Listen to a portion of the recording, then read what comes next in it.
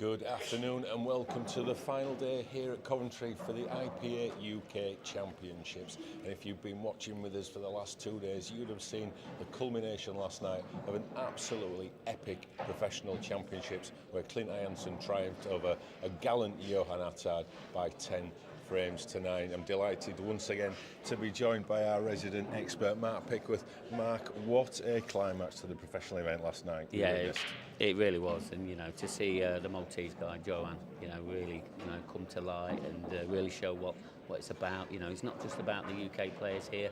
It is about overseas, and for him to come here and produce what he did against the very, very best and really put Clint up against the wall. And we always know when Clint's back is against the wall, he does what he always does and comes up trumps all the time. Yeah, 9-7 down. Johan looked like he was going to be the first overseas winner of an IPA title, but Clint showing his true World Championship pedigree and two fantastic clearances in those last 3 frames. Yeah, he did, and that was pretty much Clint's story throughout the day. He had to dig deep in a lot of his matches. That very first match that we saw on the screen against Robert Stephen, he had to dig deep, 7-3 behind, 1 frame from going out of the tournament at the first hurdle. So it just proves how mentally strong he is, and he's obviously the number 3 seed, and it just proves that when you're playing against these top players, that's what you've got to be mentally strong, is what you've got to aim to achieve.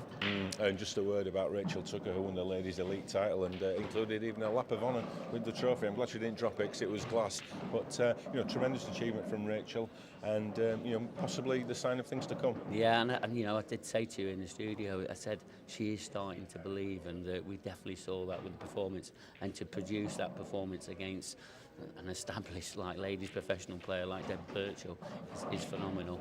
She knows how to play Deb. She'll probably play day in, day out, don't they? They really do. But now she's doing it on this stage, and that's what's the important thing to do. She's going to be a force to be reckoned with. Yeah, so we'll see how that pans out over the rest of the season. But coming up today, we'll be focusing on the Open event, which features all the professional players, all the amateur players, all in the hat, all looking to take home the title later this evening. And already we've started to see the shocks in this event already, as we do every event. Yeah, and this Open, it just produces the shocks all the time.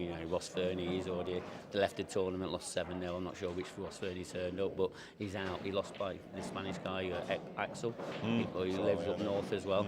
And I'm just looking at some latest scores already. Our number 2 seed, Gareth Hibbert, he was 4-2 down against Mick Warner. So he's 3 frames from going out as well. And Gareth, we saw him yesterday. He only lost by the odd frame to Johan, but he's not far away, and he's been Mr. Consistent, but it just proves how strong it is here at the IPA.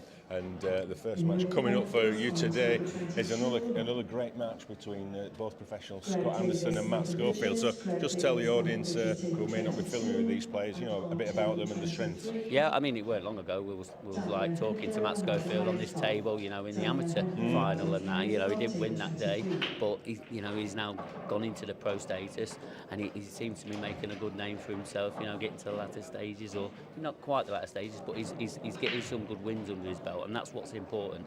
Scott, he's come through the tough ranks, and he's from the very low on, but now he's also making a name for himself, and he's really causing some upsets, and he's also only losing by the odd frame. This is going to be a difficult one. Obviously, Scott's got to be a favourite on pen and paper, but Matt is a great player and someone to be watching this season. Yeah, so it's going to be a great opener to today, so I hope you stay with us and watch the action. There's plenty of events going on, and we'll keep you updated throughout the day on who's doing what and where. So I think that's it from us now. I think it's time to get over to the commentary box with Dan Davey, but first of all, Stephen Walker. Thank you very much, guys. Looking forward to this one. Myself and Dan in the commentary box. Scott Anderson and Matt Schofield. This should be a cracker.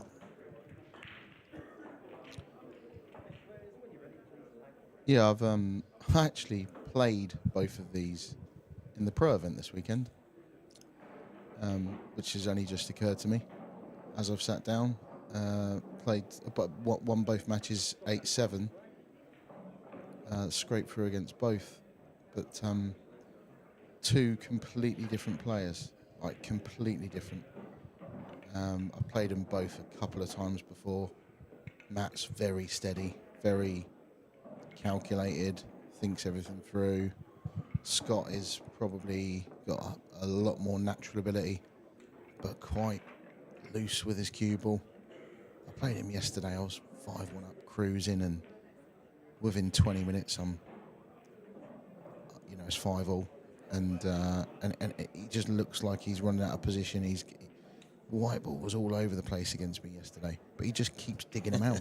Just keeps potting balls. Oh, you could see how he could do someone's head in, and be really frustrating to play against, because he just looks like, at times can look like almost like he's so slack and doesn't care and plays so quick, but he actually makes the game look really easy at the same time. He's got a massive break as well, as you've just seen. That's a huge break. Is he an off? He's got away with that, has he? Just. But yeah, he can really make the game look easy at times, really easy at times, whereas Matt is kind of like, in a way, someone like Scott's worst nightmare, just a steady Eddie, and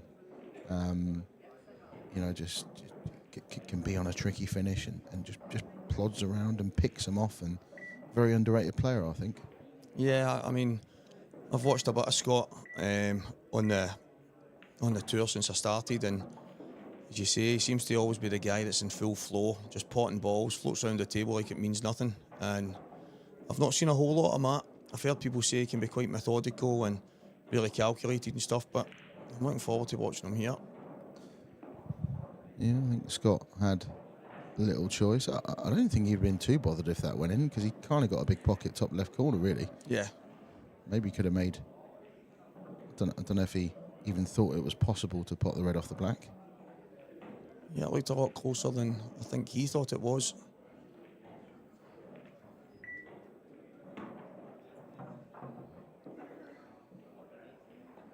It's not an easy chance here for Matt. What do? Do you kick into the black? Try and knock the red in?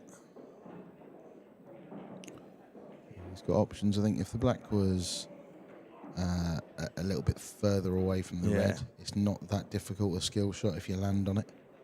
It's a little bit too close to maybe want to play that shot, and the red isn't right in the pocket either.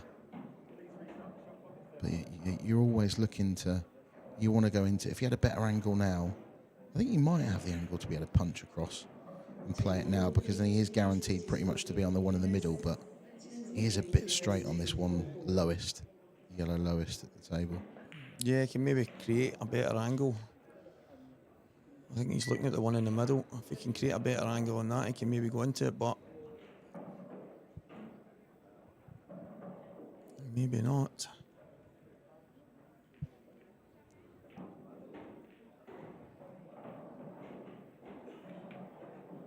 I didn't think that went. No, he obviously thought it did, but...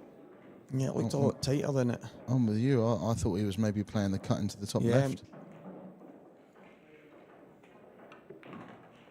See Scott just no messing about.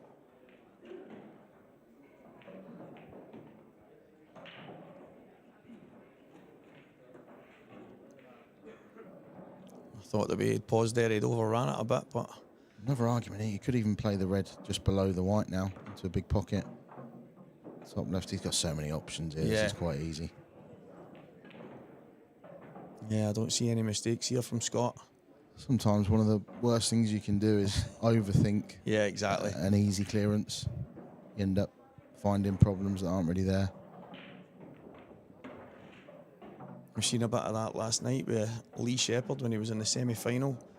He had 2 shots, and he openly said after it he just didn't know what to do with the 2 shots. And then after he'd played it, it became easier for him. But at the time, just that too many options and the indecision caught him. Yeah, I can't believe what he's done there as well. He's obviously just kind of quit on that, played it with drag. Just a little bit loose with the cue ball, though, like I mentioned. Yeah, exactly. They were easy enough, but he's ended up having to play a tricky shot when it should have been 4 drop-ins. And it looks like he's handed the first frame to Matt. Yeah, he's giving Matt a gift here. And it's not the kind of chance I expect Matt to miss now. As you said earlier, he's quite calculated in the way he plays the game, so he'll make sure of these. see so often as well, from my own experience, the amount of times you make a mistake in the first frame of a match and it sets the tone. Yeah. Could have been 1-0 up, and then seems to always be that, you know, your opponent might do the one off the break in the following frame, or you break dry and he, you know, and you sat there just go, oh, should be at least 1-1 now. Yeah. Would he have broken cleared if I'd have nicked that first frame? So often sets the tone. Such a true saying, you never really settle until you win your first frame. Matt's a little bit out of position here as well. Yeah, he's made this awkward. Yeah.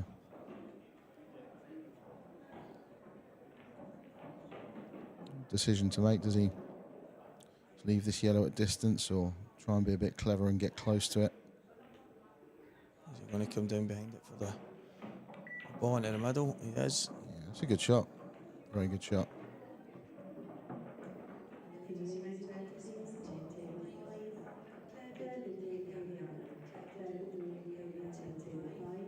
Yeah, it's a fantastic pot there.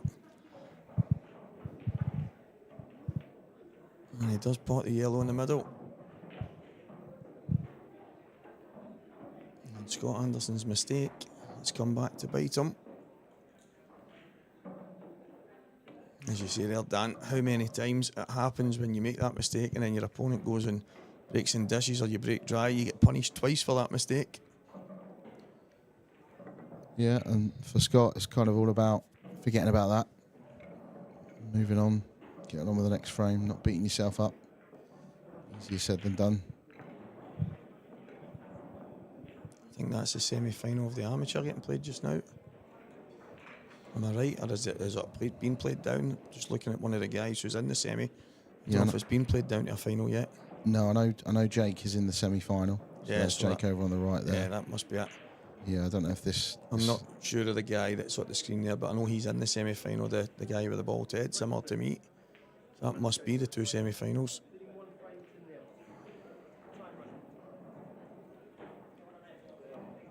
Jake, you'd probably have to say, should really be favourite for every amateur tournament. Yeah.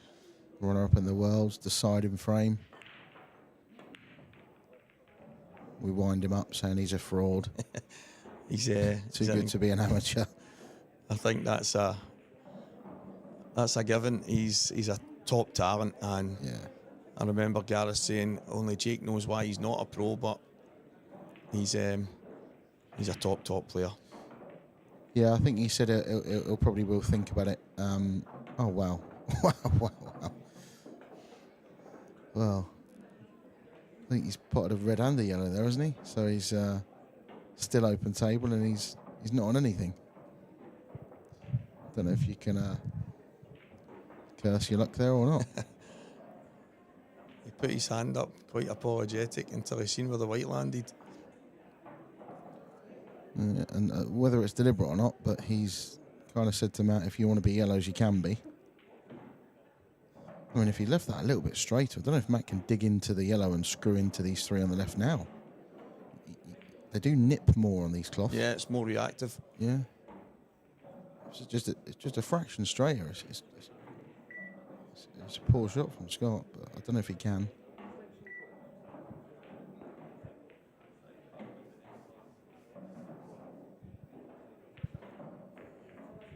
I don't think he's going to play that shot. He's just bouncing the yellow out.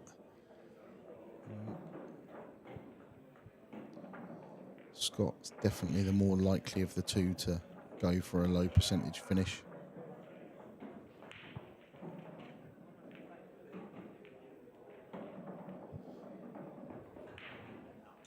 It's not a bad shot from Scott. I think he might be left inside these yellows. You'd love to bring the red out if you could. You're not going to be able to, but you'd love to bring the red out but leave Scott nothing. Might be in for a little bit of tippy-tappy here.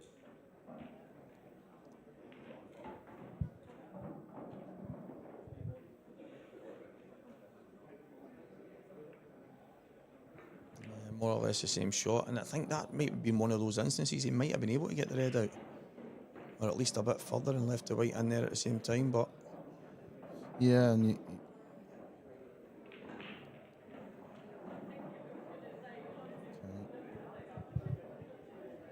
giving Scott a chance on yellows here. Maybe it's deliberate. Yeah, it might well be. He's taken the bait. He has taken the bait, and this isn't an easy clearance for the two at the top of the table. The getting onto the black's not going to be easy. I wonder if that might turn out to be a smart move from Matt, especially when you're the one that's 1-0 up. Yeah, definitely. I'm looking there at Scott. I think he needs to take the one at the top just now.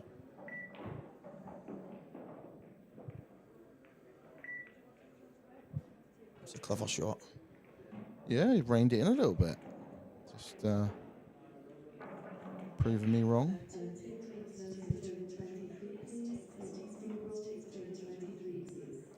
I think it's the right thing to do, though.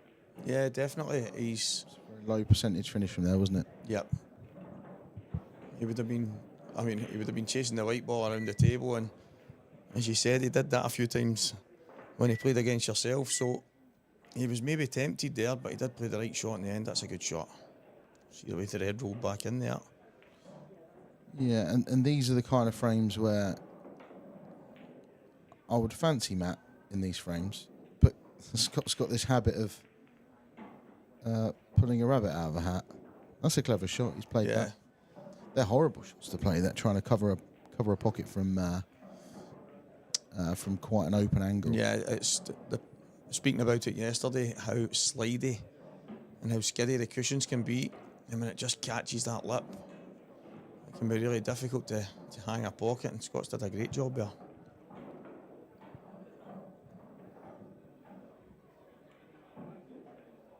And Matt put himself in a bit of trouble now. He kind of has, but there's a bit of an old school saying, which is, in these kind of frames, you want to have more balls on the table. Yeah. So Matt's got 6 and Scott's got 5. Scott's not as much of a favourite as he might look. Yeah. And I would suggest that this type of frame would suit Matt more than it would Scott most of the time. Yep.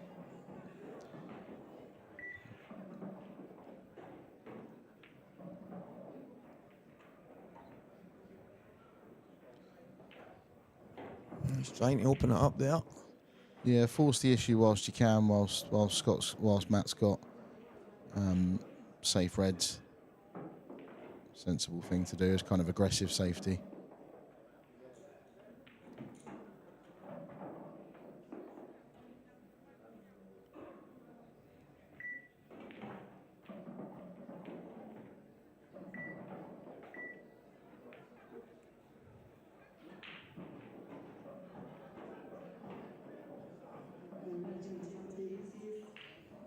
I don't know if putting the red up towards the top end of the table was too clever there.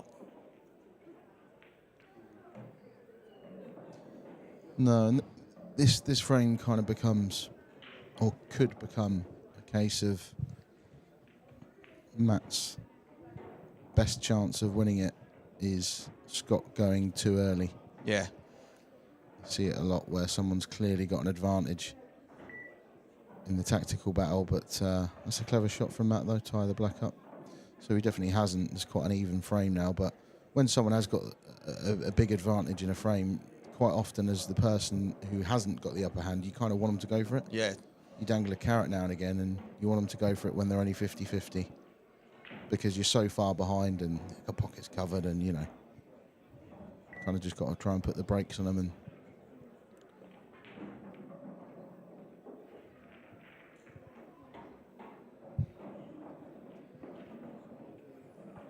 another decent shot from Scott. He's not forcing the issue just yet. I think Matt might look to maybe get the red out of there while he's got the black tied up. It looks like he's going to do so. Yeah, doesn't need to play it out too far. yeah, should do, and you know, Scott may well do the same. Okay, so I mean, for me there, I'm probably bumping the yellow right Yeah. out. because what's Matt going to do? Obviously, you don't want to leave him an angle to be able to play the skill shot, but even if he then gets that, he's then got to play another good shot because the black and the red are tied up and the yellow, you know. Yeah, there's a lot more work to do than just opening up the pocket for Matt. So I don't know if Scott was trying to slide off the yellow and put the other one down over the pocket, but maybe he just got it slightly wrong. Yeah, for me there, so the shot that Matt's just played off that red, I'd have been pushing that red into the back cushion and over towards this left middle pocket. And you kind of positioning balls for skill shots.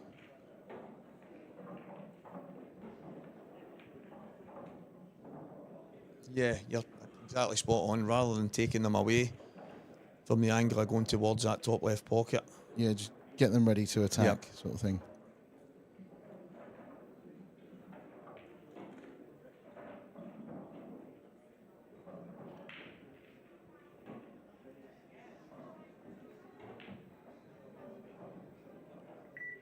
The more I look at it, the more I'm not sure whether I'd rather be reds or yellows. Yeah.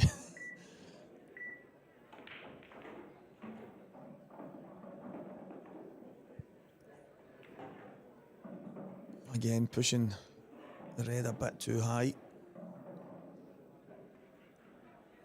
Yeah, and if you're Scott, I'm trying to put a yellow towards that left middle pocket. Exactly. So that if I get a chance to attack, I can play the yellow top right, bump into the black and red, and then knowing that I've got a plant down the cushion as a backup. You know, if you get the right time to attack, that's your time, but sort of a little bit of nothing shot, really. It's a better shot, yeah. Yeah. See, right now, if Scott had a yellow where that red is, he could have played that yellow at the top right with loads of right-hand side, gone into the red and black together, probably going to be on another yellow and just have a chance at the finish.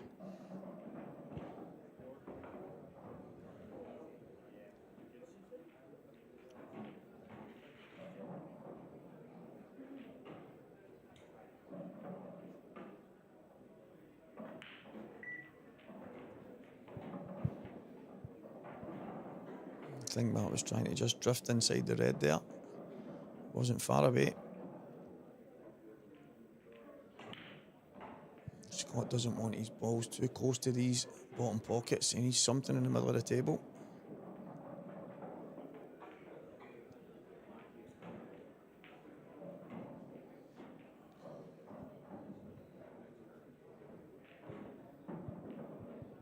Who's going to take the dive first? Who's going to have a go?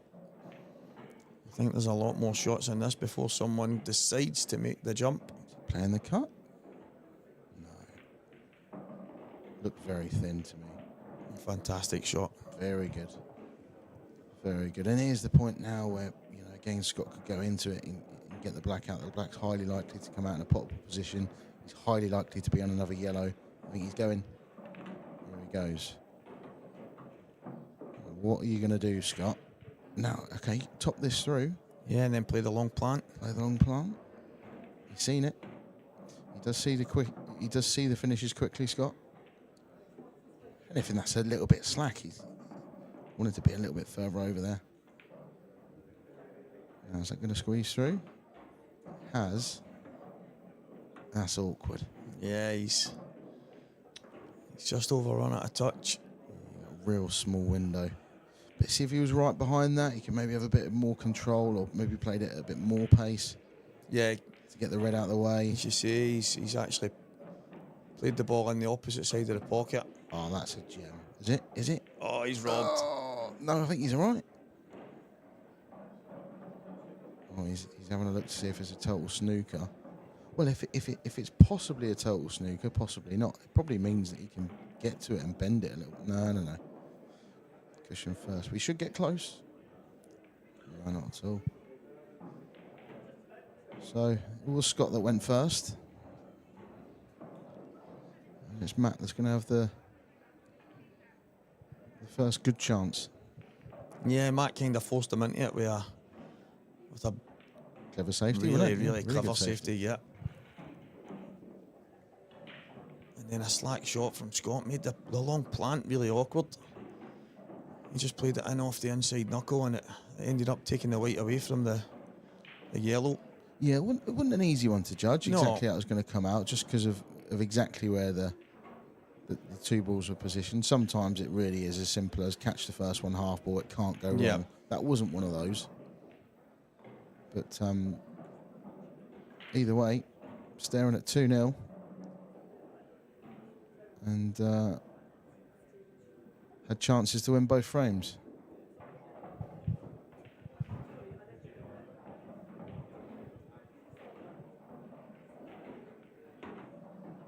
Yeah, Matthew jumping in here to pounce on another frame. And you can see taking his time, using all the shot clock. These are the little things that he does very differently to Scott. Scott would have cleared by now. Yeah. But he just came round, double-checked his angle. He's now thinking, after this red, do I want to take the one closest to the black, or the one, do I want to leave that one till last? He's a thinker. You'll see someone like a Dunster, you know, Yeah. he'll think no matter how easy they are, he's just double, triple checking that he's doing the right thing. That's one of those.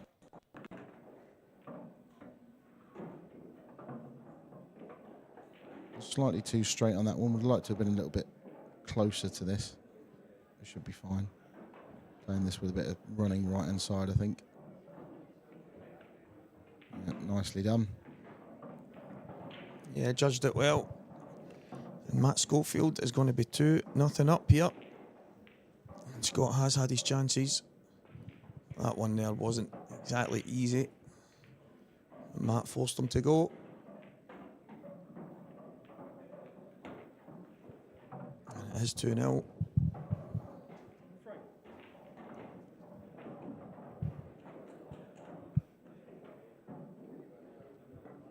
Yeah, there is the semi-finals. Jake's 4-1 down to Gio Edgar in the semi-final. The UK amateur. Looks like it could be going 5-1.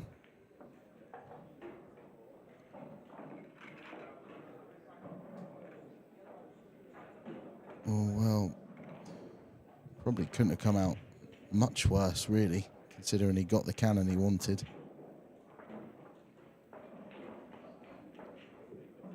The plant's not that difficult, but controlling where the second one goes, or killing the white, it's quite a brave shot to play this as soft as you need to.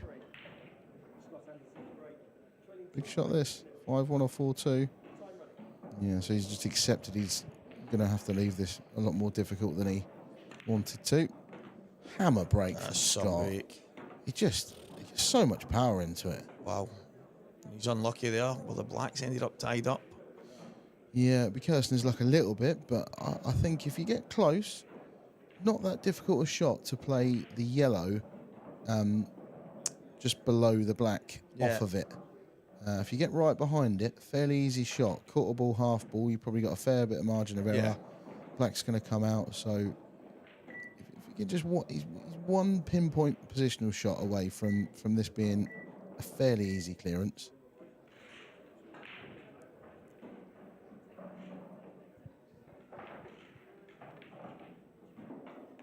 Yep. This is it. I don't know if he's a bit too straight, but you definitely don't want to be going into it off the one on the right hand side. You could plant the black into the corner. He should be able to get as close. Yeah, he's okay. So he's obviously doesn't want to do that. He's overrun that a good bit. Might not have a choice now. Might not have a choice.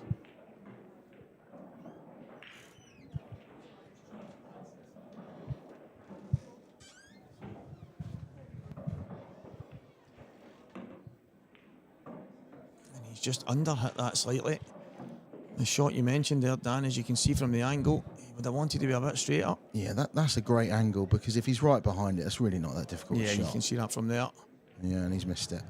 And he's lost the white as well. He's lost the as cue well. ball. Oh.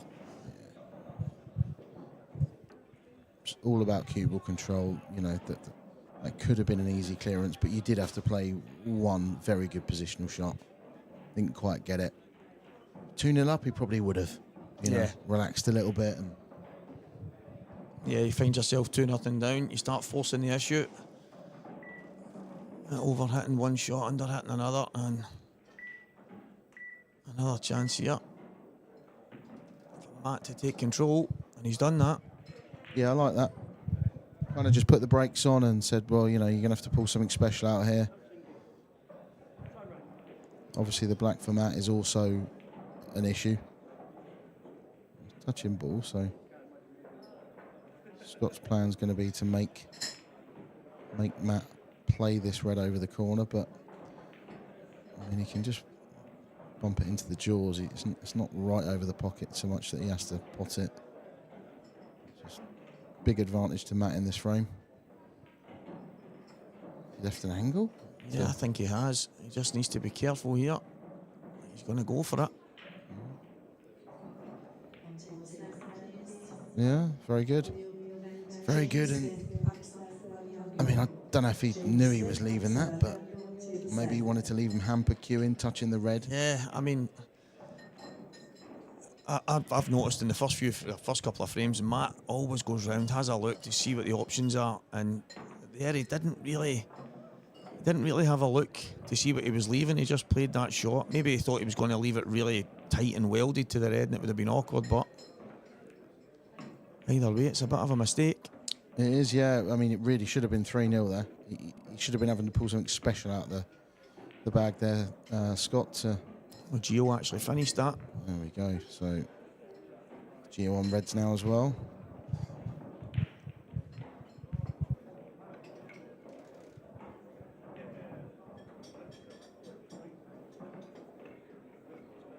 Taking his medicine on this black.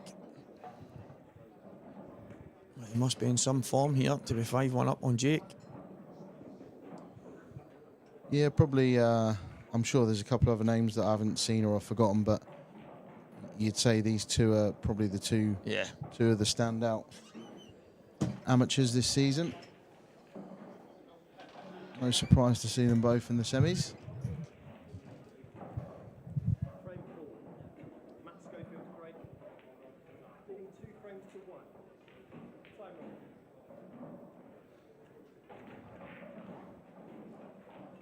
And he's got it. Oh, no, he's not. It's not.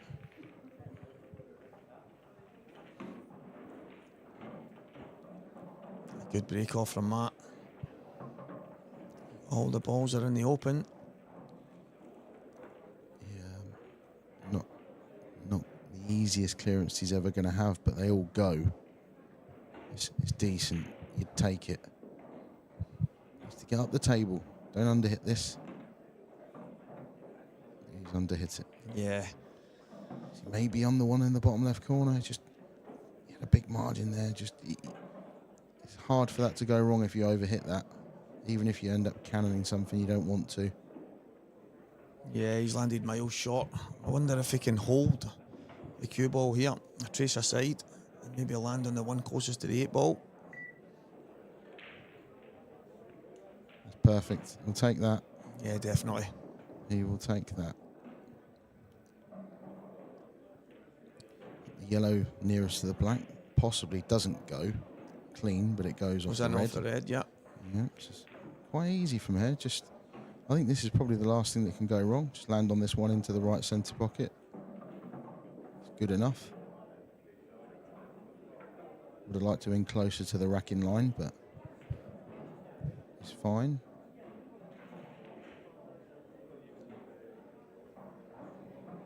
Yeah, these are the chances that Matt will want to take. He won't want to be giving Scott any second chances. Or even a first chance in this frame. This is from the break. Played that confidently, at pace. Others might have Yeah, drop it in. dropped it in, yeah.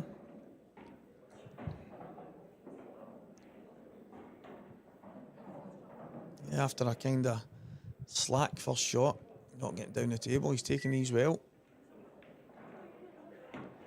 Yeah, perfect.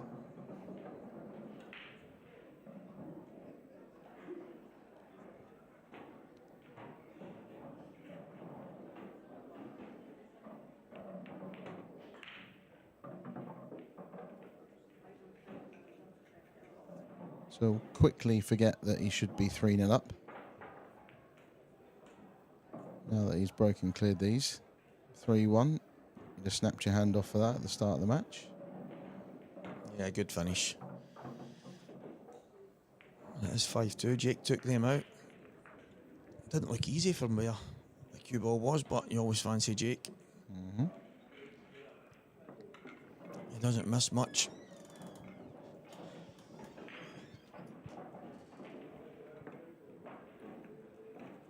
Gio's got a good chance on reds there.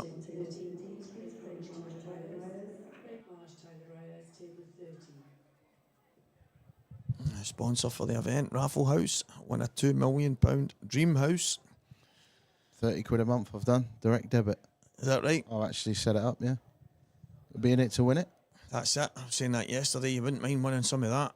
And then it's a dream car of £70,000 as well. Someone's got to get lucky. Yeah, I had a exactly. mate of mine won one of these things a couple of years ago.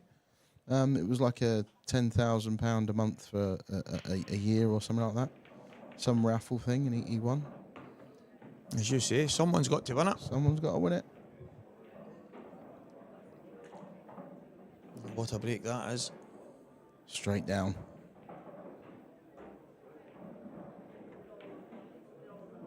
Straight down, no messing about.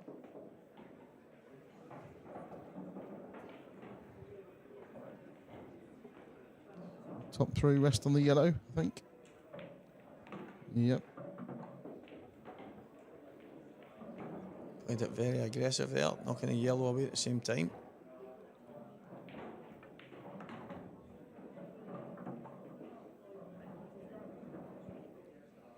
Yeah, he doesn't play many soft touch shots, Scott. No. I think he's one of them players that his strength is also his weakness in a way. You know, he's. I mean, you look at that. It's a slack positional shot, and that's Gio in the final. So it's a slack positional shot there, and has left himself a tester of a black. When it really, I mean, he should never have been. Yeah. When he had 2 left and when he had 4 left, it was an easy clearance.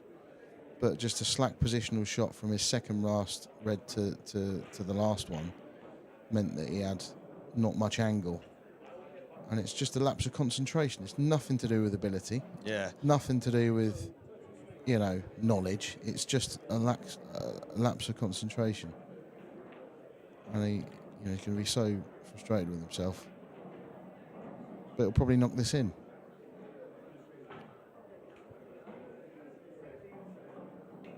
Yeah, he definitely won't be happy with his cue ball there, but there's other times, like he was on the table next to me. He was 7-5 down to Dean Shields the round before I played him, and he rattled off 3 frames in about 10 minutes. yeah. And one of the finishes was difficult. I watched it. It took me about a minute. But he's left himself a really acute angle on a cut into the middle at match point down. And he's just dropped in like there's like it's nothing. Not a care in the world. I must admit, I still fancied him to nail the black there, but Yeah, I think if Matt had missed and left him that black, I think you fancy him more to get it. But when you run out of position, yeah, the frustration. give yourself the jitters. Oh, I shouldn't be here. This should be easy. You're a little bit more likely to miss. What a chance this is for Matt Schofield. Another gift.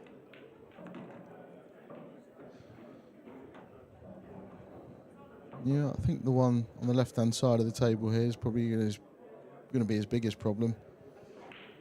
Yeah, I think he was Feels playing on it first, but he landed just behind the 8, so Playing on it now probably feels a little bit of insurance in that he's not going to be leaving an easy black if he misses, but that's not the best.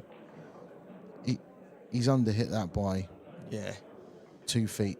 You know, he can play that at more pace, and you want to be on the one in the left mid and the right middle if you can. But if you overhit that, you're on the ones into the bottom right corner. If he does miss this, I don't think he's leaving the cut on. He's not missed it anyway. Yeah, good shot. Good shot. Yeah, very good.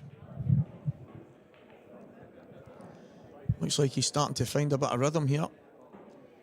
But, you know, these tricky little shots are easier when you're 3-1 up than Yeah, 3-1 exactly. down. It's wiped its feet.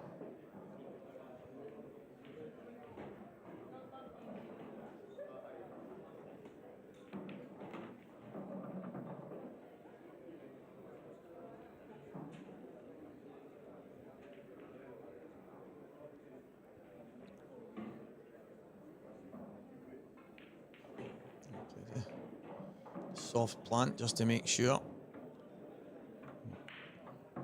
Didn't want both of them to drop there, just in case he didn't play on the 8-ball properly.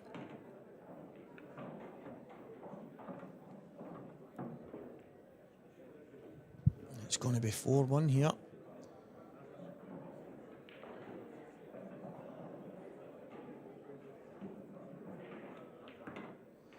Yeah, Scott Anderson, you've got to say, a bit out of sorts.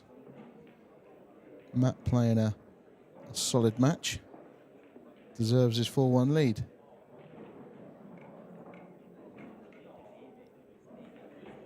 The outer table, deciding frame. Current world champion. Against Mick Warner. Quite close to me. He lives in Hampshire, about half an hour from me. Basingstoke. Lovely guy, good player. Underrated player in my opinion. Yeah, Running the must world be, champ close. must be playing well. Saw he was 4-2 up earlier, so Hibbert's obviously made a bit of a comeback. Yeah, it looks like Mick has missed a red into the bottom corner to give Gareth his chance. Yeah. They're the ones that hurt. Yeah. You get broken cleared in the decider, they're quite easy to bat off. You miss a chance to win the match and it haunts you.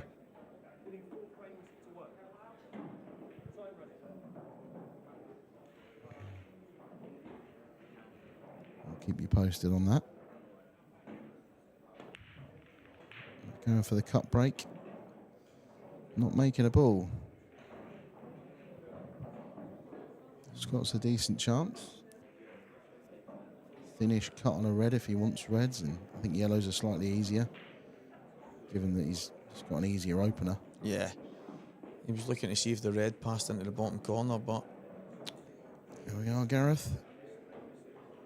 Dodged the bullet there. The yellow through the gap.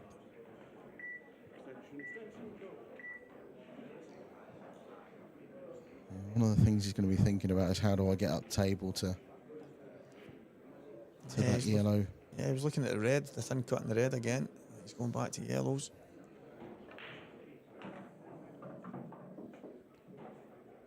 Could play on this yellow on the top cushion now. Just can't leave yourself straight. Or you could leave these two at the top of the table till last. He's figured out what he's going to do.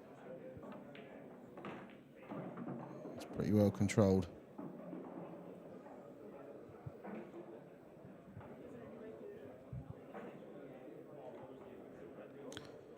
I think you can top it through now. Play the yellow in the middle. Okay, so he's opted to play the one in the corner. Yeah, it's awkward from here. Yeah, I think you maybe could have played this one third last. Topped it through and played the yellow nearest the black. Played this one third last into the bottom left corner and leave the top two. He's going to play for the one closest to the black, but Yeah, that's pretty good, I think. yeah, I think he's okay. He can just run over to the left. Yeah, pretty good. He's just going to leave himself a little bit of a tester because you have to play at some sort of pace to be able to get out from the black. You don't want to leave yourself welded to the back cushion if you can help it.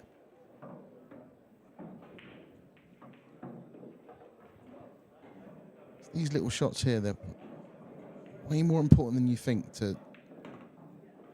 That's about spot on. You don't want to you want to get as close as you can to it. You don't want to leave yourself straight. It's pretty good. That's Played a great shot. Yeah, very good. Very confident. Yeah, played that in at pace. Very confident shot. It's a good finish. They weren't easy, they were quite awkward. Kind of seems to almost do the difficult stuff better than the easy stuff. Scott.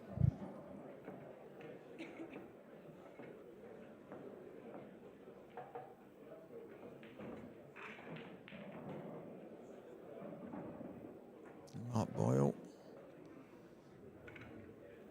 looking to get over the line against Josh Roberts.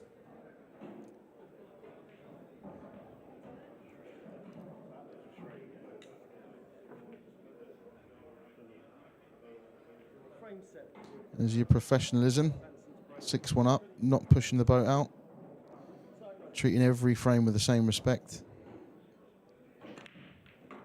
Hammer break, and it? Absolute hammer. He's really unlucky again. You can see his shoulders slump straight away, cursing his luck.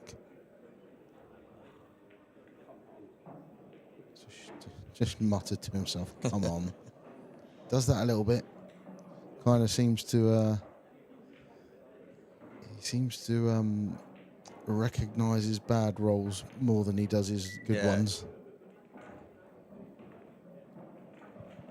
But that was harsh.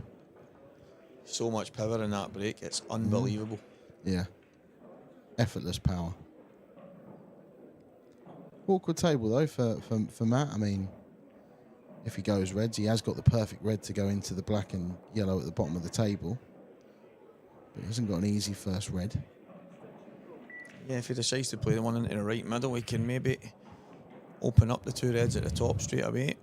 That's the shot, isn't it?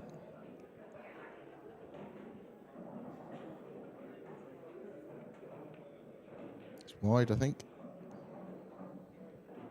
The only slight saving grace for him is that he didn't open up the two reds. If he'd have got the potting angle a bit thicker, he probably would have opened them up.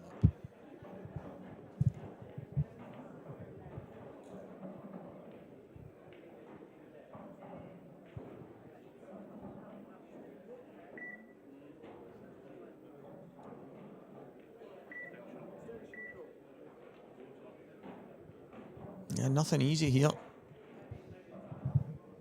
He's got to try and figure it out himself, how to get those two into the open.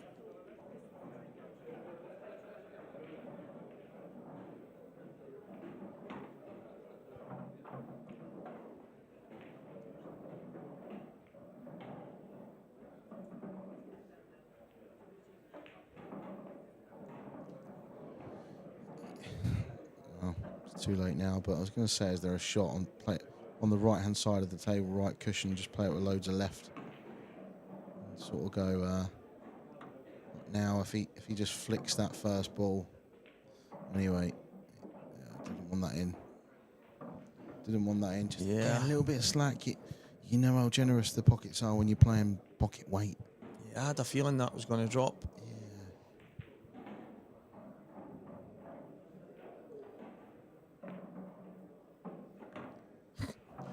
Just goes down and pots the ball. Yeah, just easy as you like.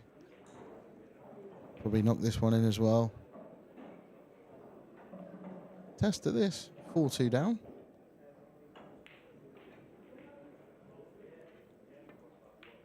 I think these shots are one of his strengths.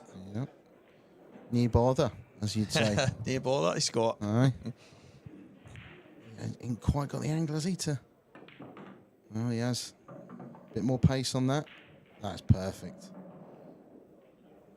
These are the ones we're talking about. You know, he looks like he's in trouble, but what's he done there? What has he done? What has he done? That's not going to fall. That's not, no. Scott, what are you doing? He's just played, you know, a couple of really, really good shots. Bang under it, 4-2, and then, you know, almost played it as like a little bit of a stun run through to get onto the black to just create a little bit of an angle, just too much stun, but he played it too quickly. Yeah, he just went down and hit it. Yeah, almost like the work was done. The hard work was done. I thought it was. Yeah, I'm so surprised at that. he's going to be fuming. They're the ones that hurt. Yeah. You're 4-2 down to someone and they're clearing off your dry breaks and stuff. You can hand that. You know, that's it. Right, just stick in there. You know, the tide can turn. When they're sort of unforced errors, they're hard to take. Yeah, the full bottom cushion to aim for there, just to drop on the black, and I must admit that's, after some of the shots he pulled off there, I'm very surprised at that. And it's another gift for Matt Schofield. Yeah, he's going to be kicking himself, Scott. He won't be happy.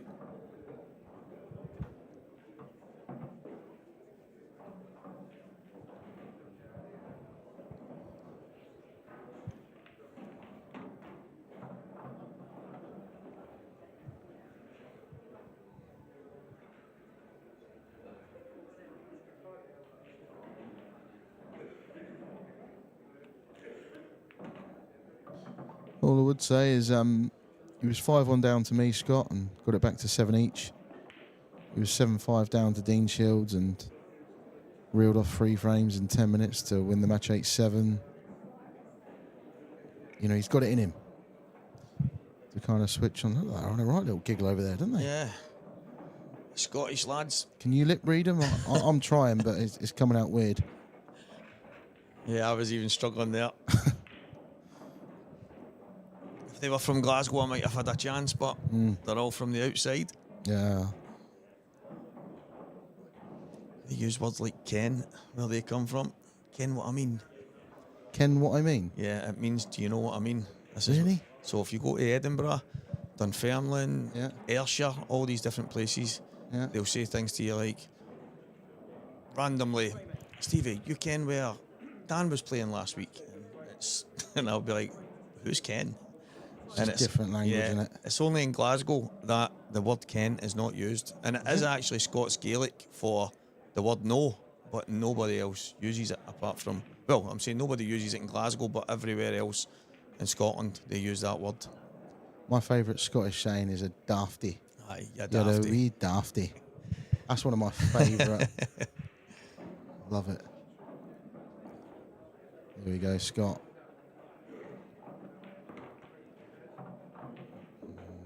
Well, could have been worse. He can play this yellow off the red to open the pocket up. Just needs to. Don't know how likely that red is to stay over that pocket. Yeah, he's played it well. Played it well. Needed to put it thick off the red. And he did. This is the bit here where you know if you were Scott's, I don't know, coach or trainer or whatever you want to call it, manager, you'd be just going right. Just take an extra second. Do you know what I mean? Double check your angle. Double check what you know, what can go wrong in this frame. Don't play slowly. Don't get out your, you know, play your that same natural way. rhythm, but Yeah, just rein it in a smidgen.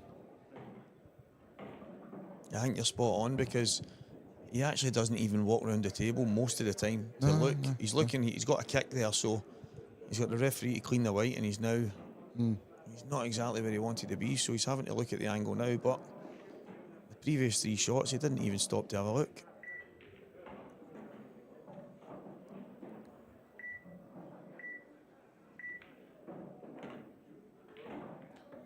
And now he's got a shot to play.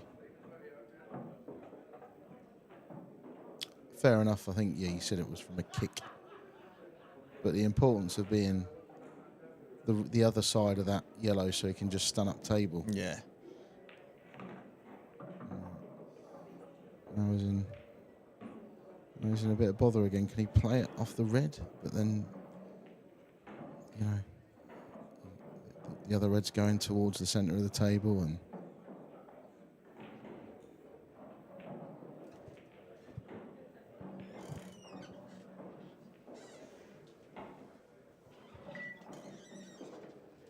He's going to play it off the red, I think. Yeah, it's not even close. No, and it's a little bit of the same old story, really, for Scott in this match. Yeah, he's trying to force the issue there, but unfortunately, he's left Matt a chance. Maybe try and tie this up. It's a good shot. Total snooker called.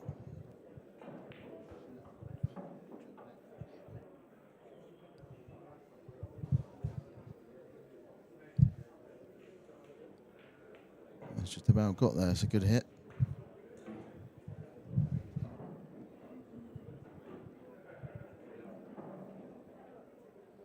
Yeah, he needs to hang in here, Scott. He's made a few mistakes that he won't be happy with.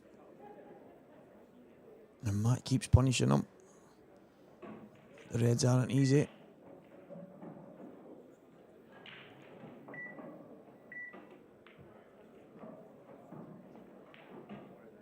That's a great shot. I'll take that. He's not even total snookered him either, I don't think, which is not good news for Scott.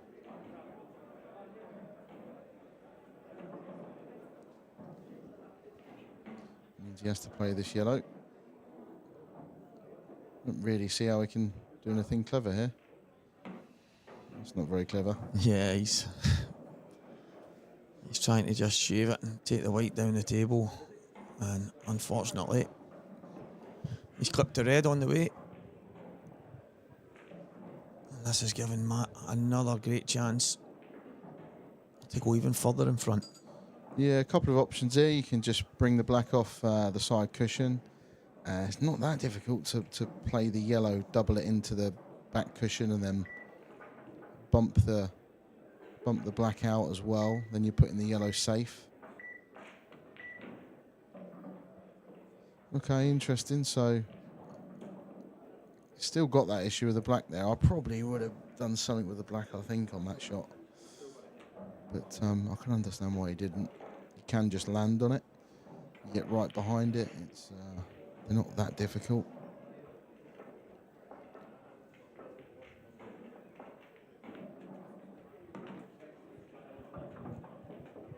Yeah, he's taking his medicine on the black. I think he's just going to drop on it. And as you say, if he gets right behind it, it's not as hard a shot as it would normally be. Yeah, you place the cue ball right next to that middle pocket. It's a 9 out of 10 for most players. It's just all about leaving yourself the right angle on your last red.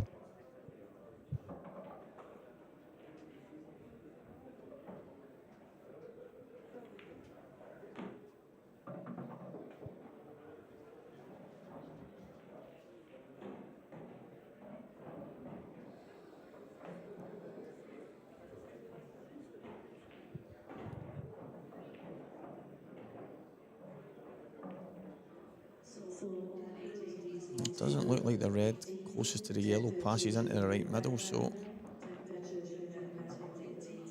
he may have to play a positional shot on that. It might have been what he was playing right there, but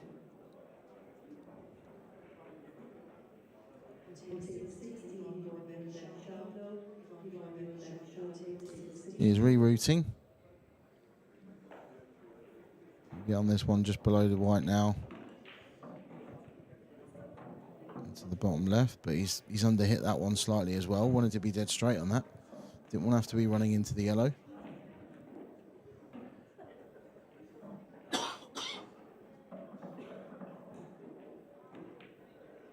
Yeah, he's played that really well. yeah. Just wants to give himself the right angle here on the last red. Yeah, you want to be as close to the red as you can. It makes your positional shot a lot easier. Be as close to that, almost like the line, the spot, as you can. It's dead straight, so he's just left. He's going to top on and off the cushion. These are the ones where you think, oh, you know, it's quite not that easy a shot to get close to the black here. Yeah, and that's bad. Yeah. This came flying straight off there.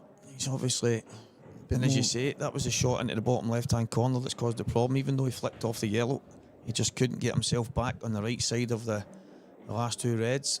Yeah, this is massive. Could be a big turning point in this match. 6-2, he's pretty much dead and, you know, Scott's pretty much dead and buried. He's missed it by a long way. Could be a turning point, that. Really could. You can have a spring in his step now, Scott. Massive break. You can see that working for him and reeling off a couple of breaking finishes. This match is far from over now. Yeah, that's massive. Massive. I'm so surprised. Matt just struggled to get on that awkward red. Yeah, and he had the chance with his 2 shots, with his free visit to get that blackout. Yeah, that's it. And the thing is, while he's got the other balls tied up, bringing the blackout is probably the shot. Well, you can bring the blackout and then play another safety, can't you? Exactly. If you really want to. Anyway, I'm going to love you, Nevy. I've got to play last 64 match, 1:15. I'm going to hand you over to Dan Fairway. Enjoy. Thanks, Dan.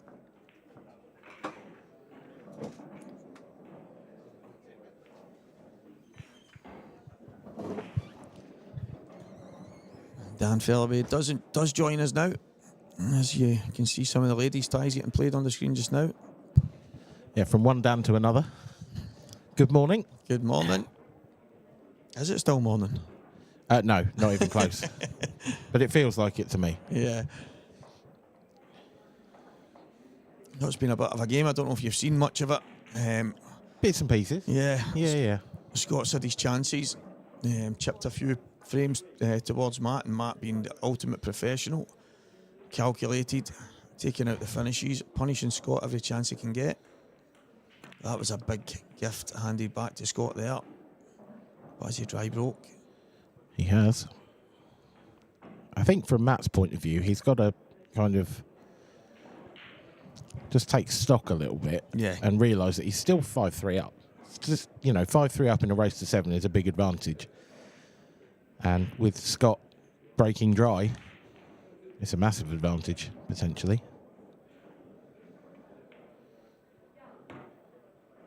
We wanted a better contact on the back of that red.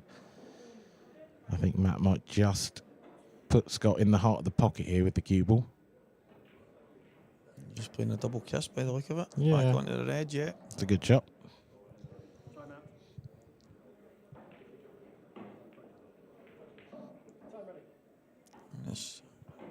Did he say it was touching? He must have, yeah. I mean, either way, Scott's in a world of trouble, really.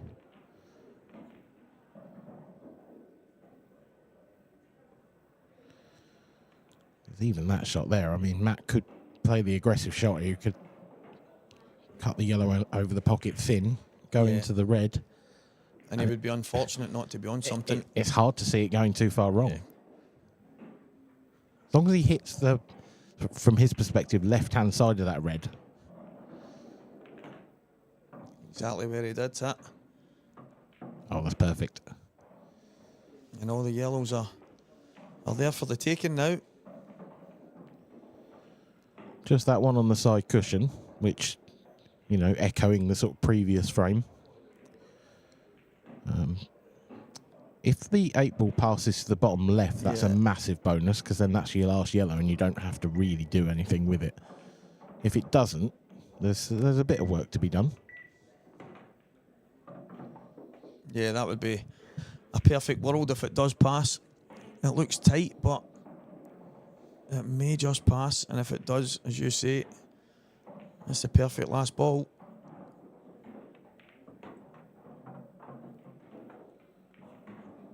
Well, I suspect we're about to find out, because if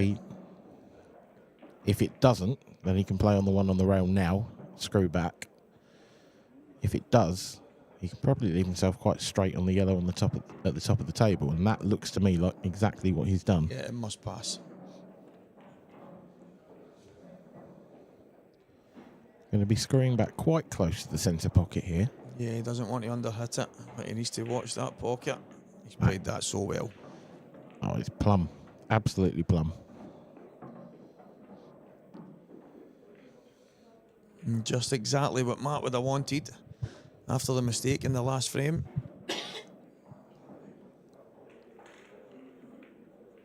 Now he's decided to push through for it in the middle. It's a good shot. Yep, maybe it went, maybe it didn't, but it was the more confident way to cue it, so I think either way he'd have been doing that.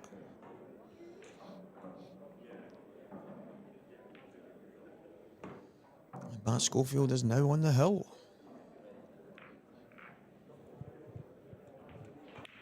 Scott needs a huge break now.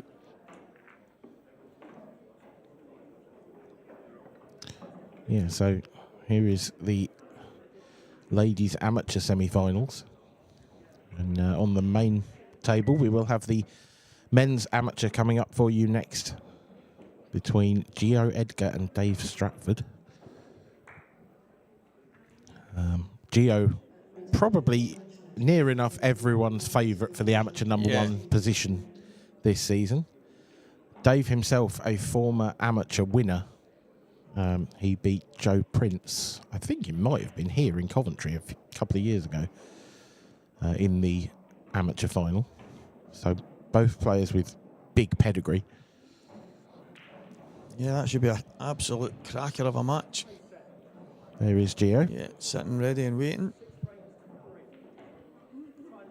Just a casual chat with Liam Dunster before the start of your game.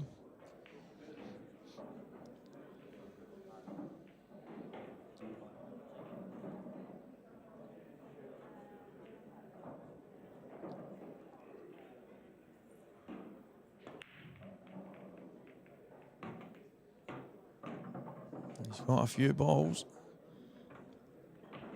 He's got a chance. Yeah, it's an awkward table. Yeah, it is. The first shot here is so important. Can he just drop on that red? Only the one problem, yellow. And it's risky, but you might save that problem ball till last, because if you can get the cue ball down to the bottom cushion, then you go into the red, perhaps you flick it out. It's fraught with danger, but there's not really any sign of him taking a step back here. Yeah, he could come down and play it next. That way, bringing himself just a flick off the red, out for the other one into the bottom. Yep, I think that's the shot. I think he's landed too straight, though. Yeah, he has. There is a chance he could force that into the red. You'll have to really give it some. Yeah.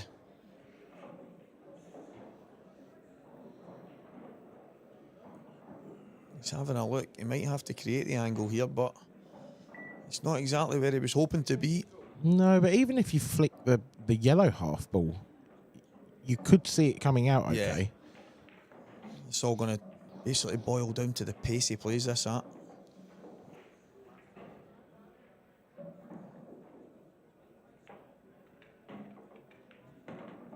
Yeah. That's a terrific shot. The pace was everything there. Not only that, created the angle with the side and judged it to perfection. This isn't ideal for getting onto the last yellow, though. This looks very straight. He's got a shot. He just slightly underhit that there. Yeah, I think it was hard to do much more with it. That's it. I think he was maybe worried about jumping the white by putting too much pace on it as he's playing down on it, but he's got himself a shot, and sometimes that's all you can ask. This cue ball's going close to the corner pocket as well, and he can't do a huge amount with it. Cueing off the rail. And he's missed it. It wasn't easy. There's no doubts it wasn't easy, and he was unfortunate to land as straight as he did after playing a nice kick shot, but I think it was the one when he screwed down the table, he just underhit it ever so slightly for what he was trying to do. Ooh, now then, Scott playing off the yellow. That is horrifically unlucky, actually. The aggressive shot from Scott, not rewarded there. It was hard to see it coming out that badly. You could make a case that it was, overly aggressive and perhaps he could have played a safety, but to come out like that is particularly harsh, I think. So I think he's got a touching ball. What does he do with it? That is the question. I mean, whether he has or hasn't really, I'd just be playing this off the bottom rail into the red nearest the side cushion, I think. I know you could leave that gap, but as long as you play it with a bit of pace, you'd be unlucky. And he's left the cap. I think this goes. That's unfortunate. You can see what he's tried to do there, but I think, as you mentioned there, the pace was key. He had to put a bit extra on it.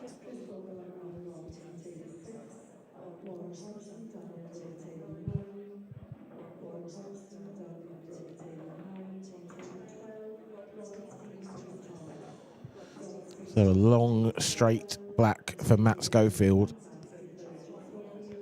to secure his place in the last 32.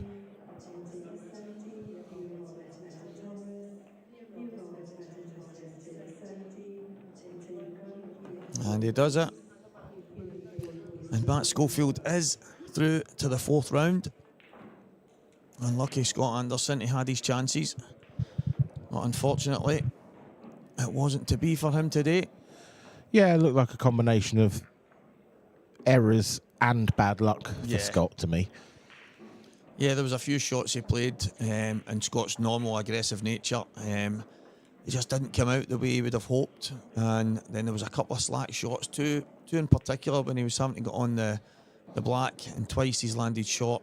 He wasn't happy with them. He missed both blacks and was punished in both frames. So, yeah, it's unfortunate. But Matt was absolutely solid. Yeah, Matt looking in good touch going into the latter stages of the competition. And I imagine we'll hear from him in a few moments in the studio.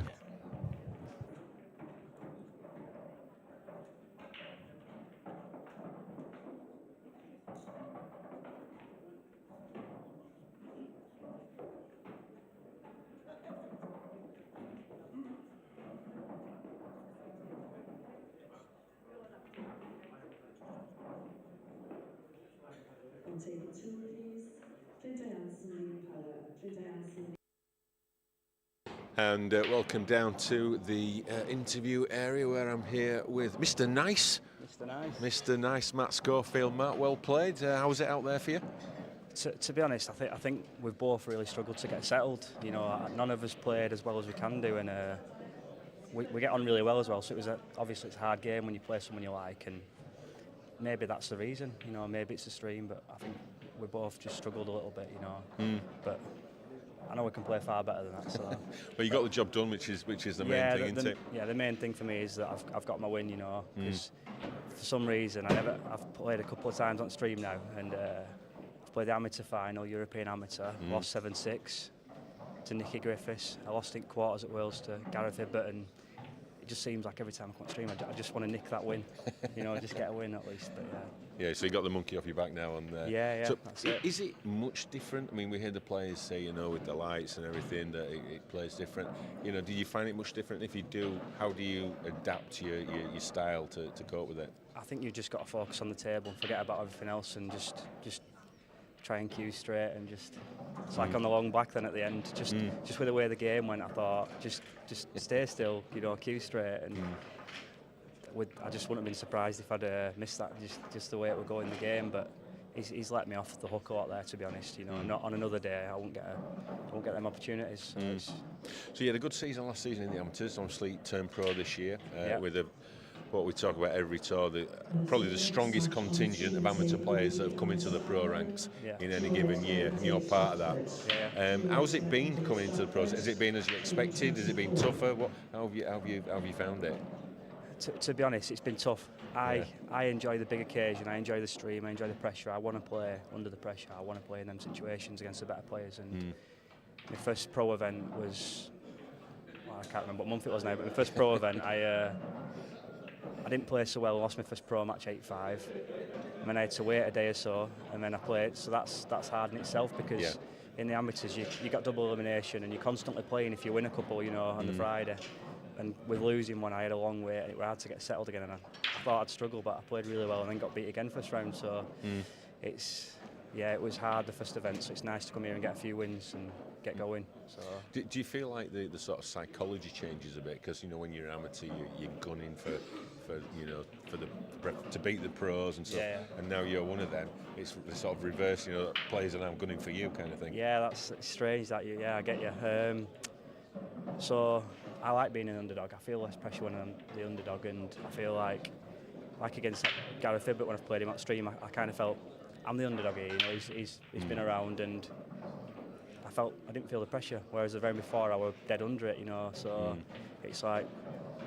But now, yeah, like you say, now even in my local league, people are like, oh, he's a professional and all this, and it's everyone wants to beat you. Yeah, so you've got to perform every time now, even in local leagues, because you'll never hit the end of it. So there is some, you've got to be careful, you've got to perform now, you've got to be on it.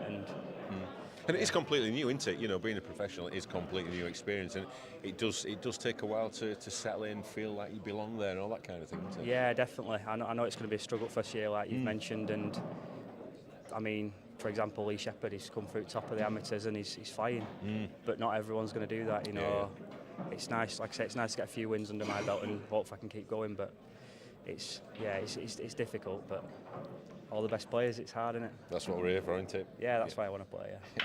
Brilliant. Well played, Matt. Thank good you luck for very the rest much. of the tournament. Hopefully we might be having a chat with you later. You just never know. I hope so. Thanks Thank a you. lot. Well Thanks done. a lot. Cheers.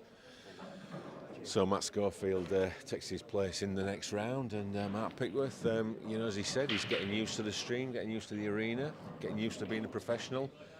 We know he's a great player, and things can only get better for him. Yeah, I think so. And you know, with Matthew, he puts in a lot of time and effort. You know, he goes to a lot of competition, plays the right people, and I think that's important, especially if you want to get to a very top level. You know, who knows what Matthew can achieve? I mean, top 16. You know, that'll be what his first aim is. You know, whether that'll be this year, probably it won't be, because obviously the way that the point system works with a 2-year roll on and that. But he's made a great start, and it's just about how now he tries and keeps that consistency. Because what you see with the new pros is sometimes they don't have that consistency, but at the moment he's had a good start to the season. Yeah, and it's completely different when you become a professional player, isn't it? You know, and you know, they're in the spotlight, and the pressure's on straight away. And you know, they miss a part on social media. You know, how's he become a professional, missing that part? But it's a completely different mindset and mentality, isn't it? Yeah, it really is. I mean, you know, every time they look at the rankings after every tour, you know, they're always in the lower part of them, and they'll no doubt they go back home, and the friends are always saying, "Well, you're only ranked at number 40 or whatever it is." But you know, it takes 2 years. You have to be established, and it's about, you know, making sure you try, you know, keep on top of your form as much as you can. Try and take your chances when you can, and you know, hopefully you have a little bit of luck on the way, because you do need a little bit, but you also need to put in a lot of time and effort. And Matthew's one of them professional players that he is. Yeah. So we'll see how he gets on throughout the day. But coming up next, it's time for our first final of the day. It is always the eagerly anticipated amateur final, and as we say pretty much every tour, it's a bloodbath in the amateurs, and the two that have got through have had to work their socks off to get there. Yeah, they have again. And Dave Stratford, you know, I remember him last time he won an amateur event. He was here in Coventry, and it was. And you know, Gio, you know, he's the one that everybody's looking at. He's the young gun, but that's also added pressure for him. So you know, because he's got a lot of fan base back up in Scotland, and no doubt they'll all be tuned in looking at this. But Dave, you know, he's got a huge fan base in Wales. You know, he's been such a consistent player on the amateur tour. You know, he's always like finished in the higher part of the amateur rankings. You know, and that's down to consistency. And Dave Stratford, you know, he probably don't go about playing the game right, but he always gets the results. And you know, if he wins this one, you'll see the big emotion at the end, like we did last time. Yeah, so it's Dave Stratford against Gio Edgar. It's Wales against Scotland. It's the second final on the trot for Gio. He came up short last time. Can he go one step further this time? Well, this is what it's all about now, isn't it? And the way he's been playing this weekend, there's no reason why he can't be picking up this trophy in the next hour. Right, well, we're about to find out. I think it's time to get over to the commentary box once again, and Stephen Walker. Thank you very much, guys. And welcome back. And next to me again, Dan Fairby for this amateur final. Yep. As Kev said, the eagerly anticipated amateur final. And Gio Edgar, Dave Stratford. It's going to be an interesting game, this, because Dave, from what I've seen, and I did commentate on his last amateur final, he's quite aggressive. I think I heard pickers say doesn't necessarily play the game in the right way, which I'm not sure is quite the... Yeah. But I think what he means is the sort of classical way, which I suspect Gio is more of a sort of classic, player, a little bit more methodical, whereas Dave is really aggressive and certainly thinks outside the box. Yeah, maybe there's times where Dave's looking to be aggressive at a time where most people would be. Precisely. Yeah, so I've not seen a whole lot of Dave. I won't tell any lies. I've seen a couple of games yesterday, and as much as I only seen it in bits and bobs, you look like a very good player. So, and to get to the final, listen, we're both playing in them. To get to the final of any of these is not easy. So he must have played some pool this weekend. Yeah, absolutely. Yeah, Dave is unorthodox, I think is the word that I would that's probably use. a better turn of phrase. Yeah, he's certainly got some shots in his locker, and I sort of hope we see them, to be honest. It's nice to see a bit of a change of pace sometimes. Yeah, definitely. And it's a kind of aggressive pool that makes for good TV. Absolutely, yep. As you can all see, guys, there's still a lot of pool getting played in the arena right now. Yeah, we still have the ladies amateur happening, as we can see. The semi-final is underway. Or both semi-finals are underway, I should say. The ladies open, the open, and the amateur. Although we are about to see the conclusion of that event. Yeah, it's good to see such a buzz in the arena on a Sunday, and it really does culminate over a weekend to get to this point. And most people that come here to play on the Friday morning are all hoping they're still here batting away on a Sunday. So as you can see, there's still loads of people doing exactly that. Unfortunately for me, and me, we're not. So no, the less said the better about on my weekend. Yeah, the fact that you're sitting in here says probably the same to you as well. I had such a good Friday. Oh, really? Played so well on Friday and absolutely buzzed right through Friday night, and then Saturday, really, yeah, it's one to forget. I've had a weekend to forget. So two final frame deciders lost on Friday, and then a 6-4 loss last night. But to be fair, I played Ricky Jones, who's I think still in this, and made an amateur quarter-final, so he's had a great weekend. He's playing really well. He was fizzing, and I did well to keep up with him, to be honest.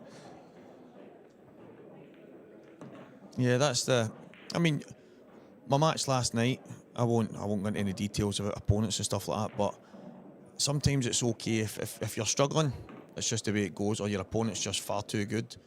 But my match last night, I actually wish it was on camera, because some of the stuff that happened, and my opponent, the both of us were in fits of laughter, because literally I was 4-0 down, and there was 4 massive flukes, not rubs, massive flukes that had led to winning those 4 frames, and the both of us were kind of, obviously, and he's going, Stephen, I'm so sorry, and I went, no, you aren't.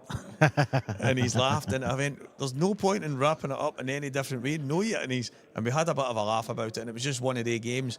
And there's times I came off the table and I'm fuming with my performance, or so many things might go against you that when maybe you try an aggressive shot and it doesn't work out, and you go away and you're kicking, I could have done something different. But it was one of the matches where we had a laugh after it. I walked away, put my cue away, and I was kind of like, I don't know what I was supposed to do there. That's it. Sometimes there's nothing you can do. It can be a cruel game, this. Robert Stephen in the background. Andrew McKee or Andrew Mackay, I'm not sure. I hear people calling him different. Key. Yeah, Andrew I'm McKee. sure it's McKee.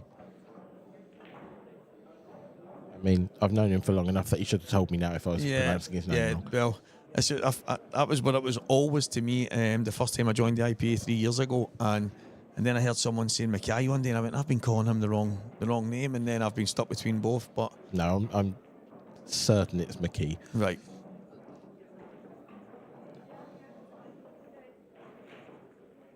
Jamie Smith and Axel. Axel is I can't remember his second name. I'd have to have a look. But Aliano, yeah, that's it. He's over from Catalonia, living in Edinburgh now, and he's a good player. Yeah, I spotted his first round match in the amateur was him versus Tamas Vogvogi, Right. Which was just quite a cool sort of scoreline to see, because it was essentially Hungary v Spain, English pool, and I don't think that's ever happened before. Yeah, it was two quite unusual flags to see on a Q score. You see some unusual flags on Q score for people. I was playing in the Saltire event, one of the events in Scotland, and one of my mates went on to check Q score to see who I was playing, and he says to me, "I see you're playing that Brazilian guy." And I was like, "Brazilian?" And I looked at it, and it was Joe Herring, a guy from Ayrshire. And he said he'd put that flag so that when he checks Q score, he can find his name really quick. Yeah, I understand that. I sort of, there's a part of me that thinks people should probably stop doing that because it just gets silly. Yeah, of course. I'm thinking a Brazilian guy with a name like Joe, come on. Well, that's quite a good game to be. I'm one of those weird sort of quiz type people who can name pretty much any flag. So I do quite enjoy seeing the odd flag and oh yeah, that one. But yeah, Scott Pope's is the weirdest one that we've got at the moment on Q score. His is the flag of Kyrgyzstan. That's different. Yep. I think Gio's is Thailand or something like that. Gio's is Thailand. Yeah, you're right, yeah.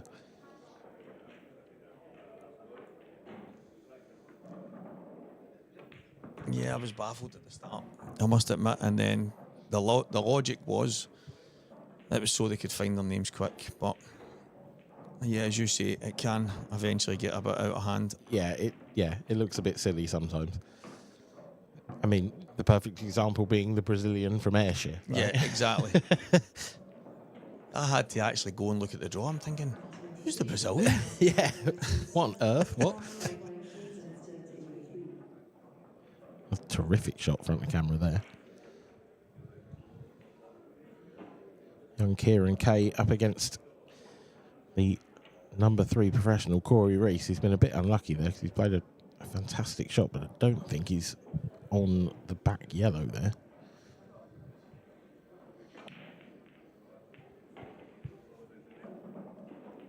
Yeah, there's some cracking games on just now.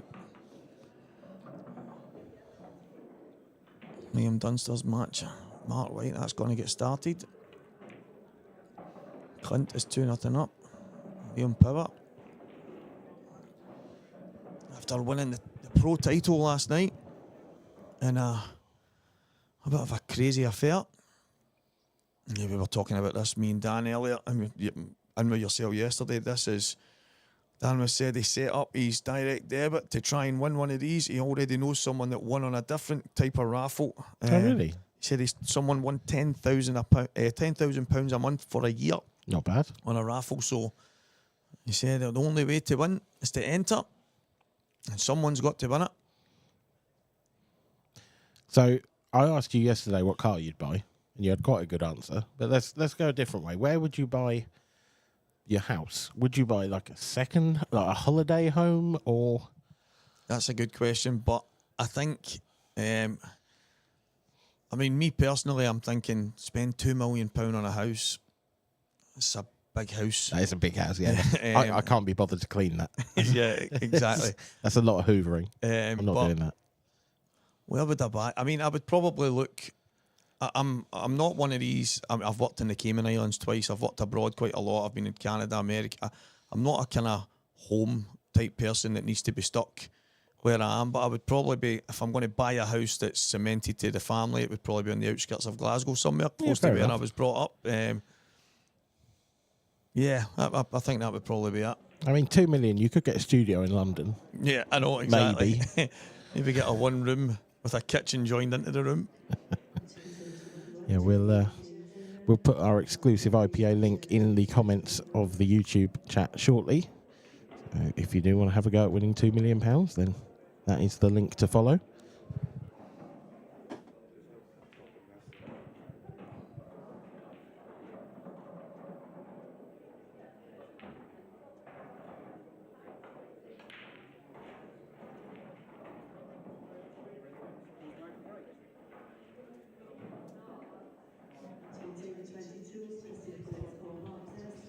I actually played Dave last year in the very first IPA down here. He won. It was an early morning match. I really struggled. I had loads of chances, but every time Dave got to the table and had a chance, he took them. He actually played great. As I say, I did have a few chances. I just wasn't at the races, but I seen his quality then at that time. So this will definitely be a good match.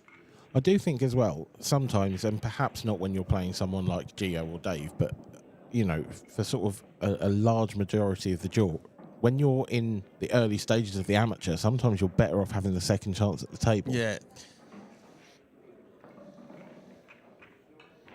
Yeah, it makes a big difference if your opponent's taking a few balls away for you and maybe giving you that chance. And yeah, I think at this point in the tournament, when everyone's warmed up and flowing and fizzing, and certainly these two, I'm expecting to be on top form, having both reached the final and essentially played non-stop for a couple of days. Yeah, I'm expecting a top standard as well. We managed to see quite a bit of Gio and Jake's game as we were flipping between the tables, and Gio looked as if he was absolutely flying. And I think to beat Jake, Dylan Newlove, as comprehensive as he did, you would have to beat. Yep, and I think Dave won his semi-final 6-0 as well. So these two are clearly the form players in the amateur tournament this weekend. There is no doubt about that. It's Dave to get us underway. And it's going to be dry. It is, yeah. It's not a bad cut break, that either. It's not the sort of traditional one where you hit it wrong and everything goes to the side cushion. And it's left a pretty good chance for Gio. He's got one difficult red.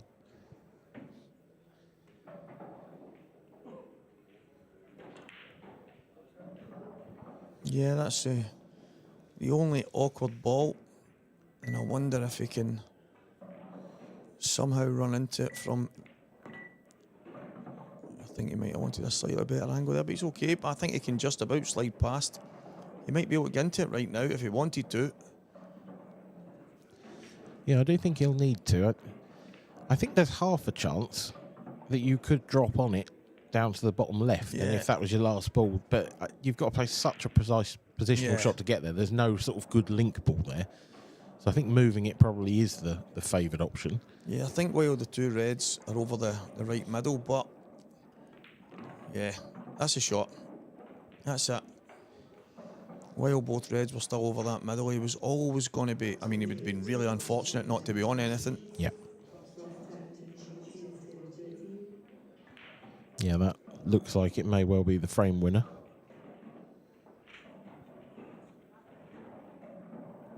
Yeah, he's definitely a kid in top form. Young Gio, massive future in the game. He's always on the table. He's always looking to improve.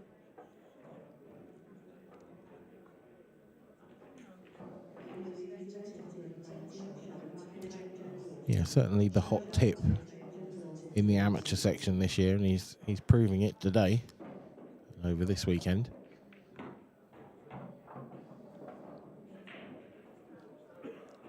But to be fair, you can be as much of a hot tip as you like. You can be a great player, but actually being a great player doesn't guarantee you top 16 in the IPA amateur section.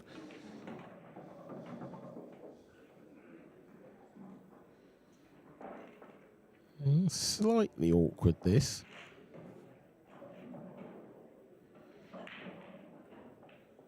Just with that 8 ball being that close to the yellow, you would have wanted to be right behind the 8 ball. He's not going to be now, I don't think.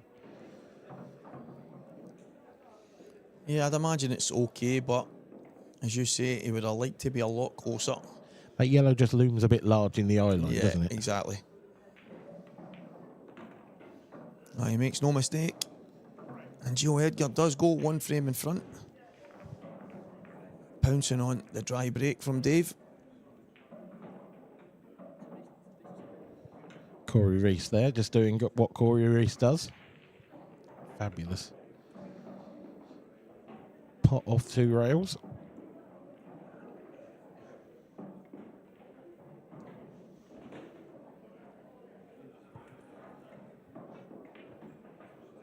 always one to watch. He's currently leading by 2 frames to 0. A few other live scores for you. Yeah, you seen in the previous frame, Kieran playing a great shot down the rail, trying to open up the yellows, and then didn't land on anything. So Corey getting over the line in the second frame. He's giving himself a chance in frame number 3. Rob Stevens flying at the moment. He leads Rhys Thomas by 4 frames to 1. Chris Bowron 3-1 up against Alan Robinson. Bit of a battle of the northeast, that.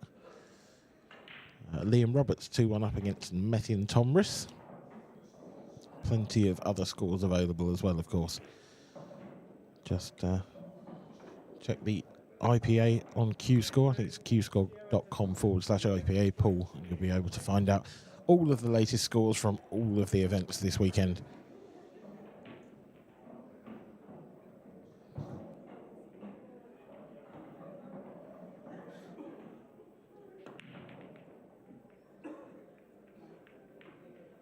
Is Gio going to be dry? He is.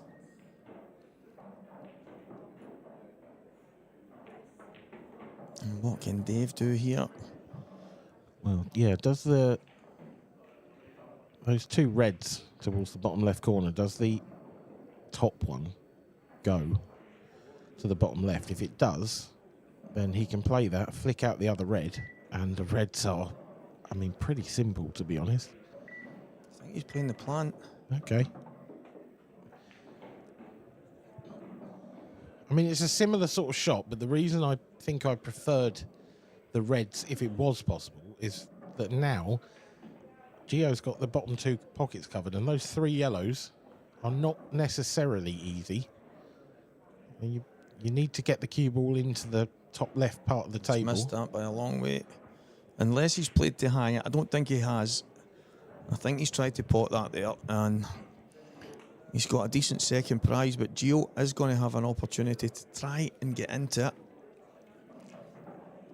Well, it could have been worse. Yeah. Has Gio got an angle now to get into it? I think he'll come back towards the yellow, yep, and then use this one.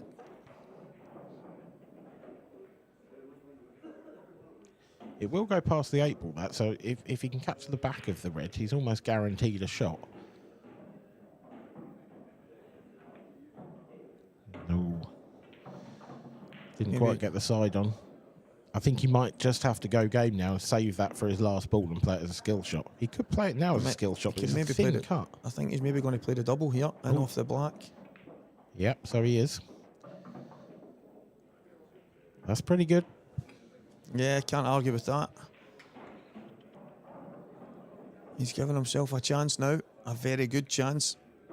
Yeah, I didn't realise it was quite that big a pocket behind the 8 ball, to be honest.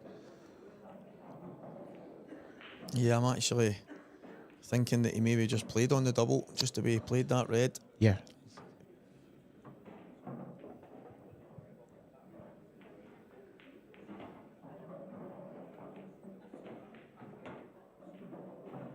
Yeah, and it's looking to me like Gio is going to go 2 frames up in the UK amateur final.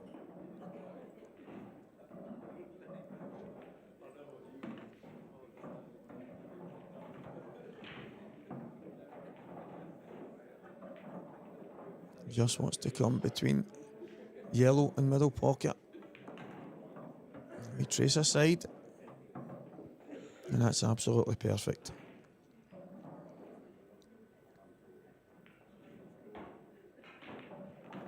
Brilliant from Gio Edgar. Maybe it ain't easy. The double into the big bag.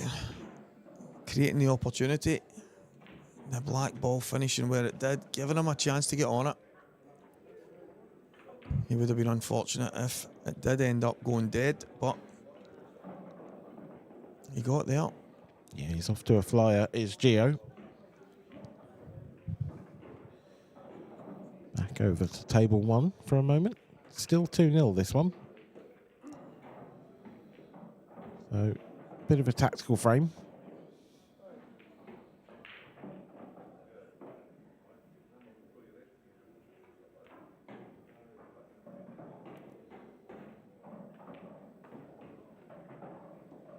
Yeah, it was tough to see if Corey reached the yellow there. He didn't look too pleased with the shot, but maybe because he's left a shot on the red. Back to the ladies' semi-finals that are in play right now.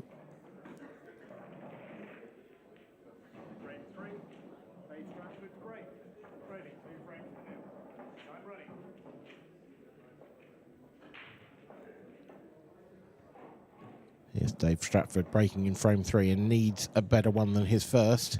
He certainly caught hold of those. Oh, that the white cube. ball. Oh no! Ah, it's so unfortunate. How's it found its way through there? So much traffic that cue ball's gone through. That's a beauty of a break as well. Yeah, it is. He's got to feel hard done by there. He's opened them up great. He's got a ball. The cue ball travelling from left to right and then all the way back across.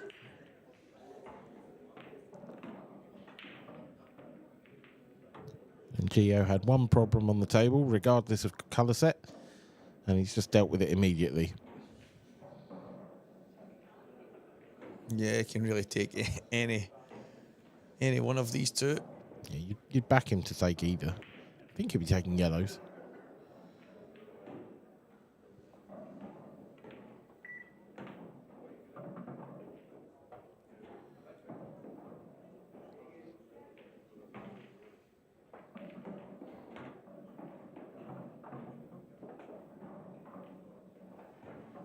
Yeah, it's looking like 3-0 to Gio Edgar here.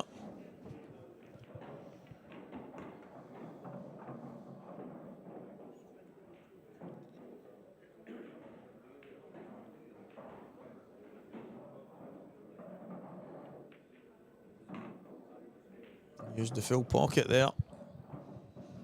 Yeah, the pace was good though. Yeah. And just run off the cushion and back out here. It's okay. A little bit more angle than he would have liked, but he's totally fine. Yep, just got to be careful not to decelerate on this one. Spot on.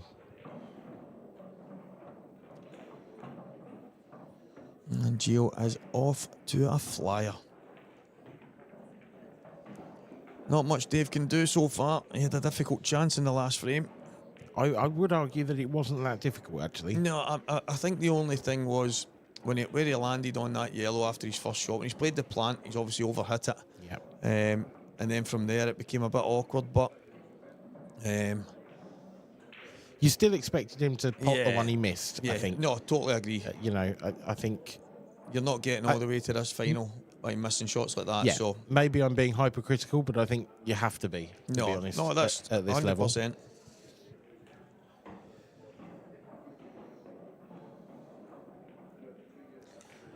Into the fourth frame between Kieran and Corey on table 1. Not actually sure who won the last one because it hasn't updated for us yet. A big chance for Kieran either way.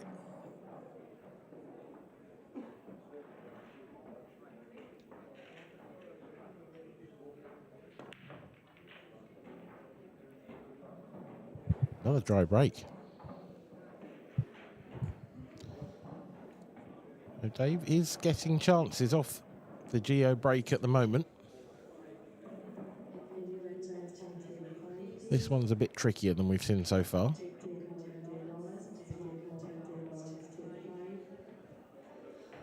Although the two reds in the balk end, they're fine. They both go. And actually the one next to the centre pocket goes, and that's not a bad ball to land on. Well, I was going to say the one next to the black, but he's landed perfect on that now. So the key shot coming up in a couple of shots' time. He's going to roll this one into the middle and take the one to the bottom left. And it's just about how he gets on his next ball, probably the one just above the balk line. And if he gets nicely on that, you would think it's frame over. Yeah, this is a key shot. Nearly jawed himself. Yeah, he's went close to the knuckle and almost left himself in a world of trouble.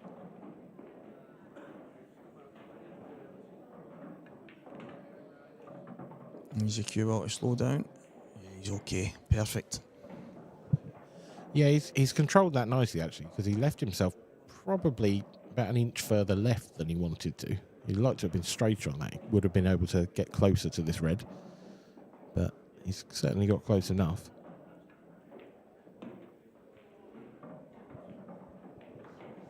Yeah, didn't want to do too much there. Just putting it in the heart of the pocket. He would have liked to have been off the cushion a touch, but he should be fine here. Now, does the 8 ball go to the left centre? It probably does off the yellow if it doesn't go straight.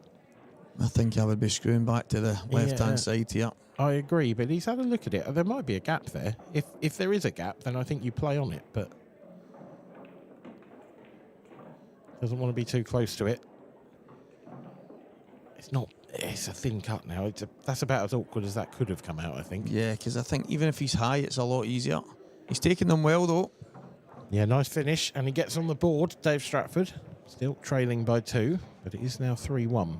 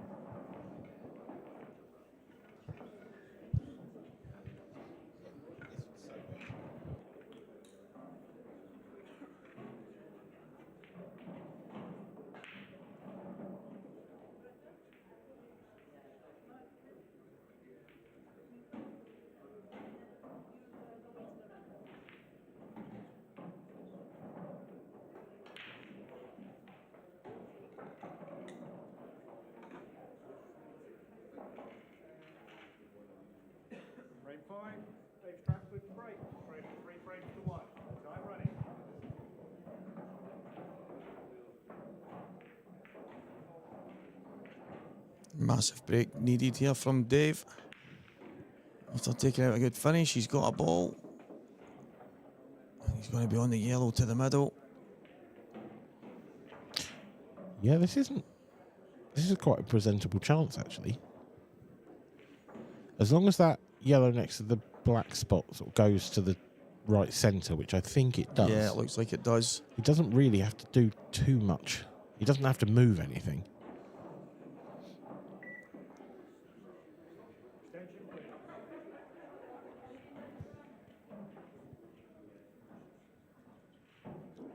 Just got to be quite precise with his positional play. That's the only snag with this finish. Well, he's going reds. Well, we said he was unorthodox. Yeah, I'm surprised at that, but I can see the logic. Yeah, of but course. This is a big first shot now in the frame, and he's missed it. He's missed it It's by not a even- long way. Yeah, I didn't like that shot.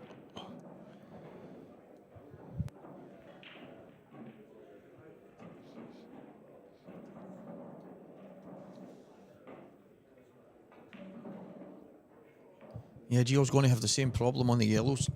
Oh, he's going to go reds as well. I don't. He's maybe planning on dropping behind the 2 reds and playing them into the right bottom corner, but I still think it's the more difficult set. yeah, I must admit, I do agree. If he's dead straight on this one now, then you can do that now. That's the plan. Wants it to slow down. Yeah, that's okay. It's come a little bit far. You'd like to be able to screw off of this one and stay on the next one. Although, once you pop this, it will go to the bottom left. So, perhaps he doesn't need to. Oh, has that gone wrong? No, he's just on it.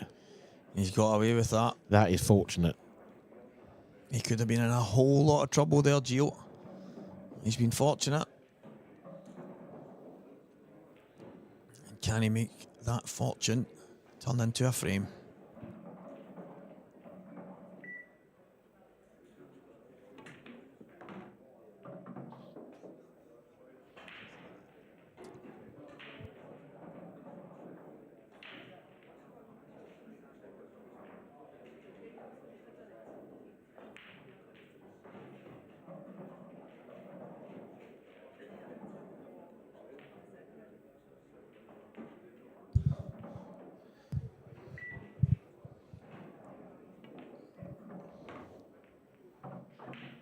He's in prime position now.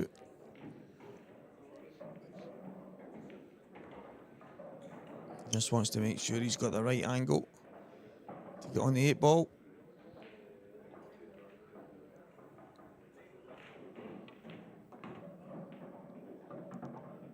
It's not great, you know. Yeah, he's going to have to miss the yellow here. I think he's going to have to screw straight back. Yeah, if he can screw straight back, then that's okay. Oh, yeah, just about. Slightly worried for him that he was going to go into the yellow there.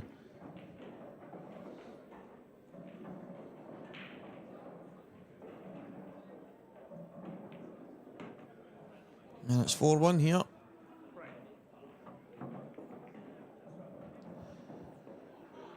Yeah, nice finish from Gio in the end. Trusted to luck slightly in it, but probably deserved what he got. And another half chance goes down for Dave Stratford. Yeah, I think the red Dave tried to play was super risky. And the reward for the aggressive long pot was he lost the frame. And this came back to bite him. Now then, looking at the rest of the round 3 scores, what have we got? Jamie Smith and Axel Aliano still at 4-2. I don't know whether that's possibly just that we're not updated, but the other scores have been updating. Rob Stephen now 6-2 up against Rhys Thomas. Matt Steeper and Rich Swaffield, they're in a battle, 3-all. Clint Ianson, last night's professional winner, of course, still in the tournament. He is leading Liam Power by 3 frames to 2.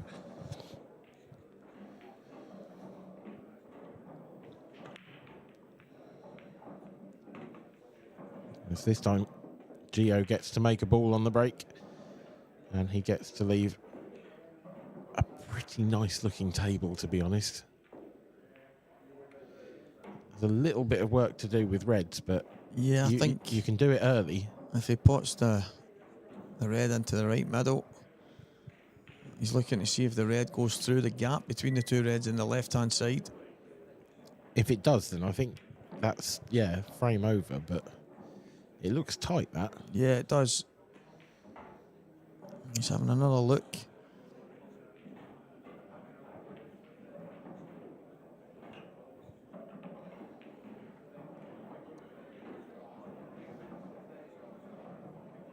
He could take yellows. Yeah, he may opt to take yellows. Looks like it's going to be reds.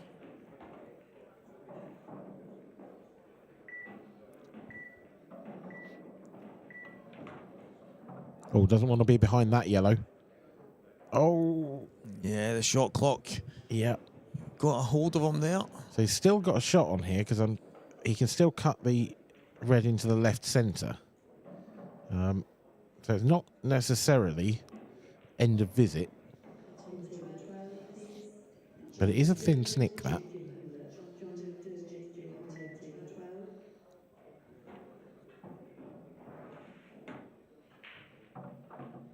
Very thin. Yeah, so he's chasing the cue ball a bit now. And those 3 reds are definitely more awkward than they were at the start. Yeah, it's quite tricky to get out from here because he's got to pop this one along the rail. He's got to play this with a fair lick of pace to get the cue ball back up table, which he's done really nicely, actually. Now, does that red in the most middle of the table, if you like, go to the top left? Doesn't look like it. Yeah, it doesn't look like it. He needs to get in behind these reds here. This will do, I think. Oh. No, I think he's in a bit of trouble now. I don't know. I think he might be able to pot the first one that he looked at when maybe come round the back. Break. Yeah. Come round the back of the one he's just kicked. And then, if he can, he's definitely got a chance. I think he's just okay. No, he's opted to kick it. If he could have come round the back of that there and play it in the same pocket, he would have then had options on the red closest to the black. He could take that now, and he is going to. He'll take that to the bottom left. Because that red looks like it goes top right. So if he can get into the cushion and back across, then this is essentially for the frame. That's tremendous. That is absolutely tremendous. What a fantastic shot that is. Yeah, that is absolutely phenomenal. Absolutely phenomenal from Gio. A highlight reel shot. Yeah, a man who is showing his class is Gio Edgar at the moment, and he leads this final deservedly by 5 frames to 1. He has been almost unplayable for Dave. Corey back at the table with a chance against young Kieran. Yeah, another young Scottish talent. A little bit younger than Gio, Kieran. Yeah. He's another kid that puts a lot of time in. He absolutely loves it. He's got a bit of talent in almost everything he does. This is a kid that's had a 9-dart finish as well. That just makes me quite angry. He seems to be one of these kids that can turn his hand to anything. Yeah, there's just no need for that, though. Has he had a hole in one as well? Has he done the... Well, I'm not actually sure, but I'm pretty sure he'll be aiming for it if he hasn't. Absolutely. 147, is that... That's a Does good he play a question. bit of snooker? I know he does play a bit of snooker here and there. And that I was actually thinking about that there. Did he tell me he's done a 147 or... I know he's had a 9-dart finish because he was very good at darts. It's Sean Murphy, isn't it? Sean Murphy claimed that he was the only person to have a 9-dart finish, a 147 and a hole in one. So, I mean, if Kieran Kay can do it before he's 18, then... Yeah, that's a bit of a...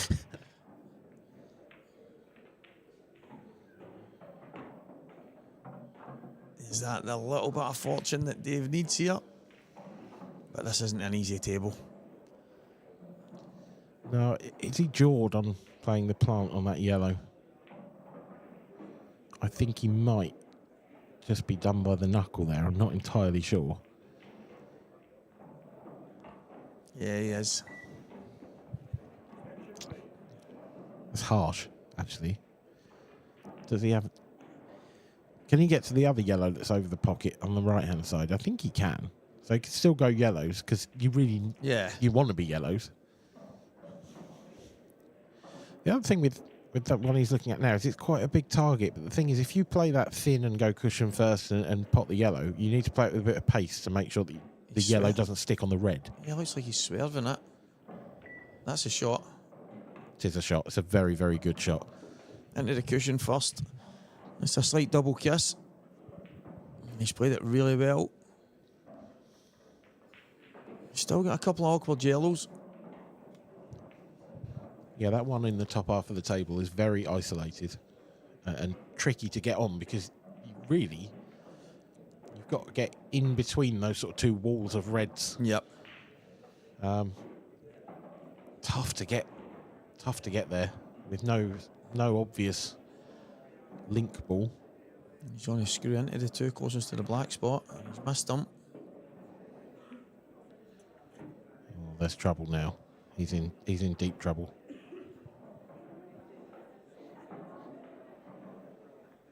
Not sure if he can play the yellows closest to as a double or even potentially a treble. Yeah. Get it in behind the two reds. Yeah, I think the treble might be the shot.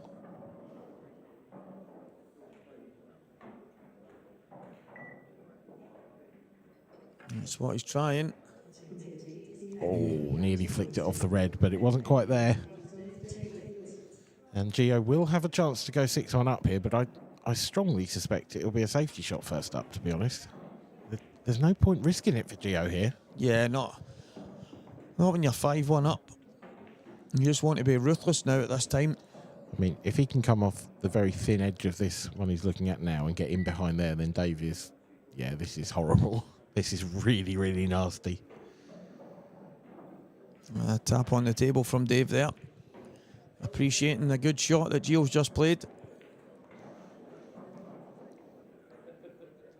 I mean, he's got a sort of two-cushion escape really to hit the one in the middle of the table. But so close to the first cushion. This is so difficult to judge. He's close. Oh. Close, but unfortunately for Dave, not quite close enough. Yeah, it was a tough one to judge, as you say. The reaction off the first cushion when you're so close. So tough to judge that shot. Now, can Gio plant red onto yellow here and develop that red and yellow around the black spot in the same shot? Yes, he can. Yeah, it was always the shot. And it was just a case of how Gio played the shot, and he played it to perfection. It's come out slightly awkward. But nothing that he can't handle. Yeah, I think he'll just drop it in.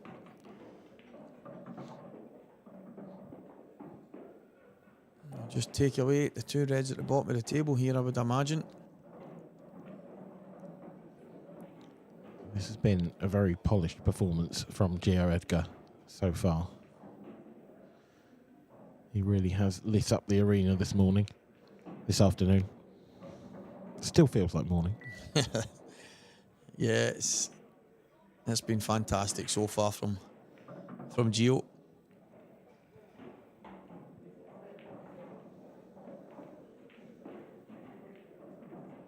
He's had to play some phenomenal pool this weekend to get here.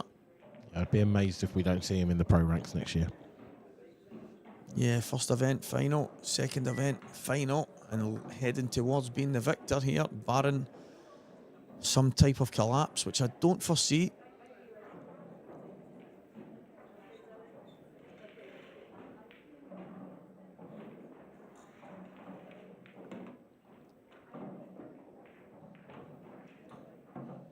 Just drop this in the middle and maybe just can in the yellow. Yeah, I think that's the shot. Fair enough. Maybe doesn't want to be going. Yeah, he was considering not going near the yellow, but I think he realises that's the shot. I was going to say, I don't really understand why, to be honest. Yeah. And he'll just run off the cushion and close to the top. Spot on from Gio. No messing about. Getting the chances, taking the chances, and heading to a 6-1 lead. Yeah, Gio must be walking on air at the moment. He has been dominant in this match so far.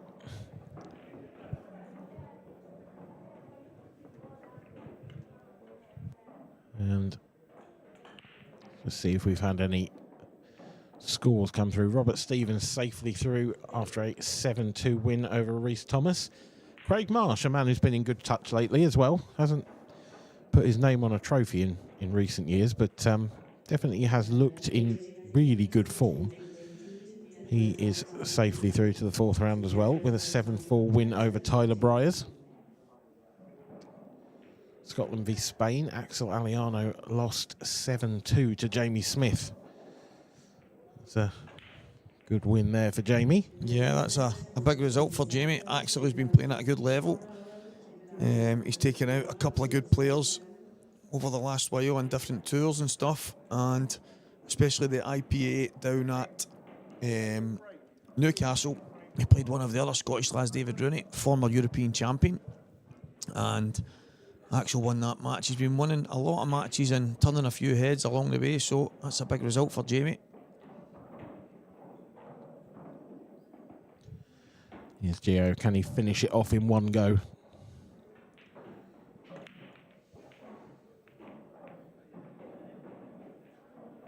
No, he can't. Dave will get back to the table in this final. At the moment, I suspect he will be concentrating on perhaps just adding an element of respectability to the scoreline. One frame at a time. I mean, granted, gets the next two frames and then perhaps he can dare to dream. But yeah, that's it. I mean, it's the old cliche, you can only play one shot at a time, one frame at a time, but someone said to me a while ago, if your opponent can win 4 or 5 frames in a row against you, well, you have to believe you can do the same against them. So Dave has to, even though it's a long shot, a tall order, he's got to believe that it can turn around, and he has to take every chance he gets, though. Yeah. If he does take these reds out, by the way, it'll be the finish of the match, because they're not easy. Yeah, these are tough. I'm wondering if the yellow and the centre of the top, the bulk line, I wonder if that passes into the middle. That's a beautiful shot. If it doesn't, he's got it in the bottom anyway. And I think the bottom might be the shot now anyway, so just wants to stop the white, give himself the right angle. See, I would have liked a better angle there to drop on. It's very straight. He's very, very straight. This is really tough now.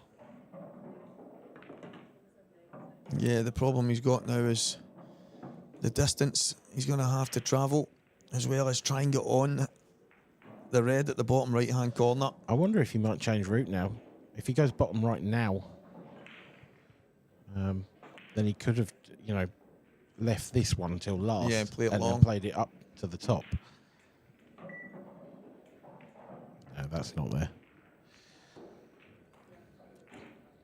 Possibly played that with a little bit of safety in mind. Yeah, I think it has. Does give Gio a big problem.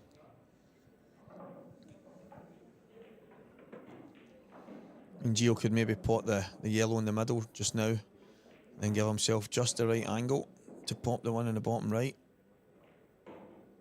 He's going to take a few away first. I think he's doing what you suggested, but he was playing that plant first. Yeah, rather than playing the one in the middle, he's just taking that one away. So he is playing the exact shot. Yep. Any contact on the yellow here is great. If you hit the red first, it might not go too well. That's exactly what's happened. Don't think that goes.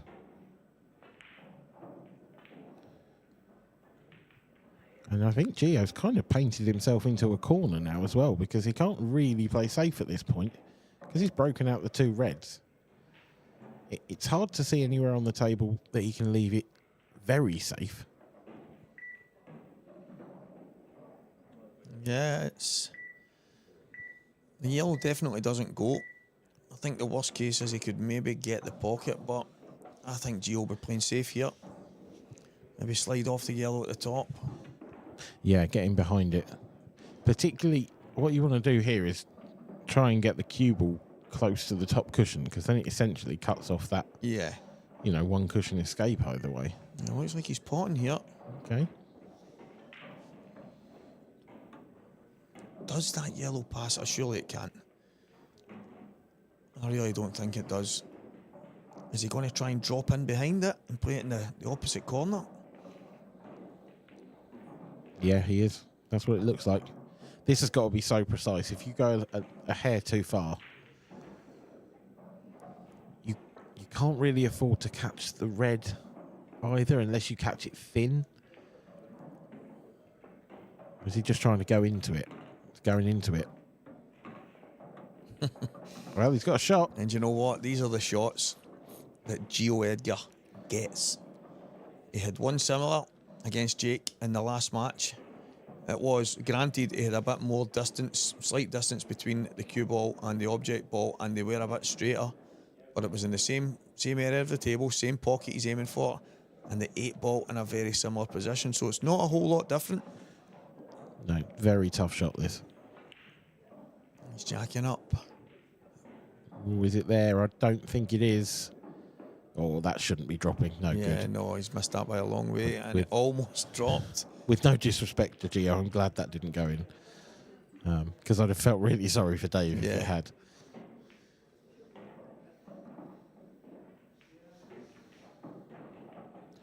Dave's got a thin snick here. He's going to be going far away from that last red. Coming around the angles. What a shot this is. What a shot that is. That's terrific stuff. Absolute fantastic. Under the pressure that Dave is under, with Gio's yellow hanging over the top left-hand pocket.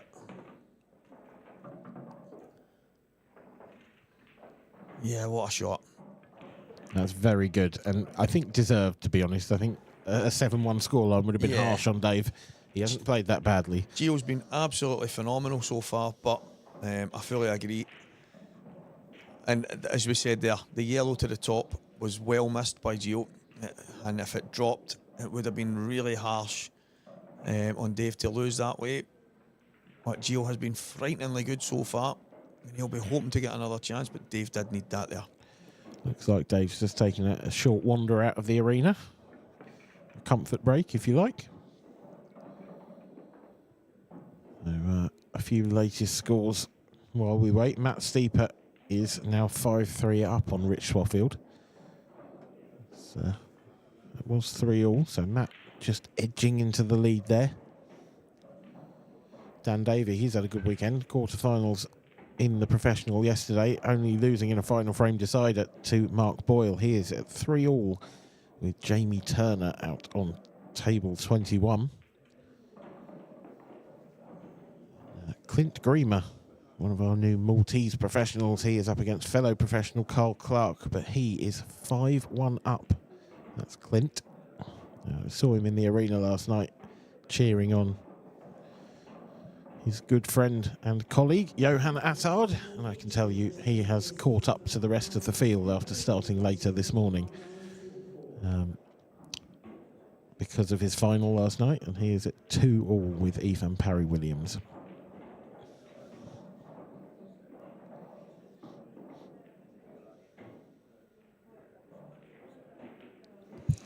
Yeah, some fantastic games on show in the arena. The arena is still buzzing, which is brilliant to see this time on a Sunday afternoon.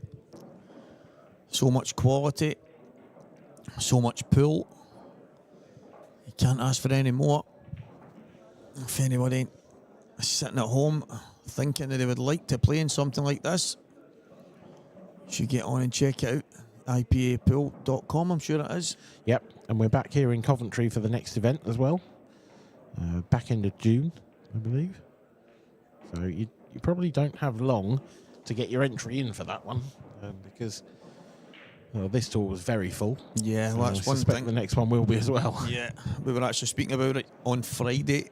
Some of the guys were saying that they were planning on getting booked straight away because some of them had to stay in adjacent hotels and stuff because they didn't get in quick enough.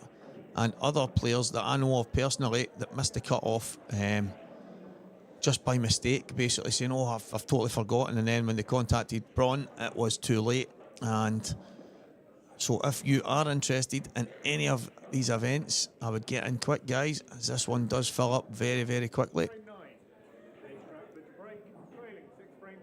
Yeah, but I mean, particularly I think because this is essentially the tour of the South, if you like. This is the only chance that we Southerners get.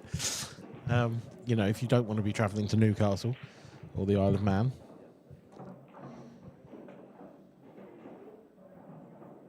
Not that you shouldn't travel to Newcastle or the Isle of Man, of course. They're both wonderful places. Yeah, I must admit, this is all. I mean, it's more of a distance for me to travel to come here.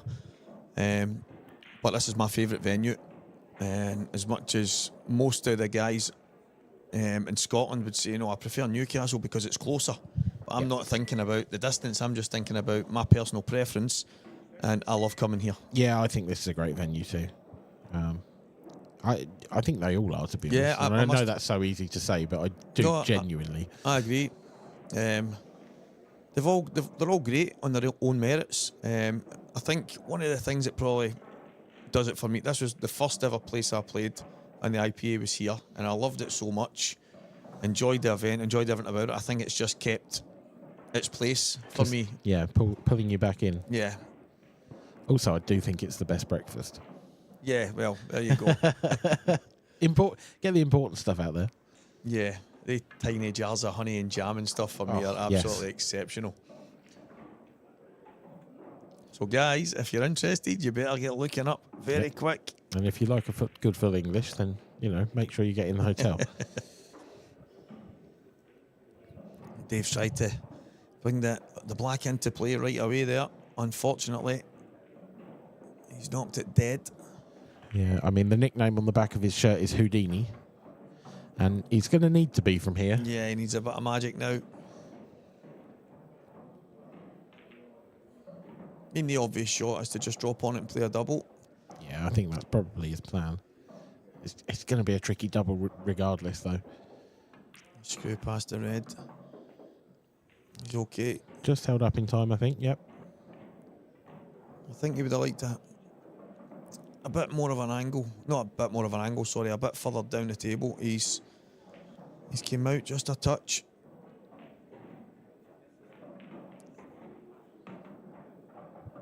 It's a good shot. Played it calculated there. He didn't want to do anything too crazy with the white ball. No, I suppose the question here is, do you leave the double for the middle or the corner? I'd argue that the middle is a slightly easier double, but the corner gives you a chance of taking a pocket. Middle it is. It's going to be middle. And what a shot this is in the context of this match.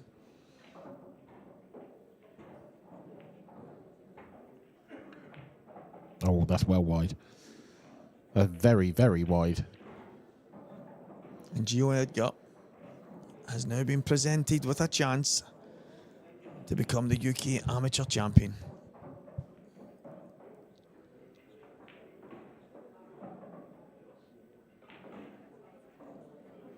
Yeah, Gio, you've not got the stomach to get down there.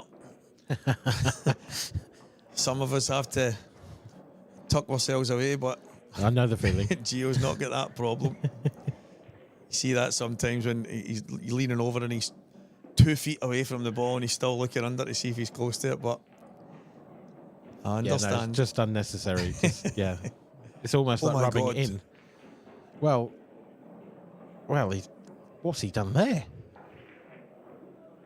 It's probably the first really slack shot he's played. A little bit of a chicken wing on that one, do we think? I mean, got me thinking about food now. That's the problem. I guess it's always the toughest one to get, isn't it? Get over the line. I mean, he hasn't left anything really. I mean, what can Dave do here? Can he double it to the middle? I think that's probably the attempt, and that's not going to be there. Is it going to go far enough to the other middle? I tell you what, the line wasn't bad. If he hit that there, that would have been away. Yeah. Second bite at the cherry then for Gio Edgar, and surely this time. It was a long way wide, that shot, wasn't it? Yeah, it was so strange, so uncharacteristic of the Gio that's played all weekend, but I guess the laws of averages tell you you're going to throw the odd one in, and I suppose 6-2 up, killing the black at the same time is probably the time to do it.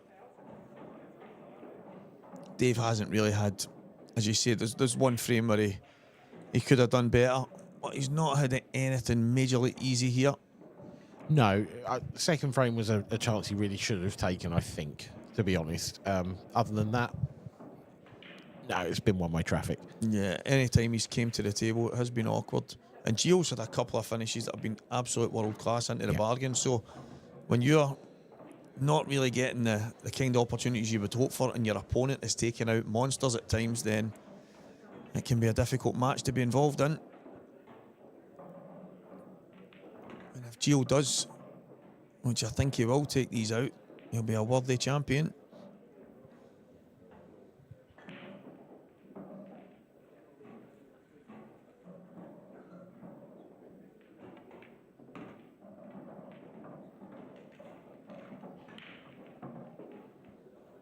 Yeah, just got to hold steady now. That's Gio. Dave giving him a little clap to the leg there. Full of appreciation for how good Gio's played here. Couldn't have placed it better with his hand.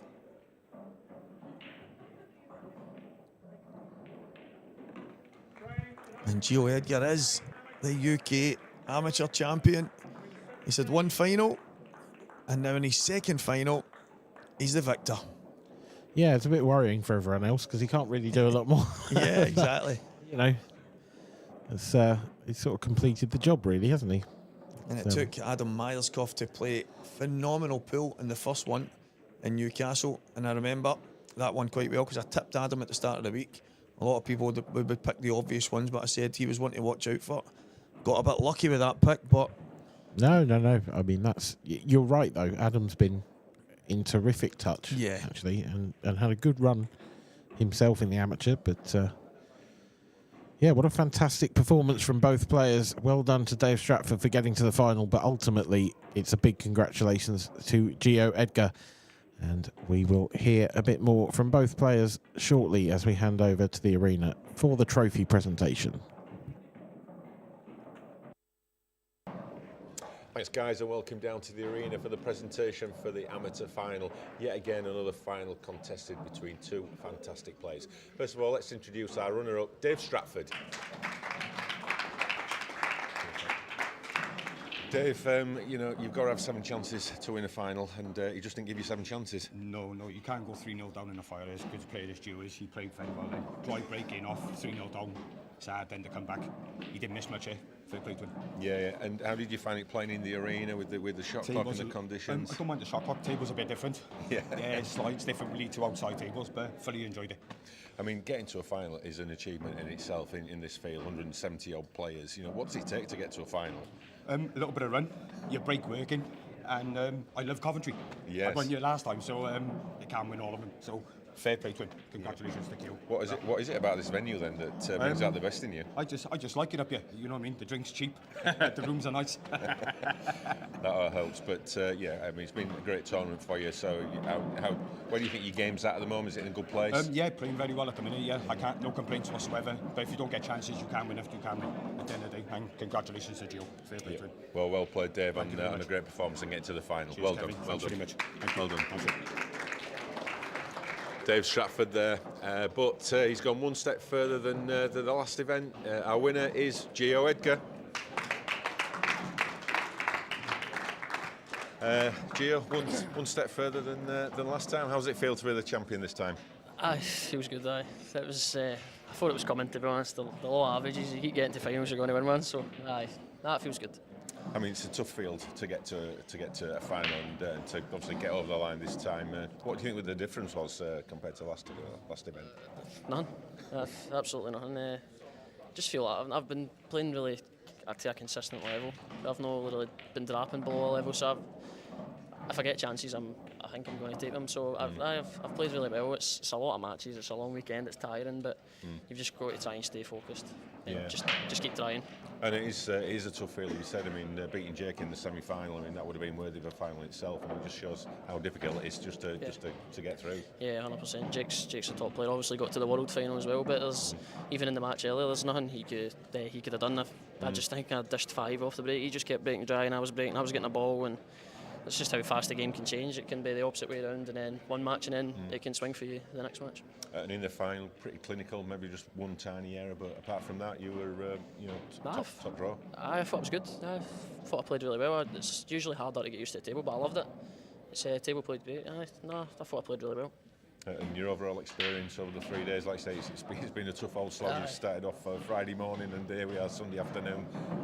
How's the mental strength and the? Nothing. I've got nothing left. I don't think. I've got a 6-hour drive home now as well, so no, I'm not looking forward to that. Well, it's always a little sweeter when there's a trophy accompanying you on the trip home, and I'll take the mic off you, and Mark will present you with the trophy. Gio, you are the 2024 UK Amateur Champion. Congratulations.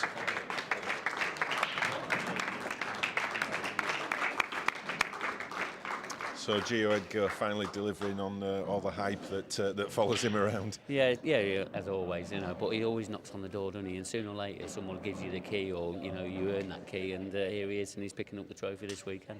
Yeah, and just goes to show that all the hype that surrounded him when he came onto the tour is fully justified. I mean, a final runner-up and a winner in 2 events is a phenomenal achievement. Yeah, it really is. And anybody that makes these finals in these amateur events, they start on Friday.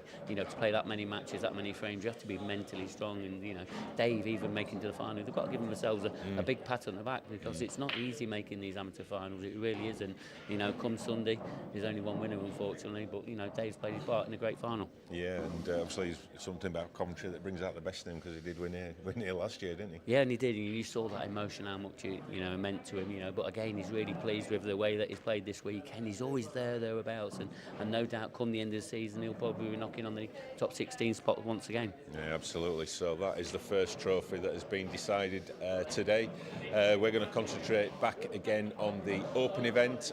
Coming up, we're going to have Monahan and Curtis Lee. So that will be coming up in, about 5 minutes, Mark, you think? Yeah, we won't be long, that's a fact. Just enough time for us to get out of here into the commentary box. So we'll see you in 5.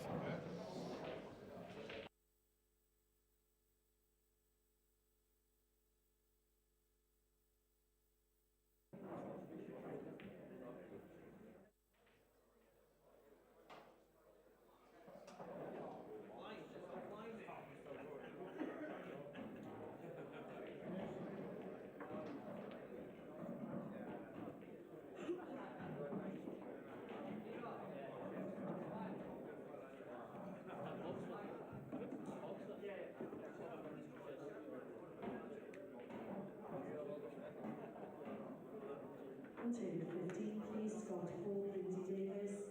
Scott Hall, Lindsay Davis, table 15.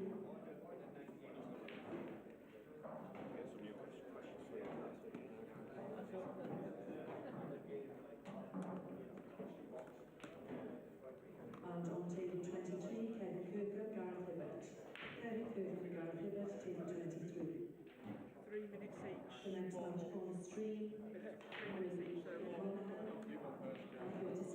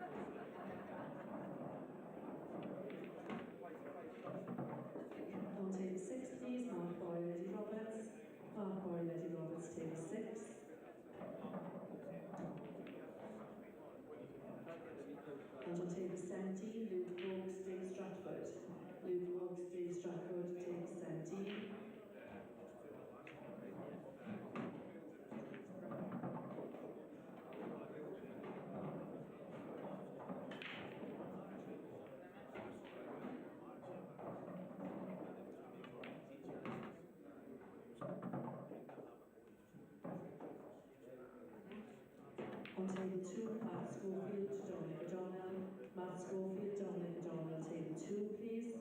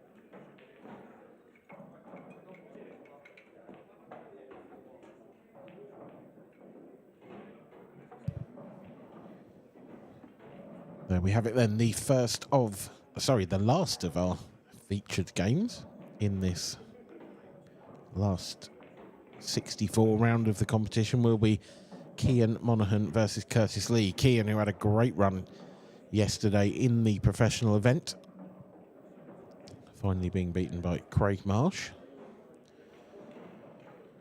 up against the grinder Curtis Lee. So a real bit of a contrast in styles between these two. Curtis is a grafter, that's for sure. Cian a little more aggressive, I would say, a little more willing to take on the big shots. And, well, that's a great opening break for Cian. Perfect early opportunity in the match.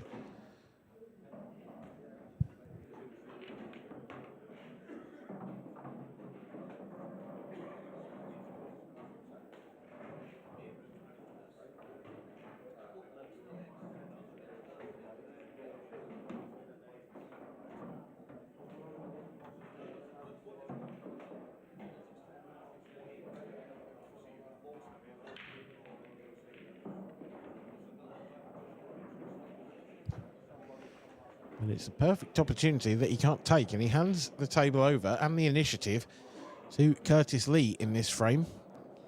Curtis has one really bad red over on the right-hand side, but everything else looks reasonably nice.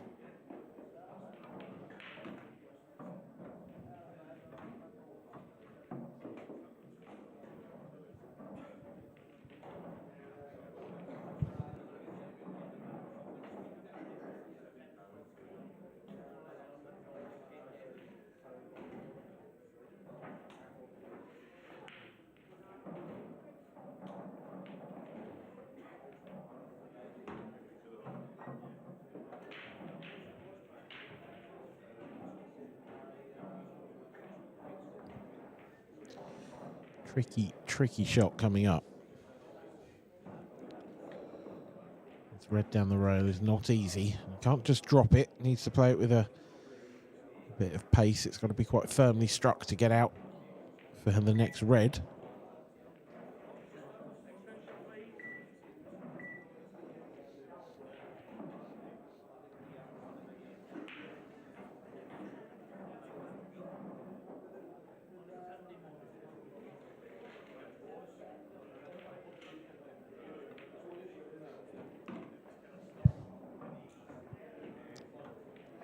Very nicely struck.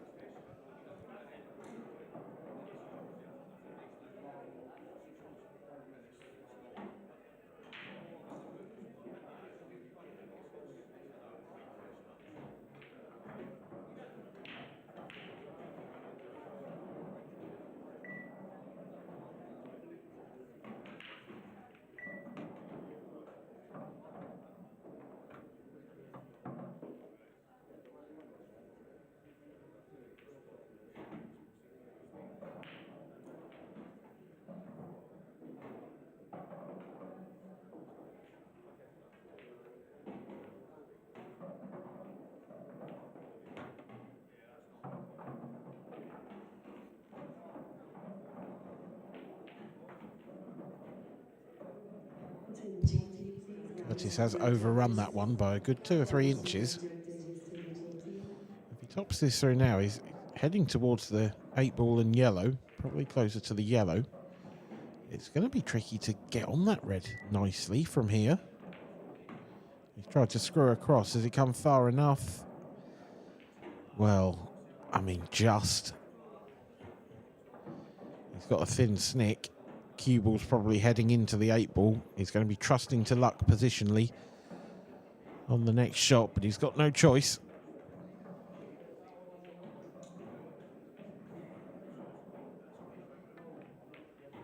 It's a great pot on the red. How's his luck? Oh, it's unbelievably good.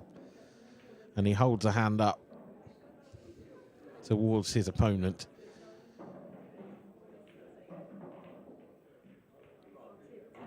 Before he gets down and just strokes the black home. Curtis Lee leads by 1 frame to 0.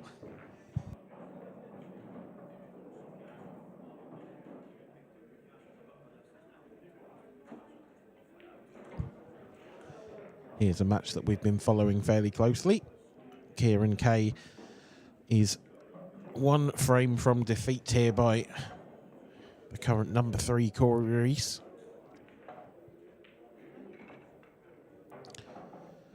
And that missed red will not help.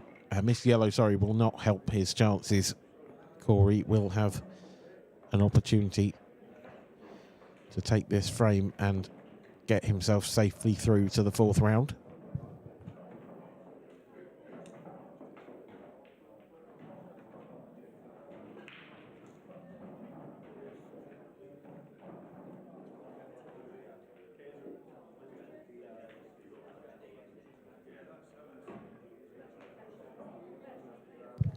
On the table behind there, you can see David Adnell. He is currently 3-1 up against Ireland's Liam Farrell.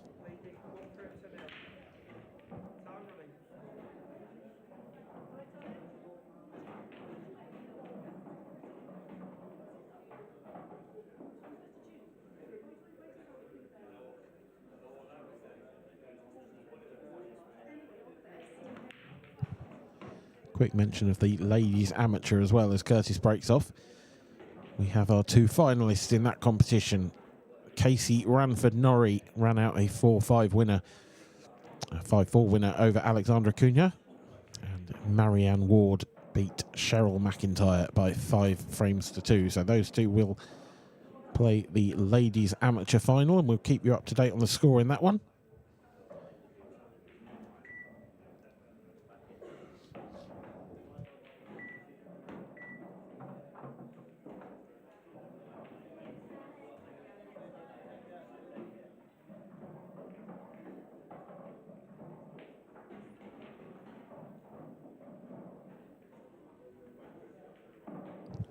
Also, of course, have the Ladies Open.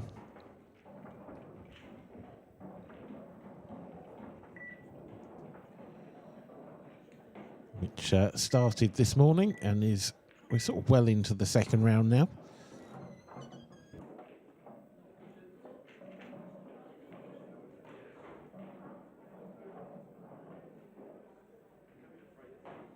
On table 11, ladies, please, Caitlin Kennedy, Mira Aria. Caitlin Kennedy, Mira Aria, table 11. And on table 16, Tia Spender, Beck Sweeney. Tia Spender, Beck Sweeney, table 16.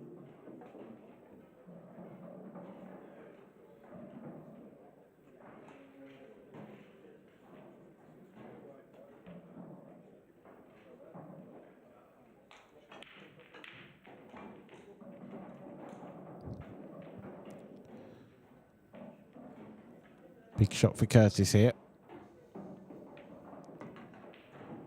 Played it really nicely. He's finished a little awkward though on his next yellow. He's bridging over that, and I don't think the yellow that's right on top of the cue ball there will go past the yellow to the bottom right. So he's got to play this with a bit of pace and get it back out. That's quite nicely done. Had he run 5 or 6 inches further to the right, then you'd sort of be saying frame over, but There's still work to be done here for Curtis.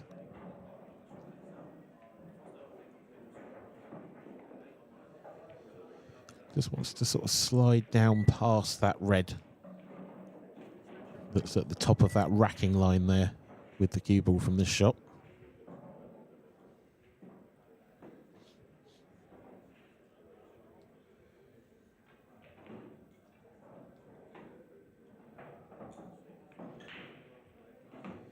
Well, he's played it soft and obviously couldn't control the cue ball in the way that I expected him to.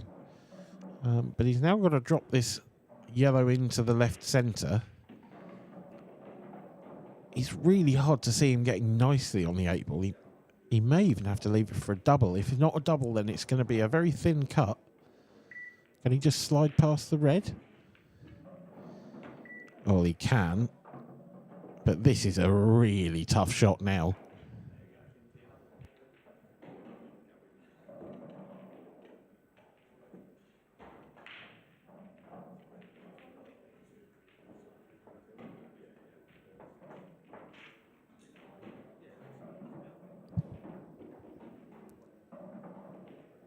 It's on its way. It's there. That's a terrific black from Curtis Lee, and he leads by 2 frames to 0. Cian Monahan has been sat in his seat for quite a long time now, having missed that opportunity in the first frame.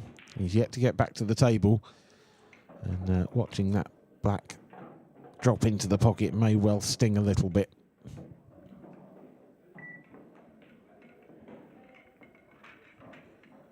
Here's Kieran Kay at the table. This looks like a new frame, so I suspect that's actually 6-3, and it just hasn't quite updated on the score yet.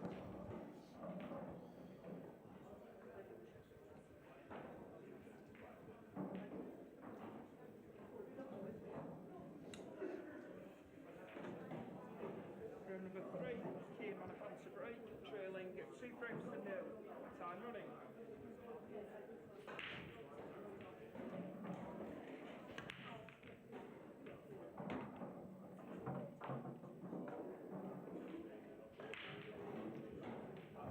One thing that Cian definitely has on his side at the moment is he appears to be breaking exceptionally well. That's his second big break in the match. Both times he's left an excellent looking table. Gone yellow, so he's got an awkward 8 ball that will need some attention.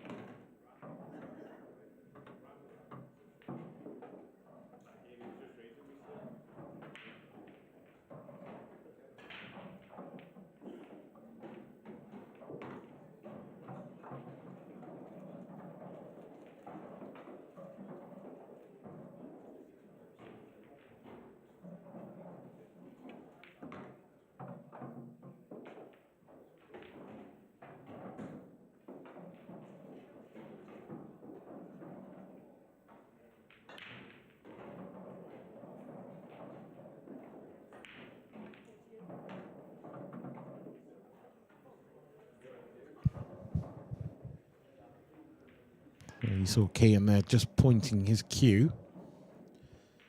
Obviously, he can get through to that 8 ball. There's a bit of a gap there between red and black.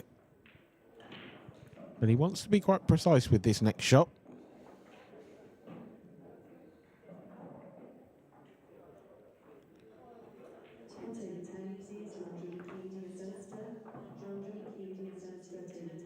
That looks ideal.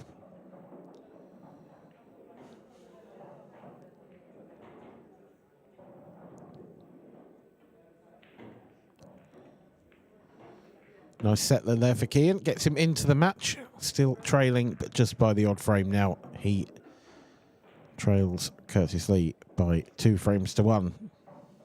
Here is Kieran Kay at the table, the young Scotsman, with a great chance to pull another frame back against Corey Rees.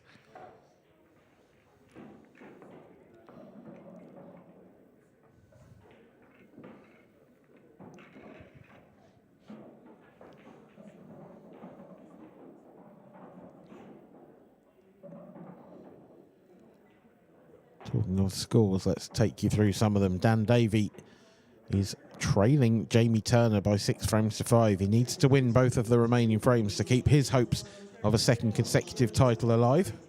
Granted, in different events, but still. Daniel Brook 5-4 up on Warren Hodgson. Christian Phillips in a professional battle with Paul Harkness, and it's Christian who is looking like he's going to win that one. He's 6-3 ahead. And, plenty of games in round 4 now getting started as well. Mark Boyle, the favourite to lift yet another title, surely. He is 1-0 up against Eddie Roberts out on table 6.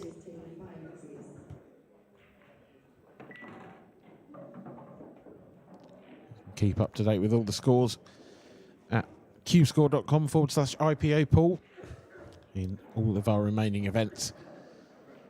But for now, let's see what Curtis Lee can do from here. He is going to need some serious powers of escape.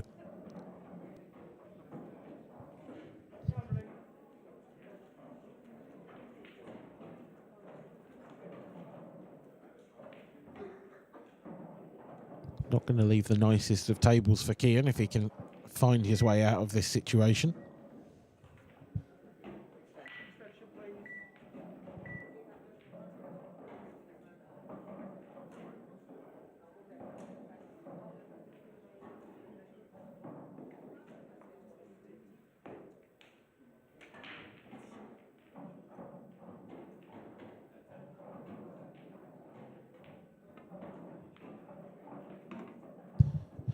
But he doesn't find his way out of the situation. He finds the corner pocket with the cue ball.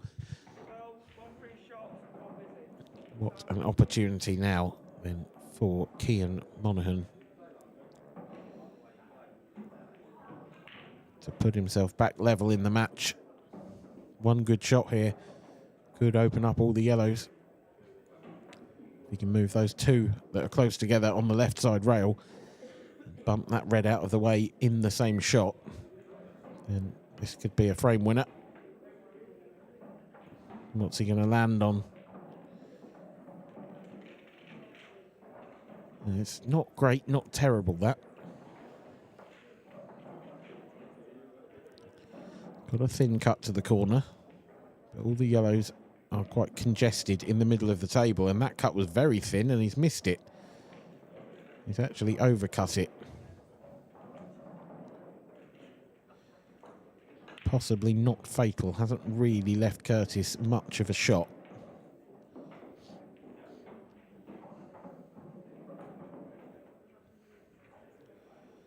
Curtis perhaps looking for a safety, perhaps looking for a billiard shot. He could play off this red and send the cue ball into the other red and try and pot it. It wouldn't have been far away had he played that with a bit more pace. As it is, has he left Cian a plant to the bottom left corner? Looks like it to me. Maybe a 3-ball plant. It is, and Cian has nailed it. That's a great shot.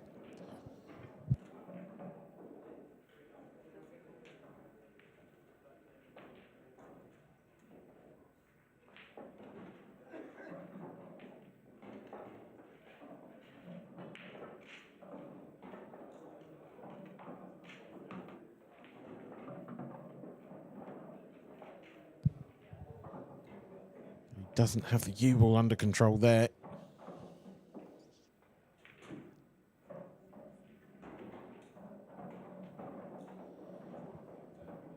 And this is a real tester.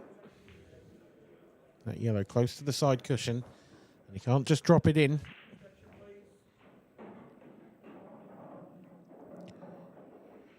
think he'll probably play it with a fair amount of top spin to try and get the yellow out, the cue ball out, but it looks like he's screwing it, which makes this pot much more difficult.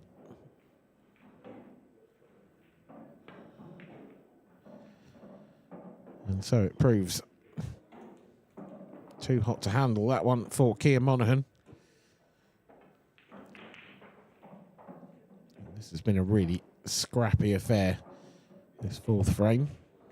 But Curtis Lee now has probably the best chance of either of them have had so far of winning it.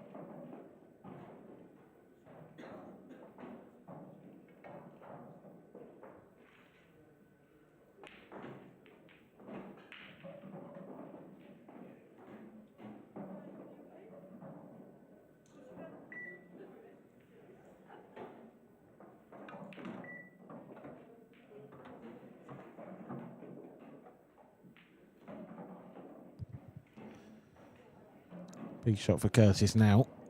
Got a couple of options here. He could screw back.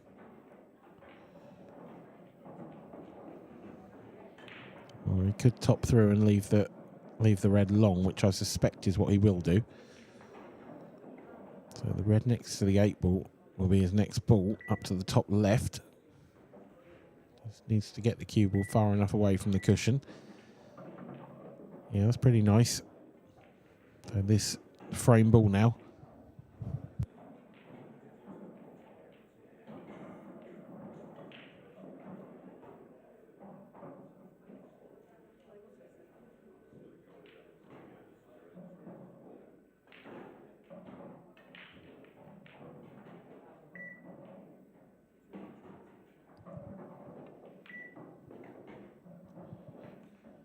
And he's missed it, struck it firmly, and too firmly for the pocket to take. So in a topsy-turvy frame, the initiative is handed back to the young Englishman, Monahan. And now this clearance all becomes really about that yellow on the left-hand side of the table. Will he choose to double it? Or will he choose to try and drop on it? I think there's a potential that he could play it off the 8 ball, but he'd be pushing the 8 ball up towards the balk area. And that's not great, so big double. No guarantee of great position on the last yellow either. Oh, but there is if you play it like that. Oh, just held up. This still isn't perfect.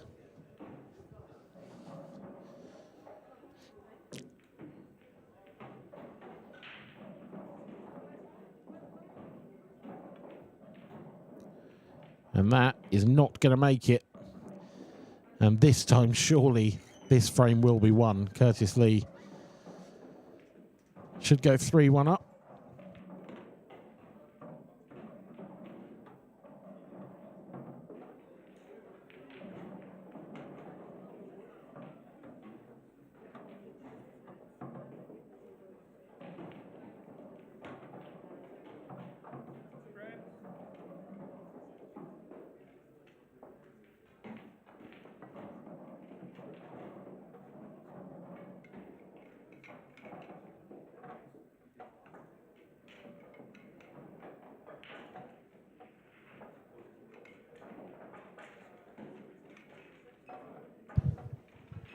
Corey Rees is in a battle for his life here. It was 6-2 up, now 6-4, and Kieran looked like he had him in a bit of trouble. And I've been keeping you up to date with his score, but I can tell you he's not in the tournament anymore because Dan Davey has just walked into the commentary box. Afternoon, Dan. Cheers, mate. You're welcome. Corey's battling for his life, did you say? Yeah, in the tournament. Is that a little bit? Not actually. Oh, okay. Yeah. I was going to accuse you of being a little bit over the top.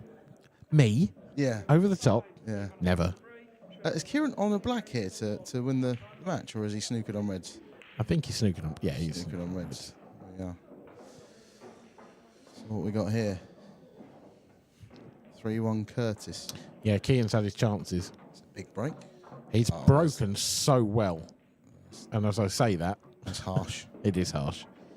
But Kean's break has been monstrous, and he really should have dished the two that he's had the chances. And probably should have taken one off Curtis's as well. So I'd argue that on the balance of chances created or given, this scoreline's probably the wrong way round. So Curtis should feel happy with his performance, but also slightly relieved because, yeah, Kean's not played at his best so far.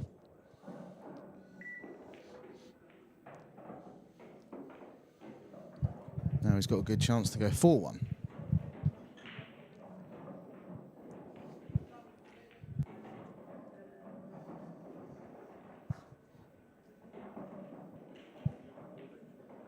You done your Raffle House subscription yet? Yes. Yep. Actually did. 30 quid a month. 30 quid a month? Could be in it to win it. They sucker you in. I mean, clearly. The better value. If you're going to do a tenner a month, you should do 20. Well, if you're going to do 20, 30s, yeah. I mean, you'll be in it to win it. Yeah. I haven't seen you in the commentary box this weekend, but I have actually been asking everyone else that I've commentated with what they would do with. So firstly, what car would you buy? Because you can't, in this game, in my head, you can't just take the cash. That's boring. So I want to know what car you'd buy. What is the deal? I thought it was a £2 million house. So there's a £2 million house, but yeah. if you're in by the 31st of May, there's an extra 70 grand draw for to go towards your dream car as well. What? But I can't keep the 70 grand. I have to. No, the rule isn't. No, you can keep the 70 grand. Then that's what I'm doing. I get that, but it's boring. You can't just say. I'll be boring then. What are you going to spend it on then? Probably get a car. Just a second-hand, I've seen your car. That's fair. A 3 or 4 year old Volvo. Curtis has missed again.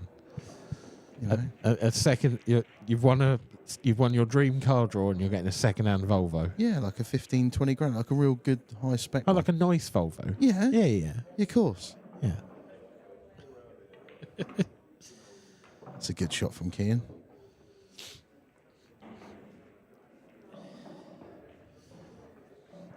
What are you getting then? 70 grand. See, I'd go second-hand as well. Yeah. But I reckon for 70, you could have like a really nice second-hand Jag. Or yeah. XF.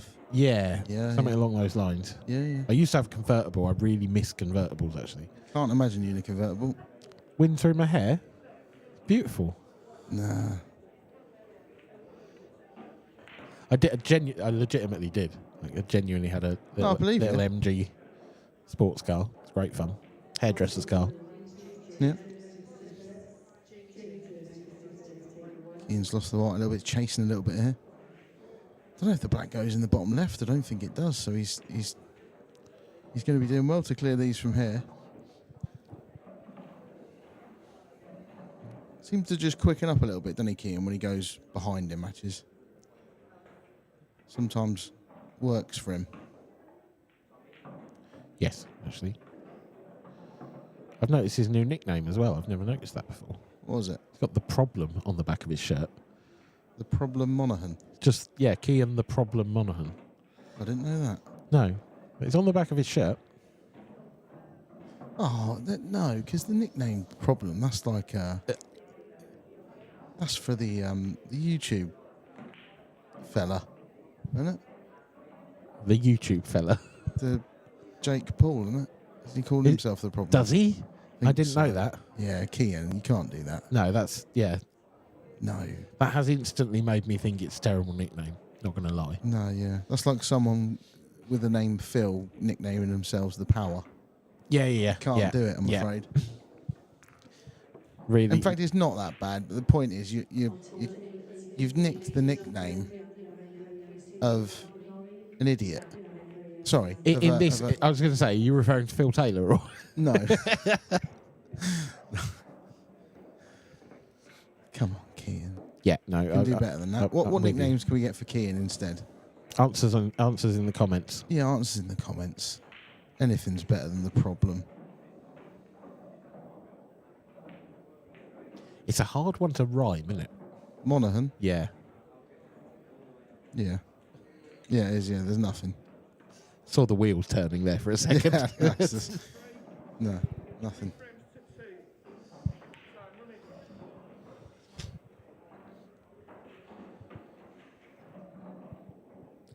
Curtis Lee breaking off in frame 6. Good finish from Kian. It was a terrific finish. He put down an opportunity in that frame, Curtis. Yeah, under pressure, 3-1 down. So, turn out to be a big finish, that. It's a messy little table. Awkward layout. That's what you get for cut breaking. Oh, I mean, yeah, no, fair enough. Not a fan of the cut breakdown. Oh, it's caused me a lot of pain over the years. Is that just from when you're playing Mark Boyle, or? Tends to be, yeah. Yeah. Curtis has had a big swipe at that, and he's cubed right across it, and it's not for the first time in the match. A little bit rushed almost there, wasn't he? It was like he didn't want to use his extension to, Answer in the comments. Jake Paul's nickname is the Problem Child, not the Problem. I would argue it's close enough. Similar, isn't it? Similar. Also, I feel like until a couple of years ago, Kian probably was called the Problem Child. It's a great shot. Kian Money Monahan. That's all right. It's not bad. It's better than what he's got. Yeah.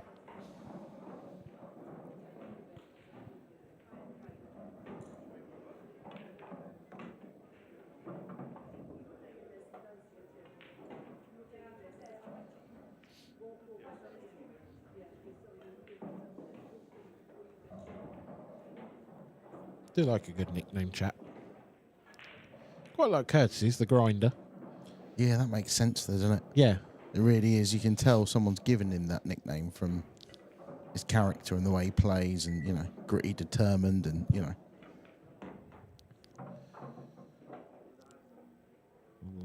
Not sure about that shot from Kian, to be honest. I think, was he trying to develop the 8-ball? I can't really see the reason. Or did he just feel like he needed to go around the table? Don't know.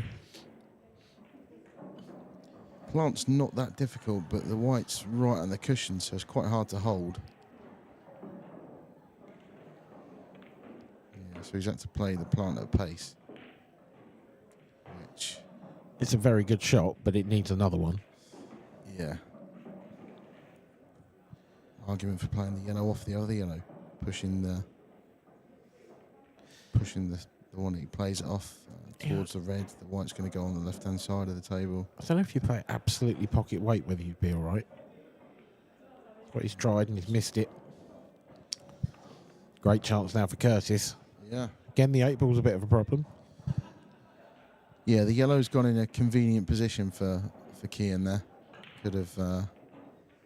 it's just putting itself in the way of getting good position.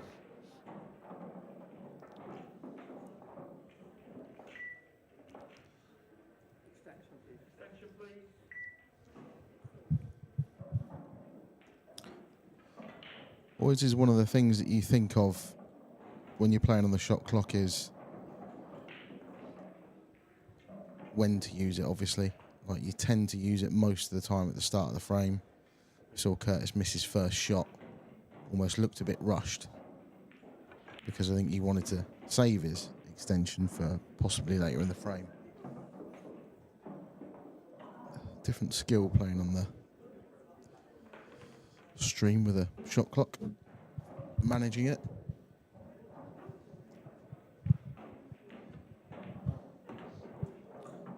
It's pretty good position. So it's all about what he's going to do. Obviously he's going to play on the red closest to the black for position as his last ball, but is he going to try and top it through, maybe rest on the yellow, leave himself an angle to go into the black? It's a slightly horrible one, isn't it? It's horrible, weird. Yeah. I wonder if you almost leave the last yellow thin and come off the top cushion and back up, and if you hit the black you might develop it. If you hit the yellow you're going to land on it. Possibly, maybe. The only thing is if you do hit it full-ish,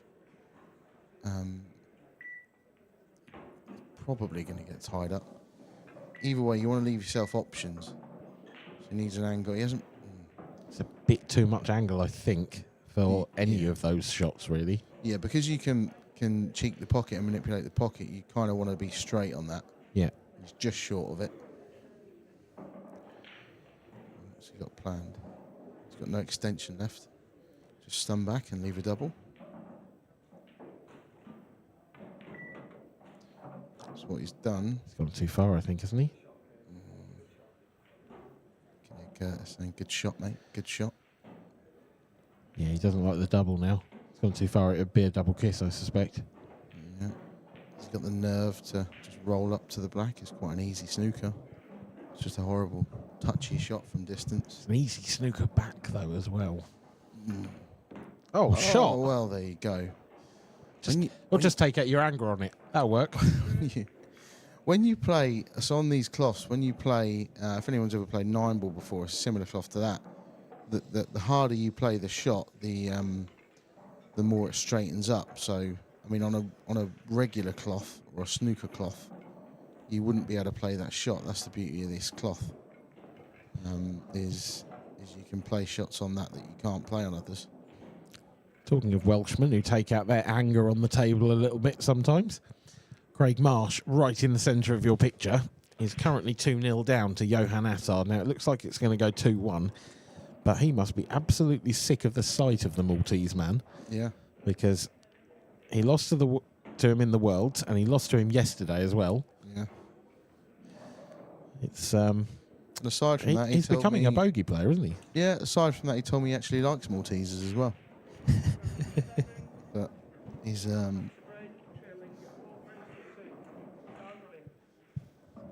what a player Johan is, by the way. Oh, phenomenal. What a performance he put in yesterday to get to the final and take Clint to a final frame decider. Doesn't surprise me because I've seen him just in the recent year or two from starting to play for England again. Malta, really. He told me it's national news in Malta. He got to the finals in the newspapers this morning. That's crazy. I'd quite like to see a copy of that article, actually. Yeah. Although I'm assuming it's in Maltese, so I'm going to struggle to read it. But I don't know. It's a slightly weird one, Malta. I've never been there, but I feel like it's a quite a high proportion English speaking as well as. Yeah, they all speak English. The entire Maltese team, as far as I'm aware, speak English.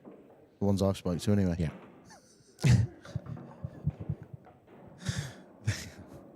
That's terrible. It's a terrible dad joke, isn't it? That is awful.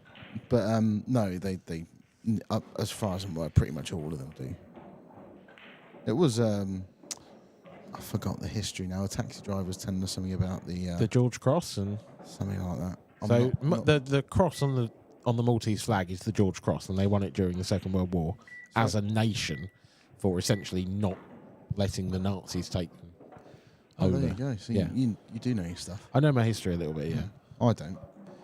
Terrible for it. There's a couple of really good sort of old war films about Malta, actually. That if you're into that sort of thing, are well worth a watch. Yeah, I'm not. No, I didn't think you were. No. Uncultured swine. Swine. Uncultured, I give you that. I went to Poland for 4 nights, and there was 6 of us, and 4 of them went to Auschwitz for the day, and I couldn't be bothered. But then I actually genuinely did find myself asking questions when they got back.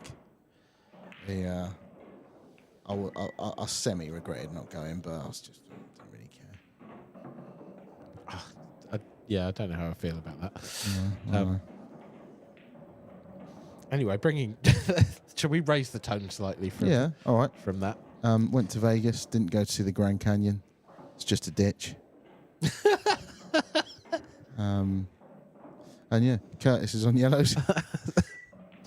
Just a ditch. It's just a ditch. Wow. And he's got a big pocket in this bottom left corner. Yeah, so if he can, he'll know better than us. It's obviously an acute angle to roll this one into the middle pocket. Do you play that now? You probably want to play it with a bit of pace to get the white across. I was going to say, I think the biggest problem might actually be, even though he's got a big pocket for that yellow, I think he's going to have to get the cue ball twice across the table to get on the black. Yeah, which is probably why he's taking this one first. He's playing in the middle, I think he is. Good shot. Good shot. Couldn't have done a lot more with it than that. No, so you can't hold it, can you? No, you've got to go running side and twice across. Yeah, and there's quite a small window to catch the cue ball on the right-hand side cushion to not go almost into the black. He's underdone that. He's got the pot, but he's underdone the position, and he put too much side on. Yeah, but he has a shot. Clip into the middle. Maybe 50-50 at best. Horrible shot. That you're 4-2 up, not 4-2 down. A little bit less pressure on it. It's there, isn't it? Terrific shot. He's got it. Terrific shot. Very, very good.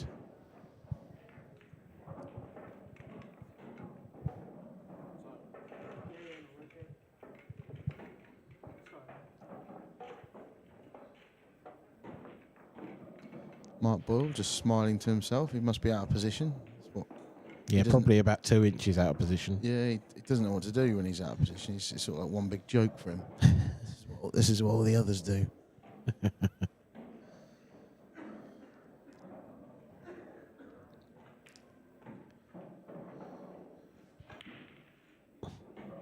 David Adnall there. He was 3-1 up in that game against Liam Farrell. He now trails by 5 frames to 3, and there was a look of concern from him at the table there.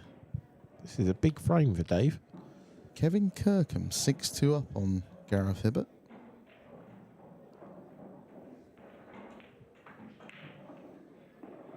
Mark Boyle just digging himself out of trouble. It's a great shot he's just played there. Can he play another?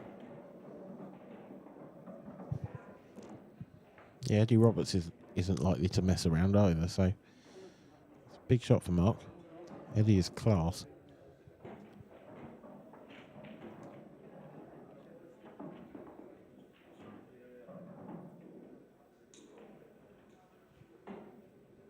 Oh, but that's silly. That's just ridiculous.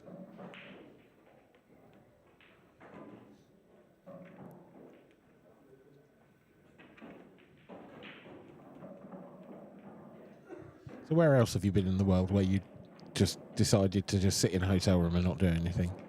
Been to Paris and didn't look at the Eiffel Tower, or? I wouldn't if I went. Definitely not. Is there anything you actually would like to? I did quad biking in the desert in Egypt. But not the pyramids, presumably. Went on a glass bottom boat in Egypt. Not the pyramids, definitely not, no. No, not the pyramids, but I'll go quad biking. It's just Jenga in it. Pyramids. Just a higher quality Jenga. I wouldn't want to take the pieces out. No, yeah, it doesn't bother me at all. Would never go to the pyramids. Big break from Curtis. That's a better split for a cut break. Yeah, it is. He's caught those sweet. Yeah, seemed to get into them more, didn't he? Yeah. And it's a chance on reds. It's not easy. Yeah. Couple of problems with it. They all kind of go. Just fiddly, innit? Can't go yellows. Can't go yellows. Got to be reds. Tempted to maybe play, this one first, because if you do graze the yellow first, it's not a foul. You didn't. Now, has he come out? Couldn't have. It's not come out great. Well, he's got a thin cut, and that's about it, isn't it? 2 thin cuts, the option of. But if he gets them, yeah, he gets this and rests into the yellow, kills the white with a bit of extreme bottom. Maybe he's playing it plain ball, trying to come across. Okay, well, I'll see the logic. And he hasn't left much. It's not bad leave at all. No, I think Kean will feel a little bit like this is how his match has gone. Every time Curtis has messed up. Not always, but there's been a few times where Curtis has messed up and left a really nasty looking table for Kean. Could almost say he's left him problems.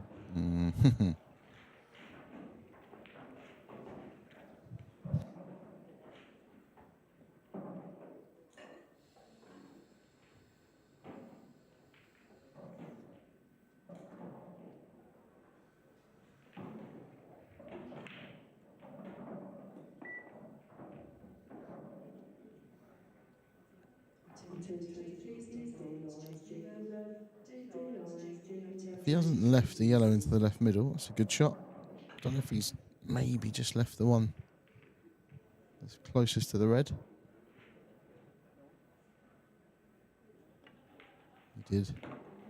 Well, he did, and actually it's going to take some good shot making, but it does open up the frame, potentially, for Kean. Got a big pocket up to the top left. Looking at playing the cut now. He's got a cut double, he hasn't got much else. Cut double could really open the frame up. Oh, he's just missed it. Is he going to fluke it? No, it hasn't quite got the legs. There we go, so... Well, Curtis chose just a containing shot, didn't he?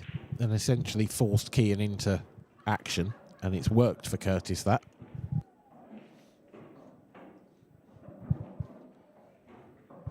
Yeah, I think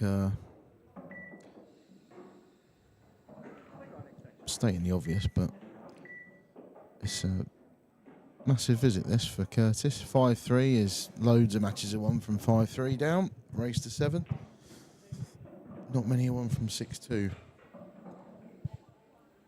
And you kind of feel like Keane's a little bit under it at the moment, so you've got to take advantage where you can. The problem I can see is I can see Curtis just wandering around thinking about it again and again and again. How does he get rid of these 2 at the top left of the table? Because the plant isn't really on. It's not a plant you want to play. Is he on that just? He is. Ideally, I think you want to be up this left-hand side of the table. You want to be dead straight on the one into the top left corner first. And then soft screw. Play the red into the opposite middle, to the right middle. Yep. If you do that, you have got to be quite careful with the position of the cue ball. You need to make sure you finish a little bit low on the, or at worst straight. Yes, I mean now it looks like it's on the knuckle. So if he just rolls it in or drags it in. I mean, you could possibly just screw out and play it into the same pocket now. Or top and right into the same pocket, but... okay. I'm causing the drama over nothing. It wasn't on the knuckle like I thought it was, so... He has slightly overrun it, though.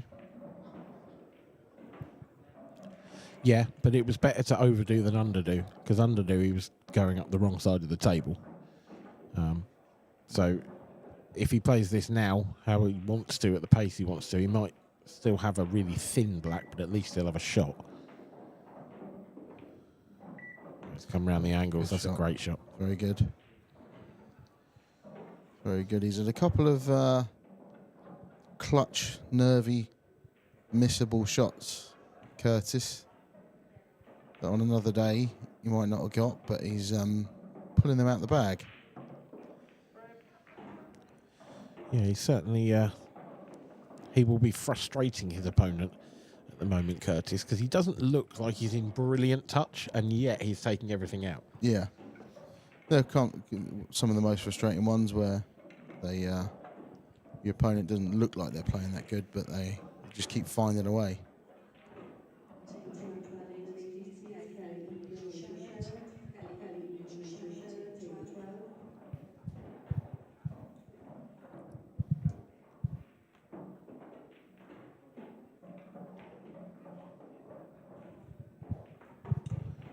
Boyle looking very, very solid in his 4th round match there against Eddie Roberts. He tripped over his shoelace. Tripped over his own lace. Fantastic spot. Well, things going from bad to worse for Cian Monahan. Yeah.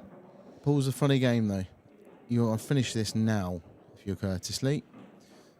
You don't want to be taking anything too lightly. His first shot is could have been better, but it's not too bad. It's fine, you know. It's like it's fine. It's all right, but yeah.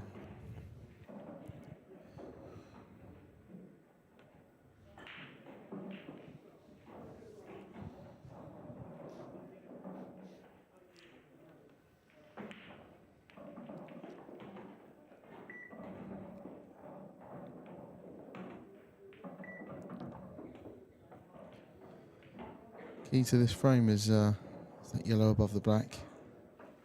Don't know if he's quite got the. If he stuns and screws back now, I think he's just running towards the black. It's a little bit fiddly, this clearance. They look like they're all in the open, but kind of all getting in each other's ways.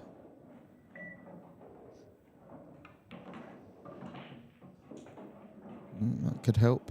Wants to be on the one in the right middle. Yeah, I don't know if he is quite. Exactly the point I was going to make. It's so now he's got a nice ball to get on the 8 ball, and he's moved the 8 ball out of the way. But is he actually on a shot now? He's got a horrible one up to the top left. If he's not on this one in the middle, yeah, hampered cue in top left, bottom right. I don't mind them kind of shots though, but this is a big plant. Oh no, it goes past. Oh, it can't. It can't. It's the one thing you say when you're so frustrating. He looks like he's going to run out of position, but he just keeps digging them out. It'd be soul destroying for Cian. Probably got his arms folded. He has. Yeah,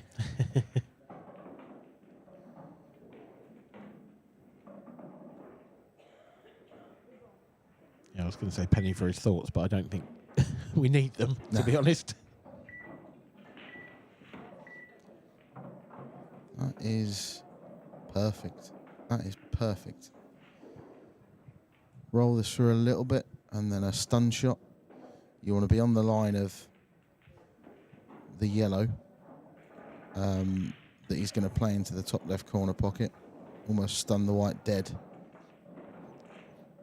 He wanted to top it through a little bit more. If he topped it through a little bit more, he could have punched up table and got closer to this yellow. Yeah, he's now basically got to leave the cue ball pretty much where the yellow is. Yeah, that's a bit poor, really. It's a bit slack. Yeah.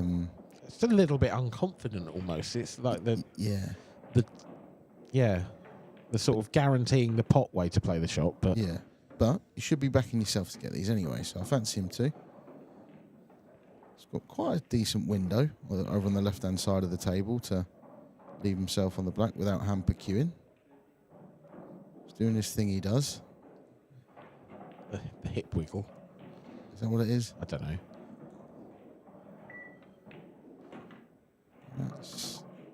Oh, has that just rocked back? No, he's straight down on it. That red looked like it had rocked back across. I thought he'd been incredibly unlucky for a second. But this 8 for the match, and it's there. He's got it, yeah. Well played, Curtis. Ground it out. Cian will be steaming after that, to be honest. Not that Curtis has played badly. I'm not making any sort of assertions towards that, but in these shortish races, you kind of you can you'll feel like everything's gone against him there. Yeah. And it does happen sometimes, and you just have to take it. That's pool, unfortunately. Like you say, short races and what is to a certain extent, quite an easy game for a lot of these people. Yeah, certainly for this guy. Yeah. Yeah, easiest game in the world for Mark Boyle, that's for sure. Makes it look like it, doesn't he? Incredible player.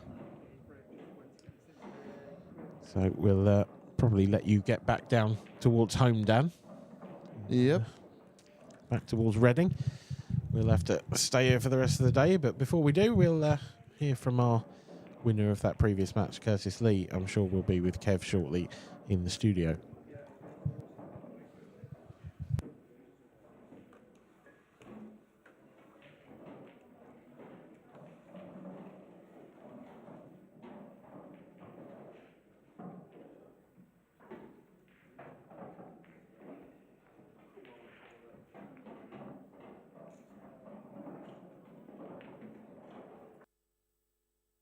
Guys, and welcome down to the arena side, and I'm here with the Grinder. I'm not sure, is that still your nickname, the Grinder? Not really these days. I'm trying to get away from it, to be honest with you, Kev, but yeah. But I'm here with Curtis, winner over Monahan 7-2. Curtis, great to see you here, and you know, nice victory there against a tough opponent. Yeah, well, I played Kean beat me Friday night, and I've had a few games with him, and he's always edged me, so I was really up for that then. And I felt like my white ball was a bit everywhere, but when it come down to the big balls, I held myself together well. Yeah, you look like you were really sort of in the zone, attacking, and you know, playing the pole that we know you're capable of.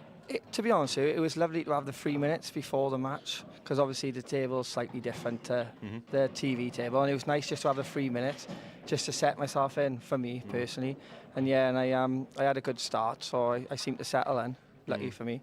Do you make any sort of little technical adjustments for playing on the TV, or what's your sort of mindset going into that? To be honest with you, I'm not the quickest of pros, but with that, it made me have to quicken up, which is sometimes might be a good thing. So I made a couple of errors, but overall I felt all right. And the more I play on that table, if I want to win these events, I've got to get used to it. It's as simple as that. Yeah. So overall, where do you think your game's at? Are you happy how it's progressing? Yeah, I'm getting it. I'm definitely improving, and that's always been the goal. Lay a brick a day. That's always been my goal. Keep improving, and then hopefully keep knocking the door, and one day it'll open, Kev. That's what I'm hoping. Yeah, but still enjoying the challenge, enjoying the competition. Definitely. I am. You know me. I'm IPA through and through. I love the tour, so yeah. Because it is tough out there, isn't it? There's no easy games anymore. No, there's not. Like the boy I played earlier, I almost went 6-4 down. Lucky for me, he missed the chance, and then I've dished the last couple. Otherwise, I could have been on my way home. It's just, and I didn't even know the boy. But there's so many good players here now. Everyone's good. Everyone's good. The standards are incredible. Incredible. Yeah, and Coventry as a venue, is this one of the it's obviously my favourite. It's my favourite one because it's only 2.5 hours. 100% my favourite one. Yeah. Yeah, everyone seems to say that, but maybe for slightly different reasons. But there seems to have been a great atmosphere, since Friday. It's great. Everyone. That's one thing everyone will say about the tour is always friendly, and everyone seems to get on. And when we're out there, we're all talking, mixing. It is a great atmosphere. Yeah. And we're full this weekend, which is great. Great for pool. Yeah, absolutely. Well done, Curtis. Thank you very much, Good Kev. luck for the next round. And cheers. You never know what might happen. It could be your time. Thank you. Well done, Curtis Lee. He takes his place into the next round. We've got another great game coming up, just as Curtis goes in front of the camera there. Robert Stephen against Matt Steeper. It's a battle in the Open, last 32 between two current professionals. So it should be a thrilling match, and that'll be coming up in the next couple of minutes. So we'll see you then.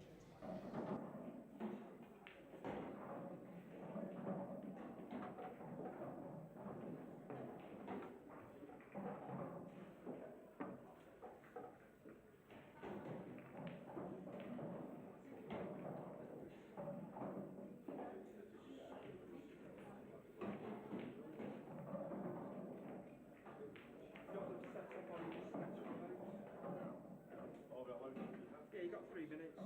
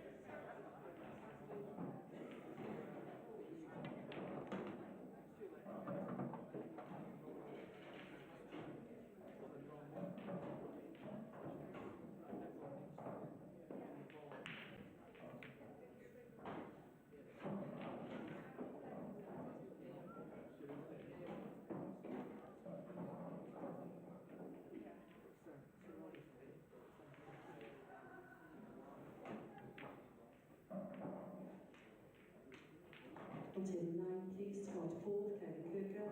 Scott fourth, Kevin Kirker on table 9. Table 9.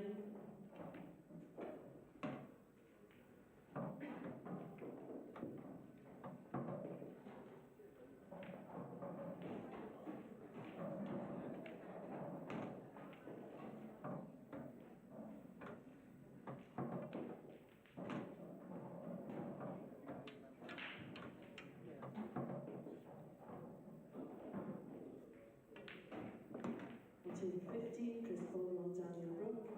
Chris Bowler on Daniel Brook, table 15.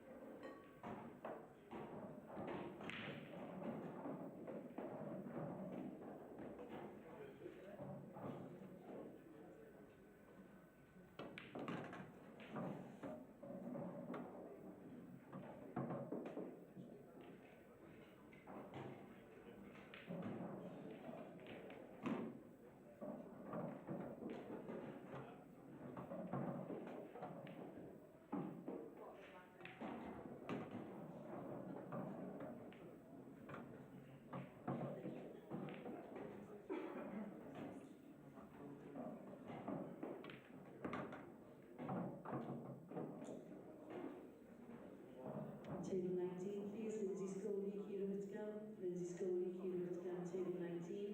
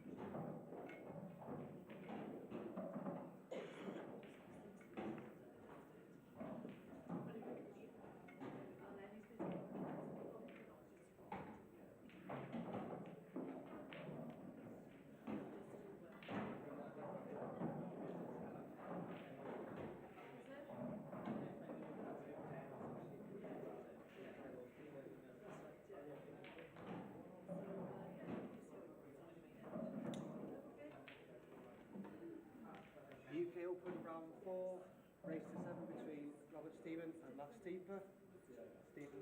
Robert Stephen to break. Time running. Good afternoon, guys. It is Stevie Walker here. Walker the Talker, Ali McCoist, whatever you want to call me.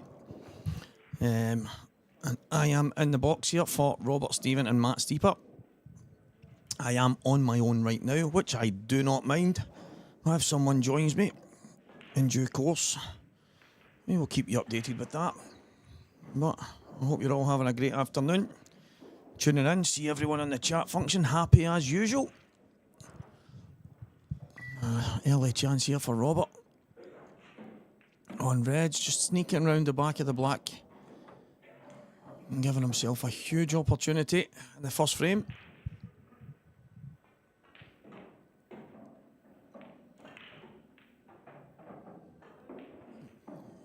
He decide to run side cushion. Giving himself some options. Come down the table. Take away the 2 reds in the bottom end. And then work his way back up.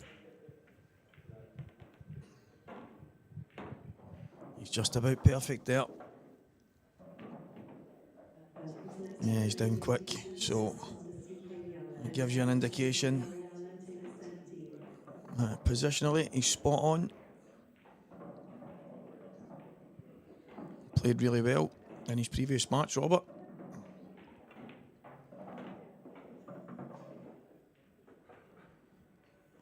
Just giving himself the angle so that he can run 1 cushion and back across. Both of these reds will go in the top left-hand corner, as you see it.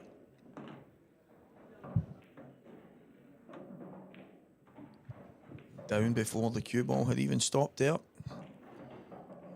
And just like that, a quick fire finish, and Robert Stephen is 1 frame to the good.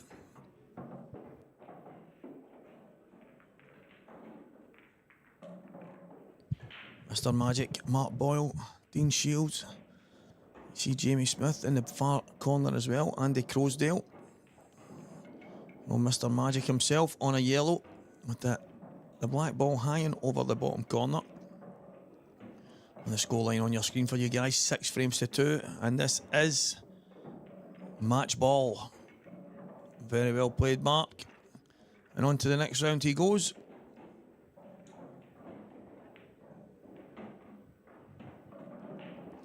I actually played Eddie in the amateur on Friday. I played out my skin. I think I had... Yeah, it was the game against Eddie. I had 5 dishes. It was in the one lost side where the match finished 5-1 to myself, and it was 5 dishes. So Eddie having a tough weekend, but getting to play Mark Boyle as the Open works its way down. So well done, and must have played well to get into that position. As we come back here, Matt has broken dry. He may have given Robert a chance here. The opening red into the left middle, just to create an opening. If he doesn't want to get into them with too much pace, he could screw into the black, but I think just nudging the red down, nice and easy. And he's tried to bring the black out at the same time, which I don't think he was ever going to manage that there. But nonetheless, there's still an opportunity on these reds. So, in saying that, it looks like he's not on the one at the top. So he's going to have to play a plant here.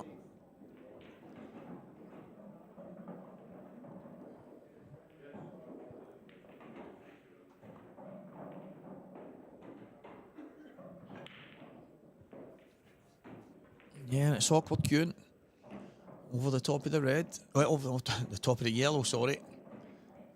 He's played it very well. That's a fantastic shot from Robert Stephen. Bridging over the yellow, playing the plant and dropping on the one really awkward red that he had. He's now got to manufacture an opportunity to maybe just, I mean, to be fair, I don't even know if I would be moving the black ball now. think if he just drops on it.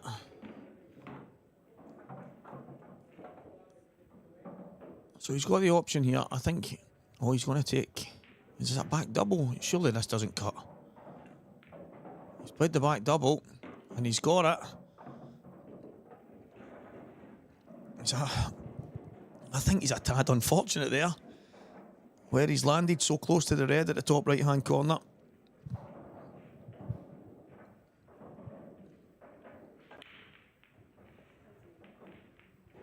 Can he just screw down to the centre of the table? He's tried to use the cushion.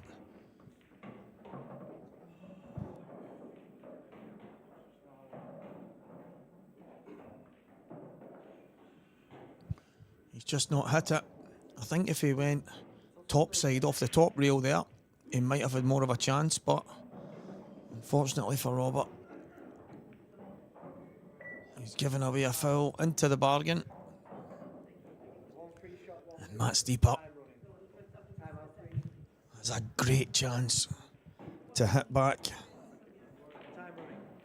in the second frame here. And I must admit, guys, I do fancy him to get these.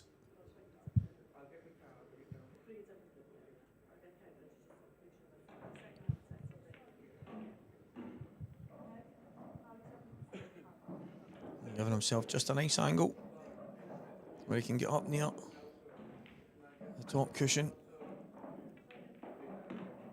And again, electing to leave himself an angle on it, which is totally fine. Either way, he was always going to be on the red in to the right middle. And from here, it looks absolutely perfect.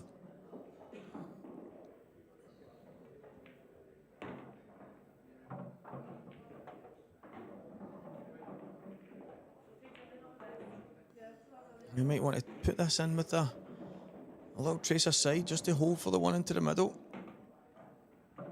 He tried to play it with a bit aside. It went a bit wide though, so you see why he's walking round just to have a look now. He'll come back out, just out below the bottom yellow, and he's played that fantastically well. Just a drop in here, and one last yellow. And Matt Steeper will level up this match.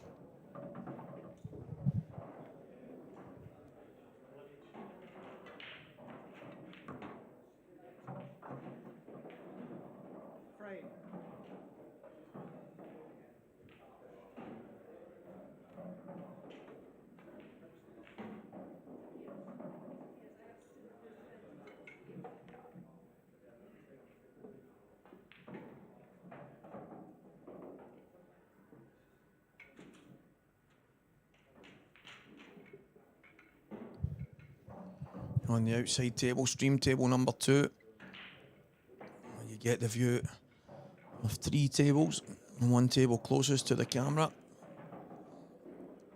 You see Curtis Lee in the background there. He was on the main table in the previous match against Keane. Loads of pool, guys. Loads of pool still happening just now. Looking at some of the results on the board just now. Andrew McKee 4-1 up on Liam Dunster. And Jamie Turner is 4-2 up in that match. It's on the other stream table.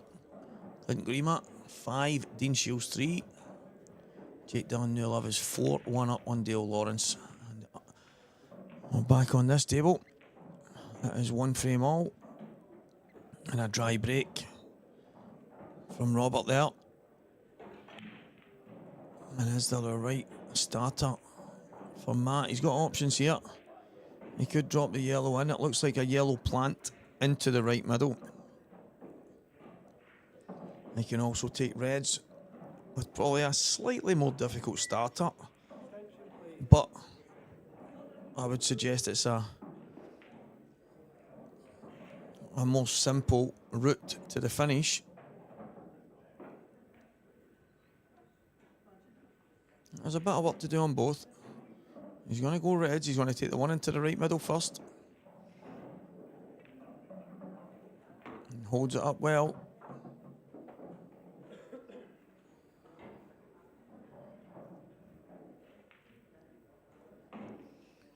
Just a case of landing between the three reds that are close on a line with the black ball.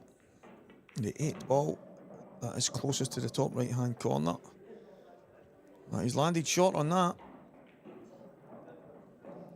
That's a bit of a mistake from Matt.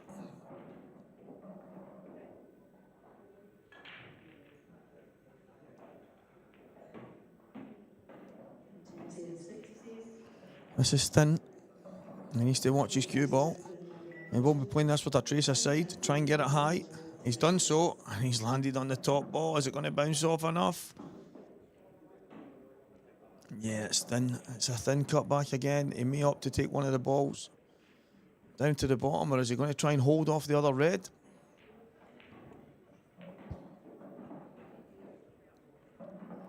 Difficult shot. He's not getting much control over this, so needs a good cannon on the red. Yeah, played that very well indeed. Didn't look to hammer it and didn't want the white travelling, just nice and controlled.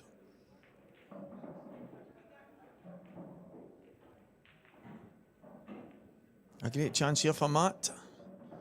He get himself in front in this match. It's only early stages. There's a long way to go.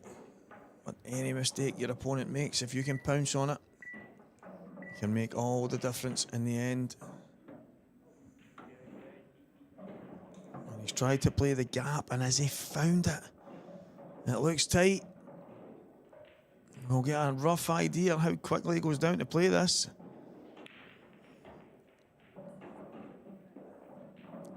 It doesn't look like you can see the full ball, but can he see enough to pot it? He's jacking up ever so slightly. He couldn't pot it. Has he knocked it black? Oh, he's knocked it black close. But what an opportunity to hit back on a mistake from Matt Steeper. Robert Stephen made the mistake in the last frame. Matt has made one in this frame. Can Robert deliver a punishing blow?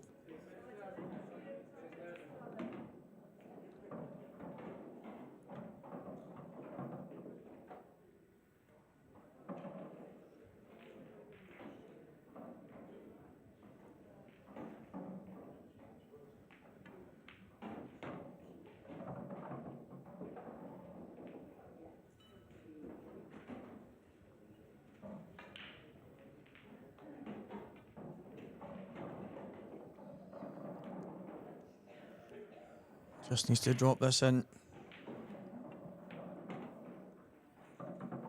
Chose to play a kind of shot to nothing. Making sure if he missed, he was playing the snooker into the bargain. He's going to play a very similar shot this time. Probably just nestle close to the two yellows. Yeah. Fantastic shot from Robert Stephen. And he's given himself every opportunity here to try and get over the line in this frame.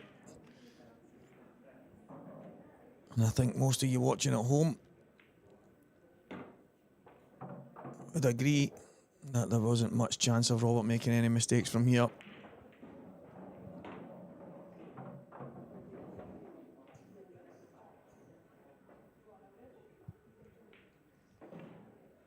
And he doesn't. So a mistake from Robert in the last frame, and a mistake from Matt Steeper in this frame. And giving each other the chances.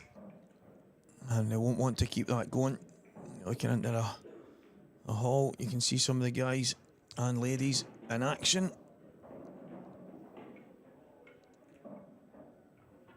See Gav Robinson there. Johan Attard.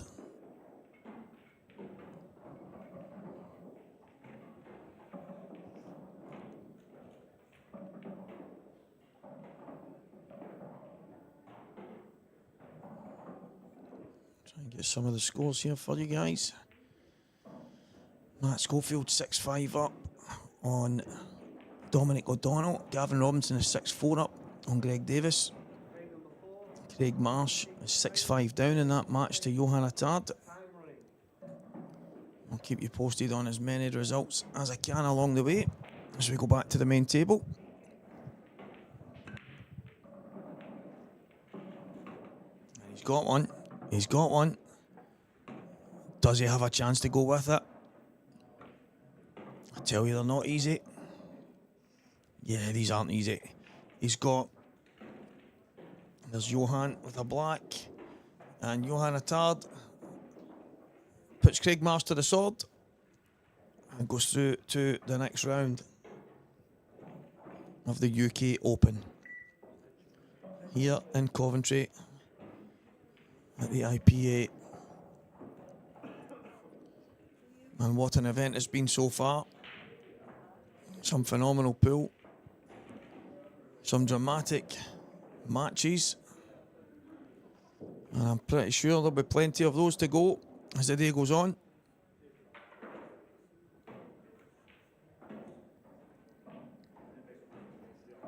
He's going to try and drop on the yellow in the top first and foremost. Looks like he's done a good job. I think he's on it. He didn't have much room for error there.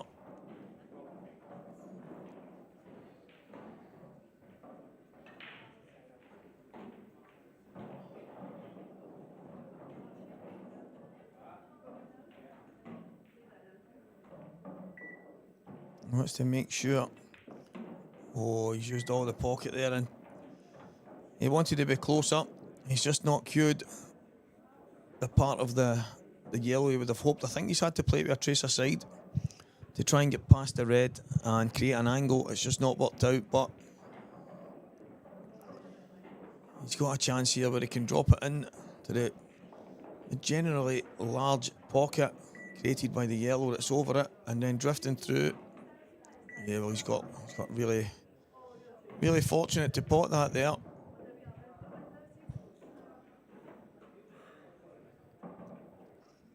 But he's landed in all sorts of trouble now. It's one of the things, guys. One positional shot, and you're chasing the white ball all around the table. And then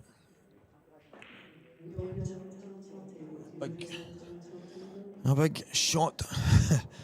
He's had a dash at it there. He's had a real good go. He's ended up catching the knuckle of the middle on the way back out. Could have gone in off. He didn't have many options. He's tried to slam it home, but in doing so, has presented Robert with another chance to get further ahead in this match.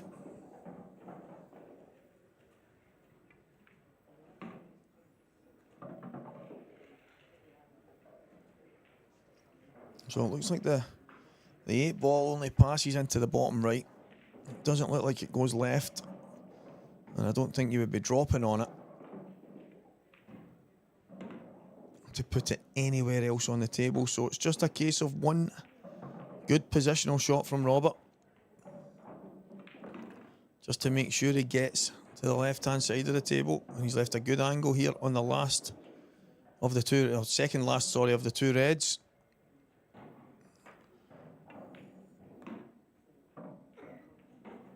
And just wants to be in the position to screw straight back.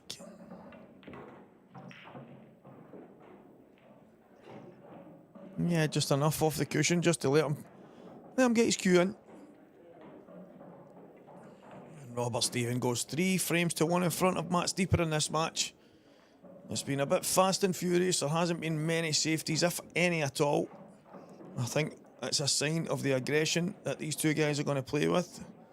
A couple of mistakes has been the difference so far.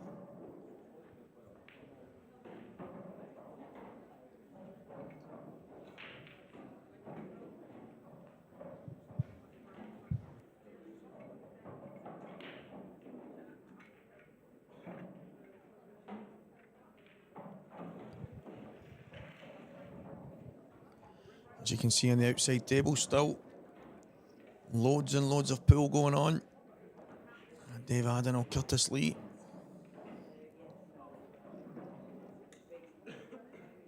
Frame number 5, Robert Stephen to break, leading 3 games to 1, 5 running. Johan Attard did get over the line against Craig Marsh. Gav Robinson is 6-5 in front now.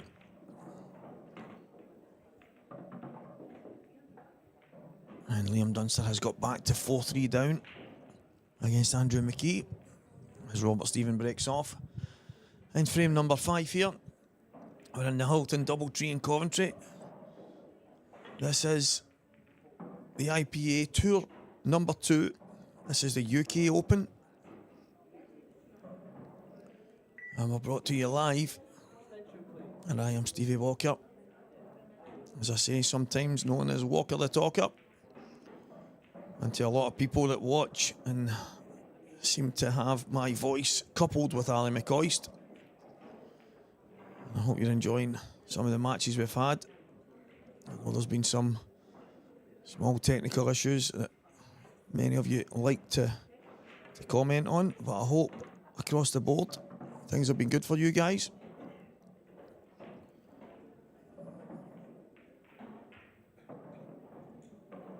A great chance for Robert here. He's opened the balls super well. His first shot wasn't easy. It was all about getting position on this red into the right bottom corner. And he might have just created enough angle here where he can pop this in the left middle and get back out at the same time. A little trace aside. He would have liked to have been higher on that.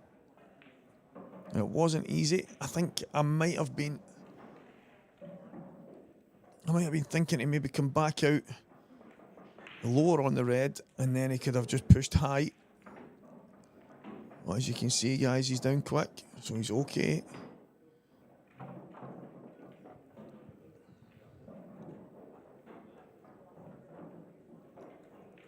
So he'll come 2 cushions here.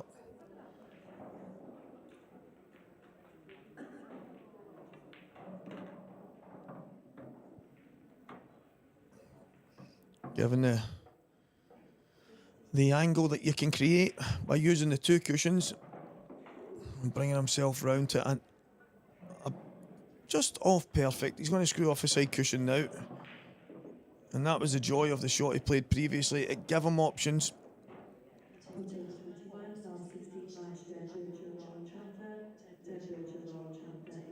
And those options have led to Robert having a go on this black, which will put him into a commanding 4 frames to 1 lead. It's not easy. You have to fancy a guy of his calibre to stroke this home. And he does that indeed. Darren Davies has asked a question. The amateur title was won by young Gio Edgar. He was ruthless all weekend, played fantastically well. And he beat Dave Stratford in the final by 6 frames to 2.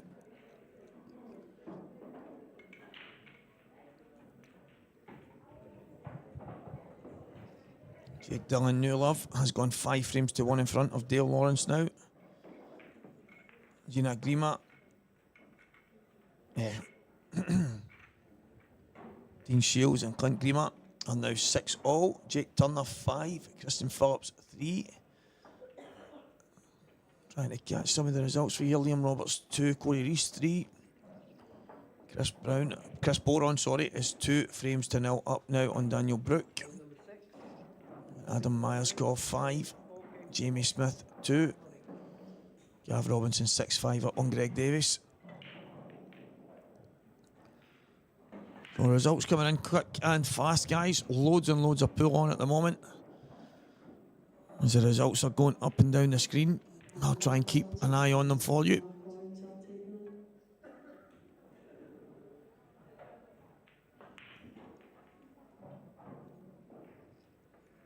So a dry break from Matt Steeper has given Robert a chance. I think he'll take the long red. Looks like he can just sneak past.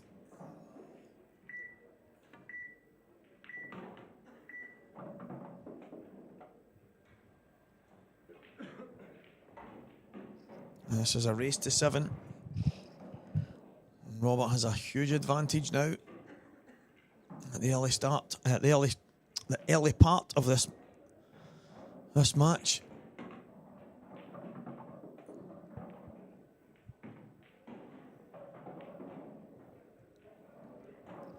There's a few awkward balls to navigate here. I think the red at the bottom end might be an option to leave to last, or if he runs into any kind of trouble at the top end of the table, he can use that to get himself back in.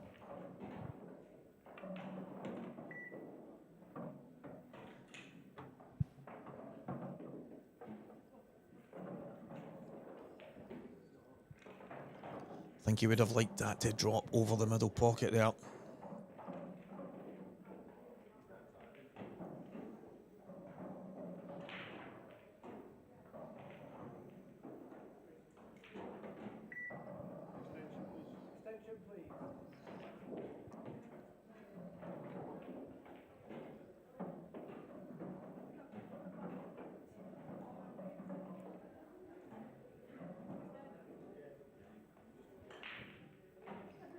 And this is what I was talking about. The fact he left this red down here and then gave him an option. He has to cue this so well to get back into the position he's looking to. He's a touch short where he would have liked to be.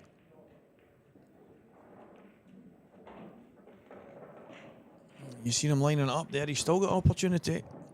Still got a chance. Needs to drop on the one into the middle. Good. He drops on it just about right.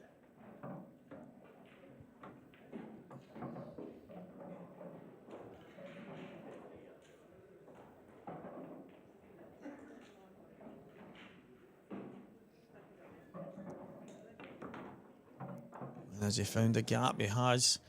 I think that's just about right.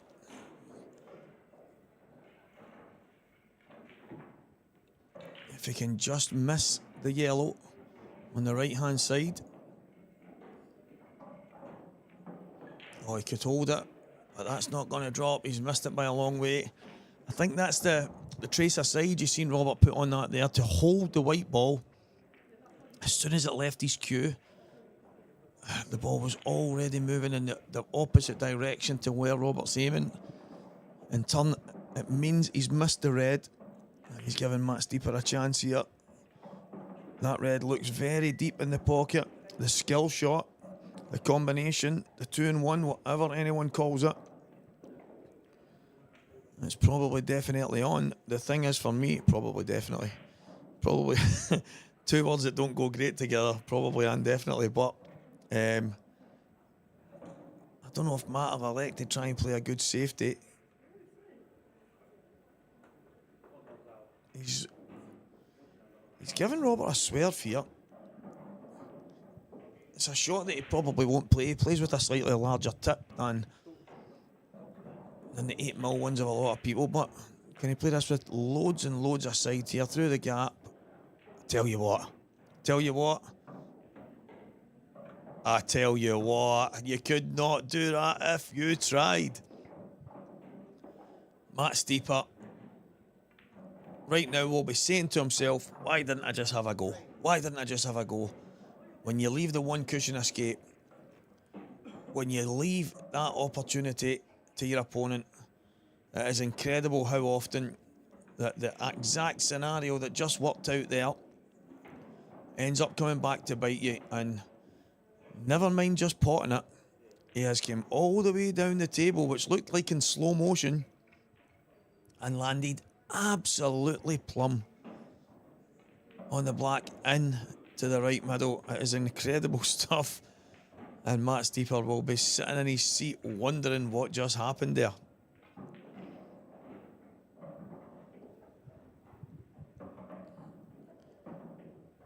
Look to some of the scores just now. Liam Roberts scored a race 3-all. Chris Boron 4-0 up now. Trying to see if there's any changes for you guys.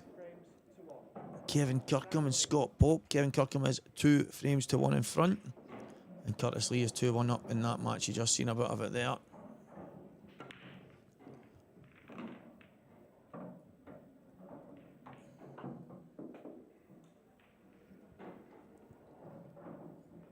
So Robert breaks off. He's got a ball. He's also got a chance on these yellows. And the one that's in the middle of the table, between the two reds, closest to the right-hand middle pocket, that's one of those that, in the beginning, when you look, you think, that's awkward. Well, after this shot, guys, it's going to be wide open. He's tried to ghost that in off the red there. But if you look at the position he's in, I'm actually surprised he's not taking the one to the top first here. Then he can take the one to the bottom, then the one to the middle. But he's going to leave it to last, I think. He's just going to screw towards the red through the gap, maybe. That's it.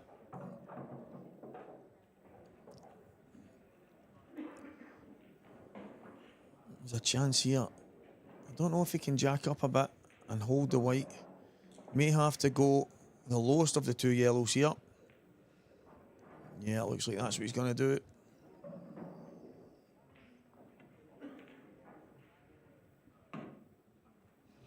You can see where the cue ball's ended up there, guys. It's because he's ended up playing it in thick. It's went in off the left-hand side of the jaws. If he gets that in the heart of the bag or even to the top, the cue ball's coming out a lot sharper and further in between both of them. Fortunately for Robert, he's been able to bring it back with a decent shot. I don't know if the black ball passes into the middle. He's had a look there. If it does, he'll just drift past it. If not, he will stun across and play both of them in the same bag. And that gives you an indication, guys. He's overrun it by quite a bit here, but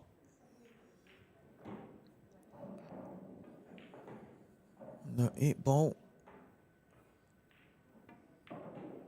flies into the pocket and Robert goes 5 frames, 1 in front. 5 frames, 1. 5 frames, 2-1. I need to stop speaking as fast as I am. And looking at some of the scores again for you guys, Jake Newlove has gone 6 frames to 2 in front. Scott Pope is 2-all now. Dave Adenauer is 3-0 down to Curtis Lee.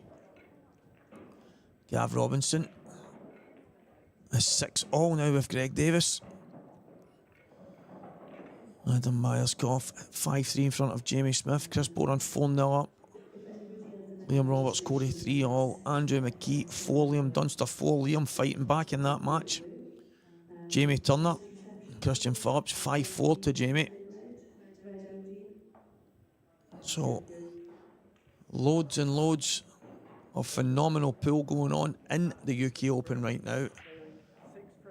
They are the scores that I have in front of me at this moment.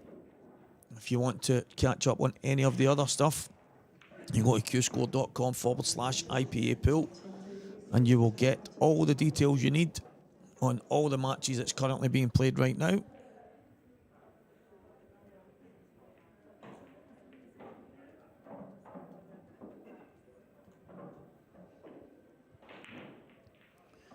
So 6 frames to 1 here. Robert Stephen on the hill.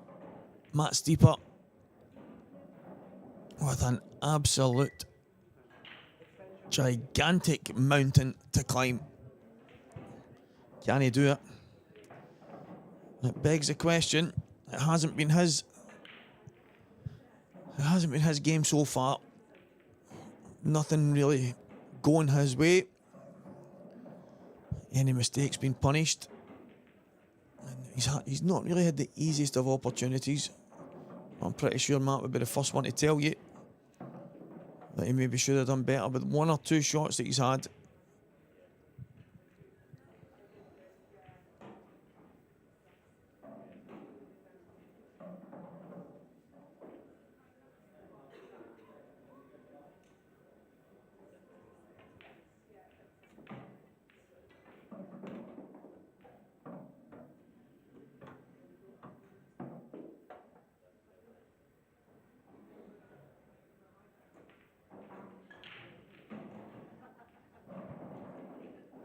Big shot this. The red closest to the 8-ball is the only real awkward one. And he doesn't want to land too low. I don't know if he's gone just a touch too far here. If he has, yeah, he's going to be nudging.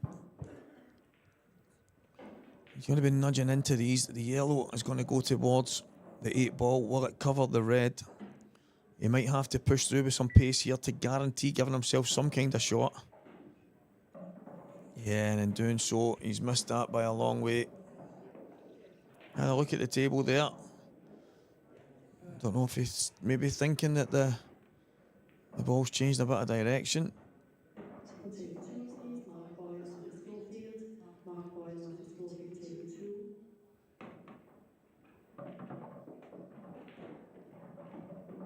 So the yellow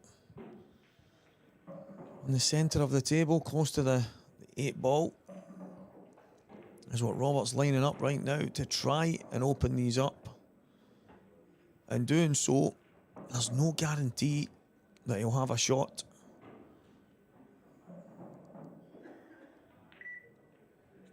Extension, please.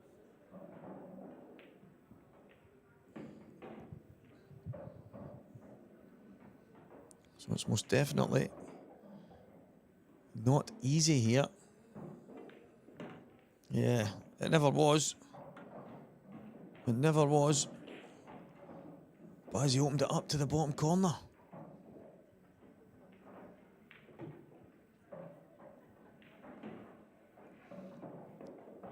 yeah, I don't think he can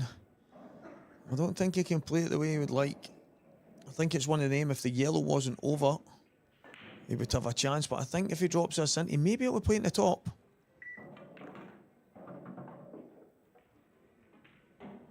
So he's looking to see if it may go off the bottom knuckle. The bottom jaw of the pocket. Yeah, he's having a look at the top. I think he's given up the ghost when it comes to playing it in the bottom right-hand corner. I think Robert's gonna try and come behind it and play it in the top. So you have to screw off the side cushion and in behind. Is he going to push straight in? Yeah, off the side cushion. A lovely shot.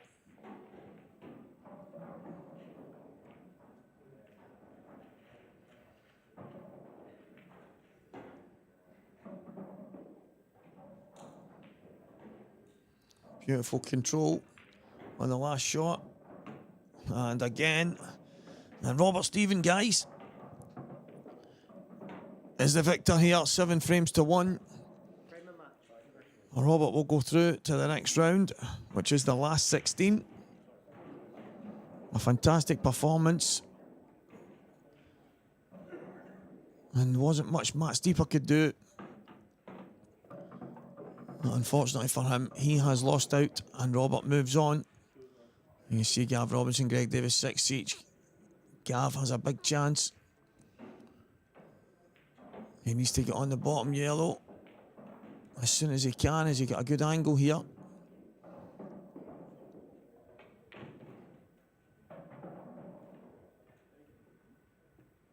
It looks like he can drop towards the red if he can. Just nestle on the red. He should have a good angle to get back up the table. He doesn't seem happy. Well, he's laughing, but I think that's because he's landed slightly awkward, but we shall see in the next few seconds. Maybe it's because one of the other tables has a player playing from the side that he also needs to play his shot from. Guys, and Robert, you've got to be pretty happy with that result there. You know, you seem to be, one-way traffic. I think early doors, Matt missed a chance, maybe go 2-1 up, and that kind of changed things. And I think I've cleared up from there and dished the next one.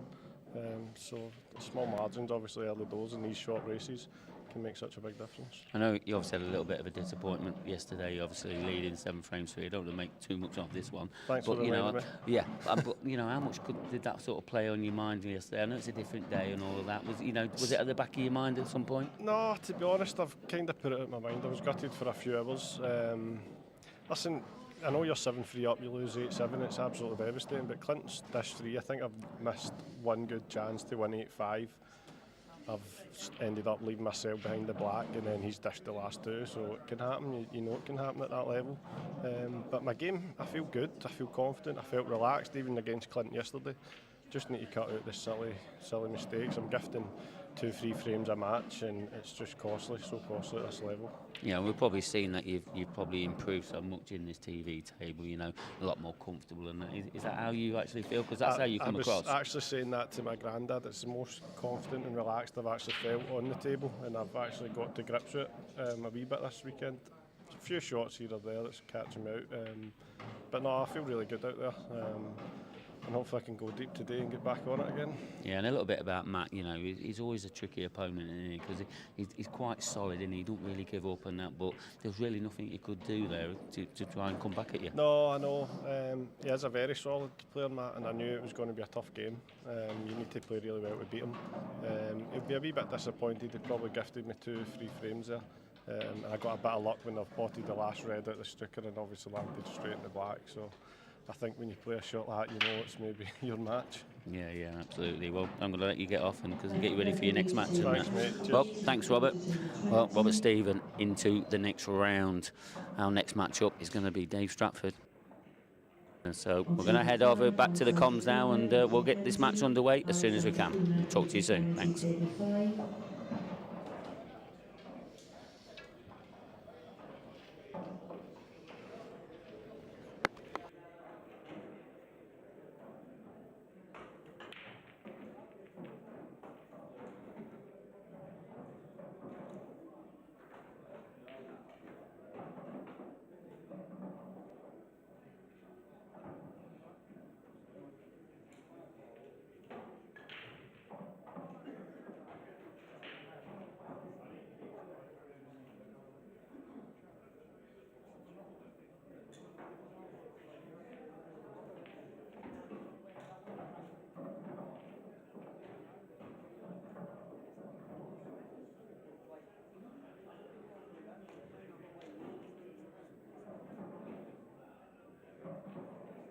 So the next match on the stream is Clint Ianson, Dave Stratford. Clint Ianson, Dave Stratford, table 24.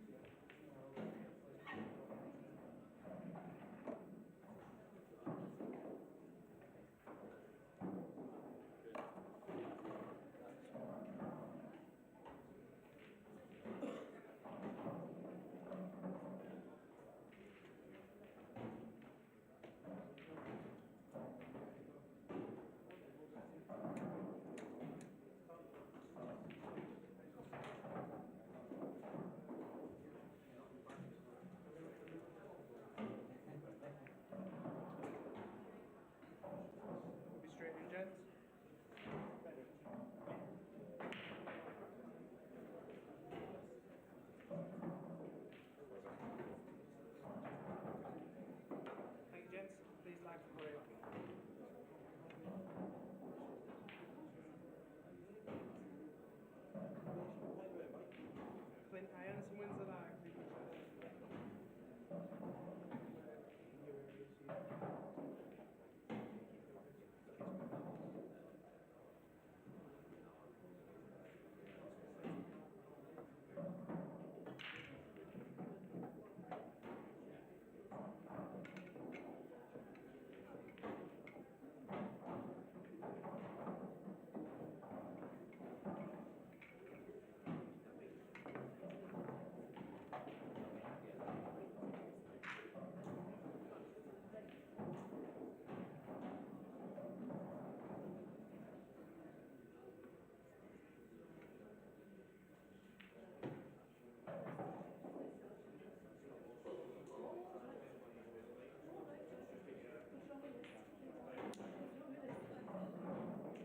Open Championship, last 32 match, race to 7 frames.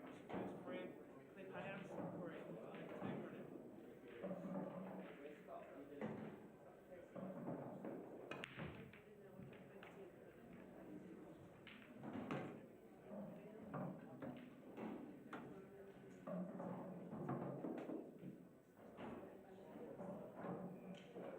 Hi guys, I wasn't sure if someone else was going to come and take the reins there, but I think I might be joined by someone in a moment. But for now, it's Walker the Talker, Stevie Walker, Alan McCoist again.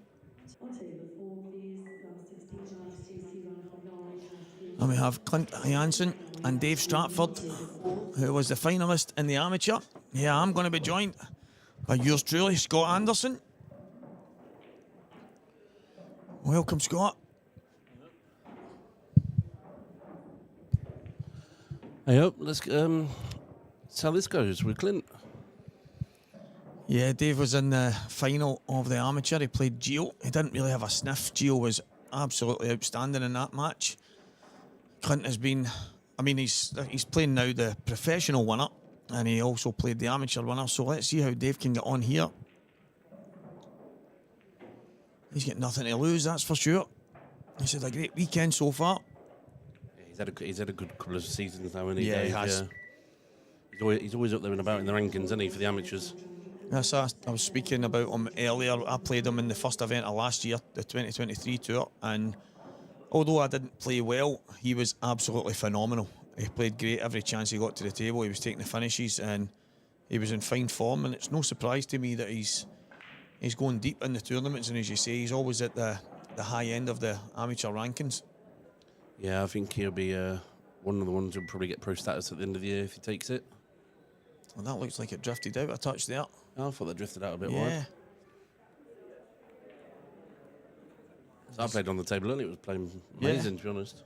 Yeah, it just looked like maybe it's got a finger mark, a chop mark, something like that. You know how fine these cloths can be, but it definitely looked like it moved.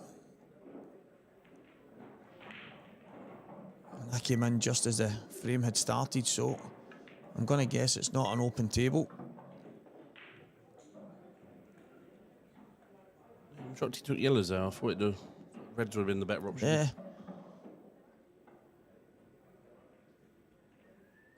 He's landed very, very awkward here. Big double. Now the double. And that didn't move, so I think Clint's shot has maybe just caught a mark or something on the table, because that ball did not deviate from its path the full way up. No, he's going to have to put the shot on top of the red now, and on the top left corner. Yeah, I mean, I think that you've called the shot right away, the double, and he could have played that with a bit of pace. Yeah, I'd have thought he'd played it a bit pace, because even if he tried to play it off the cushion and off the red, it opened the bag up a little bit more. Yep. He could have done a bit more with his cue ball into the bargain, maybe got himself closer to the three yellows. I think he's tried to get the pocket more than anything. Yeah. Because obviously where the white's gone. And he's definitely tried to play the yellow off the red there. Yeah, he's tried to be super aggressive in that shot, but he's giving Clint a great chance here. I think the red, he could drop it in and play it into the middle or even into the top, but I think he'll just play out. He's missed. I think I thought he was just going to play it in and take the red at the top, top right, and then top through for the top balls. But yeah, I'm shocked. Yeah, I'm surprised he's played it in such a way. He's tried to force it in and force the cue ball round, and you can see the cue ball didn't even make it halfway around to where Clint would have hoped it was going to be there.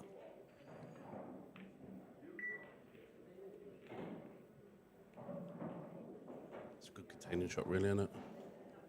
Yeah, if he's not left any of the two reds to the left middle, it's a very good shot. I was going to say, if Clint wants to go attacking it, he could play roll this red down the bottom pocket. If it goes in, the red go off the yellow at the top. Yeah. He's trying to get... That's a good shot as well. Yeah, that's a good shot from Clint. He's left Dave in all kinds of trouble here. I think Dave might have to go for a double in the middle here. And the white goes behind all the reds. Yeah, I actually don't see any other shot. Oh, he's trying to play the white behind the black. Or is he trying to get the black covered? Yeah, maybe trying to just cover the black there, but he's not managed it. He's giving Clint a chance. And all these reds go, and by the look of it, the black past. Yeah, it the looks yellow. like it flies in. So Clint is going to have. I mean, these reds are they're bread and butter to Clint, I think. Yeah, 100%. Just needs to make sure he gets on the cushion a bit better than last time. Yeah. Well, he's on the wrong side though. He might have to top this. Oh, he's going back. Maybe going to leave the red at the bottom to last now.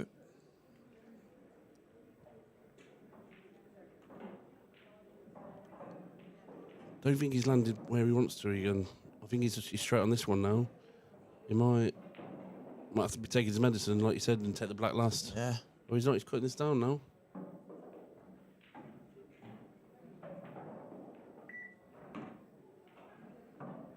Does not want to be straight, I don't think. He's fine. I think here, just stun it back into the middle of the table, just top of the yellows now, and he'll be fine, I think.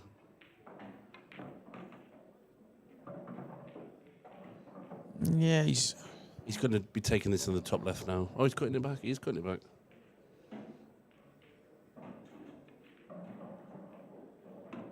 Oh, he's had a touch. Yeah, he's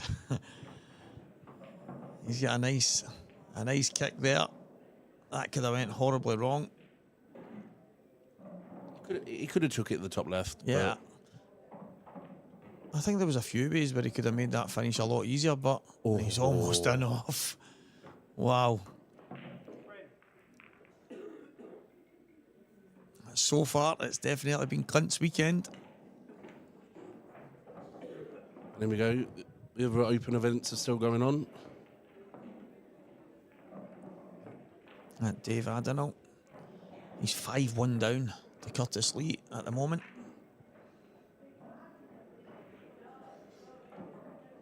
Some of the other scores, Adam Myerscough is 6-4 up on Jamie Smith.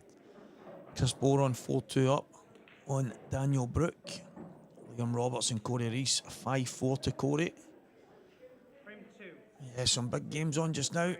Liam Dunster 5-4 down against Andrew McKee.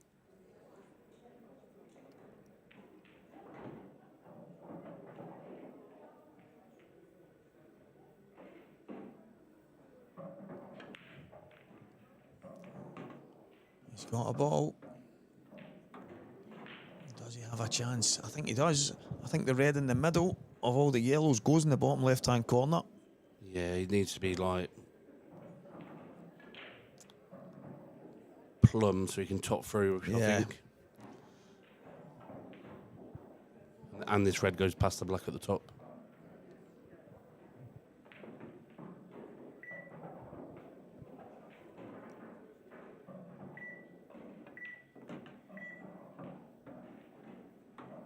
Yeah, I think you're right. I think he needs to be spot on that red. Now, would you leave one of the reds at the top there? I think he has to, because if he doesn't land perfect on that red in the middle, he's going to have all his eggs in one basket, so it'll give him a chance to come back up and kind of reassess. So, but he's not going to do that. No, and this is where it can go wrong now. He probably needs to be...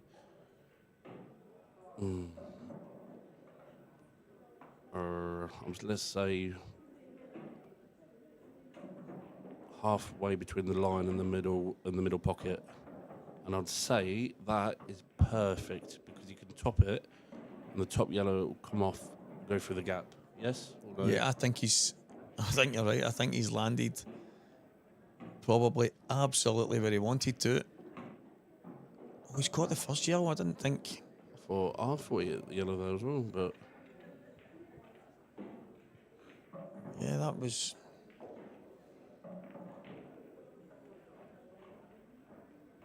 He's in a bit of trouble now. Because if he hit the red clean, he would have gone through a bit more. Yeah, that's the thing. I don't even think he would have touched that yellow if he hit it clean. I know, I think he would have... The thing is, the yellow came forward. That's why I thought it. If he oh, there you go. He's fouled anyway. So... He's unlucky because... If he hit the yellow after, it would have gone sideways. Yeah, exactly. But the white would have come through a bit more, so...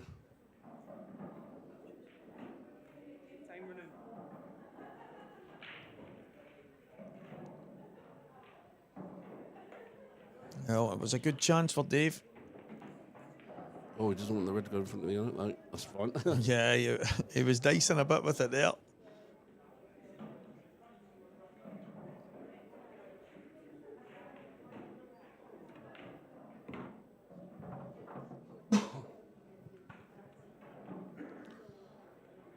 And Clint will take these out. Yeah, he's in. He's too good in between the balls, isn't he? Yeah, that's it. And he's one of them. Last night, there was a few times where he left himself in a bit of trouble, and he's extreme potting ability. Yeah, his one ball potting. Yeah, it's incredible. So, as you say, when he's in amongst the balls, he needs to pull one out here. I don't think it passes to the middle, so he's on the one to the top right-hand corner.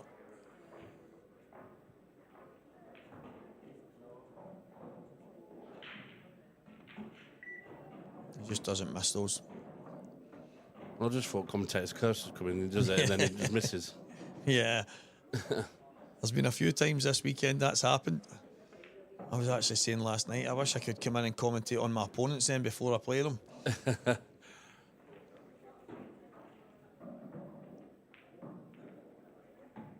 Yeah, I don't know what it is. He doesn't seem like he's going to miss the type of pots. He cues the ball very well, and he's just solid.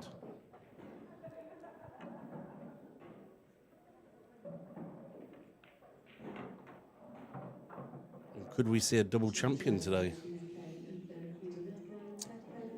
Is that? I'm trying to think. Has Matt Boyle done that? Yeah, Boyle's done it. I think Clint's done it. Has Clint done it as well?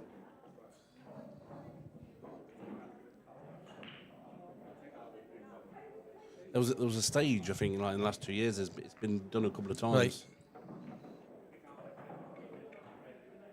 It's the guy that's on form then over the weekend. It seems to be hard to stop. 5-2 now to Curtis.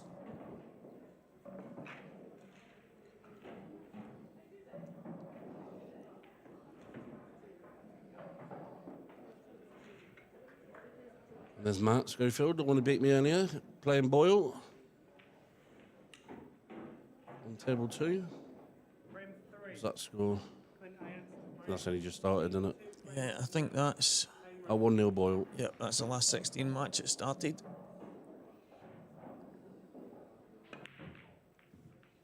What's the split?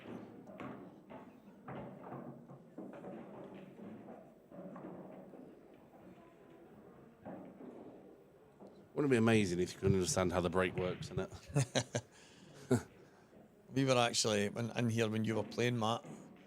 We were commenting on your break. It's just an absolute weapon of a break. The balls just seem to explode, and you were actually unfortunate a few times where there always seemed to be something covering the 8-ball or something like that. It was... Yeah, it was a weird game. It was... I don't know. I felt I threw it away a little bit, to be honest. I was always the first one in, really, when I snookered myself and little silly things. And at this level, always fluked the yellow. Wow. There was two positional shots for the black. Yeah. The one when you came down off the top cushion, the one where you kind of stunned the white when it was on the bottom rail. But yeah, it was a funny game. No. Was that a kick? Yeah, it was a kick. Yeah, I was wondering. It wouldn't. Honestly, I was fuming. I don't even know how the black's not got in. I was like fuming. Yeah, that makes more sense, because I'm sitting here thinking, you're not going to stun run through there, you're just going to drop through. And the white just seemed to stop so sudden, so that actually makes more sense. Yeah, that was at a key time, I think. Yeah, that was massive. 4-3 maybe? Aye, that sounds about right. Yeah. I always say I'd learn, but I never seem to.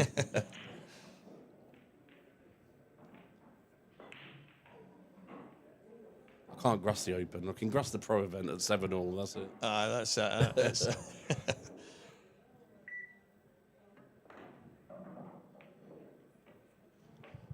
I thought Clint, before they tapped the yellow at the top bag, I thought it might... Is this a plant with the red and the yellow on the left-hand side? It looks like it to me.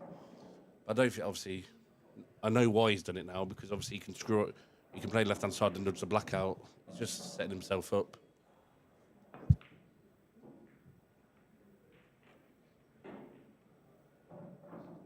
just waiting for Dave to give him the opportunity now. Yeah, he's just... Dave's getting a bit unlucky. There's just nothing going. Yeah, He's always got scraps. Right. Yeah, he's literally had no real opportunity to get in and take a finish. Like, right here just now, Clint has got this frame so tied up. Yeah, he's just wait. He's literally waiting.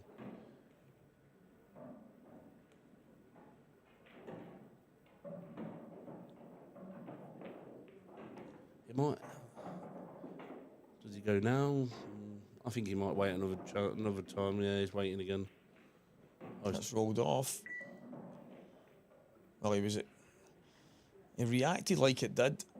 Maybe he's just not played it the way he would have liked, but... Yeah, I don't think he wanted it so close to the pocket, because now he can't... Yeah, he's get not... it over for the black, can he? That's right. So he's probably tried to make it come off a bit thicker. Now Dave's got to get this pocket, and he hasn't. The only thing he has done is stop that red and yellow on the left-hand side. But I think Clint will just get this bag now.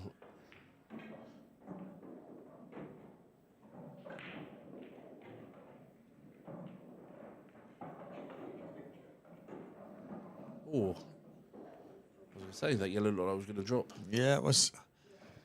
It looked like it tried. Dave's in a bit of trouble now. He's always been in trouble in this frame, but the thing is, Dave could get his yellow next to the red out now if he wants. Yeah, he can clip it onto the white. Or depends if he's in the knuckle or not. Yeah. Yeah, that's a shot. And by the way, he's going to be going game here. Oh. I don't think he wanted the red that close. Definitely not. The yellow's ended up over. That Dave needs to get this pocket down here now, really. This red needs to go down on this pocket, I'd say. Yeah, he needs to get it out. Or can he get this red where the top of the yellow is over onto the other side? On top of the other yellow where the black is. Oh, he hasn't. He's just put it in the middle of the table. Yeah, he's just opted to play it out. This is where Clint's just going to set himself up now, I think.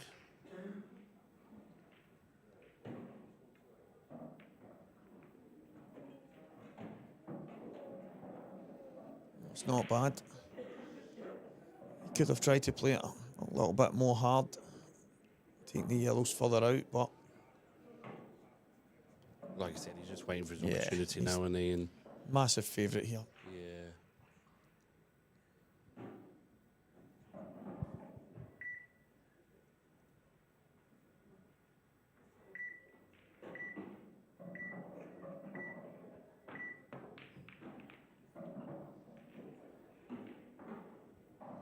So it's not nice on this table, and and things are not going for your way. It's like you feel like you're making yourself look silly on TV, and it's just like it's horrible. And that's the thing. He's really not had any type of opportunity here to make anything happen. So he just needs to stay patient, as hard as that is.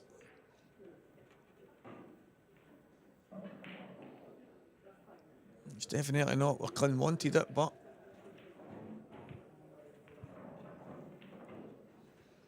he's in so much control in this frame. I tell you what, this red, whether in the middle of the table, could go top left to make it a bit awkward here now. Yes, the white will be probably going into the yellow, but you're making things tricky. Yeah. That's what he's looking at. He's made it tricky. Yeah, that's about all he could have done there. I tell you what, Clint's actually got a chance here. If he can see this top yellow like he can, he's playing safe.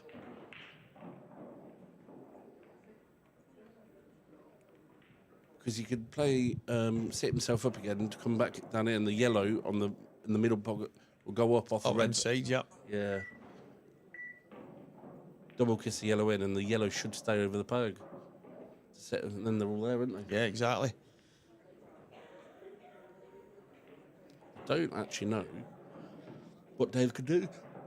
Yeah, I'm actually looking at this and thinking I think, could he double the red back up between the black and the yellows to make it tricky? Yeah, just to basically throw a span on the works kind of thing. He's going to try and thin nick this red close to the black. He's gone fouled. off. Yeah, he's in. But that's not the worst. I think he'll probably play the black into the red where the yellow is at the bottom, this bottom half of the table. Oh, no, he's not. He's just going to be setting himself up. Get the red out. Get another 2. Yeah. Well, free shot, whatever you want to call it.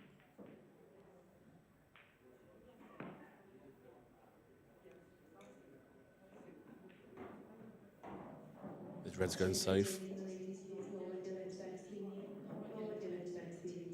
No, he's playing safe. Yeah, he's just going to touch it. Cushion first. Try and drift in the back of the...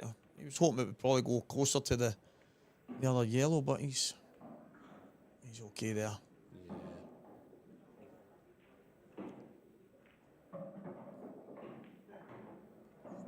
I'm struggling to see what Dave can do here to turn this frame around. I think he needs Clint to go and make a mistake. Yeah, and it's not coming. There's no. I can't see Clint making a mistake from here. He's got too much experience, you know. He's massively in control there. All he's got is a crazy skill shot here, and he's got to try and do 2 crazy skill shots there now. He's trying. I don't know. This is.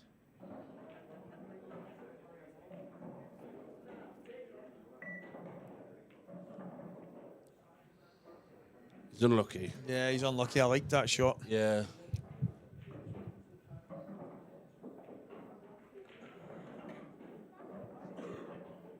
Clint could go now.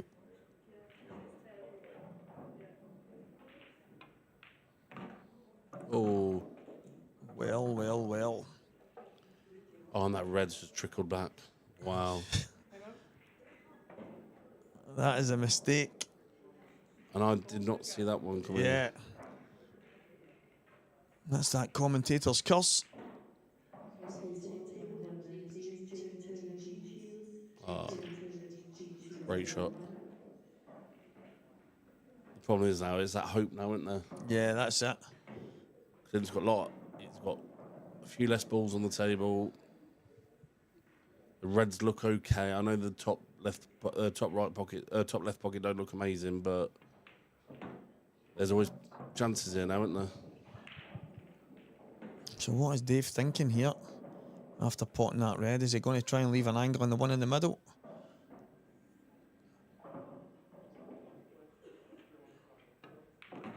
I think he is, you know.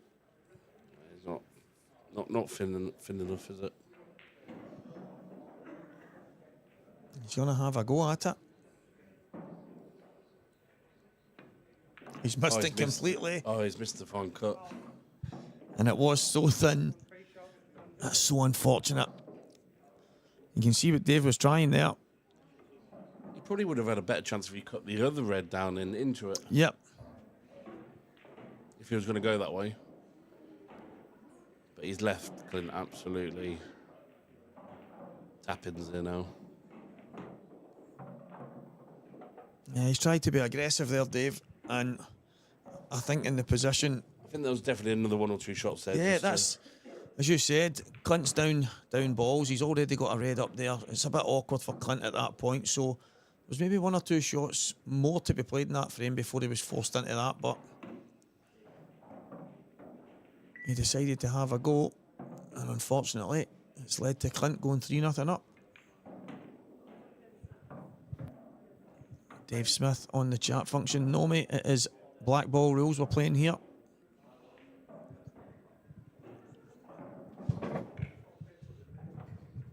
You can see on the screen, Corey Reese 6 frames to 5 up on Liam Roberts. Well, like Liam had ball in hand there. You see some of the other scores. Andrew McKee 6 frames to 4 up on Liam Dunster. Dave Adenall 5-3 down against Curtis Lee. Scott Pope 6-5 ahead of Kevin Kirkham. into the last 16. Jamie Turner and Dean Shields just getting underway, and Mark Boyle 1-0 in front of Matthew Schofield.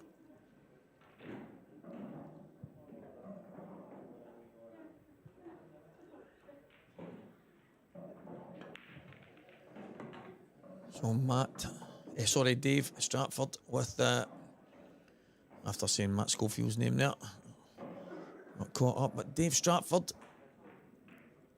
has broken the balls off, and that red down near the bottom left makes the yellows awkward. So it's definitely going to be reds. Can he just inside that? Yep. I think I would just be playing the safe way here. Drop this in, play the red into the right middle. From there, the reds are as straightforward as Dave could ask for. Yeah, I don't think there was any need for that aggression. However, he's played it super well.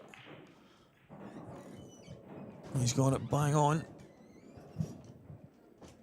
He's got a great chance here on the reds. And I think Dave needs this one.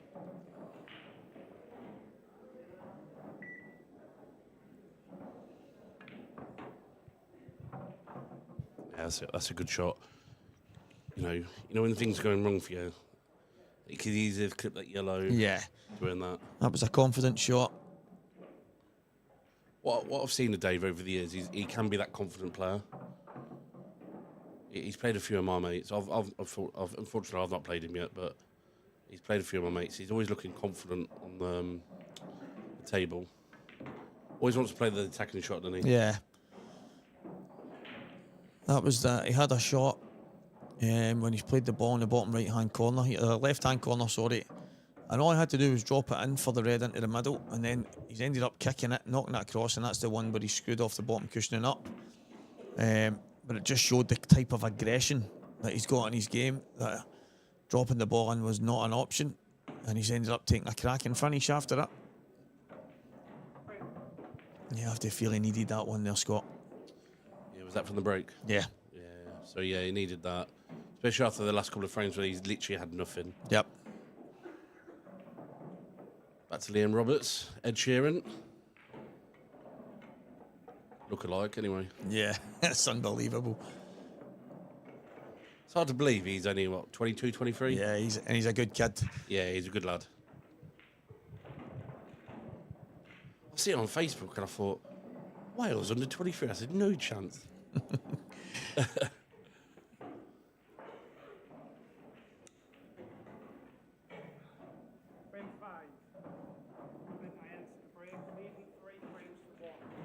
Looks like he's played a great shot there.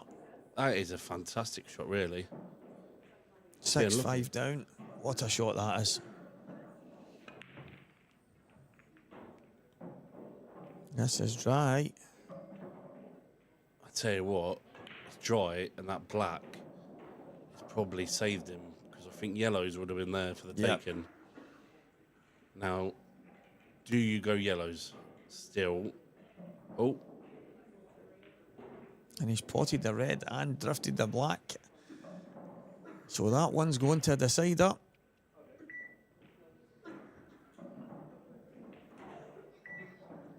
Yeah, I'm looking at it and thinking, do you still take yellows and just try and drop inside it on the right-hand side and play the black into the top left? Well, I was thinking, could you play it off the cushion, off the red, and the red might nudge the black? Might nudge the two of them out, yeah. Yeah, it might. But I think if you can land in that top right on the last ball, you need to take this top left out quickly. Yeah, definitely. I tell you what, you've got a chance here. Problem is, you don't want to do anything silly now, because when you take these ones out in the middle, you've got two on a cushion. You know what I mean? Top of the rails, really.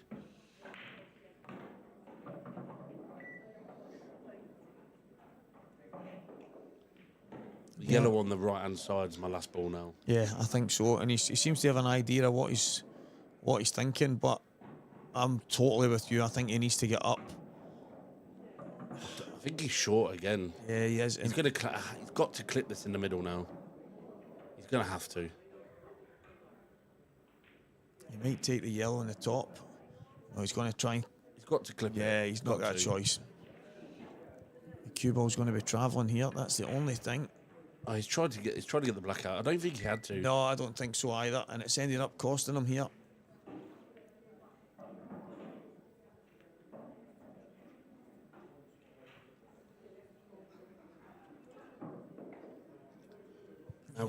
Now, what would you do? Well, I think he's got a couple of options. I think Clinton's looking at the plant up the rail to the top left-hand corner. That's what I'm looking at. Yeah. And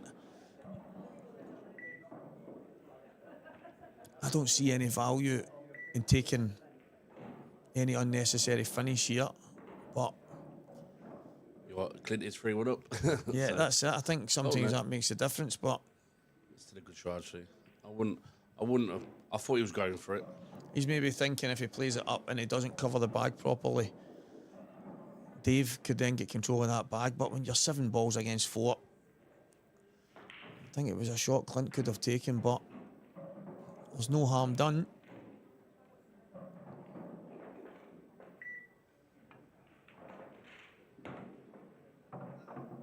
Tell you what, not a bad shot. I think Dave's only major issue here is the one at the top left is going to end up his last ball. Yeah, the ball he didn't want last, it's got to be last now. And he's unlucky. Oh, is he? He's really unlucky. He's not. He's on this still. Is he on that to the top right? Yeah, top right.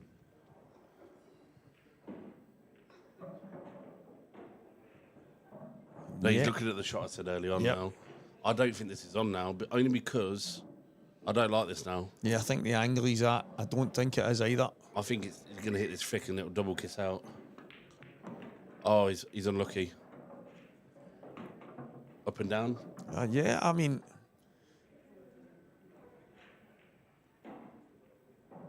it's the only shot he's got, and for me, you're probably a better landing shot than too far because, well, you're going to be snookered or possibly an off. So, well, the good thing is the red's there now, so if he does land short, yeah, you've got red as a backup. Oh, no, he's hit messed thick. up. He's hit thick. He's hit thick. Bless him. It wasn't easy. No, it was far from it. And the table because it's the TV table, it slides a little bit. So you have to hit it, I think, if I'm right, you'd have to hit it a little bit thinner on this table.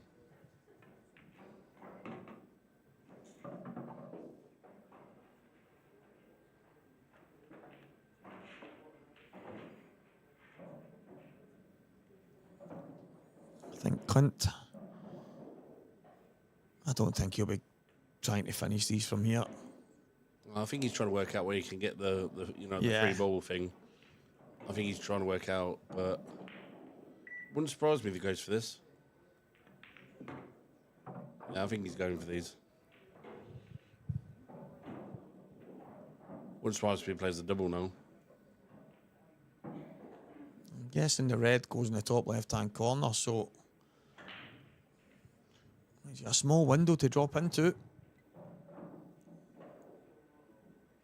He's playing safe. Yeah, he's coming around the back of the red at the bottom right.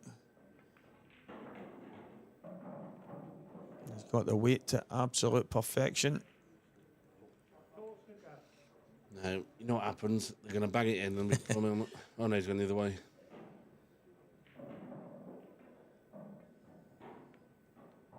it the black? And that is most likely 4-1. Yeah.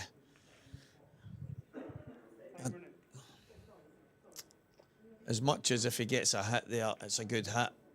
I think you're playing that with some pace and trying to maybe smash the yellow out and hope for the best. But yeah, I thought if he went the other way, yeah, and he could possibly cut it and cover the bag. He's got. He could have even hit it thick and it comes off the red. Yep, exactly. Anything can happen. As I used to get told as a youngster, anything can happen in pool.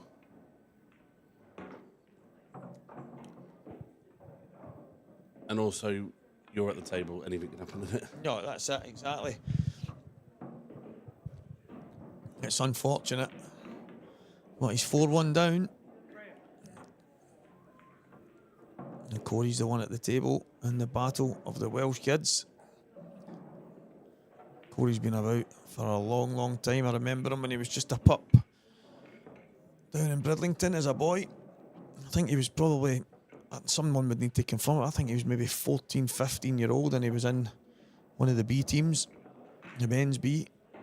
What, 14? Maybe 15, honestly. He was only, maybe, someone could double check that, but I remember him being down there, and I was playing, and I remember him being in one of the B teams, maybe the B2 or something like that, but it used to be 11-man team, Scott. Ah. And I'm sure, someone could correct me if I was wrong, but I'm sure he was in the team when he was maybe, might have been 15 years old. Did they not have an under 18s or something? Yeah, well, at that time, you could play for the men's and the youth. So we had Liam Dunster, Ross Fernie and guys like that who were playing in the unders, and they were in the men's B2 team as well. But they played on different weeks, so... Oh, Dave. That's not what you want at 4-1. Yeah, that's a huge... All this international stuff on blackball side is all new to me. Yeah. So basically the players in the youths and juniors from under 23 down, they play in a separate week, so they can basically play on both events if selected.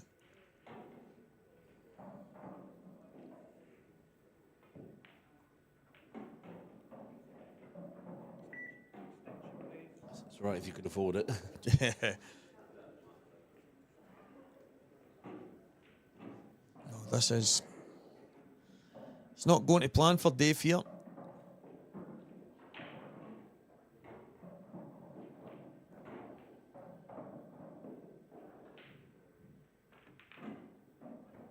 Yeah, I imagine he's just going to take the yellows.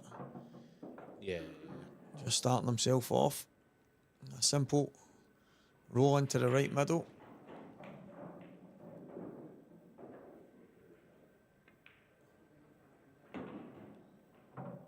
Perfect.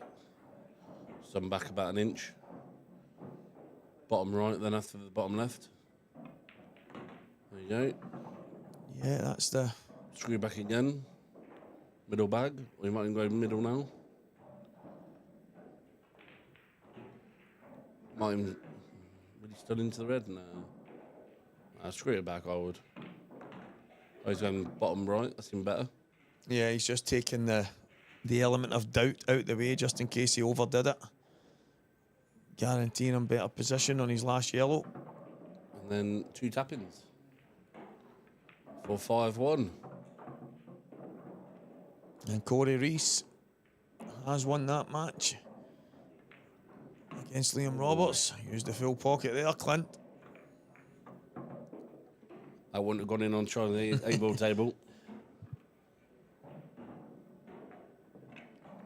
And what's Curtis Lee and Dave Adnall's score now? 6-4 to Curtis. Dave's on the comeback.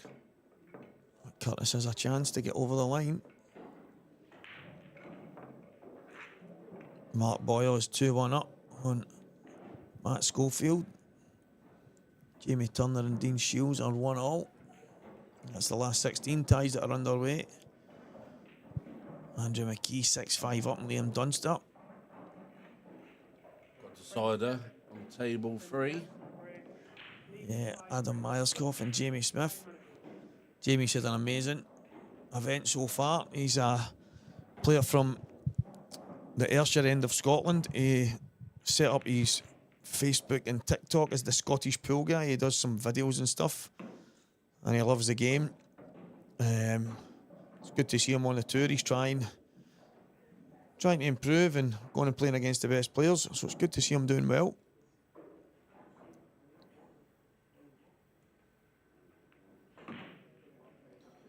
And these yellows look like they're drop-ins for Clint. Yeah, it's starting to look a bit ominous now for Dave. He's not really had too much of a sniff, has he? Nah. The one game he had a chance, he's really had a chance. He's took it, really. Yeah. Otherwise, everything else had just been scrappy. And Clint looks stronger and stronger every time he's getting to the table. Yeah, it's unfortunate when you're playing and the chances that come your way aren't great, and your opponent, every time he gets a chance, it's a decent chance, and he's taking them.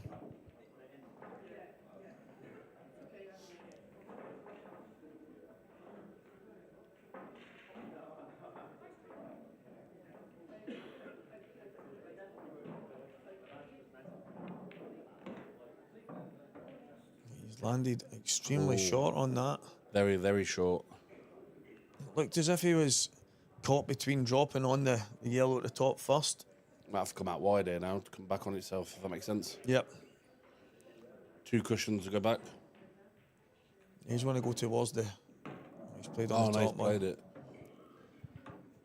Different. Yeah, still same shot, isn't it? Screw back to about where the baulk line is. Yeah, that would be absolutely perfect.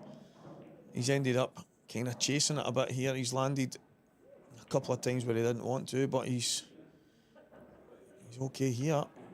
Exactly as you called it. Not below, anyway. Do you just drop this? Just go towards the middle of the table. Take your medicine. Let's kick this in a little bit. Should be fine. Middle of the table.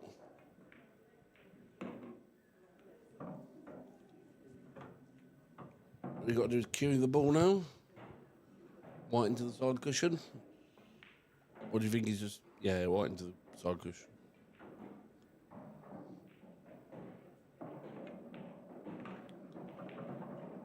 Yeah, That good is shot.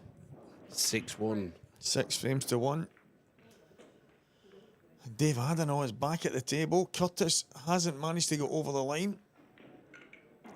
And Dave has 5 yellows to try and take out. Quite awkward. The yellow in the middle of the table doesn't look like it goes anywhere easy. He's looking at that right now. Maybe he can run 1 cushion, go towards the 2 reds. Did you see that shot over there on table 2? I've just missed it. Just kicked it off the side cushion into the middle bag. Oh, he didn't want to hit the red. Wanted that to go past the yellow one at the top. Now, big frame, Dave. Can he get a ball? Oh, the black's in.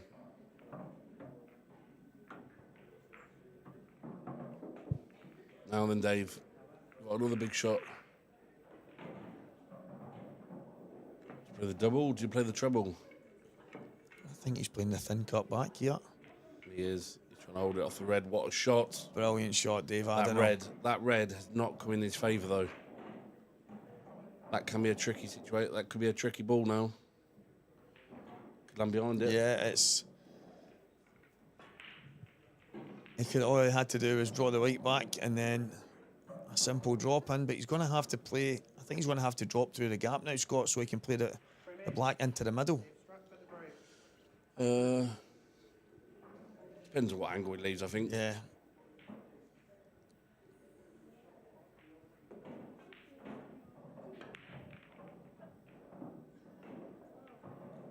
And as usual... Oh, Dave. And look at them reds. How often does that happen? After you've broken off, get a ball, the black goes down, and your next break seems to always be dry. It's horrible feeling, especially on this table. Yeah. You know the people are watching. Yeah, it's just not nice. As much as Dave would like to have been doing a little bit better in this match, and even the final he's been in, what a weekend he's had. I think if he was offered it, Scott, before he came down here at the weekend or up wherever it is he's came from, he would have bitten your hand off to get a final of the amateur and to be here. Was this the last? Is it the last 32? I think this is the last 32 of the. Last 32. Yeah, it's last 32 of the Open. So, and it's taken former world champion and pro champion for this weekend to put him out. I mean, it's not a bad weekend. No, definitely not. I think he'll be very happy with it. He'll come back. He knows what he'll have to do for the rest of the year now. Earn some good ranking points for the rest of the year. I mean, I think he's had a good tour one as well, hasn't he? So yeah, that's it. He's cementing himself at the top end of the rankings. He got a semi, I think. I think you got to get myself words mixed up, but yeah. He might have done. I think he got a semi-final in the first one. I might be well wrong, but...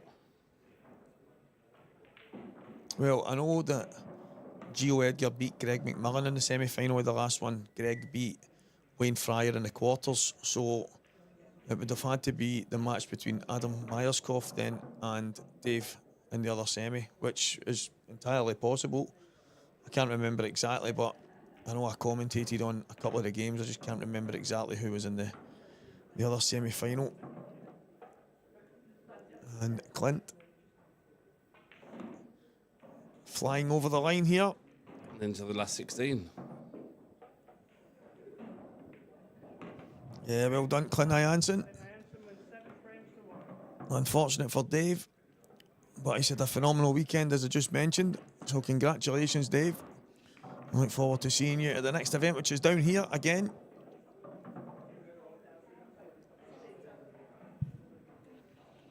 Pretty soon, guys, we'll go to the studio where Clint will be getting interviewed. You can see some of the other matches. Until then, well, thank you very much. And cheers to Scott for joining me in the commentary box there.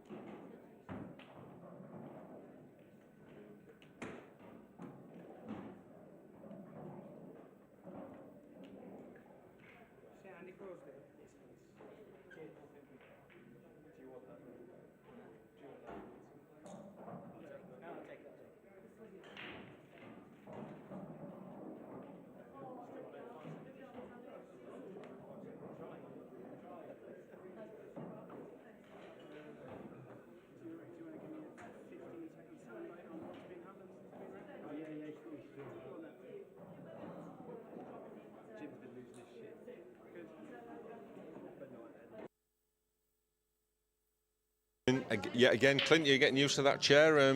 Must mean it's a good weekend. Yeah, it's comfortable. To be fair, it's comfortable. No, yeah, I seem to be playing a lot better today. To be honest, I've played better today than I played all day yesterday. So if I keep playing the way I am and breaking well, I'm sure I can run deep again. I mean, you were playing pretty well yesterday. So what do you think of the improvements on yesterday? Yeah, I was. Yesterday was like it was hit and miss. I'd have like a 3 or 4 frame where I played well, and then the next 2 or 3 frames I didn't play very well, or table caught me out, or missed a shot, or bad positional shot, or something like that. So just really inconsistent yesterday. But today I've been pretty consistent and played pretty solid. So. And obviously the day after the night before kind of thing, you know, a long 2 days to win the title. What does it take physically, emotionally, everything else, just to run deep today? Yeah, it's tough. It's really tough because obviously I won late last night and then went up to the room, chilled out for a bit, tried to sleep. It took me about 2 hours to get to sleep because I was still buzzing. Eventually got to sleep, I don't know, about 2 o'clock, and then I was up at 8:30 this morning because I was playing at 9:30. It's tiring, but it's what you got to do if you want to win. So just keep plodding along. I feel all right, to be honest. I feel a little bit tired, but no major, just keep plodding along. Yeah, I guess once you get into the game focused, all that you put to one side, I guess. Yeah, it's like, like when you're not playing and you're sitting around waiting, you can get a little bit tired, but as soon as I'm on the table, I'm zoned in and the tiredness goes, and you're just there to win, really. So, obviously, you've won a multitude of IPA titles. You won the biggest that there is, the World Championship. The victory last night, where would that rank it in? Obviously, not against the Worlds, but where would that rank again with your other titles, bearing in mind the strength of the field and that kind of thing? Probably up there with the rest of them, to be honest, like right near the top. Just because, like I said yesterday, I hadn't really been playing too much English pool. It kind of took a bit of a back seat, and I didn't have any expectations this tournament. So for me to come here and win, like you say, with the field, unbelievable, really.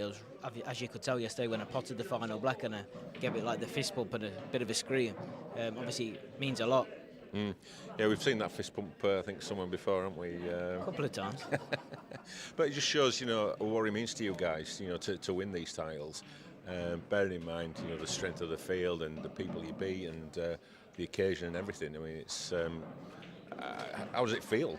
Do you enjoy the battle or do you prefer the bit afterwards when you can just look back and think, yeah, I did well there? I think probably the bit afterwards where there's no stress, all the stress is gone, and pulling my hair out and throwing my dummy coming out when I've played a bad shot or been unlucky. But it's all part and parcel of the game, I suppose. You get matches or tournaments where you play well and you get the rub of the green. You get tournaments where you don't play very well and you don't get the rub of the green, and vice versa. It's all on the day, innit, with this game. And how important is it to have, the fiancée Shannon who's looking over there, and family here? How important is that to you to have them in your corner? Oh yeah, it was brilliant. Yes, especially yesterday when obviously my dad and my little sister, and obviously Shannon, she's been here all week. Then my dad and my little sister was here and supporting me. Yeah, it's amazing to have the family. Brilliant. Well done, Clint. The journey continues. Good luck in the next round, and who knows when we might meet again, and you may be reacquainted with the chair again. Like I said, it's comfortable, so hopefully I'm sitting here again. Cheers. Well done, Clint. So Clint marches on, no stopping him at the moment. The next match on, it could be a pretty rapid affair. Jake Newlove, one of the best players in the world right now, World Championship runner-up, of course, came so close to lifting the title against Andy Crosdale, who we know he is rapid fire. So we're just going to take a quick 2-minute break, and then we'll be right back with the next match.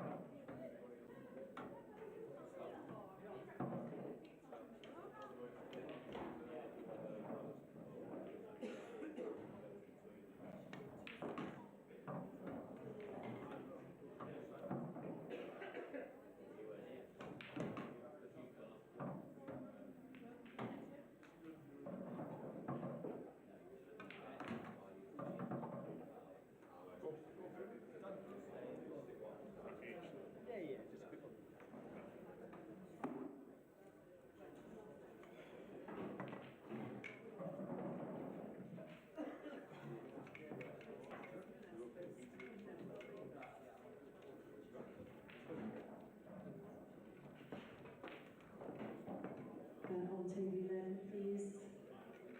Deb Birchall, Becky Shardlow. Deb Birchall, Becky Shardlow, table 11.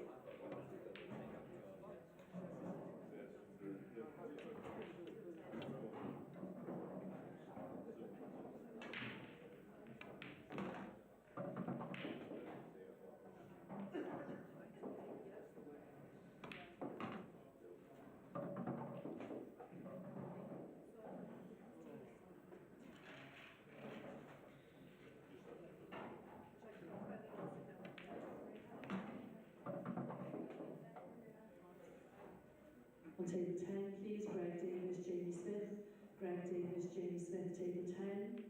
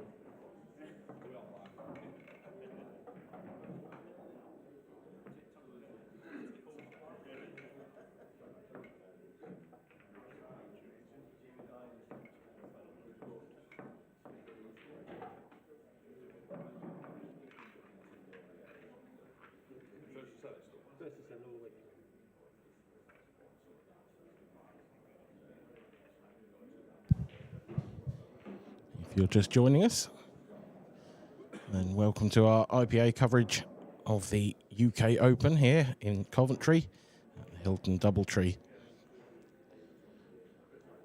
Just the end of this crucial match here. Final frame decider versus David Adnall and Curtis Lee. I've just been out in the arena watching this one. It's been a great comeback from Dave.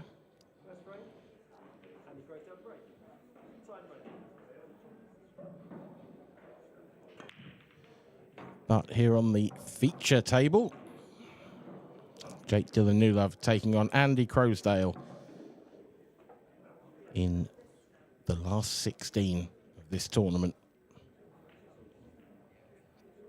Also, for those of you just joining us, a few results have come in quite recently, most notably Liam Dunster, who has seen his tournament come to a premature end at the hands of Andrew McKee. So Andrew McKee will now go on to face Clint Ianson in the last 16.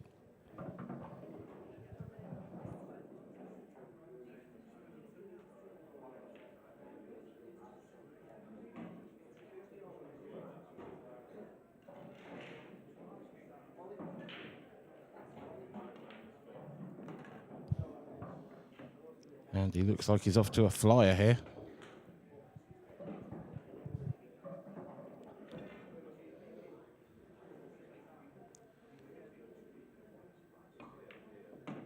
Cueing the ball really sweet.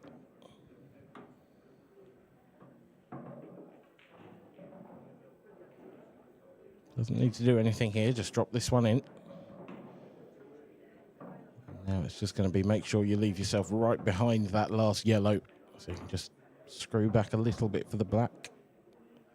It's almost overrun that, but not quite.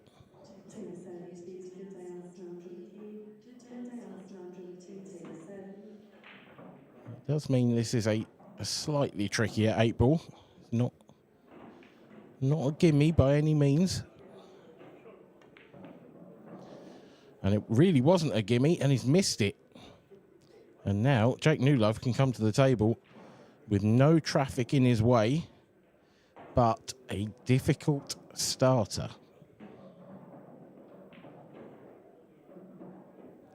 For those of you who are hoping to see the end of that David Adnall frame as well, I can put you out of your misery. He did finish the match. So David Adnall came back against Curtis Lee. I know he was 6-4 down at least, and he wins that one 7-6. So he will face Scott Pope in the next round. And Jake has let Andy back to the table, but this, if the last black was tough, well, this one is even tougher. And he's absolutely leathered it.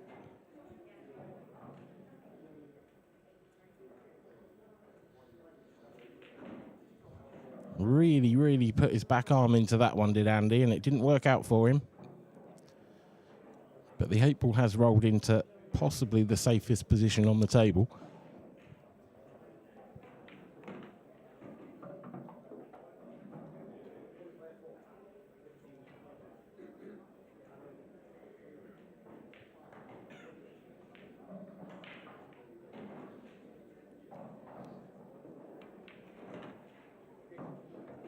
So with that David Adnall victory, the entire last 16 is completed. 7 of the 8 games are underway, and we're just waiting for that Adnall versus Pope game as well, and that would be all of the last 16 games underway.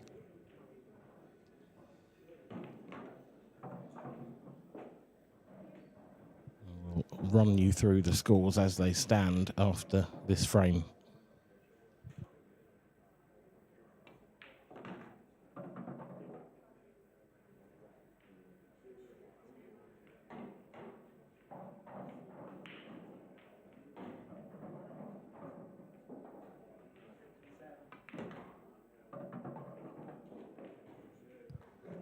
Nicely judged by Jake. That's about as well as he could have got on this 8-ball, but it is not easy. And he's hit it. Oh, wow. He gave that a real punch down the cushion as well, and the pace very nearly kept it out. But it finally drops in, and it's Jake Newlove who takes this first frame. As promised then, the current live scores in the last 16. Right at the top of the draw, Mark Boyle is at 2-all with Matt Schofield.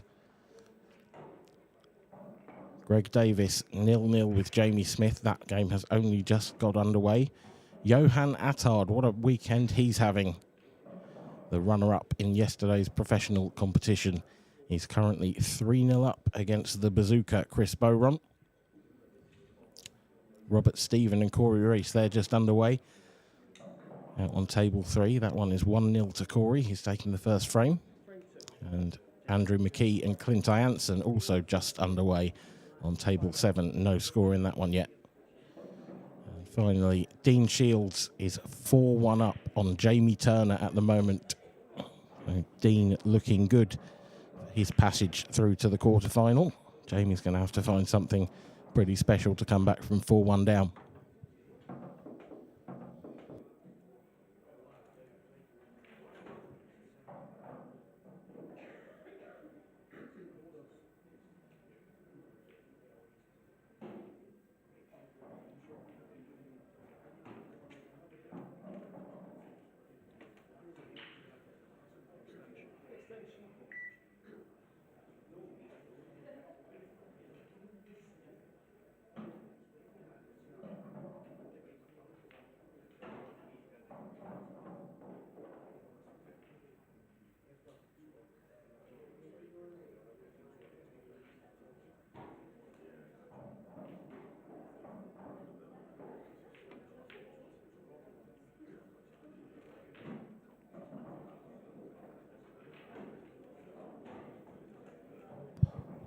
A slightly loose one there from Jake.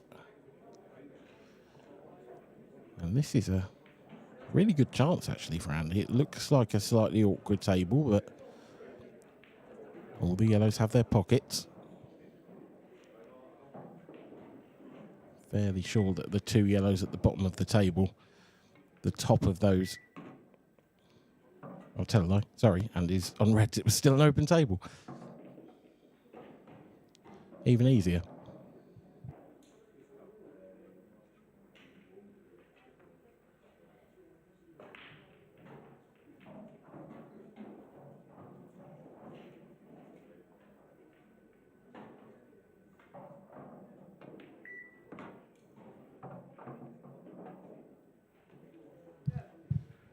Does just have to mind the traffic going.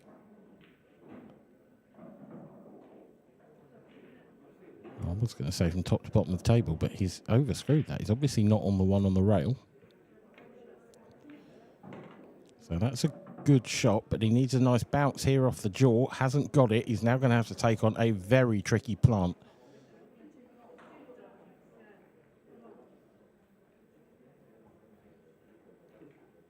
Doesn't mess about, Andy. Straight down on it. Nailed it. That's a brilliant shot. He looks very straight on this red, though. Can he just manufacture an angle and punch up? Wow. Yes. Just about.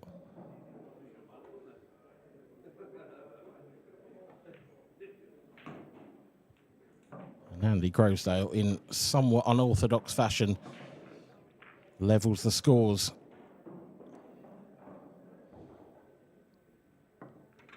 An interesting tie between these two so far. Both of these two, of course, had more than decent runs at the World Championships, in particular Jake, finishing runner-up after, well, one of the best matches of all time to Gareth Hibbert.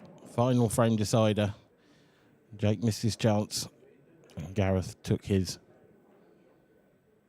Well worth a watch when we're finished here this weekend.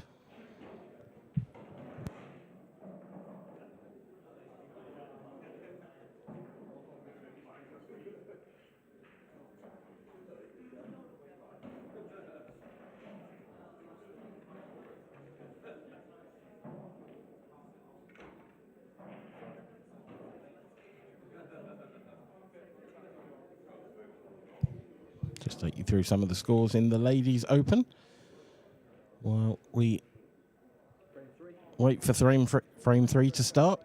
Deb Birchall beat Lauren Chandler by 6 frames to 1, and she will take on Becky Shardlow in the quarterfinal. who also won her game 6-1 against Cheryl McIntyre.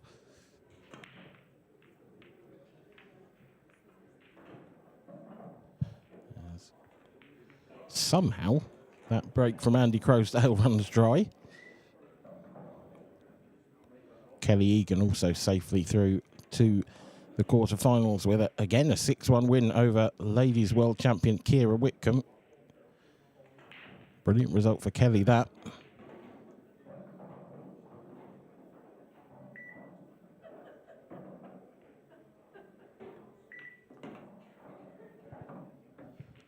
Good shot there from Jake just to open up that tricky red. Yeah, it does look like he has a big pocket for this red up to the top right. Could play 2 shots in one here, try and move the yellow out of the way of the pocket and also develop that red on the right side rail, which he has tried to do. He's caught it a bit thinner than he'd like, and he's now in a little bit of bother. No easy shots on the table here for Jake.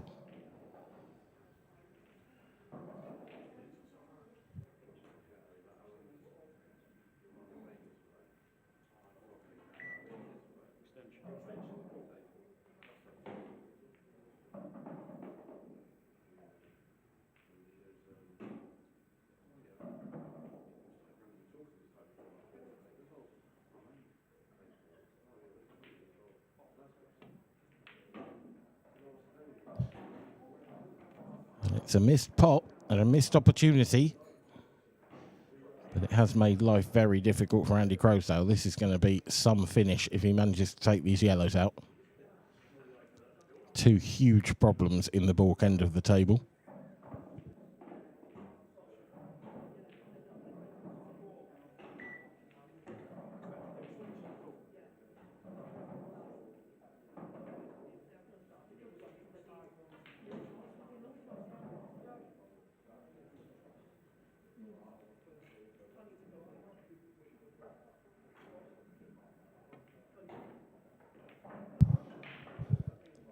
There is a rarely seen shot.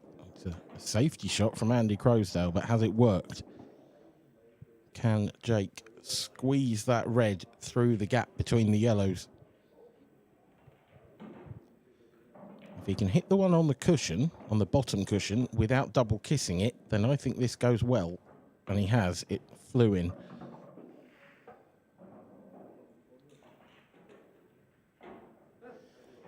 Didn't play it with a huge amount of conviction, though, and as a result, he's not really on anything again. Can he get through to the potting angle for that one near the corner pocket? Looks close to the jaw. Gone cushion first at it. I think that's as intended there.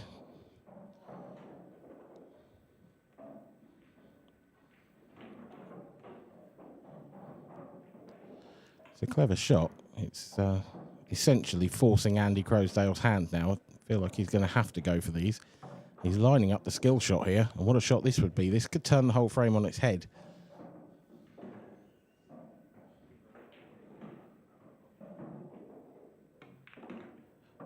Oh, it was a difficult one.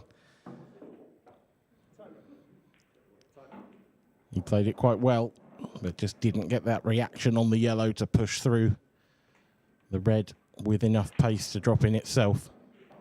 And now Jake should take this chance to get himself back in the lead.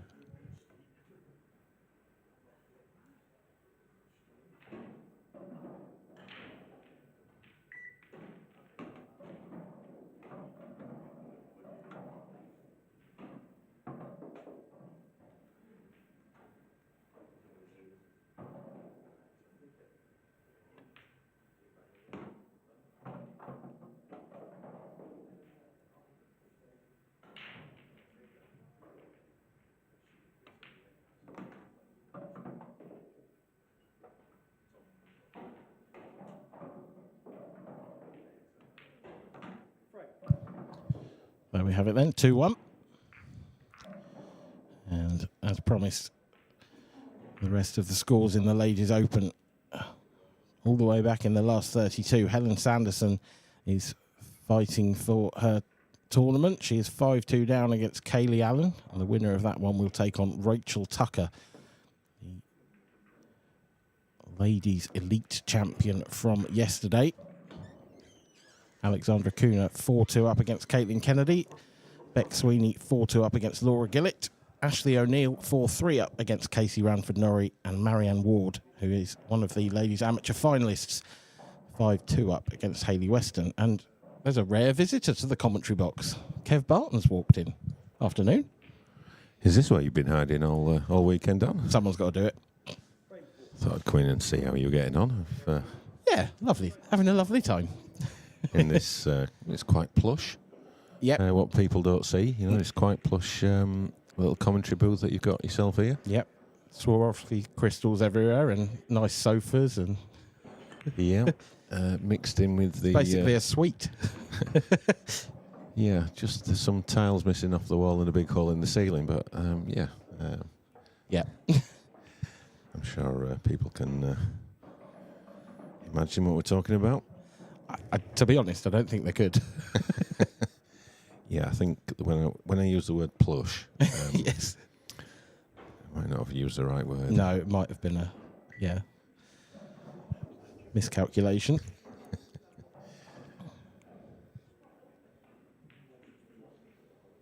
It's been a weird game this so far. Neither player looks brilliant at the moment. Yeah, and we know how good both these players are. So I'm sure it's only a matter of time before it'll ignite. But it's been a long 3 days, hasn't it? These players have been. Certainly, Jake will have been here since Friday morning, and they are full-on days. Yes. Yeah, they don't stop. Jake, I think he got to the semis of the amateur event, so he's gone deep in there. He's probably won about 6 or 7 games in that, and they're quite decent races.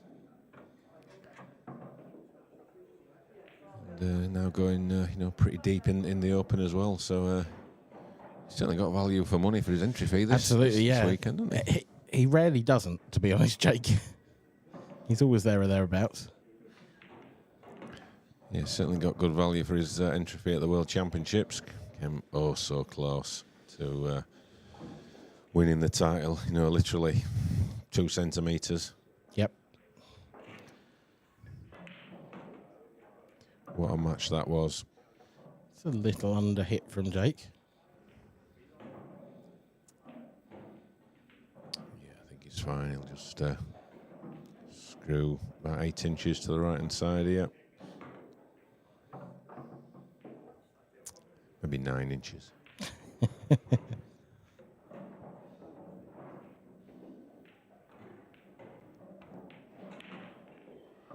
Nicely done. Jake Newlove leads by 3 frames to 1. We've had some shocks, haven't we? Andrew McKee.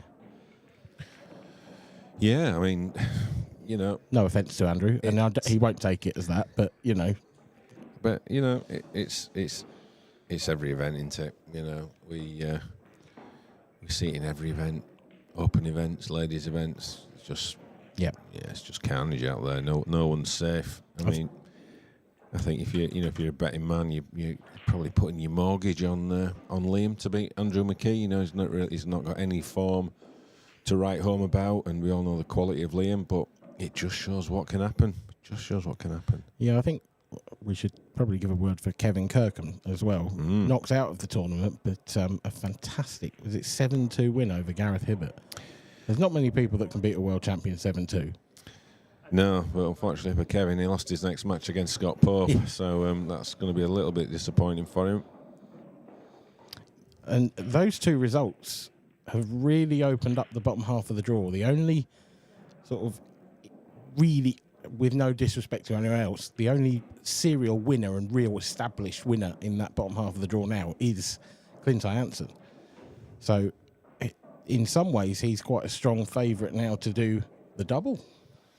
He is, although potentially he's got a matchup with Dean Shields in the quarters. But this section that Jake and Andy are in, Jake, Andy, Dave Addinall, Scott Pope. I mean, one of those players is getting to the semi-final. Yeah.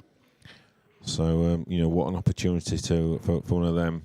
We said Clint. He's just started off against Andrew McKee. Again, on paper, you think Clint is a big favourite. However, Andrew McKee, he's finding something from somewhere. And Dean Shields is 5-2 up against Jamie Turner, who I think beat Dan Davey. Yes, he did, one of the earlier rounds. So I don't know him, but he's obviously got some pedigree. And then in the top half of the draw, obviously, Mr. Magic, the number 1 ranked player, he's playing Matt Schofield, who we saw earlier on the string, and he's 3-2 up. And Johan Attard, he's at it again. Yeah, I mean, are we heading for a repeat of the final from last night? Well, that'd be amazing. It's not beyond it though. It's not unlikely at this point, I don't think. Yeah. There's a good chance of it. So yeah, we'll see how all this pans out over the next 3 or 4 hours. It's going to be mighty interesting, that is for sure. It's going to be a bit of a late one, I think. Yeah. But there's certainly some interesting stories potentially to be written in this Open title. Yeah, still lots of games going on in the Ladies Open as well. The Ladies Amateur Final, that hasn't been played yet. They're trying to find a slot, but both of those players in the Ladies Final are still charging on in the Open as well. Selfish, really. Yeah. They could do with doing us a favour, but good luck to them. So it's all bubbling up very nice. Bubbling up nicely for Jake Dillon Newlove as well. He leads by 4 frames to 1 now, and Andy Croasdale is staring down the barrel a little bit. Andy missed a couple of chances earlier on in the match. He seemed to be sort of over-hitting everything a little bit. Perhaps, I don't know whether it was sort of looking for rhythm but he seemed to really be trying to punch the balls in. And a couple of times it didn't really work for him.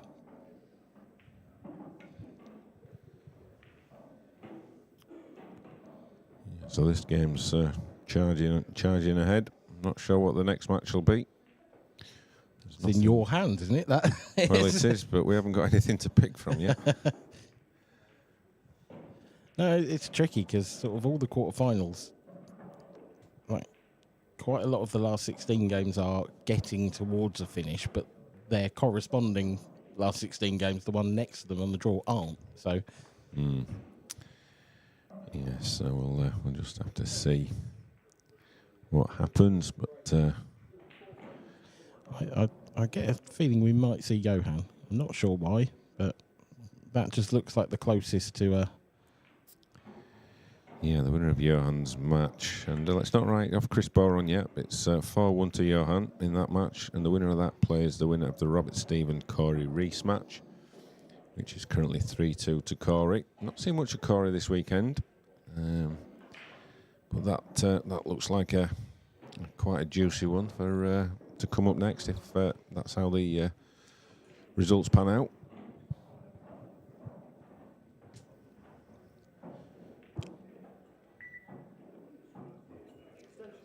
Don't think you'll see Johan getting complacent if he gets a lead after what happened to him last night. No, that was a sickening blow for the Maltese man, wasn't it? Yeah, that would have been a tough one to take. He played so well to get 9-7 up, and he literally just sat down for the next 3 frames. His break, he went in off, and the pool gods were just saying, not today, Johan, not today. Now then, a chance for Andy Croasdale. Not an easy one.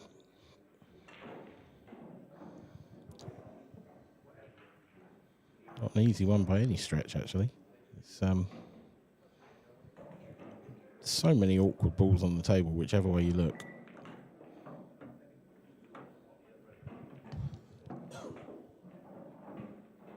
Andy quite cleverly drops on this red to the centre, which will drop him on the next red to the centre. Or it would have done, had he not once again overhit it. Yeah, the pace of the table just catching him out a little bit there.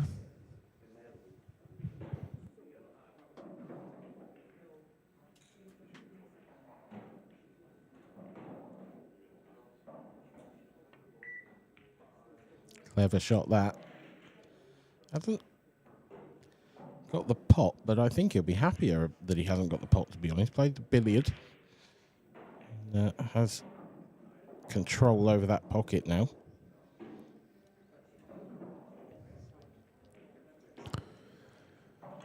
So we're just looking at the YouTube chat. If anyone's got any questions for us, we'll get Dan to answer them.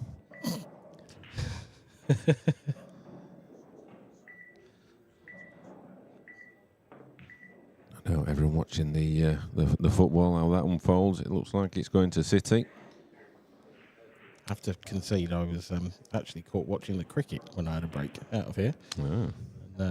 It's my neck of the woods versus your neck of the woods, I believe. Sussex v Yorkshire. Yeah, it was looking so good for Yorkshire. It was. And then they lost the last 4 wickets for about 5 runs, I think. 3. 3 was it? It Yeah, was. It wasn't many. It was Ollie Robinson with an amazing Is he still playing, Ollie Robinson? Oh, yes.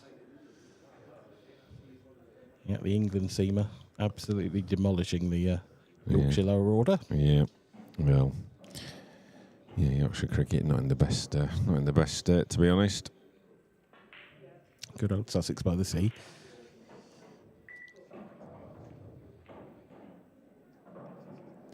Yeah, so while the players are just having a little bit of tactics, like I say, fire some questions if you want to ask anything. I'm sure Dan will know the answer, and if he don't, we'll make something up. Sounds about right anyway. But overall, Dan, it's been great to be back at Coventry. It's been it's delivered yet again. It's a lovely venue. Oh, wow. That has not gone well for Andy Croasdale. That's gone very badly. Yes, it has. It's always a great venue. It's my favourite breakfast, I think. Talking of the important things. Yeah, absolutely. Yeah, it's a quality one. Yeah, they cook their bacon well. That's what I find. Yeah. It's certainly a good start to the day. Yeah. But, yeah, in seriousness, we've got the room set up really well. Yeah, everything's been a great weekend. Yeah, stacked out entry field. And if anyone's thinking that they want to play in the next event, well, you need to be quick, folks, because the event is filling up. I think there's only about 10 spots left. And then the sold-out signs will be up. So if you want to be a part of the next event, I do suggest you don't hang about. In many ways, I'm surprised that there's that many left. Jake's gone aggressive, and it hasn't worked. Yeah, I mean, we've not even... I mean, we did promote it last week, but it was filling up well before then anyway. So... and it's not until the end of July. I mean, it's it's over a couple of months away. But such is the demand for spots, it's just gone a little bit bonkers. It's nice to see. It's what we want. Yeah. Yeah.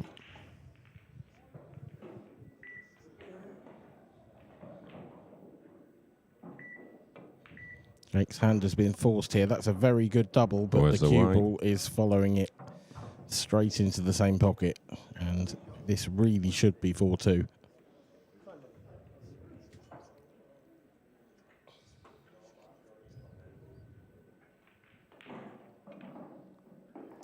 And just talking of Andrew McKay, as we were earlier, the conqueror of Liam Dunster, he's 2-0 up against Clint Ianson.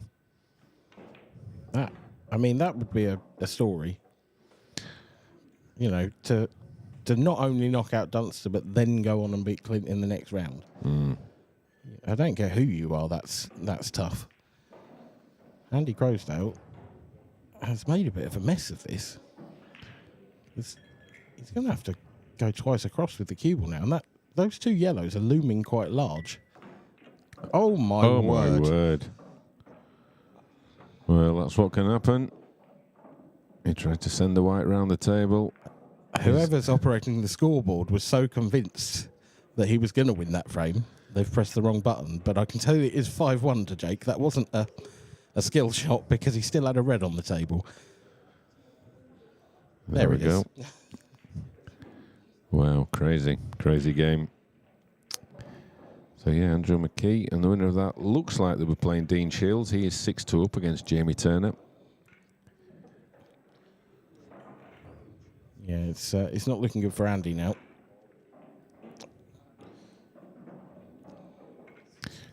Johan Attard from Malta, he's 5-1 up against Chris Boron now. So he's keeping his form going, not being too despondent about what happened yesterday. What a lovely bloke as well, Johan. Lovely bloke. Yeah, absolutely agree. Frame 7. Andy Crowsdale to break. 25 frames to 1. Time run. Andy Crowsdale breaking off, probably going to take out some anger on these balls, and he has done. Well, it's a great break. Look at these reds all out in the open. He's quite a streaky player, Andy, isn't he? You know, he gets on a hot streak. When he's firing, but when he's a little bit off, he's a long way off, if you know what I mean. Yeah, it was quite a long way off with that one. Yeah, and I think that's been the story of the match. He just has never got to grips with the table. Played that well. I watched him. All the players get a couple of minutes, don't they, on the stream table before they have to play on it. And I watched him in that, and he was almost bashing the balls around like he was trying to get his arm going. Yeah. Which is a technique that you see a lot of players do, but at no point really did I see him play a shot where I thought he was judging the pace of the table. And I just wonder if it's thrown him slightly. Oh, we have a quarter-finalist as well, Dean Shields. Has beaten Jamie Turner by 7 frames to 2. Yep, Dean Shields. He's one of these players that has yet to lift his first IPA title. He's been beaten. The Jimmy White of Paul. Yeah, he's been beaten in a few finals. And it's got to the point we've had to get another bank of questions to ask him. Because we've asked him just about everything from what it feels like to be a runner-up. But maybe it's his time to shine. Yeah, maybe perhaps this time he can pick out a wedding dress rather than a bridesmaid's. Very clever there, Dan. Very clever. Liked what you did there. Thank you very much. So, Andy Crowsdale pulls one back. Nice little breaking dish. But still a little bit of work to do in this one. Yeah, he's a long way back. Jake looks to be playing really quite well.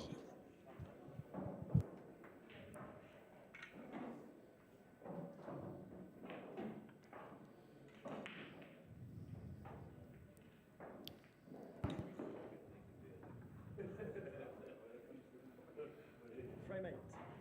Take the Newlove to break. Leading 5 frames to 2. Time run.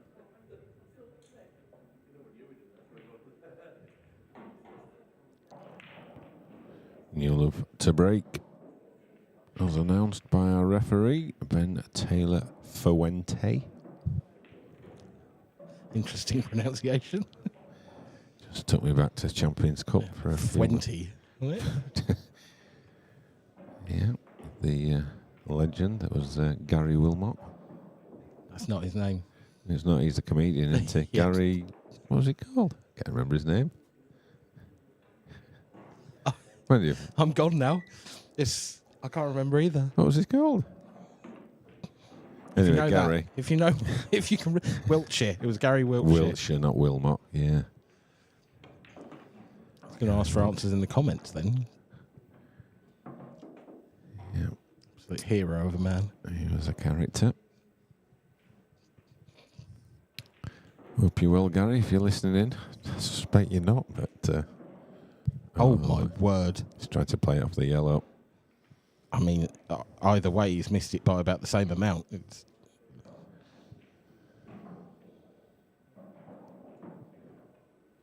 That's very poor, I'm afraid, from Andy Crowsdale. Yeah. Well, there's a real chance to get back into the match, that as well. Yeah, but I think, like you said, it sums probably Andy's form up at the moment. some good stuff and then some pretty average stuff. Is that to slow down? Yeah, not too bad. It's a very good shot. And after his bad ball early. I wonder if that red on the balk line goes to the top left, because if it does, then you would expect Jake to finish this frame from here. If not, he might have to move it.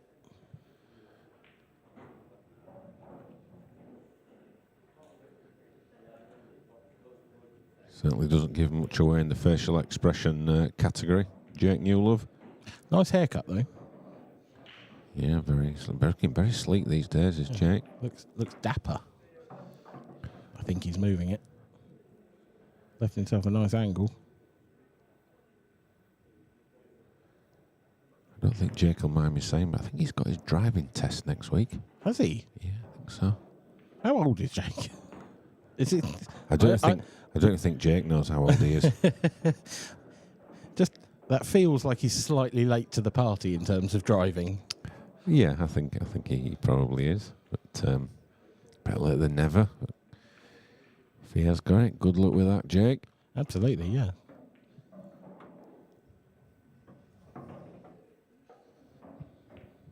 Considering the amount of events he enters up and down the country, I imagine it will make his life somewhat easier. Yeah, you won't have to thumb a lift for every event. I remember taking my driving test. I was more nervous for that than I was when I sat my A-levels. Were you a pass first time? Nope. Second. First for me. And I wrote off the car a month later. Oh, careless one. Careless. Very uncharacteristic. But I guess at this time of the weekend, those little lazy errors can creep in. Yeah, they've both thrown a few in now in this match. No, this is bizarre because if that yellow goes, why did he try to move it before? Well, yeah, absolutely. Your guess is as good as mine. That makes no sense. No.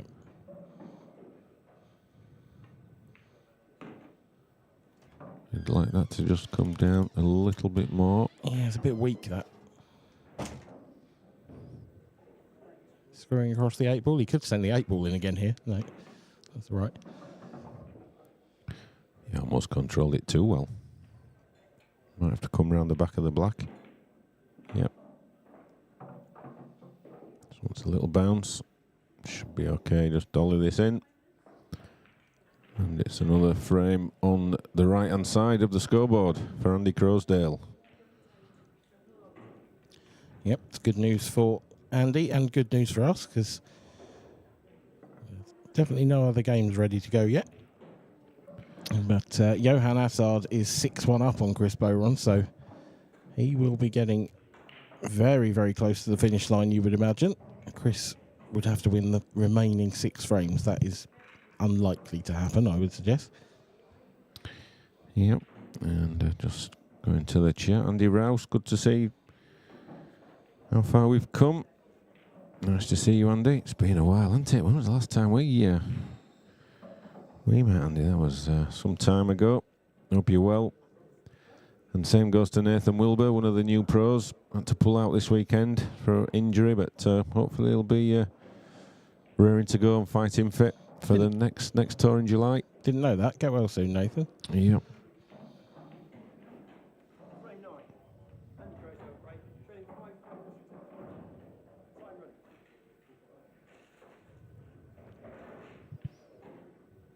So, big frame this. And that's a phenomenal break. It is. It's his second phenomenal break in a row, and he didn't make the most of the last one. He won't be spending much time on these, I can tell you. The only tiny little problem I can see is this yellow just to the right centre. Just needs to be careful how he gets on that one.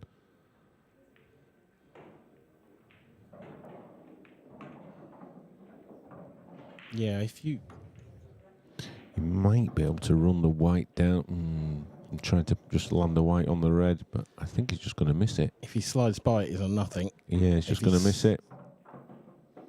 That's perfect. Is he on that? I think so. Yeah, I think he's controlled that really well. Yeah, another half turn, and he was in a whole world of trouble there. But as it happens, he was fine, and he's going to punch another one back here. Yeah, I mean, Andy looked dead and buried, to be honest, a frame and a half ago. When Jake made a silly little error and let him back to the table. Yeah, when Andy potted that black out of turn, 5-1, it looked like we could have been doing the interviews by now, but this game has completely changed, and 3 on the spin for Crowie. World's worst nickname. Absolutely. Absolutely. I've been on that campaign for years now. The worst nickname import is such a lazy nickname. Crowie. I mean, who came up with that? Was that an Einstein? I mean, come on, let's get something a bit more 21st century. There's some good ones out there now. Yeah, I think we asked this question before, and somebody came up with, I'm sure it was Run Around, because was he on that programme? Yeah, there was Kids something programme. like that, yeah. I mean, that's long before my time. Yeah, and mine, yeah. I mean, I've just seen the repeats on UK Gold. But, yeah, Mike Reid used to host that. Google it, folks, Google definitely before my time. Is that Frank Butcher from EastEnders? Yeah, yeah.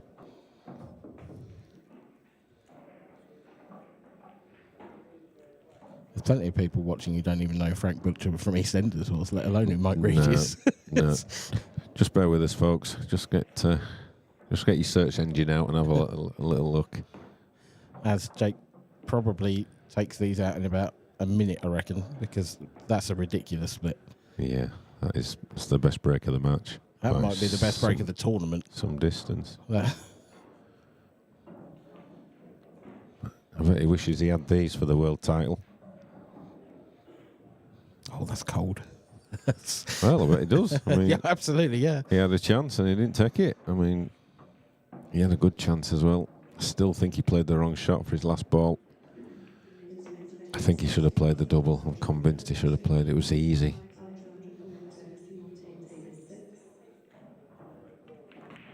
Yeah, no, I couldn't agree more, actually. I think I said it on commentary at the time. I couldn't believe he left that shot to the middle. Yeah.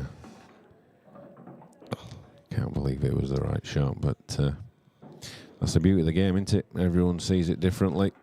If he'd have potted it, we'd have been calling him world champ and wouldn't even been having this conversation. Nope. Well, looking at the quarter-final lineup as Jake takes us to 6-4, we have 2 names now, Johan Attard and Dean Shields, in opposite halves of the draw. And it looks like we're about to be joined by another, because Mark Boyle is 6-2 up on Matt Schofield at this point. And that's a very long way back for the Englishman. Yeah, Clint Ianson's turned things around against Andrew McKee. He was 2-0 down, but 3 on the spin, so he leads 3-2. And another 3-2. David Adnall as well is leading Scott Pope. They would be a very popular semi-finalist if he could come through that bottom quarter of the draw, David Adnall. Yeah, Scott Pope only got in to the event due to a withdrawal. Really? He was on the waiting list. He didn't make the cut, but he was on the waiting list, and we had a dropout, and he took the spot, and he's having a good run. I mean, if Dave loses this match, don't tell him that.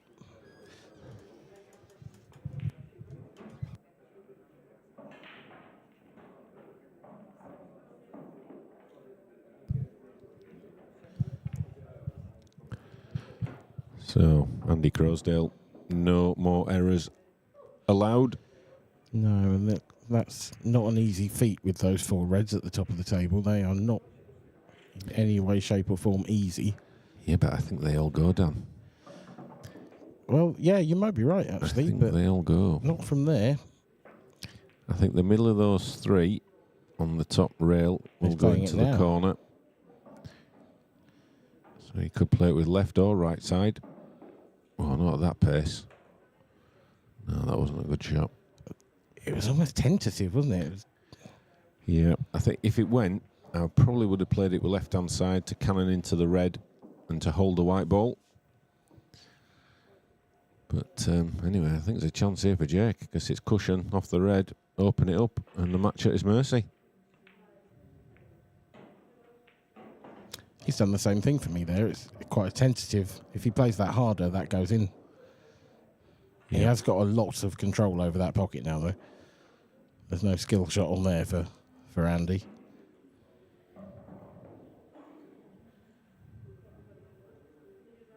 If you can get through to see this. Doesn't drop that in. Oh, well, yeah, you say that, but he's got a great angle to go into that cluster of balls.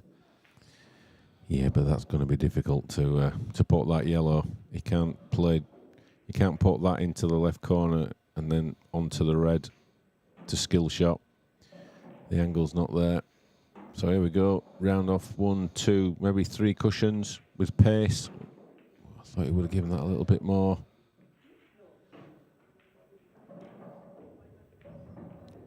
I mean, can he pop the red along the rail and screw back into the yellow and get enough on it to play a sort of 3-ball plant afterwards? I don't think so. Does the red go past the yellow? Surely not. The red must go past. He's playing for it. Well, unless he's going to screw into it from this. No, that wouldn't be the shot. Looks like it might be.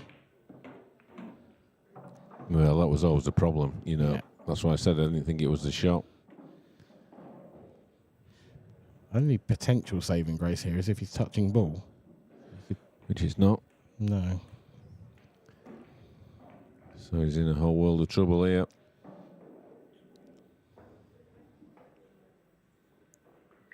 He's literally just going to kill the red.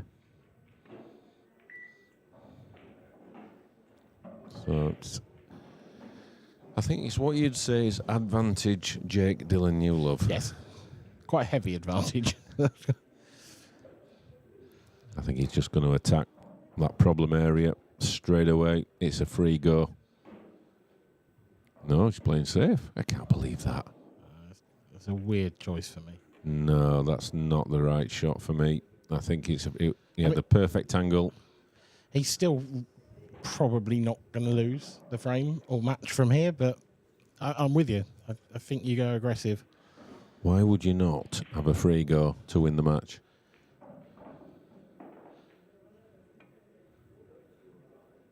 That's just slamming into that yellow. Yeah, it wasn't his best attempt. So, yeah, Jake will be okay here. Expect him to take these out. But surprised he just didn't, as I say, have a go when he had chance. You just never know. If you're giving your opponent shots, anything can happen.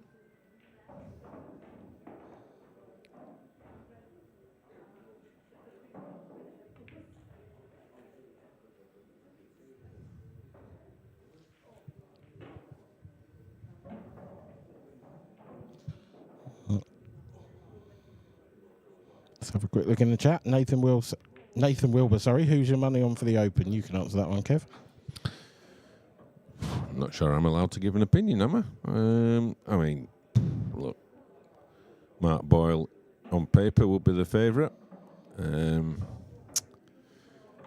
But he has just made his way through to the quarterfinal, by the way. Just updated on my screen. Yeah, so, Boyle's got to be up there. You can't write off Johan Attard after, his exploits over the last couple of days. But, is it Robert Stevens' time? He's 4-3 up against Corey.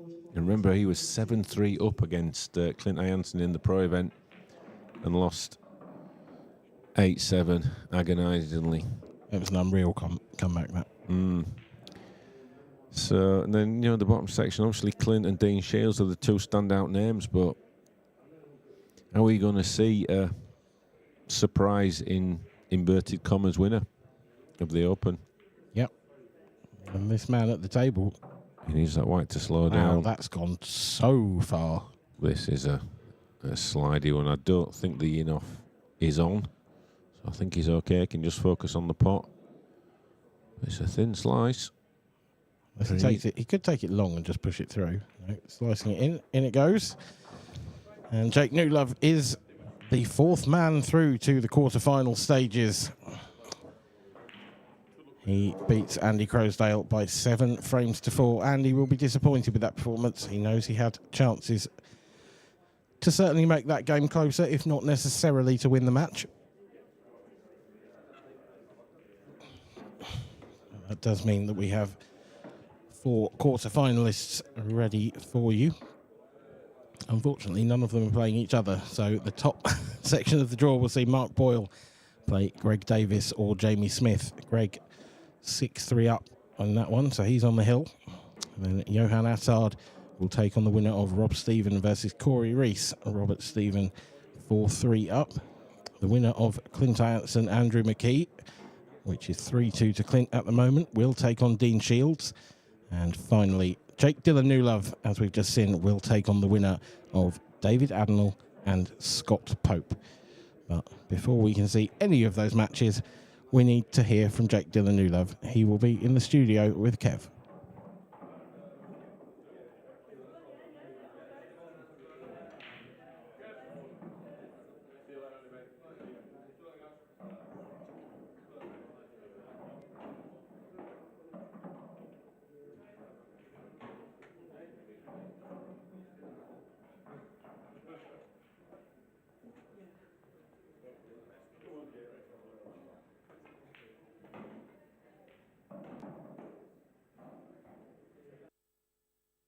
And I'm here with Jake Newlove, victor over Andy Crosdale. Jake, bit of a funny match at the start, but you got the job done in the end.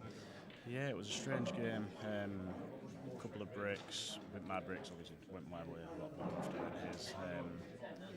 Just a couple of scrappy shots here and there, but then I sort of got into the flow a little bit to get the lead. And then started messing it up a little bit in the middle. Got a massive break at 5-4 to get onto the hill, and then obviously the last frame went my way as well, luckily. I mean, generally your form this year has been pretty spectacular. Obviously, so close in the world final. We might talk about that in a minute if you're okay to talk about that. But you know, just continuing on where you left off, really. Yeah, rematch of the semi-final on the stream weekend. So that was a weird match again. But yeah. I've been playing really well this year, and hopefully it just continues. Do you draw anything from that semi-final victory over Andy? You know, do you go into that match with more confidence because you know you've beaten him before? No, not really. I think you just got to take every match as it is. First to sevens at this level, anybody can win if the breaks go your way. So you've just got to take it one frame at a time in any tournament, really. So just reflecting back on the Worlds, which I'm sure you have many times, and that last frame and that last shot, what are your thoughts on that as you look back at it? Definitely should have played the double. Probably the first time I ever backed myself to get a double. I wish I'd have had that break from 5-4. Yes. Yeah. But yeah, obviously I was really happy with the result at the time anyway. Obviously a little bit gutting at the time, but yeah, it's just have to learn and hopefully get there again. When you were going about that clearance, did you always have that shot in your mind that you played for the last ball? Was that sort of the plan? Yeah, so when I had 3 balls left, the plan was to leave myself straight on the ball in the middle. The ball in the middle of the table to then get onto the one into the middle, because it did easily go. And then I just had the black down the rail. But because I've landed just off angle, I've sort of tunnel visioned myself. So I've just gone and played the shot and not actually reassessed the situation. Yeah. But yeah, obviously watching it back, the double was definitely the right shot. Especially because I'm pretty confident with most doubles anyway. Sure. But yeah, other than that, I felt like I played well all match. I feel like I only made maybe 3 mistakes. So over that distance, I was very happy with it. Oh, the match was phenomenal. You know, as a fan of Paul and the commentator and spectator, I mean, the standard that you and Gaz played, I mean, it's up there with the very best. So, like you say, you must take a lot from that, despite the result. Yeah. Helps when you break like God for a couple of hours. But I just gotta obviously new tournaments, different. Just try and keep winning and try and get the titles. And is the set format of the World something that you actually like, or is it? Yeah, I really enjoy the set format. To be honest, just being able to reset every. It don't matter if you're 2 sets down, you can still win the match easily. Really, it's just, and there's always pressure on the frames because it doesn't matter what frame you are in the set. You can always put the pressure back on just by winning 1 frame. So, yeah, it's a really good thing. Well, just want to congratulate you on a great tournament. Unfortunately, I wasn't there. I was, having a bit of surgery, but but I was watching it from home, and yeah, it was a phenomenal, great advert for the sport. So, I just want to congratulate you on that. Thank you very much. And well, you're into the quarterfinals, so we'll better let you go do what you need to do to prepare for your next Chill out match. a little bit. We're going to take a short break now, and we'll be back with more live coverage in 30 minutes. So recharge your glasses, have a little bite to eat, whatever you need to do, and we'll see you back here in 30.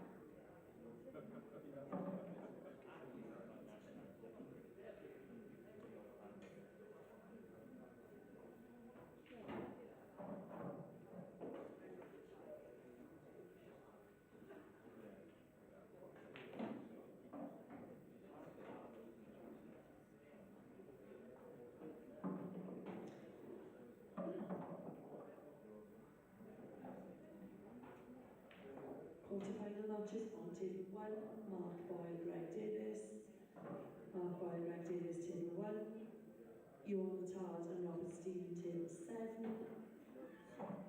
Clint Ianson, Dean Shoes, 24. And Jake Newlove and David Arden, table 2, please.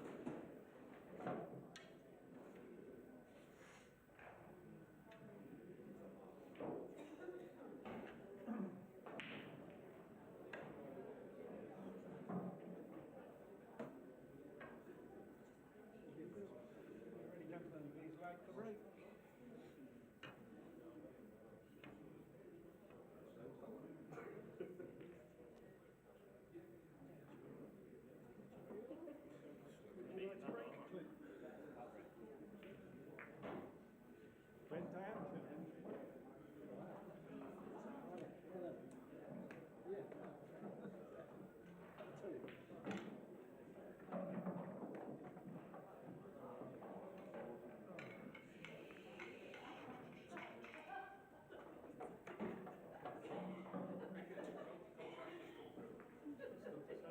It is indeed.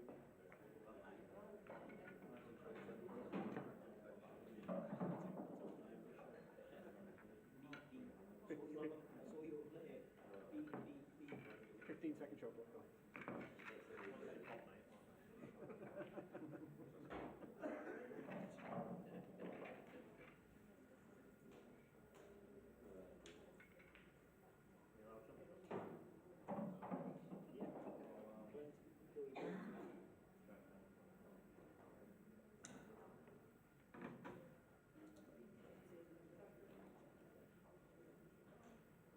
IPA UK Open quarter-final match, race to 7 frames.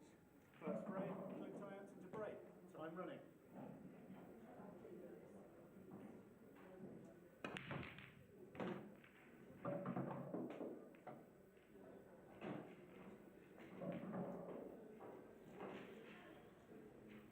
Touching ball.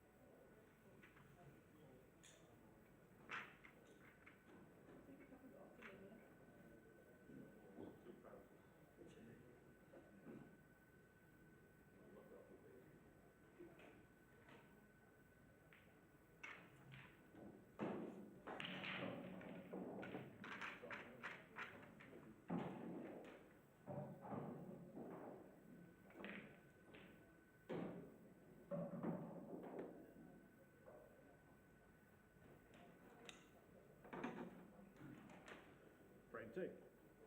Dean Shields to break. Negative, 1 frame to nil. Time running.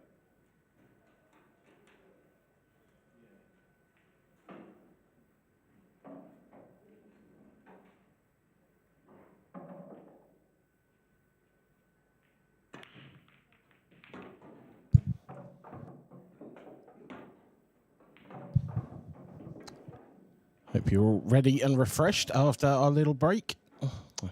Unfortunately, I was a little bit too, well, not quite ready enough and getting a bit too refreshed because I've missed the first frame, but Clint Ianson is 1-0 up on Dean Shields here. And Dean has broken off in the second frame and looks like a half-decent chance this on reds. You can get through to that one on the rail at the top end of the table.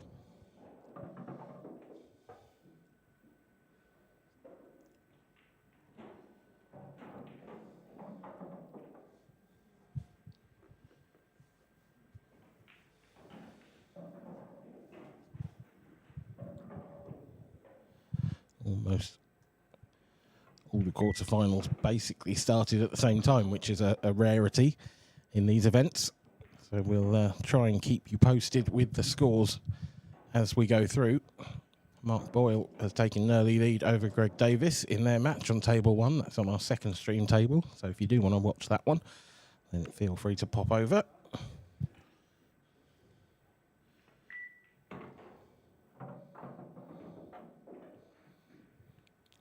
Johan Attard, Robert Stephen is at 0-0, and Jake Newlove, David Adnall is also at 0-0. Those are the 4 quarterfinals, including this one. Dean has overrun that shot by quite a long way. And he's in potentially a bit of trouble now. It's he's obviously still got the red in the middle of baulk, but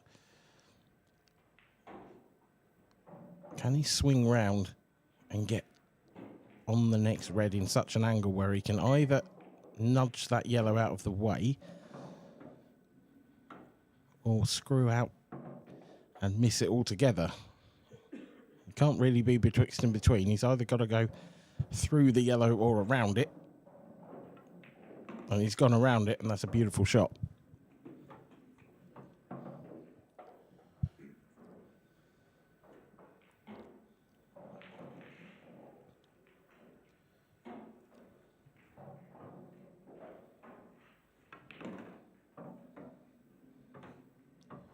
Nicely cubed there from Dean. Little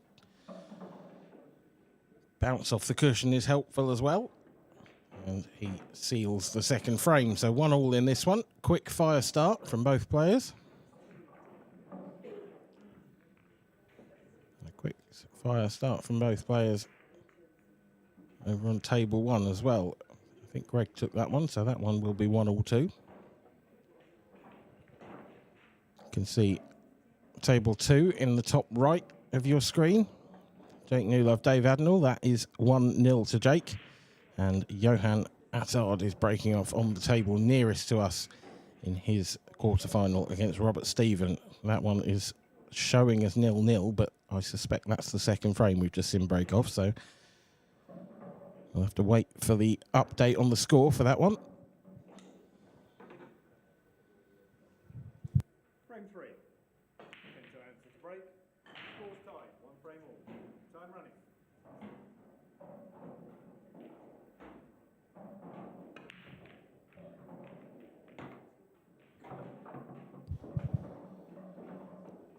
Clint opting for the cut break, and that has worked out exceptionally nicely. Really great chance this on reds.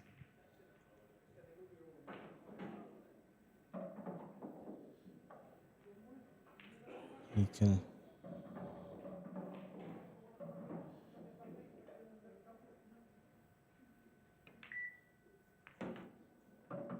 play the plant first up. Now, I don't know whether he might choose to play the plant into the centre pocket. It's not a particularly difficult shot. It does add a little bit of difficulty, but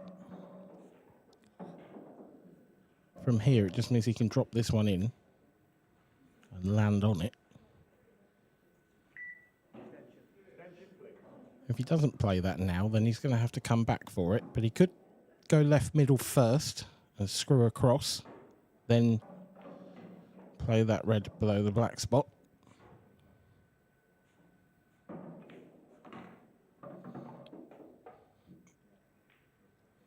Or potentially, that red goes to the bottom right corner past the other red. It must do.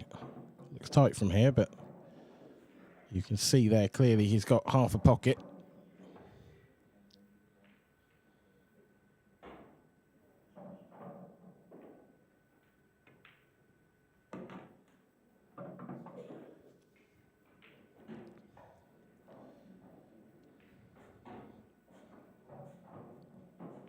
Shot here you would think is the key to the frame.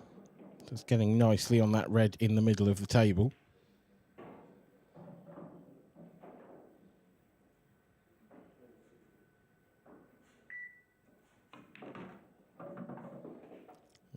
Overscrewed that a little. It should just be able to come on and off the side rail for the red over the corner pocket.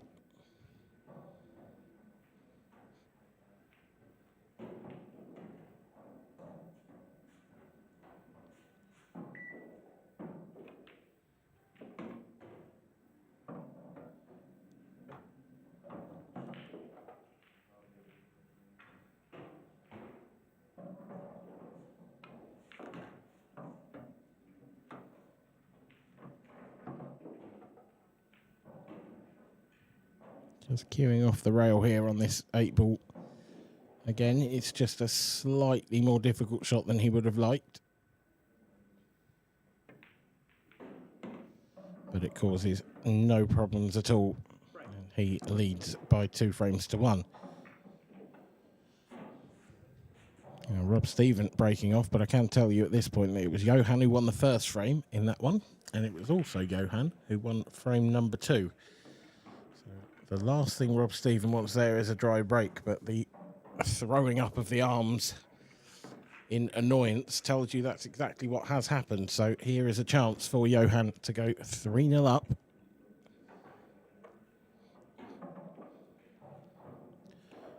And here is a chance for Greg Davis to tie the scores with Mark Boyle at 1 apiece. Been a real weekend for the new professionals, and Greg is continuing on their behalf. It's a fantastic performance to get to the quarterfinals. He will need to pull probably the performance of his young career so far out if he's to make it any further, being up against Mark Boyle.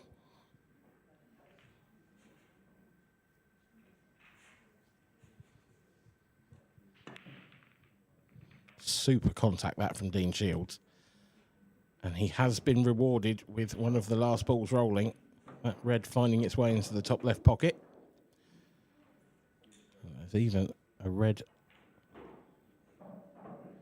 near the right centre for him to get started on.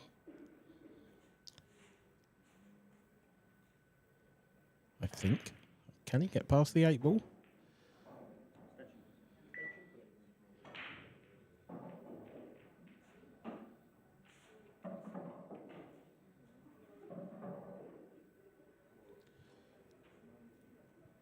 There is some more work to be done here than it perhaps first appeared.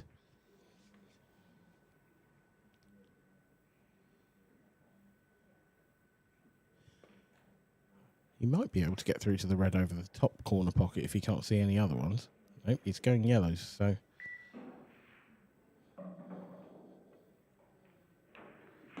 Looks like the slightly trickier colour set owing to that yellow on the right-hand side of balk. Everything else is fairly open.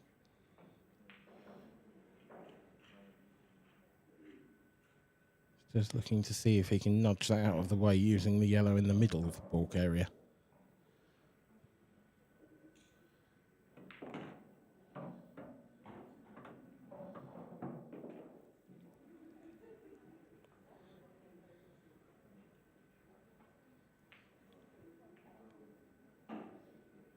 A big shot, this.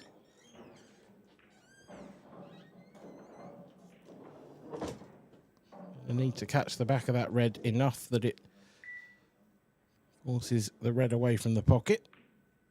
Oh, he's gone into the front of it and he's missed it.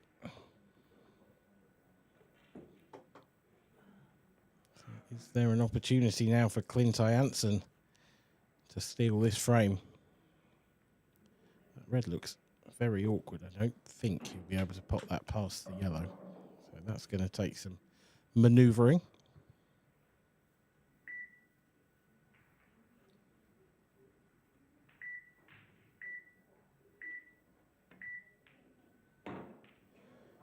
And Kev Barton has joined me once again in the commentary box.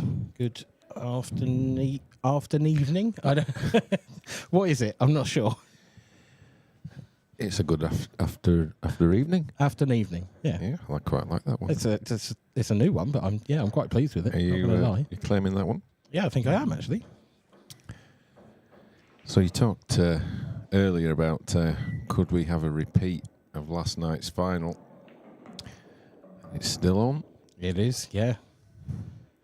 And both players are leading in their respective semi-finals as well. They are indeed. All the quarter-finals now underway. Mark Boyle trails Greg Davis, who's having a great run. I don't know Greg, he won the World Mixed Doubles title this year. Greg's actually a phenomenal talent. I played him at the Isle of Man last year, and would have been his penultimate event as an amateur. And we had a great game, but he does not know how to lose. It's quite annoying. Well, he leads the pro number one. Mark Boyle 2-1. Still early in these quarters. They're all pretty much at the same stage. Johan Attard, he's 2-0 up against Robert Stephen, as we're seeing here. Clint 2-1 up against Dean. And Jake Newlove, the World Championship runner-up. He is 1-1 against the Isle of Man's finest, Dave Addinall. Clint's in a spot of bother here. He's done well to pot that red, playing it with a lot of side, but he's pushed the yellow in front of the pocket for the last remaining red, or what will be the last remaining red. And he's the wrong side of the middle as well, so not quite sure what he's looking at there. Yeah, this is a tough shot. Cushion, yellow, corner. Very small window. Yeah, just caught the yellow first. You know, I almost thought he was lining up a Mark Boyle-esque skilly there, because that didn't look on to me, that shot. No, very, very difficult from that angle. But this is now a gift for Dean Shields to tie things up, 2 frames all. And, you know, you've got to think that Clint is... I know I interviewed him earlier, he said he was feeling good and all that kind of stuff, but he has got to be, you know, getting a little bit tired, you know, mentally. These weekends are so tough, and, you know, to win an event just takes so much out of you. For me, he's... Not that I know that, but apparently that's what they say.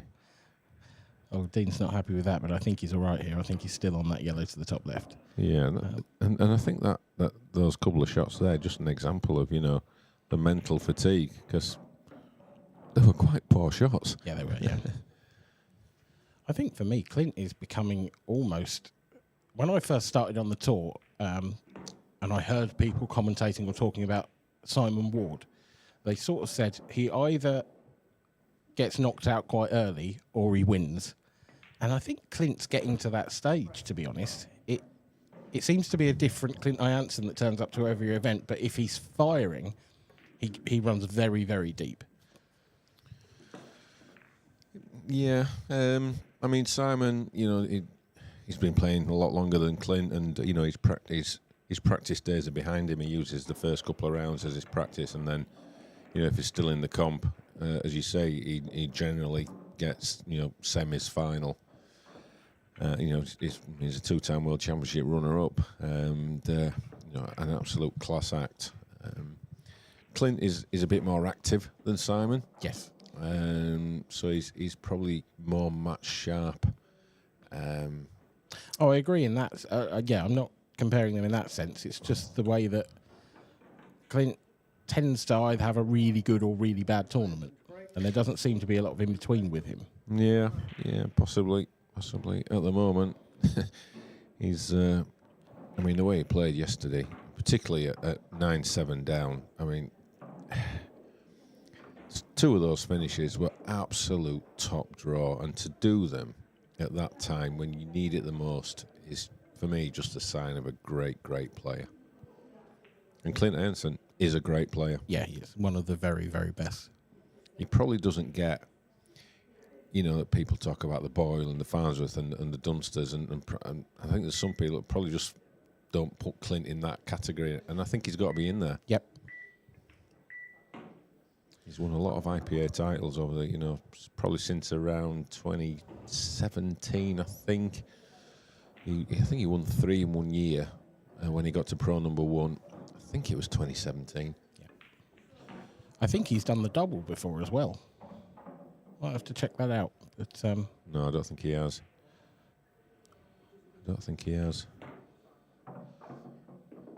But he's certainly giving himself every opportunity to do it this weekend, that's for sure. And playing so much more fluently. I mean, look at that. It's a phenomenal positional shot. Absolutely millimetre perfect. Yeah, it's turned what was a very difficult red into a probably 9 out of 10. Yeah. He said when I interviewed him, he's just playing. Is that a little wide? No, it's there. Yeah, just the pace, took it in. But he's playing, he's playing quicker. He's not second-guessing himself. Just, trusting what he's been practicing over the years. Like I say, he's very active, so he's always fairly loose when he's coming into tournaments. Well, Johan Attard is making mincemeat of Rob Stephen at the moment. That is for 3-0. And in the other games, David Adnall 2-1 up against Jake Dillon Newlove. It's in the game, the top right of your screen on Pro 2. And Mark Boyle trails Greg Davis by 2 frames to 1, but it is the Scotsman who's at the table. Yeah, just a reminder, our second stream table, the one that Mark Boyle is on, you can tune into that one as well if you want to watch that game, or get another device open and have both in front of you. Modern technology is wonderful, isn't it, Dan? That would be greedy, wouldn't it? Mm. I've done it before, though.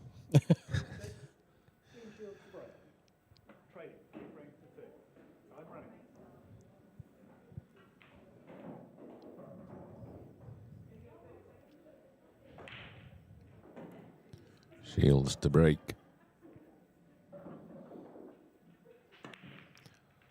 The traditional long drawback, big pause, and nothing going in. And nothing in.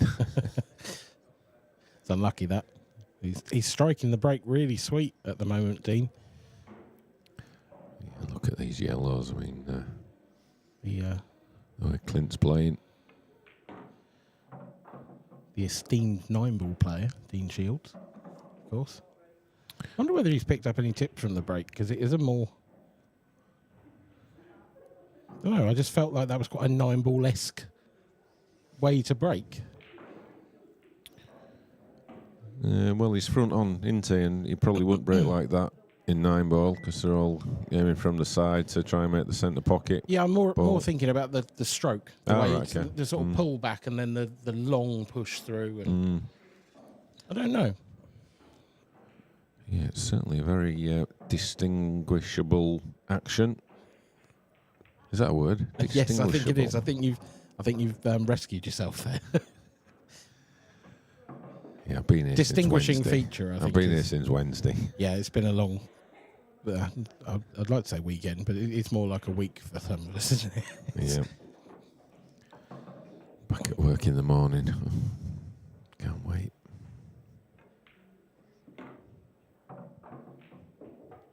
Just held up in time, that cue ball. If it was a bit straighter on that, it could have been a problem. As it is, perfect position.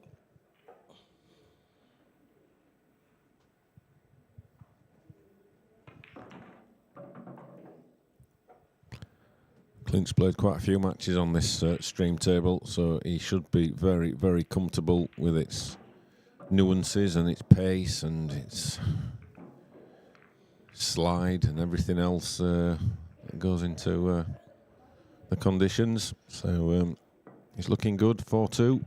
Yeah, he looks in great touch. There's another man who's in great touch, Johan Attard. Yeah, absolutely. And, bad news for Rob Stephen fans because, well, these yellows look gone, really. Well, I think you fancy them down, wouldn't you? I wouldn't go that far. I think Mark Pickworth would get them.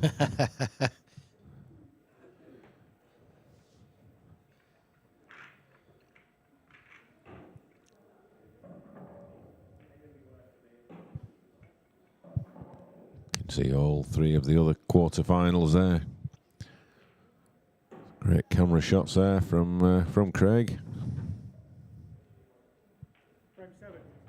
Clint Ianson to break, leading 4 frames to 2. Time ready. Back to the main table.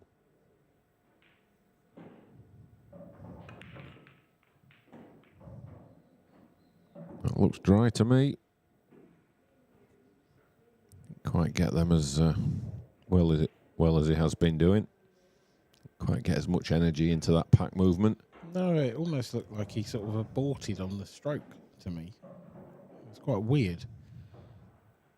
He sort of feathered it an extra time almost, and then I don't think he quite got the cue through in the same way as he has been. A little bit of work for Dean to manoeuvre here.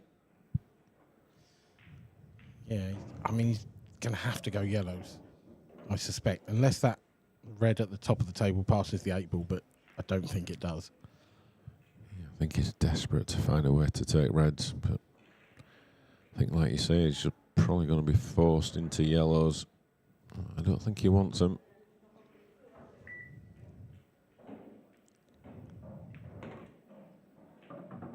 He's way under hit that one. That's not a great shot.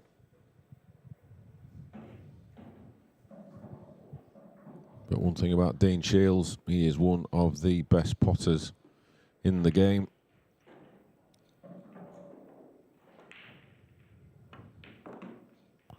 Just like that, drills it in. And all of a sudden now this becomes a great chance. That's a brilliant shot.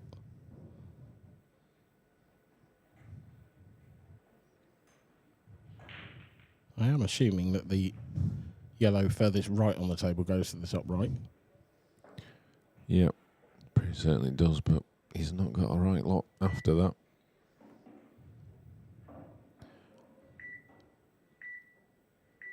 The beeps are ticking down. Wow.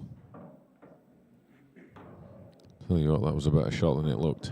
Yeah, especially if he's found that gap between the yellows. I think he has. Wow, he's getting straight down.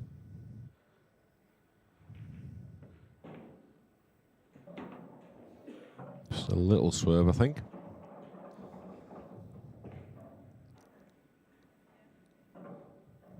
Still got a little bit of work to do on this one. May have to come down first.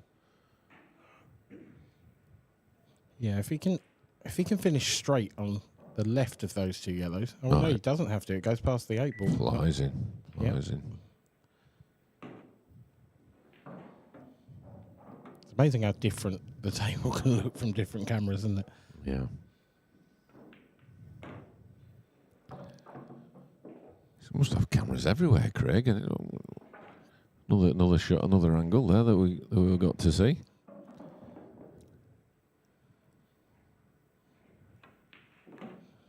This has been a very, very nice finish from Dean. Yeah, and exactly what he needed. Yeah, he was under the gun after that dry break, really. It didn't come out nicely for him, but he's done what he needs to do, and he trails by just 1 frame now. It's 4-3 to Clint. Meanwhile,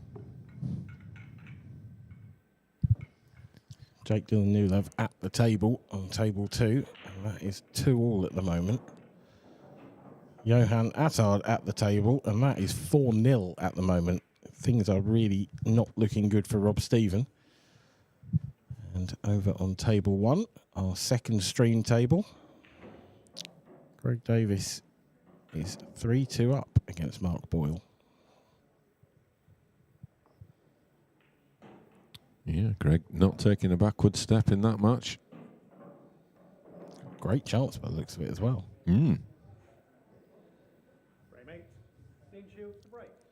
That would be a turn up for the books, to be honest.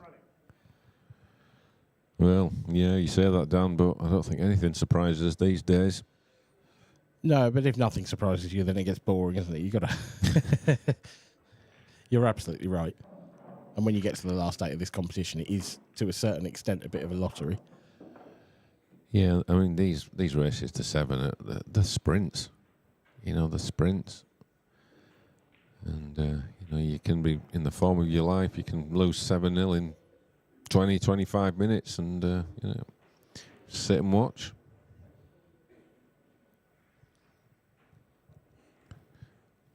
So balling from the break for Dean. First objective done. Yeah, and only really the one problem yellow. If he plays the 2 furthest left as a plant, the next one over to the right will also go to that centre pocket. So it's just that one. Oh, that's not helpful. Well, I'm just not quite sure of the angle here, but he may be able to take the middle of those 3, run the white through, nudge the yellow nearest to it so it plants onto the one into this bottom right corner, and then he'll be on the one into the left middle. Just like that. That's a terrific shot and a great spot as well, Kev. Does that plant now, though? Well, I mean, it might be a cushion first plant rather than... Yeah, definitely cushion first. He doesn't want to be in this too thick. No, so he's going to try and kick that yellow towards the opposite corner pocket. Yeah. Which is why he wants to take that first, because if he plays that shot, then he can guarantee himself a shot on that yellow to the left centre. I mean, it looks pretty straight on from where the cue ball is now to that yellow. The danger with these is you get it too thick. But I think he's played that pretty well. Yeah, that's a good shot. Yeah, that's fantastic. Great vision there.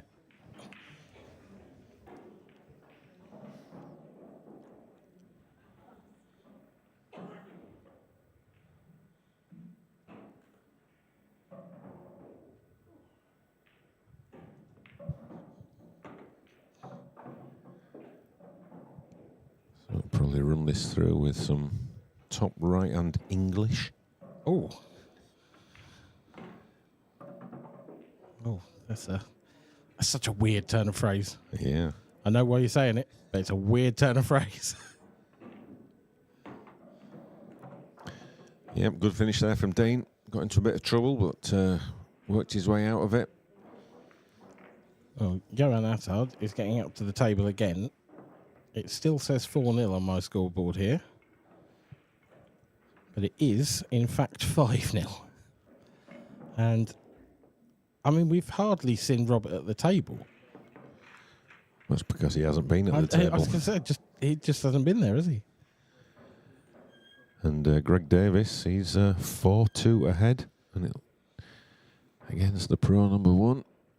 See, they're just wiping his cue down. About to launch his legendary cut break. David Adenauer as well is 3-2 up. So, apart from Johan v Robert, the other matches are staying pretty close.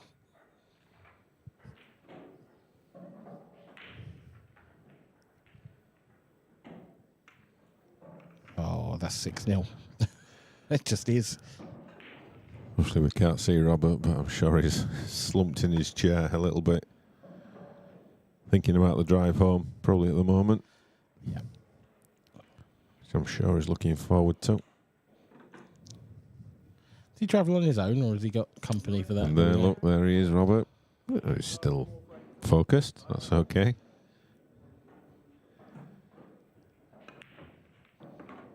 It's a better break from wow, crikey. 3 reds and 1 yellow. No, 2 yellows. 2 yellows, yeah. That's 5 from the break. What's your record? 1. I got 1 from the break once. I think the most I've ever seen was 9. That was just ridiculous. Yeah, that is ridiculous. I think I've had 7.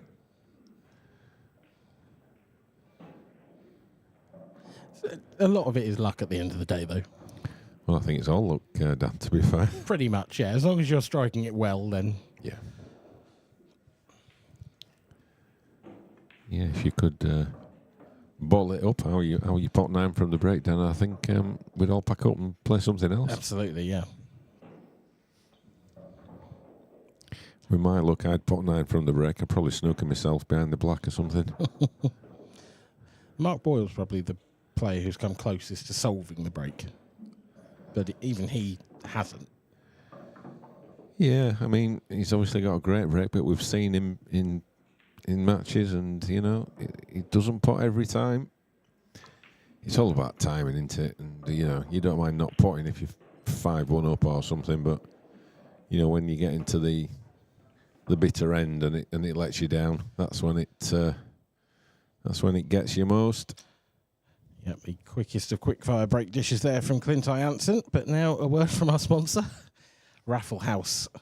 Win £2 million and buy your dream home. Now, I've been asking everyone if they were to win the £70,000 extra draw for the car, what car they would buy. So I haven't had you in the commentary box with me yet this weekend. So what sort of thing would you be after? Well, I'm into me electric at the moment. Okay. So I'm not sure if 70 grand's enough to buy a decent electric car these days. I might ask them for a little bit more. One of those Renault Twizy things with a 2-seater. So I quite like the BMW i4s. I've actually ordered one of those. So I might have that in August. But yeah, I mean, there's some great cars out there.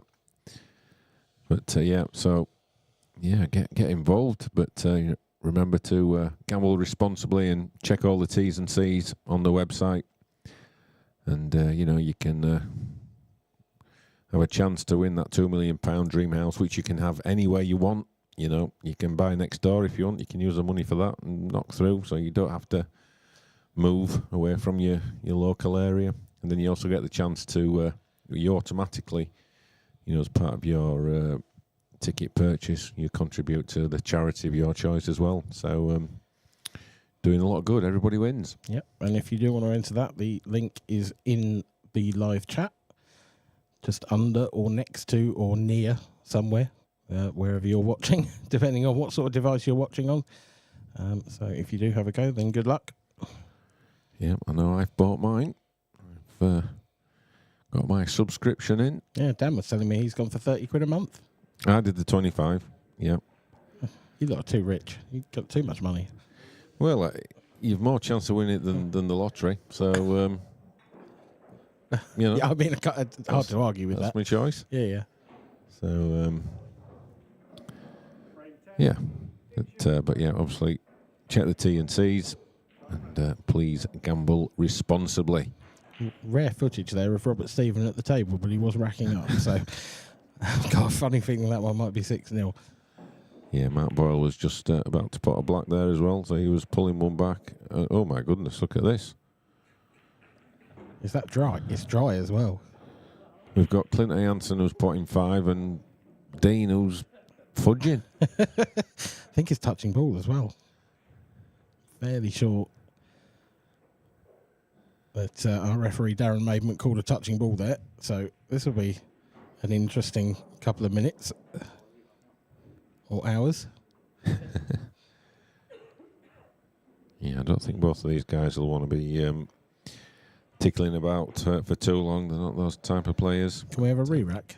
But there could be a little jabby one going on here. Ooh, it's a foul. Dean. It's a foul. Is that a DF? I think the referee will be need a steady hand here. I think that's Dean going, go on, Clint, you have a go. They are awful shots. So you were right, Jon Attard, 6-0 up against Robert Stephen. Jake Newlove and Dave Addinall, 3 apiece. Greg Davis, 4-3 up against Mark Boyle. So, apart from the Robert Stephen, Jon Attard, everything to play for still in all the other 3 quarter-finals. This is a great opportunity for Clint now. Clever shot to open everything up, trusting perhaps a little to luck, but he knew 90% of what he was doing with that shot. Well, there you go. Robert Stevens at the table and not just racking up, but racking a frame on the board. Yep. Avoids the bagel or the donut. Got a preference? 0. Don't talk about food down there. I prefer donuts personally, just, you know. I'm a little bit surprised he's gone for reds. I mean, there's not much in it, but I did. Yeah, no, me too. Did like the look of the yellows. Just that red on the right hand side. It's just going to land on You it mean now. that one now? Yeah. It is the most missable ball on the table, though, by quite a margin.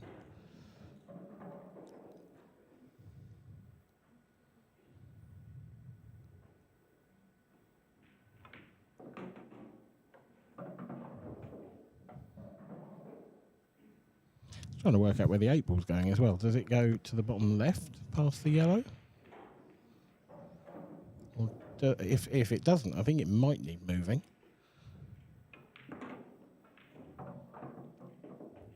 Going to move it now. Well, I think from that angle, I'm not sure he can run into the black. I think he's just going to have to stun the white across. He's wide. Well, this is a potential steal for Dean Shields because he'll have been sat in his seat thinking it's going to be 6-4. Of that, I have no doubt. Yeah, no, the obvious problem ball. This bottom left-hand corner. Is he going to line up a skill shot? I mean, if he is, he could do it in a shot's time. If he takes the one over the centre pocket and just screws back sort of an inch further back where he is than where he is now, yep. He's right behind that. He's potentially putting his tournament on the line with that shot. You might think he's just got enough angle here. Yeah, that's a nice shot. That is a very good shot.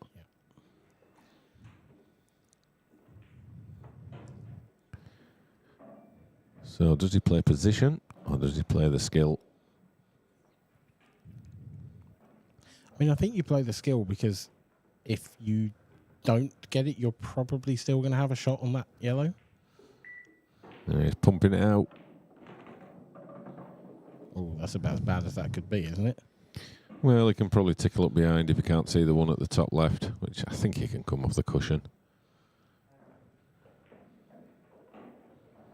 Yeah, he's going to cushion first. Yeah, I think he's okay. Just doesn't want this to slide too far to the right. Like that. It's still okay. Just about okay. Yeah. Because now if he can hold for the yellow below the black, that's frame done and dusted, really. Yeah, I think playing ball shot. He had a nice natural angle. Yeah, he's one into the right corner, surely first. Having landed at that angle, yeah. Yeah. Get rid of that one, and then the rest is easy peasy.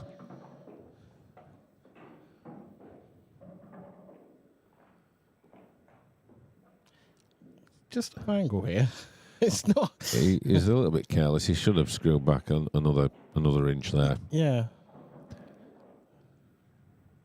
Just going to leave that last yellow a little bit thinner than he'd like.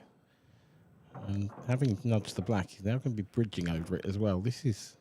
Yeah, he's making this hard work. Yep, he's making this hard work. And where's the black going? Is he going to play it with a little bit of right-hand side as well, which makes the pot even harder? He's not going to be on it, is he? Yeah, he is. He's going to slide right past it. Look at that. No problem. In the end, wasn't picture perfect, but ties things up at 5 frames all, and this now becomes a best of 3. Yeah, it's turning into a bit of a classic, this one. Table 2 doesn't look like it's turning into a bit of a classic. Bit of pain for Dave Addinall. Obviously looks like he's Mr. Black. Meanwhile, Johan Attard just 3 pots away from a place in another semi-final. What a weekend he's having. I think he's going to move to Coventry. Now that is a different climate, that is. Yeah. Maybe if he wins the £2 million, he'll spend it on a house in Coventry. Yeah, not convinced about that. Not that I've got anything against Coventry, but... no, we love it here, actually. I think the climate in Malta is it's just a few degrees warmer than Coventry. Yeah. I think I'd prefer Valletta, to be honest. Well done, Johan Attard. He is in the semis. Mark Boyle, has he made an error here? He looks like he's not on the red he wants to be on. Here is the live feed from our second stream on table 1. Yeah, I mean, it's not... It doesn't look too bad, does it, to be honest? I think it's okay.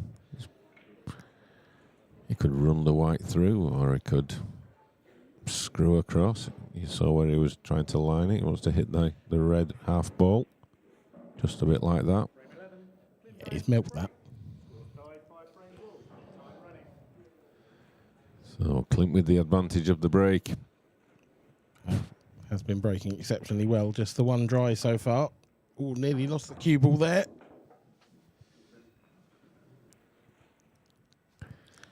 Ooh. Yeah, that area on the left-hand side of the table is not looking pleasant. Is he going to go all-out attack? I mean, I think he's no choice to take a yellow. What can he fathom out from this lot?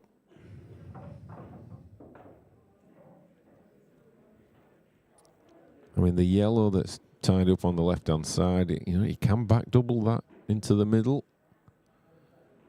Then everything else is, in the open. With where that yellow over the pocket is as well, I wonder whether he could think about that as a 3-ball plant. Yeah, I think he's trying to leave an angle on this one into the right centre to try and free up this one on the left. We'll see. It looks like he's attacking. There he goes. It was a 3-ball plant. And that's not too bad, I don't think. I think it's all right. That could be a lot worse. If the cue ball wasn't in such a position where he was on that yellow now, then that would have spelt trouble. He's going to have to dig down into this one. Pump it through. Loads of top. Oh, what a shot. Where's the white? What's going on? Oh, it's okay. He's going to be... It's okay. He's going to be happy with that. I mean, Clint is relentless. I mean, he's just not taking a backward step whatsoever, whatever the situation. Yeah. That was some piece of cueing as well to get that much action on the cue ball from where he was.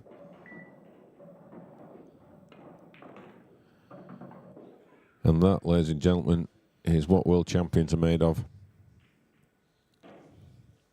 Dean Shields will be sat in his chair thinking, well, at least I've got a chance in this frame. And Clint Ianson has just taken it away from him.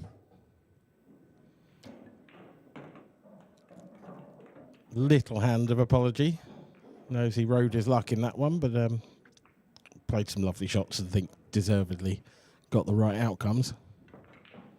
Here's Greg Davis at the table against Mark Boyle, leading by 4 frames to 3. Yeah, decent chance on yellows.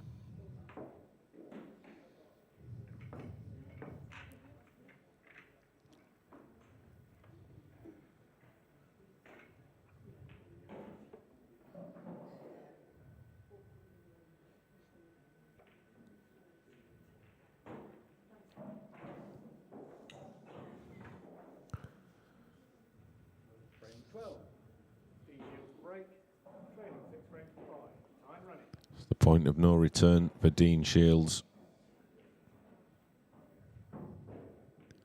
Can he get the break working? That's close. It stayed out. And is he going to have a red to go at? Well, he is. He can pop the red he's closest to. Does that red go right centre? And can he drop the one in the left centre? Because if both of those go, then he's in a good position. But it's very tight. I don't think either of them do, to be honest. He's saying that's frozen, so it's touching the cushion. So, plenty of work to do here. I mean, he's got to be careful he doesn't just knock this second red to the side cushion. It's just nothing. It's not appealing. I mean, could he just play off the red he's closest to and just stick the cue ball on the cushion? He wouldn't have left a shot. I mean, that's a great pot. Good cueing. And now an angle to try and just dislodge this one near the centre pocket. It looks a good shot. Terrific. Oh, fantastic shot, Dean Shields. Now, does the other red we mentioned go, the one next to that yellow? Because if not, he might have an angle to move that one here as well. I think that has to do. That has to go. Yeah. Played it well. Played it very well.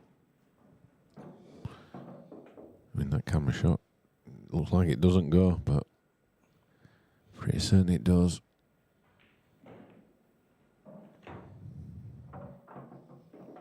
It's been some finish. Yeah, fantastic clearance under immense pressure. I don't know what he's looking at that for. I think he's just slightly off angle both ways, but I think he can pinch enough for the middle pocket. Yeah, that's fine. So we're going to a hill thriller. It'll be Clint to break. I mean, how many hill matches has Clint Ianson won this weekend? It's been... This would maybe be 4 or 5 if he takes this one. Yeah, he's had his fair share. Meanwhile, Greg Davis is still at the table, still on yellows. So a little bit of work to do. Not in ideal position. This could go wrong.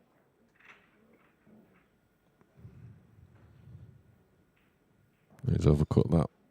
Ooh, that's bad news for Greg. Yeah, that he looked completely out of position there. So here's the tide turning in that match. I can tell you, Clint came through 3 last frame deciders yesterday against Rob Stephen, Harry Peart and Johan Attard. So this would be his 4th of the weekend if he can beat Dean here. And Dean is the first person to take more than 2 frames off him in this open event. And he's broken dry. It is dry. Oh, my word. Oh, my word. Dean's out of his chair like a whippet. Well, I think he's going to go for reds. But these can be tricky. Does he want reds or yellows? I mean... Argument for both. There's an argument for both. I think reds, but well, there's work to do. I mean, the red and yellow in the middle of the table, I think the yellow might be possible, whereas the red isn't. He'd have to take that on now. It's one of those clearances you've got to be really clear in your methodology about how you're going to do it. You just got to commit. So here he goes. I mean, he's got a nice angle here. If he wants to put this one into the middle, move this red that's next to the yellow. Or does he need to take the red where the 2 reds are in the top right, take the top one? Yeah, which he is doing. I think that's the right option. Yeah, I do. So another couple of shots, and we'll know whether the Dean will be taking his place in the semis or Clint. When he goes into that red and yellow, I'm not actually sure which ball it's better to hit. And I think that's something that he needs to decide, because if you go into the yellow and you catch it finish, then you're sort of guaranteeing yourself on the shot. I don't think he wants to hit it very hard. I think he only wants to move it an inch. I don't like that, because if you hit it just fractionally too hard, then that red goes close to the other yellow. This is a shot. This is a shot. That's great. He's going to be happy with that, I think. Oh, there's still work to do here.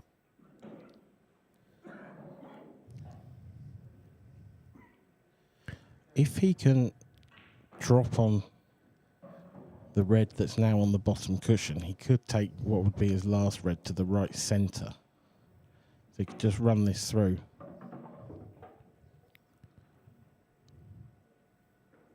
This is pressure.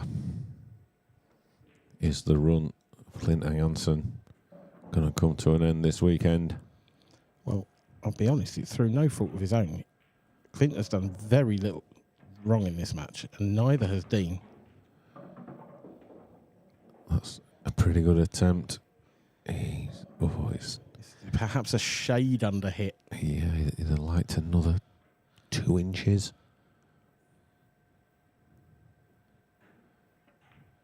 It's on its way. Is it there? It is. It is. It looks like Dean Shields is going to be in the semi-finals. And he is going to be in the semi-finals. What a performance from Dean Shields. What a performance from Clint Ianson. What a match. That was one of the best matches you will ever see. Those two gave no quarter. And it is Dean who moves through to the semi-finals, but no shame at all for Clint Ianson. A stunning performance from both players. And we'll give it a second while we see if Mark Boyle can finish this next frame off. Currently 4-all with Greg Davis by my scorecard. So this to take the lead in the match for, I suspect, the very first time. Which she is going to do. So Mark Boyle then leading Greg Davis by 5 frames to 4. But for now, we'll hand over to the studio and Kev Barton will be talking to Dean Shields. It's a lot, Dan, and I'm here with Dean Shields, our second semi-finalist. Dean, it sort of felt, watching the match, you were never in it, and then all of a sudden you've just come with a little spurt at the end and sort of pinched it from Clint. Yeah, it was a funny old game. I thought we both played quite well. I say just waiting for your chance and taking it. I was praying that he'd finally have a dry break. Yeah, I mean, Clint, I think he potted 5 in one break, and then you broke and got nothing, and they all went a little bit messy. And when you fouled and sort of gave Clint the advantage, it sort of felt that it was going to go his way, but he didn't take that chance, and you did. Yeah, I mean, I was sat in my chair after that foul, thinking I might not get another shot here, because the way he's playing, he could have cleared them and broke again like he'd done in the previous one. And I'm done, but like I say, thankfully, he finally got a dry break. That's the first dry break he's had all weekend, I think. Well, it's his 4th match where it's gone to a deciding frame, and obviously the first one that he's lost. So yeah, he has rolled his luck a little bit. I mean, the finish that you pulled out there in the last frame, I mean, that was top draw under the pressure, knowing that it's up the motorway or in the next round. Yeah, there was just one key shot, was developing the ball in the middle of the table. And I had to make sure I landed nice to cannon that and not run into trouble. So I was happy that I controlled it quite well. And as soon as they split and I had a shot, then I kind of felt I was done. But those type of finishes, it's all about the order of taking the balls out. So you know sort of what you're trying to do and develop, but it's still important not to get ahead of yourself and take those in the right order. Yeah, like I say, I knew straight away from the dry break that those in the middle were the problem. It was just getting those out in balk, out the way, and not, because sometimes I've done that where I'm thinking, right, there's the problem, and then I'll miss one that I'm not even thinking of. You just got to stay focused on every shot. But somehow I managed to do it this time. So, how would you say your form is generally this season? We've, obviously last season, multiple finalists, etc., etc. This season, a little bit quieter, but Terrible, if I'm honest. To be honest, I've not been putting a great deal of time in. I've just been looking at trying to enjoy when I'm playing, and I think in the past I maybe have over-practiced, and I've tried to go the complete opposite and barely practiced at all now. And I say, I've just enjoyed the weekend, and one of the things, obviously I still enjoy playing pool, but I enjoy coming here to see people that I don't usually see, and I'm looking forward to the weekend rather than trying to worry too much about the pool. And it seems to play well when you take the pressure off. So in terms of your practice routine, then, if you think you've over-practiced, what are you doing differently now? Then, are you do you like patterns, routines when you're practicing, or do you like to play colleagues? No, I normally play practicing on my own, but I always play imagining that I'm playing a Clint or a Liam or whoever, someone that any mistake you get, any mistake you do, they're going to punish you. So I always say, if you practice back when I was practicing a lot more, I always practice hard, and then when you come to the tournaments, just try and relax, and trust that the work's been done. And in terms of the stream table in the arena, is that the first game you've played on the arena this week? On the second, is it? Yeah, first one this weekend. I was on the second stream earlier. All right, yeah. So do you find the conditions that much different, or people have got different opinions about how it plays? I think maybe the outside tables might be a bit different because we're used to playing on the pro tables. They're quite similar, I thought. Yeah. Cool. So next semi-final could be against your good friend Jake, who's in a rich vein of form this year, or Dave Adenell, who's obviously returned to form as well. So I think it was pretty close between them two. I think Jake's just ahead. I think it's 5-3 to Jake. That round of applause in for us, by the way. So yeah, I'm not going to ask you who you prefer to play because I know the answer. But obviously, if it was against Jake, that's going to be a tough game. Yeah, it'll be a good game. He's in great form. I think he's played 47 matches this weekend and lost one. So yeah, he's an incredible player. He's very hard to beat. Just got to take the chances and hope that he can play well. I interviewed him earlier and asked him about that final frame, the final shot against Gaz, and he said, I wish I'd have played the double now. Were you in the same mindset? Have you seen that? To be honest, no, I think I'm one of the rare ones that think he should have gone the way he did. He just seemed to be a little bit set in his ways. Like, once it had gone slightly wrong, he could have just took a little bit longer and had a bit of a reload. But I still think he should have played the shot he did, but he seemed to be stuck in the manner he was going to play. If I remember rightly, he tried playing it off the cushion first and then the ball. I think if he'd have looked at it, he could have still played the same shot but gone directly off the ball instead of off the cushion first. But again, he's just having a bit of know-how to take your time. As much as you want a 30-second shot clock, you don't have to do it in the first 10 seconds. I say he was a bit set in his ways that was the way he wanted to go. But let's say it's fine margins. He could be world champion so easily. Yeah. And just a final question: boxing last night, was it the right result? Yes. Yes, it was. Yeah, I think it'd have been a robbery if it was a draw. Thanks a lot, Dean. Semi-final, you've got a few minutes now before your next match. Any particular plans? No, just chill out. I've just had to get a bite to eat before that and then rushed about, so I think I'll just chill for 10 minutes or so. Cool. Well, good luck for the rest of the tournament, Dean. Well done, mate. So Dean Shields takes his place in the semi-finals. Who will he play? Well, all will unfold over the next few minutes. So we'll put our cameras onto the two pro tables where the two outstanding quarterfinals are being played. And as soon as we've got a result from those, we'll be back on the main table, main arena, with some semi-final action for you. So we'll see you shortly.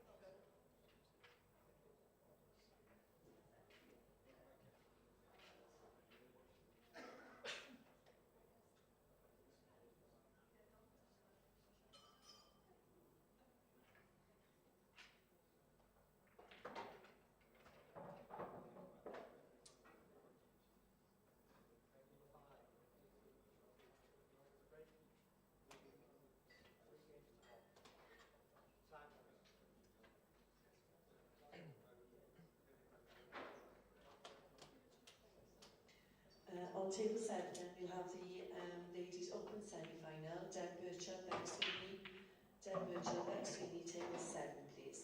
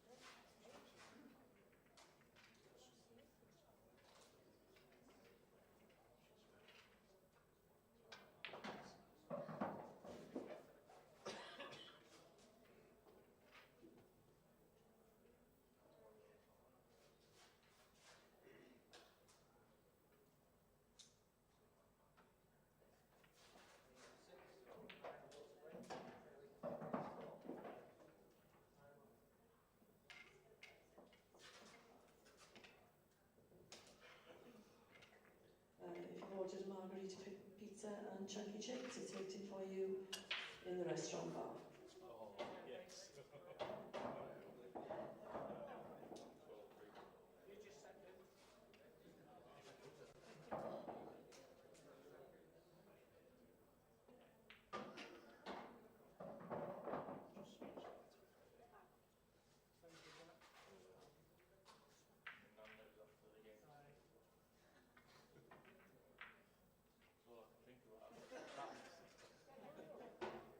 Check in, mate.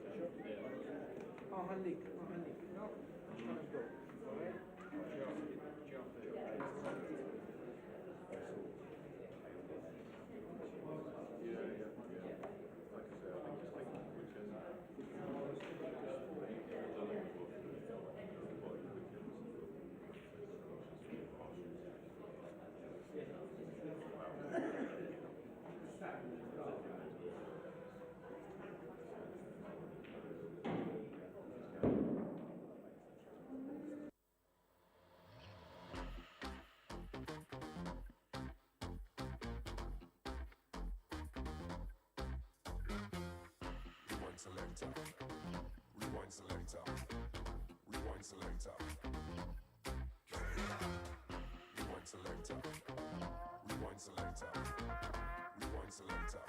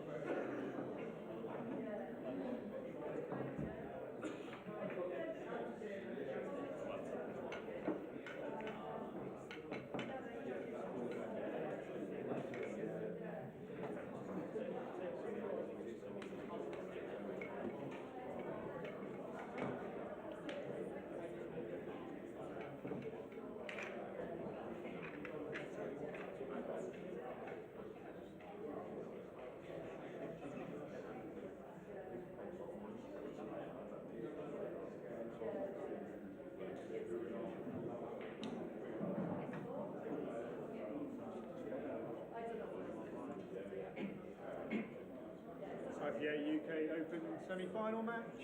Race to 7 frame. First frame, Monahan Attard to break. Time running.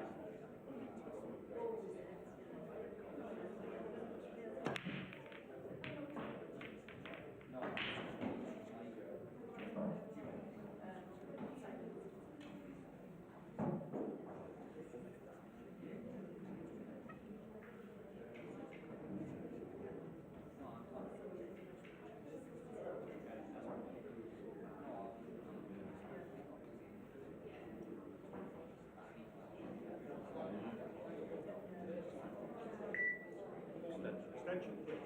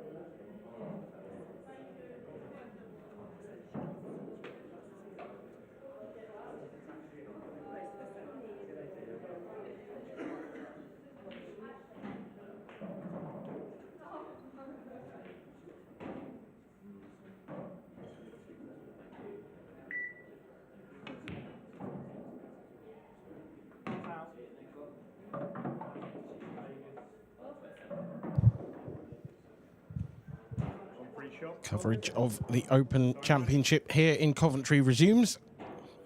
We've just seen Greg Davis attempt to double and going off. So Monahan Attard, what a weekend this man is having. The man from Malta, the man they call Guru, the Maltese goat. Well, he is certainly living up to his billing so far in this match. And indeed, in this weekend. Final yesterday, losing that deciding frame against Clint Ianson. And also the only player to come through the quarter-final stage without going to a deciding frame, crushing 7-1 win over Robert Stephen saw him to this next match against Greg Davis. Every single other match in the quarterfinal was a decider. And it's really hard to pick a clear favourite now among these games.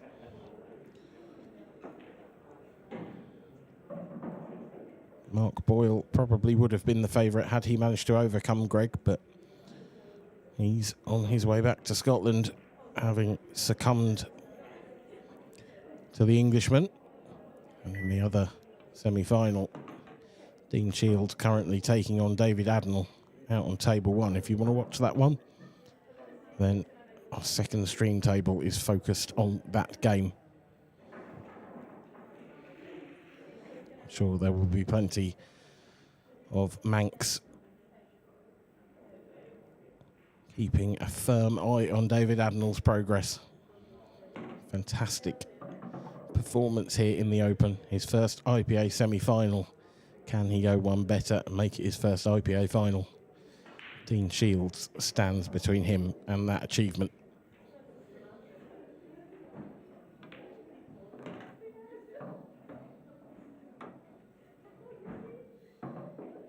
Johan looking very good here for a first frame lead.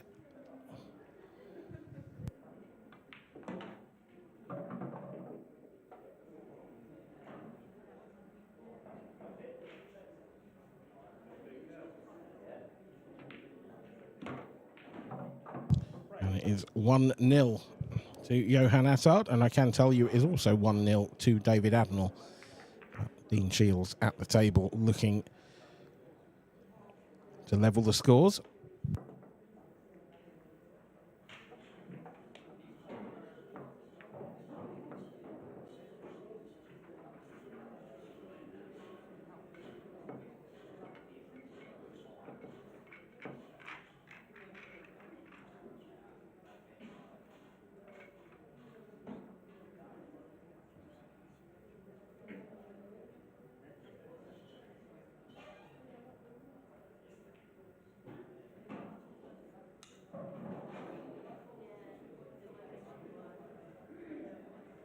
Frame 2. Greg Davis to break, trailing 1 frame to 0. Time running.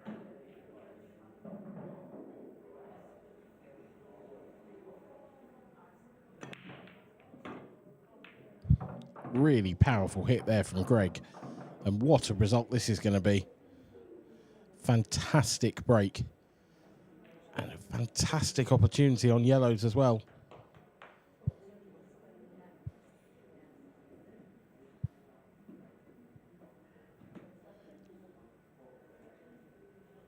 Just needs to pick those yellows off around the 8 ball, one by one.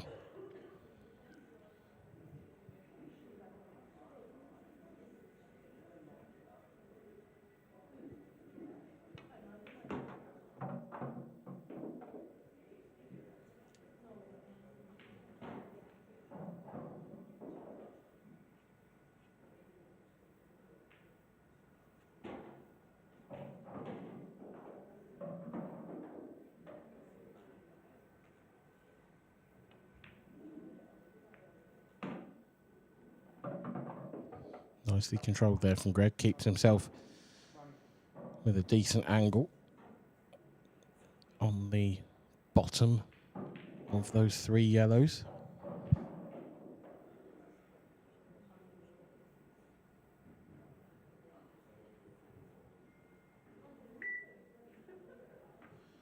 Be a fairly new experience for Greg playing on the stream table. I'm not sure that he ever has before. If he has, it's not been often. So, going to have to get used to the shot clock. But he's certainly not a slow player. So I don't think it'll cause him too many issues.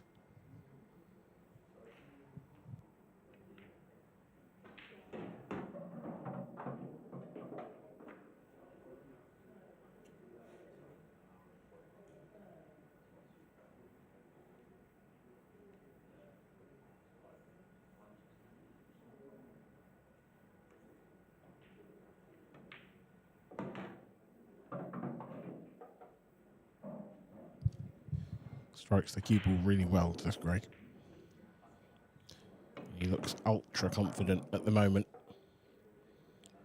Who wouldn't, having knocked out the number 1 seed? And if he can keep breaking like that, then Johan may have a game on his hands here. 1-1. And over on table 1, it's also 1-1. With Dean at the table rather, with the chance to take the lead in that one.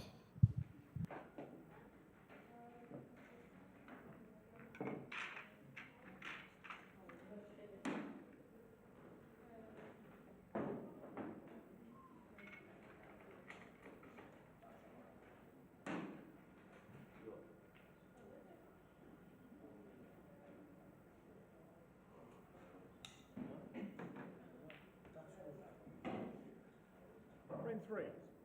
Johan out to break. Scores tied on frame 1. Time running.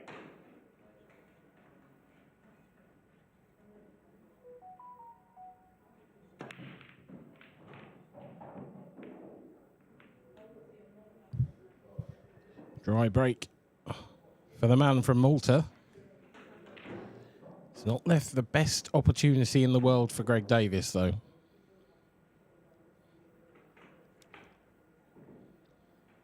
It's hard to really see much of a chance here.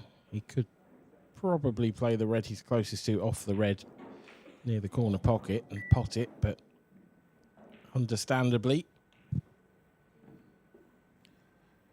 choosing instead just to play a containing shot. Johan following with one of his own.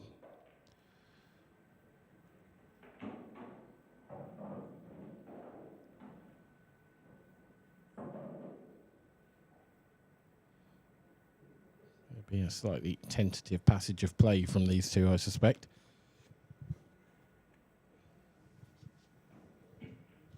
The only good thing here, blackball rules, you must hit a cushion after contact, so they can't just continue to roll up behind these two balls, as they will eventually get pushed too far away from the cushion. So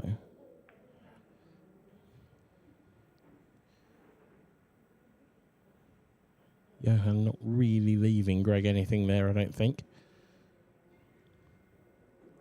Well, I say that.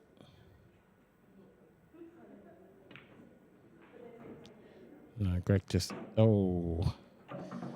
Well, he didn't want that yellow in. Touching ball. Time running. That was snooker cool. The total snooker probably helps Greg out here because he can just lay Johan on the back of the yellow. Even better. Just bring it out away from that red. So the colours have been chosen now. Even though it wasn't intentional.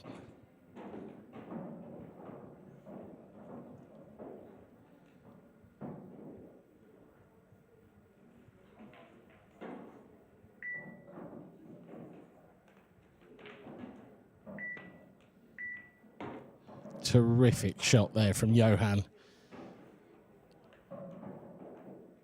Finds a way to attack, but it's not gone all that well. That yellow going towards the bottom right corner pocket is not helpful in the slightest.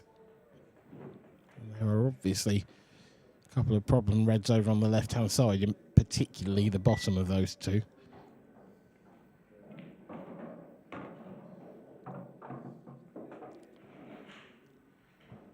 It's going to take some serious problem solving skills, that. I think he might just be trying to cover the pocket here.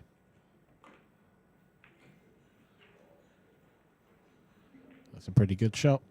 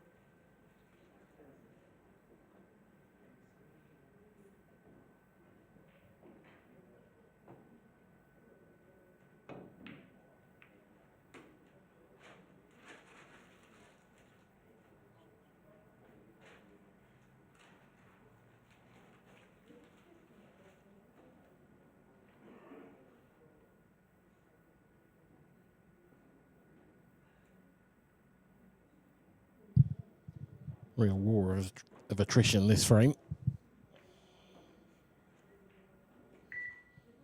Neither player wanting to open things up too much.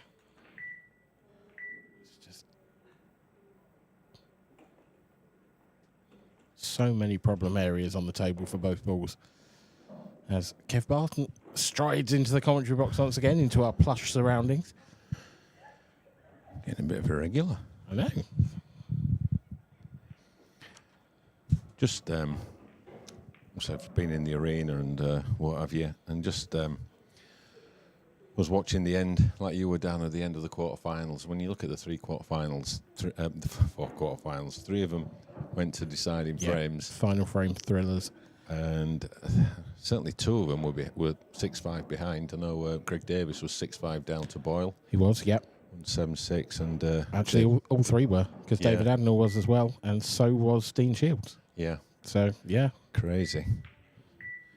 Just shows the drama that these players just naturally create. You know, you don't have to create any artificial.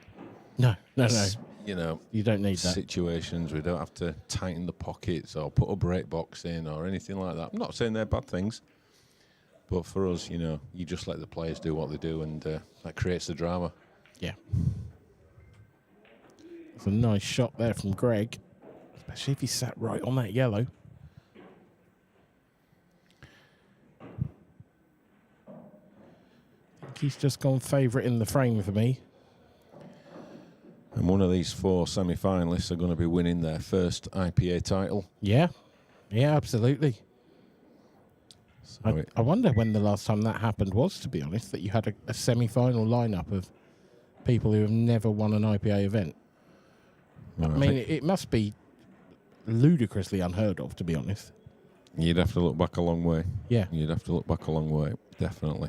I mean, you know, Greg, Johan, Dean, Dave Adinall, one of them is going to be going home with a piece of, well, it's not silverware, it's glass. They haven't even got an amateur title between them, have they? Not that I'm aware of. No. I mean, it is going to be. I mean, obviously, Greg has won the world doubles. The mixed doubles, yeah. Mixed doubles, yeah. But certainly for an individual event, it's going to be a first for one of them. One to tell the grandchildren. Absolutely, yeah. So hard to pick a favourite as well for that reason. I suppose Is that going to reach? Is that going to reach? Yeah, it's just reached. You'd have to make it Johan, wouldn't you? Well, he's certainly been the form horse this weekend. So, yeah, possibly. But, I mean, what's he got left in the tank?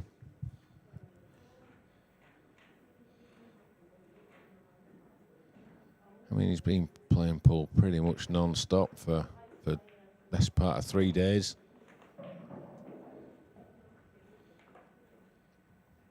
It's worth noting as well the rise of the new professionals.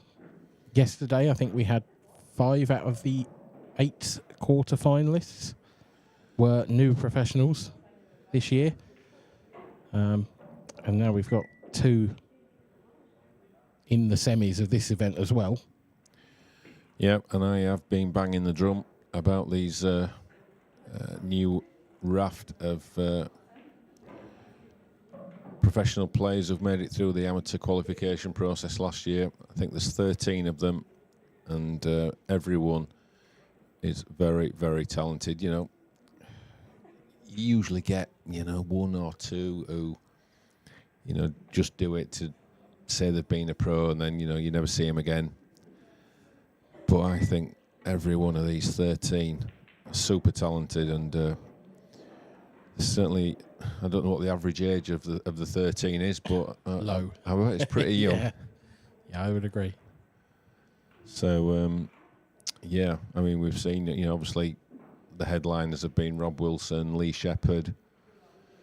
Who am I missing? There's another one. I feel like there's another one.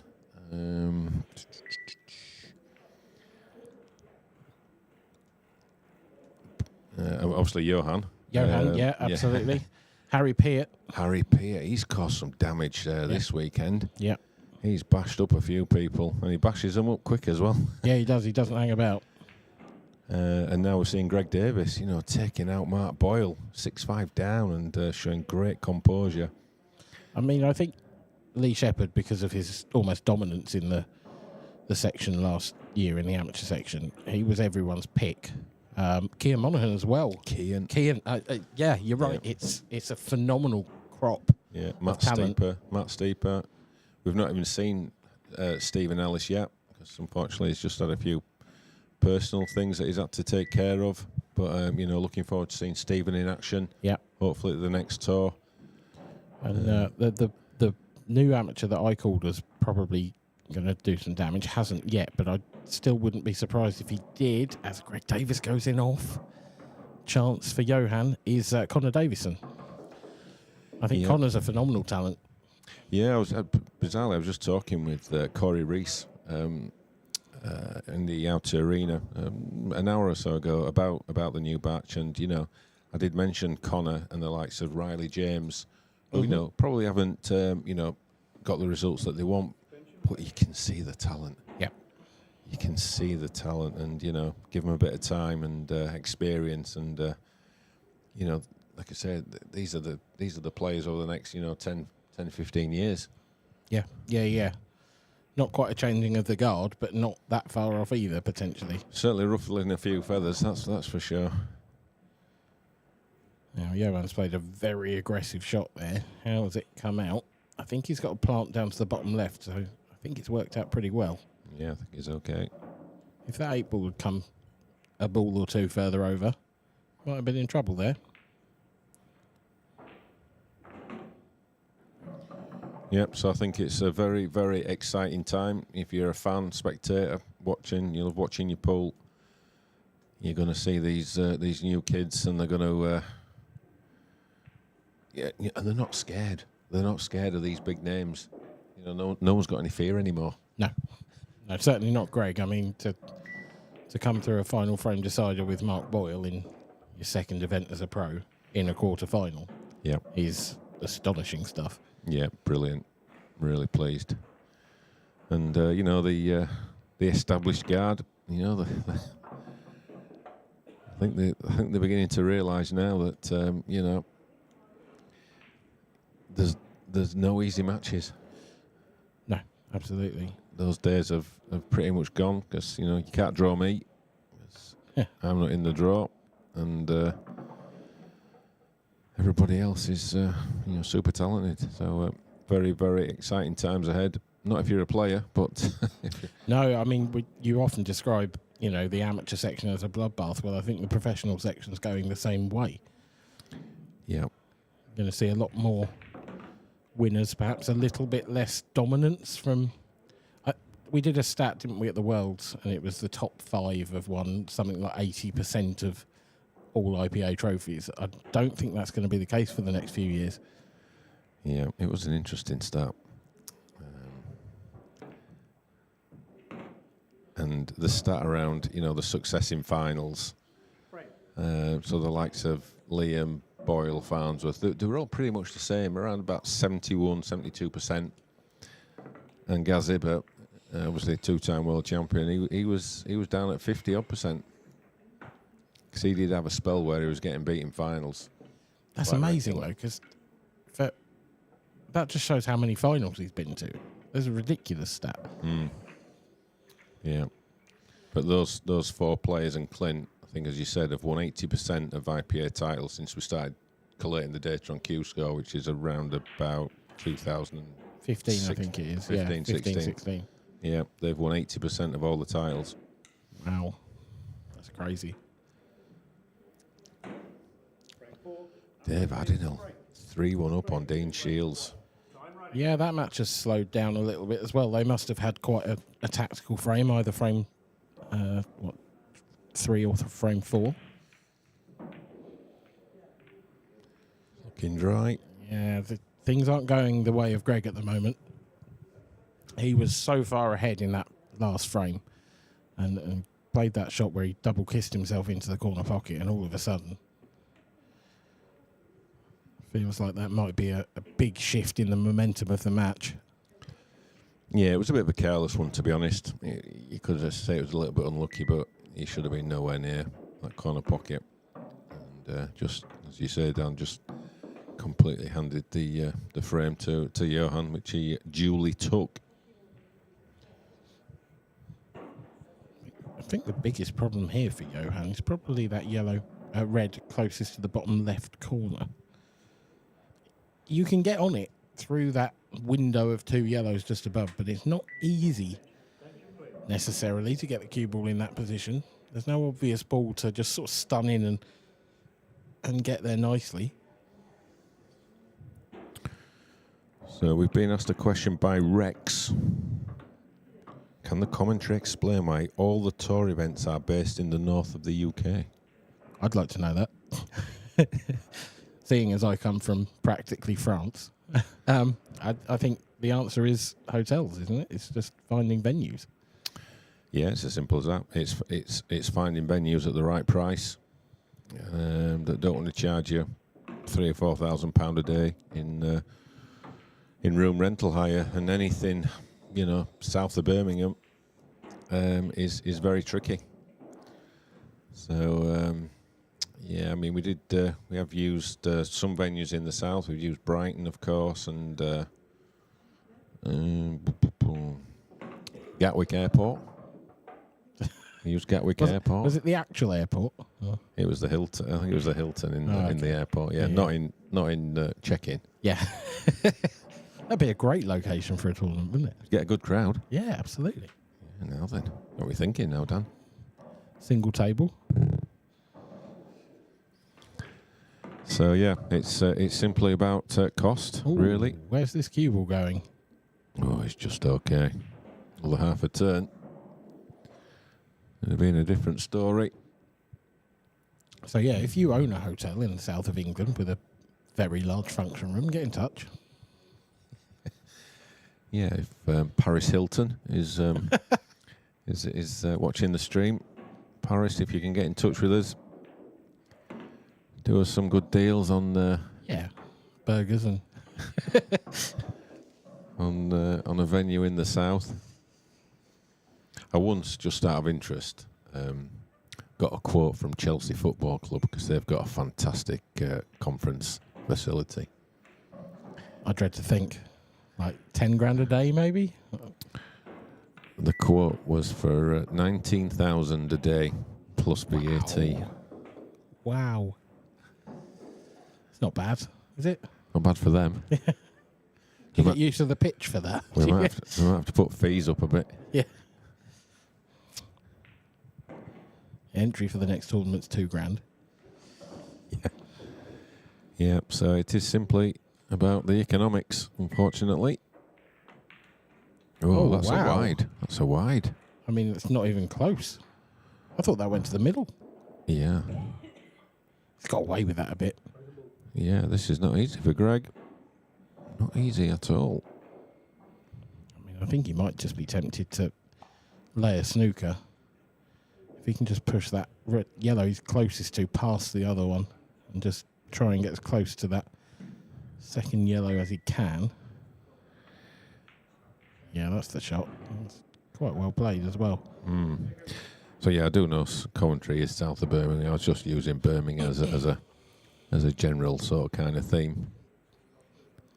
South of near Birmingham, is that? South of Birmingham-ish. Yeah, have mercy on us. It's been a long week. But yeah, it's a challenge. It's a challenge. Johan could find himself in real trouble here if Greg can weld that cue ball in between these 3 yellows. Yeah, that's pretty good. Yep, no easy escape here. Don't think the one cushion is on, is it? Is there a gap sort of where the balk line is if you could get through and maybe go 2 cushions and behind the 8 ball? I wonder. But no, up and down. Bit aside. Never know. Bit of something. I think I fancy 2 cushions, but going into the top cushion. Too much side. Oh. Yeah, that was always a challenge, that one. Was. He's a little bit lucky not to have made contact with the other yellow, because that would have really opened things up for Greg. just back to the venues as well. So you've always got to keep an open eye on venues because a lot of them change hands. Yep. You know, so for example, the Gosforth Hotel that we use, that used to be a Marriott, and I remember getting a quote from them, you know, maybe 4 or 5 years ago, and it was, you know, unaffordable. But now it's part of the elite range of Britannia, who are a cheaper brand, and you know, it's now affordable. So you've always got to. You can't write it. Oh, Greg, what have you done? That yellow was frozen, and he'd been warned. He'd been told it was frozen. Didn't hit a cushion. Greg, that's careless. That's really careless. And that's the second frame he has absolutely handed to Johan. Yeah, that's going to hurt, that one. I have to say as well, credit where it's due, that is good refereeing. Because we didn't spot it. Well, I was just rabbiting on. Well, true, yeah, but still. Good job, Jim. Yeah, he was on the ball. That's all that matters. Meanwhile, Dean Shields, you can see, pulled one back against the Isle of Man's number 1, Dave Addinall. Yeah, it looks like he might be about to pull a second one back as well, but if he's looking for the gap between those two reds, this is a big shot. He's come around the back. He's played that very well indeed. So this is all about pace, I think. He doesn't have a huge area to land in there. No. Could easily slide past one of those reds and snooker yourself. Yeah, he needs to just spin that one. Well, we won't see that now. But break from Johan, but dry. Now, Greg, can you... whoa, he snookered himself. I'd like to have seen that that last shot.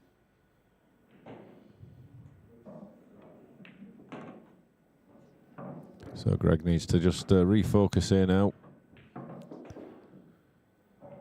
He's in a semi-final. His second tour as a pro. He's, as you said, Dan, he's gifted Johan the last 2 frames. Oof. So he now needs to just put that out of his mind somehow and just get on with the job in hand.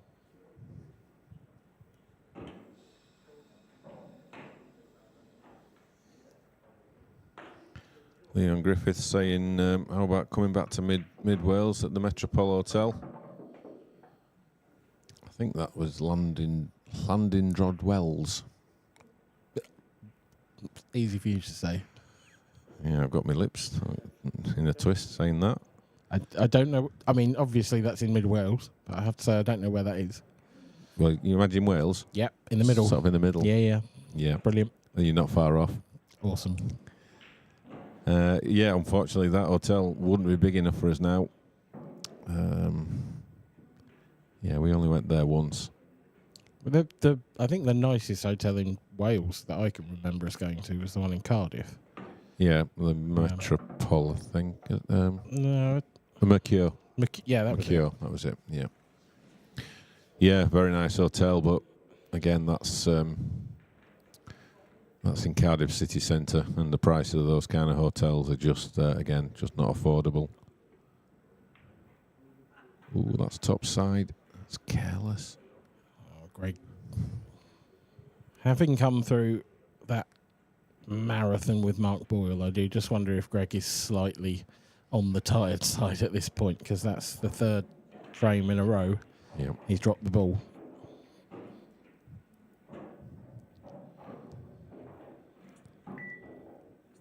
Yeah, we tried another hotel in Wales in Newport as well. That wasn't big enough. Well, certainly won't be big enough now. I think that was the Holiday. Was it the Holiday Inn?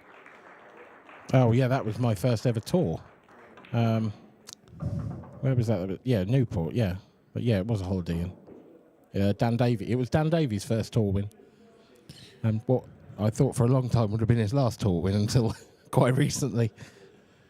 Yeah, I do remember that one because he won the. It would have been the open event on a Saturday night.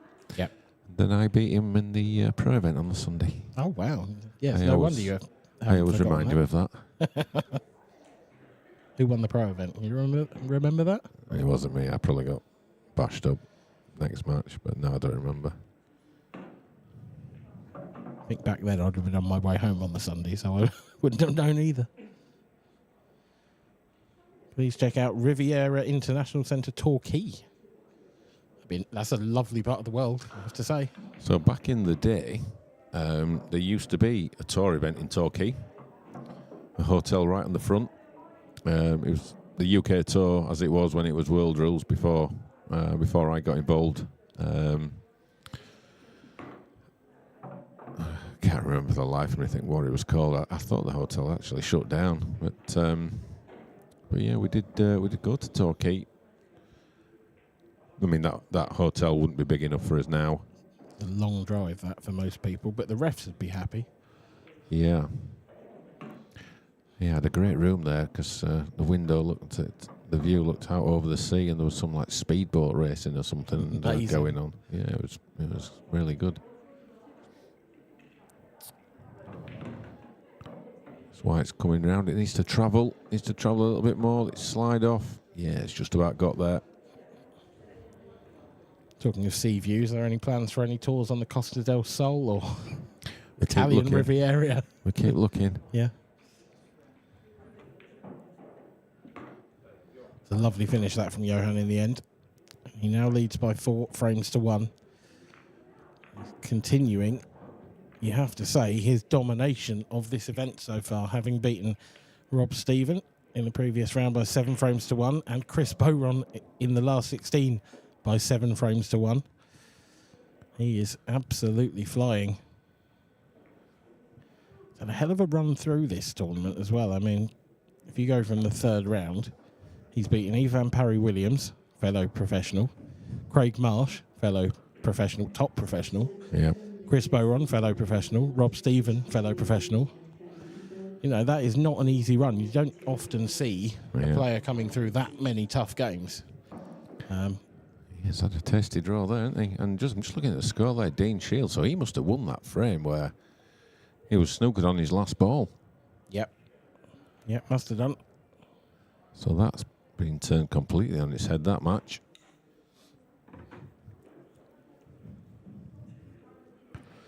We've been asked about, the floor space. I mean, it's not a straightforward answer, to be honest, because it depends on the shape of the room. If it's got pillars, there's probably no set size as such. As a general rule of thumb, I sort of look at venues that could fit 500 in theatre style. So I would sort of use that as a baseline. But yeah, there's a lot of factors. It's access for getting the tables in. Yeah. So many factors to consider when you're looking at a venue. What's the pricing? What's the car parking? All those kind of things. Whether there are pillars in the middle of the room. Pillars are not a pool player's best friend. No. What's the ceiling like for the lighting for you, Dan? Yep. Yeah, I remember Tynemouth. Yeah, that was funky. It was awful. I think that hotel's shut down now. I'm sure somebody told me that shut. That was a big old room as well. You're making the tour sound like really bad luck for hotels. You should stop at this point. Everywhere we go shuts down. It's not true. Not yet. I don't think this one will shut down anytime soon. This is a great hotel here in Coventry. Yeah. Certainly not the one in Gosforth. They're out of business that it did when we were there. Yeah, we funded their renovations, didn't we? I think. Well, probably 2 or 3 players on their own funded their renovations. Yeah.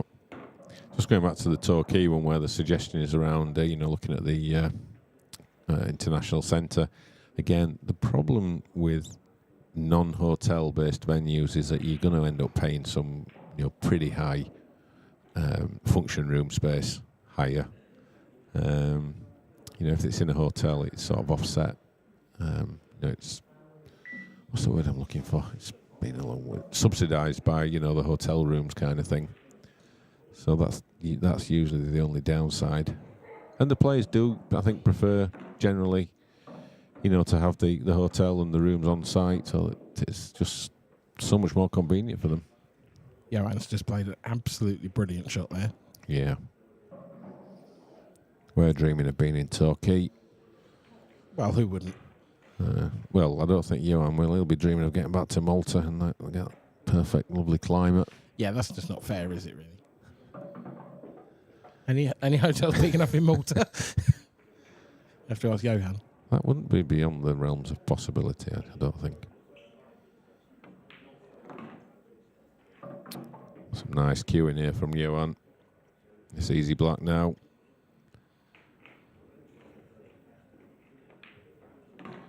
$5-1. Yeah, funnily enough, I was looking at a holiday in Malta, and I went on the hotel website, and it was part of the De Bono group. So right. I don't know if Leiden is involved somewhere, but yeah, it might be worth a look. Some sort of hotel entrepreneur. Yeah. I imagine it's a fairly common name. I'm not entirely sure, but... Is it the Maltese equivalent of Smith? Quite possibly. Dave Adenall here looking good for 4 apiece. Yeah, I think he can just drop this in and deal the yellow into the top corner. I don't think he needs to do anything. Great to see Dave having a good run. Yes. It's been a while. Well overdue. One of the most popular people on the tour, Dave. To break, leading 5 frames to 1. Time running. That looks pretty good.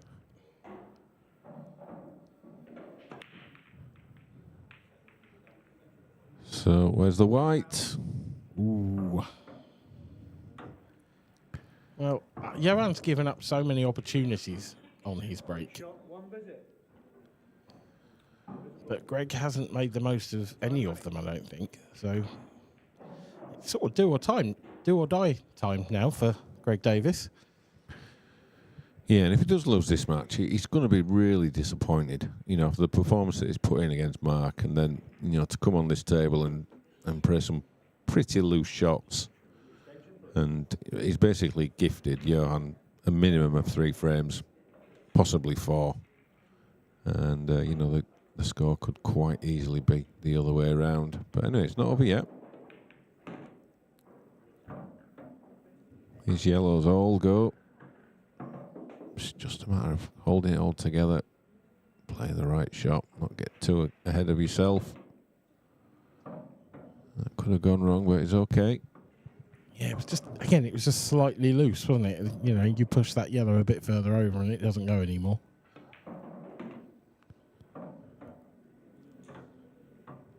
Retrieve the situation. This is okay. Just little delicate little stun shots.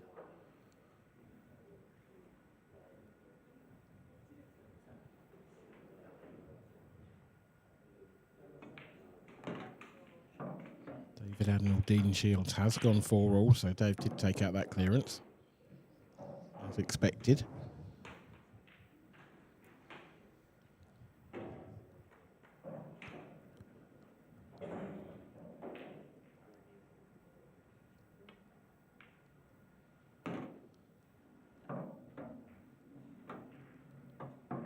Looks okay. Just run the white down.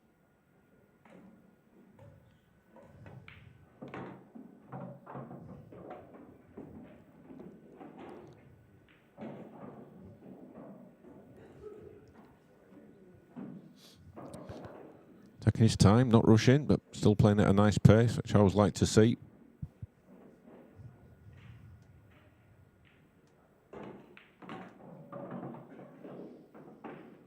Okay, so where's he going to put the black?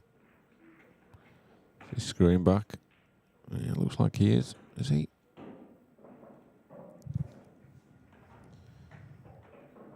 Yeah, I mean, you could sort of soft screw past the red, perhaps. He's really digging into this. Wow. Oh, it's not there, is it? It's not there. I think he's snooking himself, or he can only see an edge. A little swerve. Trace aside, yeah. No, that's wide. Yet again, another careless error from Greg Davis. I have to say, I fear for him now. I think that might be curtains in this match.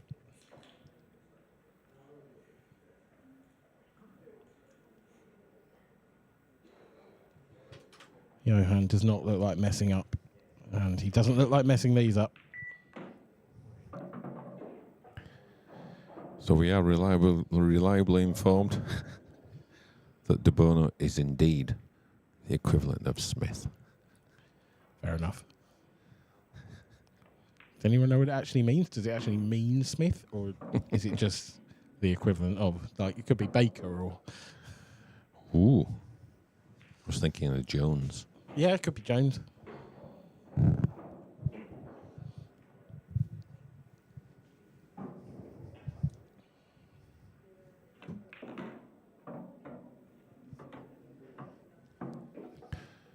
A little touch short, but needs to be careful here. He's just stunning into the red. Perfect. Absolutely spot on from the mighty, impressive Johan Attard.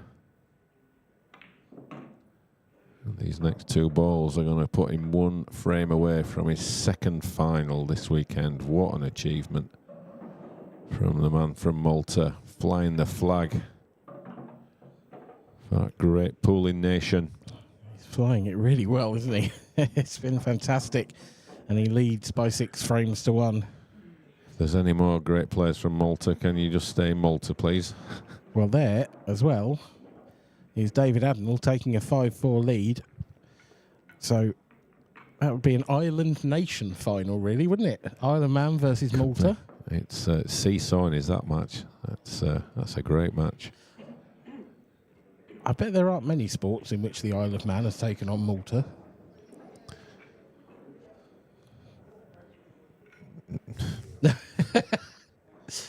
I've lost you there, haven't I? Yeah, I mean, I don't know what else the Isle of Man. I'm sure the Isle of Man have got.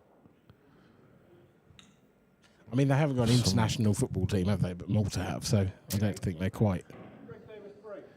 I have seen some links to sporting things. I think they've got some quite strong women's teams in some sports, I think. Great break. How's it going to come out? Well, he really is drinking in the last chance saloon now, Greg Davis, but this is a decent chance.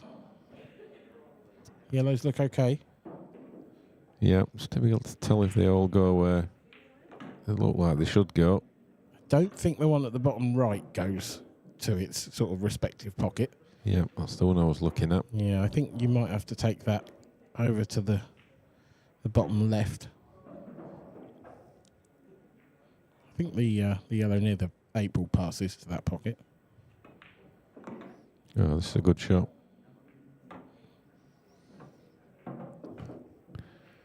Be really happy if that slid past that yellow, but I don't think it does. So can he go round the back of that other yellow now? Take that to the same pocket. He's tried. He's actually got into that too much. Yeah, I mean, he can drop it in the middle, but he's not going to be on another yellow. So... he didn't look at it. It's a shame because it's a brilliant shot. Okay, yellow up the rail, big pocket. Yeah, he's throwing caution to the wind now. It's free rolling. Oh, I thought it was on its way. It's come out all right. Could be worse. Yeah, but what it does, it gives Johan an opportunity. He could put this one into the bottom left and leave a nice angle on the red into the right centre to play some sort of combination shot, stir that yellow, then he would have the frame at his mercy. Maybe the red goes past it. I'm not quite sure what he's thinking now. Doesn't look like it would go past. But I think that's what he's playing. Oh, it didn't. Yeah. He's not the yellow in. There's not going to be a skill-shotted red coming to his rescue. It's a bit awkward, though. Yeah, it's kind of a little bit funny, isn't it?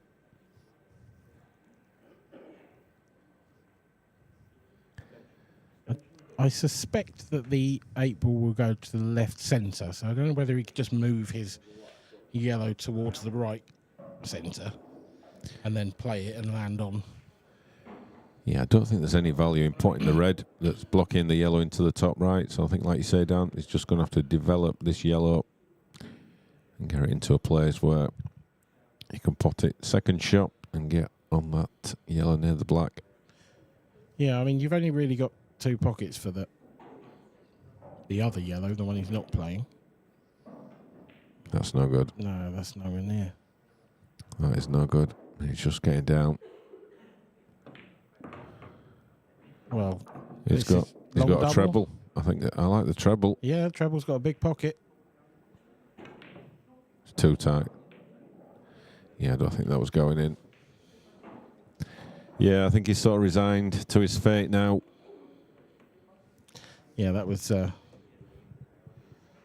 shot that said, I want to be on the motorway rather than here at this point, wasn't it? Yep. Lydon's been on the chat. Apparently he's got no companies in his name. Disappointing that, to be honest. Tell us anything. Yeah, and he typed that message from the pool. From his headquarters. Yeah. But these are the last rights on this game now.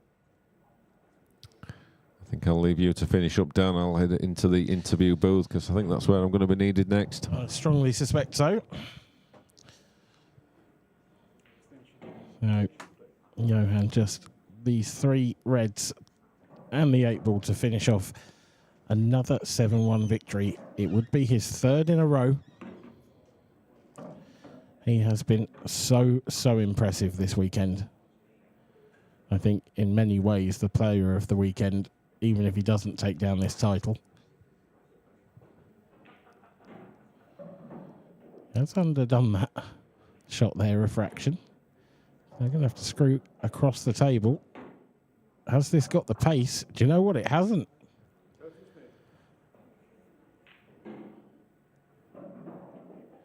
Right at the last, is there a twist in the tail? It would take a hell of a comeback.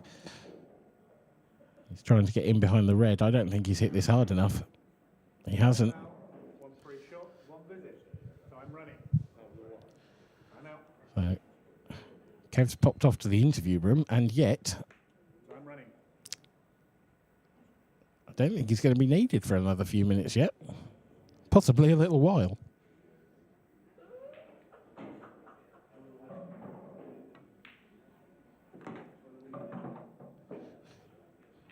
To all the Maltese out there, I don't think it was Kev that jinxed him, but I hope not anyway. Right, 6-2. Can Greg Davis complete the comeback of all comebacks? Can David Adenall find a route to an IPA final? Needs this to run a little more. That's not too bad. I think that looks quite straight, so he's going to have to pump that into that centre pocket. That is assuming that the red at the top end of the table doesn't make it a big pocket. I don't think it does. And there's a big round of applause behind as well as Deb Birchall reaches her 2nd consecutive Open final. She has beaten Beck Sweeney by 6 frames to 4. The other Ladies Open semi-final has just got underway as well. Ashley O'Neill taking on Kelly Egan in that one. As David Adenall looks to be taking a 6-4 lead. He is 1 away. Dean Shields needs the remaining 3 frames if he is to reach the UK Open final. What a story that could be unfolding there for David Adenall. Incredible stuff.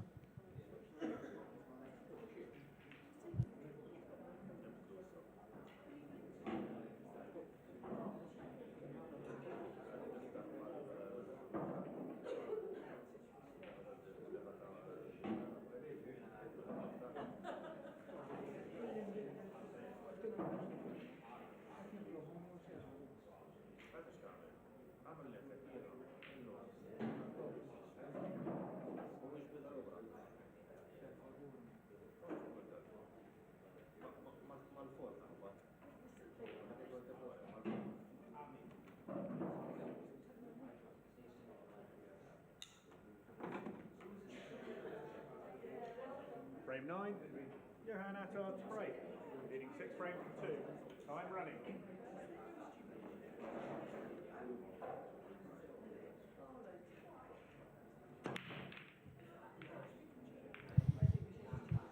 Big split from Johan and another dry break. How many opportunities is Greg going to get? I mean, in truth, if he'd taken his chances, this scoreline could be reversed. Johan's playing very well, but Greg's given up so many first opportunities in these frames.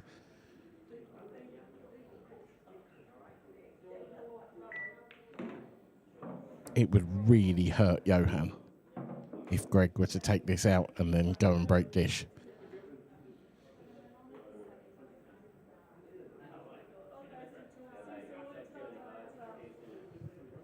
It's a terrific opportunity. He's probably just slightly shy of perfect here on this red, though. Trying to screw out. Needs to get some action on it. Needs to get past that yellow. Is he okay? I can't tell. Does he have the long red?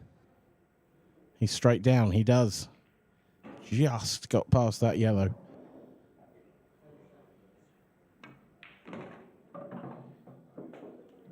And that's a great recovery. He is now in prime position to take this frame.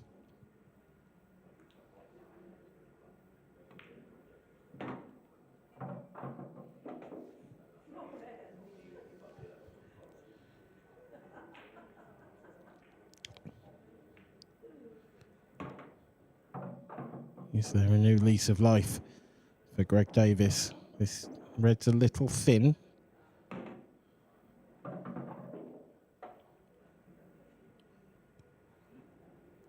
This position, I imagine he'll be taking the 8 ball to the right centre.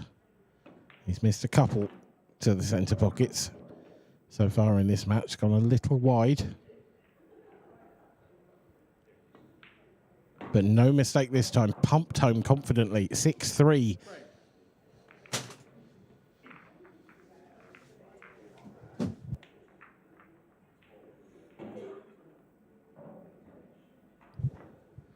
As we cut to table 1 to see David Adenall run slightly out of position.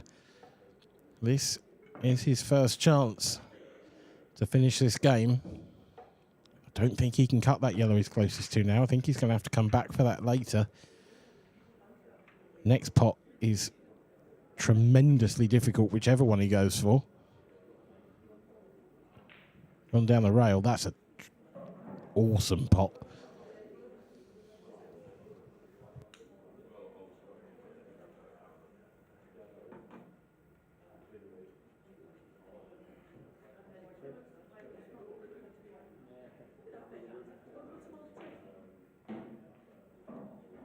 Frame 10. Greg Davis to break. Trailing 6 frames to 3. Time running. Well, we'll keep you posted. What can Greg Davis do from his break? Can he pile the pain onto Johan Attard? No, he can't. It's dry. It's another chance for Johan. And it's a good one. These yellows all have a pocket. He's just got to find his way round.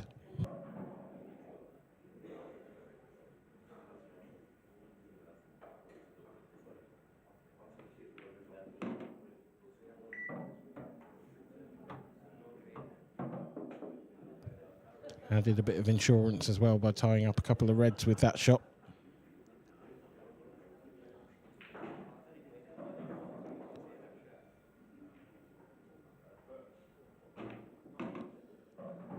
Johan will have been so disappointed not to put this game to bed a couple of frames ago. He had drop-ins for a 7-1 win. But that will be right at the back of his mind, if not already out of his mind at this point. He will be fully focused on the job in hand.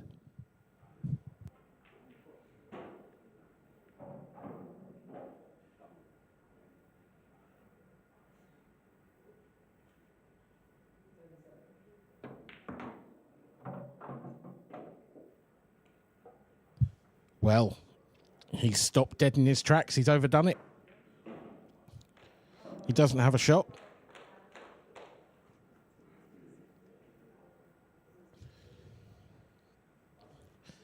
What's the shot here? Is it a little containing safety? Get the cue ball in behind that black and yellow.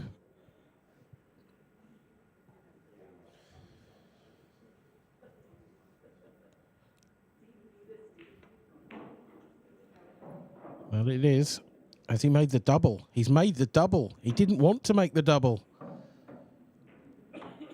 And again, he's got no real shot. Can he cut the yellow into the right centre? Can he play some sort of plant or billiard?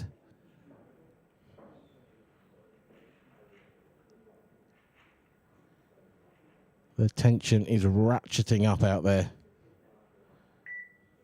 Just a little containing safety, is it? No, he's gone for the cut. It hasn't worked. What's he going to leave for his opponent? Well, the bad news for Johan is he's put that yellow safe. So Greg has an opportunity, even though he's got some reds safe. He is in pole position in this frame because he's got way more tactical options available to him.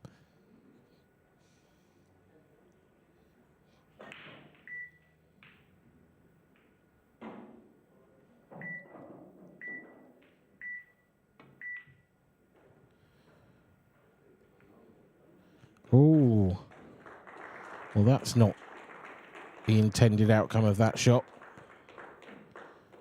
Greg's still got some control because the 8-ball is pretty safe. But he's put his own red safe and knocked Johan's yellow out. That's not a good shot from Greg Davis. And now Johan has a chance to do something. Can he bend the cue ball round past the middle pocket? Come up and try and flick the red? He's going to have to really get into this cue ball. Well, that's where he's gone. He's not on it. I think it might be attentional pockets here. Now, if the 8-ball goes bottom left, just one cushion first. This is makeable. Even if it's over the pocket, Greg's going to struggle, you would think. He's gone for that.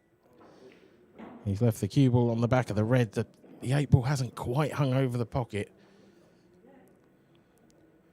Had it, then Greg would have been in real trouble, but you'd back him to find some kind of safety with the 8-ball having nestled that close to the top rail.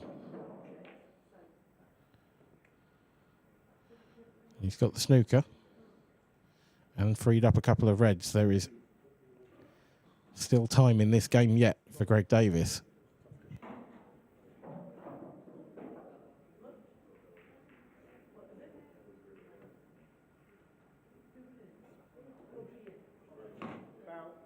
And now there's a massive opportunity for the Englishman.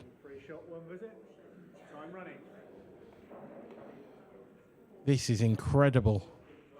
Twice now Johan has looked as if he was running away with the match. Twice it's looked as if he almost couldn't really make a mess of it. But both times he has. And every time that happens, surely Greg Davis stands a little bit taller, grows a little bit in confidence.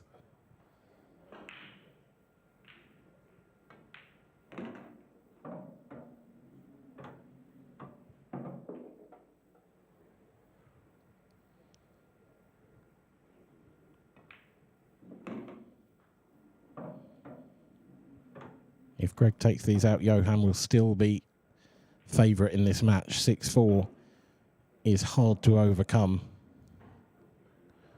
But when it was 6-1 and you had match ball,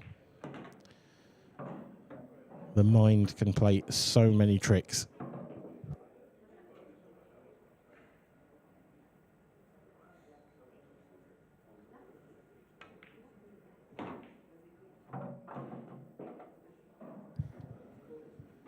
Can tell you as well, the winner of this match will face David Adenall in the final. What a fantastic run from the Manxman. Greg's got to make sure of this first. Not perfect on this red. Going to have to send the cue ball around the table. Or is he just going to stun it in and leave the 8 ball long? Oh, he's taking it long. What a shot that is. Wow. Big tap of the knee from his opponent, and deservedly so. Now that is confidence. That might just send a shiver down the spine of Johan Attard.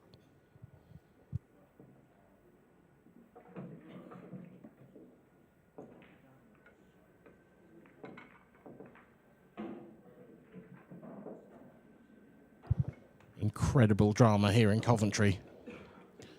And here is the other game still going on at the moment. It's the semi-final of the Ladies Open. Ashley O'Neill against Kelly Egan.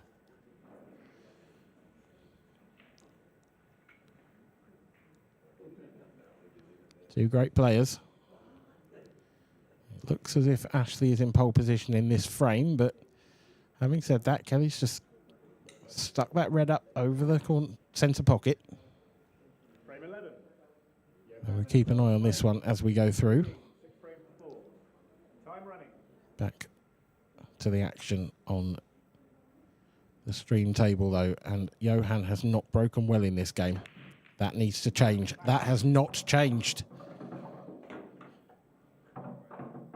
He's screwed straight off. And he's left a plum table for Greg Davis, because once he uses this free shot, he can develop the reds or the yellows. It doesn't matter too much. He's just got to be focused on exactly what he's going to do. This is quite astonishing.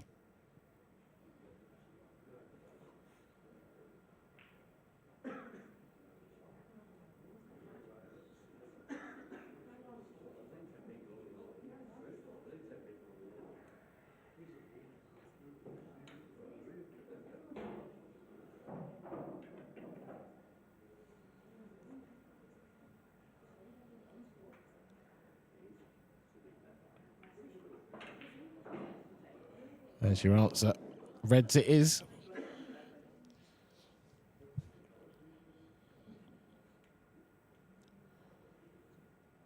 So all about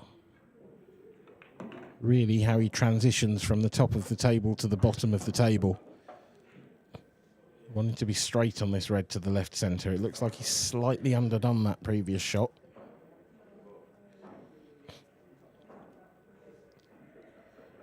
Wants to push the cue ball through. Doesn't want to be hampered queuing on that yellow. This is okay.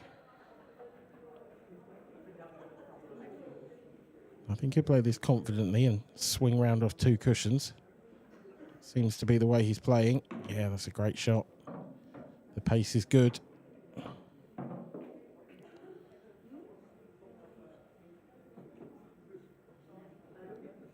Needs to leave a nice angle. Needs to be slightly further left or in line with that next red. This looks quite straight. Has he got enough angle to go on and off the side cushion? Gonna have to pump it.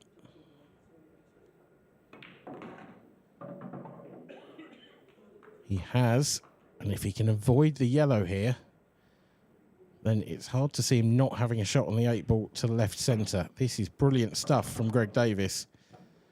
He's held it together. He's come from 6-1 down.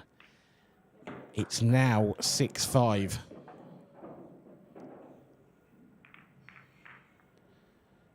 And Johan is taking a moment to step out of the arena and compose himself.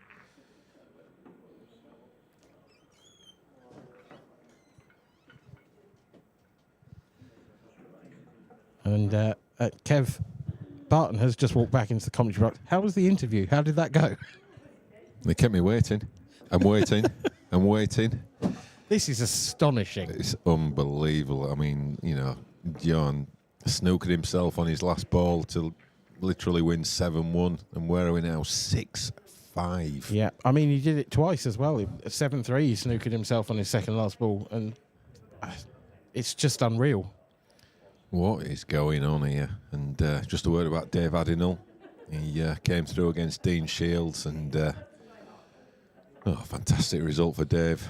And he's going to miss his boat tonight back to the island, so he's going to have to replan his travel arrangements. I'm sure he doesn't mind that at the moment. And the semi-final of the Ladies Open event, obviously Kelly's 4-2 up against Ashley. Winner to play Deb in the final. It was looking... Really, Deb in the final? Yes. Really?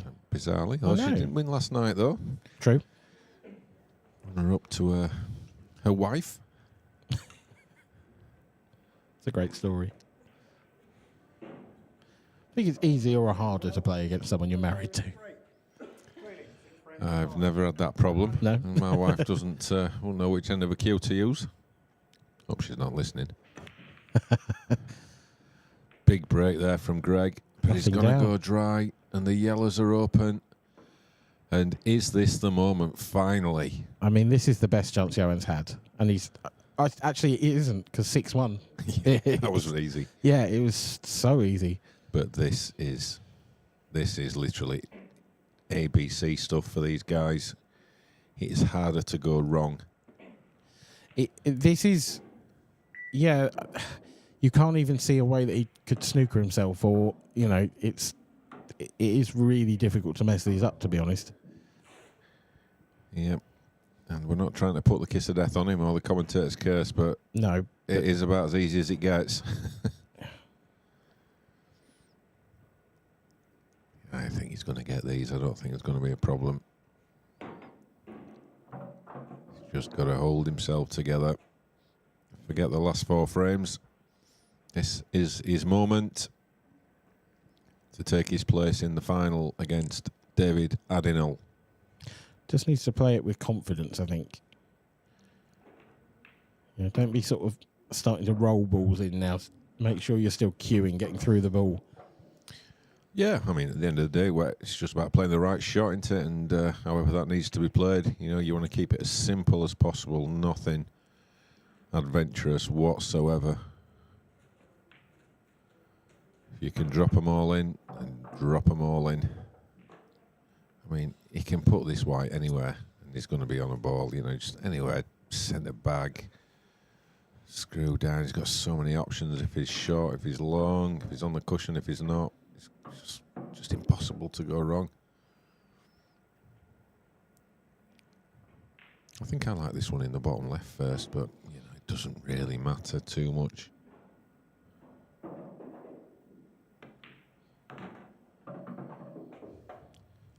Yeah, so this is the key shot, really. Because if he's going to screw back, don't underdo it. Yeah, well, I imagine he is. He's come down to look at black into the middle. I think he's just going to plop it in. Bounce the white off the cushion. Yeah, this is surely end of match. It's been a terrific effort by Greg Davis. But it is game over. Johan Attard finally gets over the line. Greg was 6-1 down and looking like he wanted to get on his way home. But Johan kept giving chances and Greg kept taking them. In the end, it took a tremendous dry break and an unlucky dry break from Greg Davis for Johan to get into the final. So the final will be a battle of the islands, Malta versus the Isle of Man. Johan Attard versus David Adinal. What an incredible turn of events. Nobody would have predicted this final.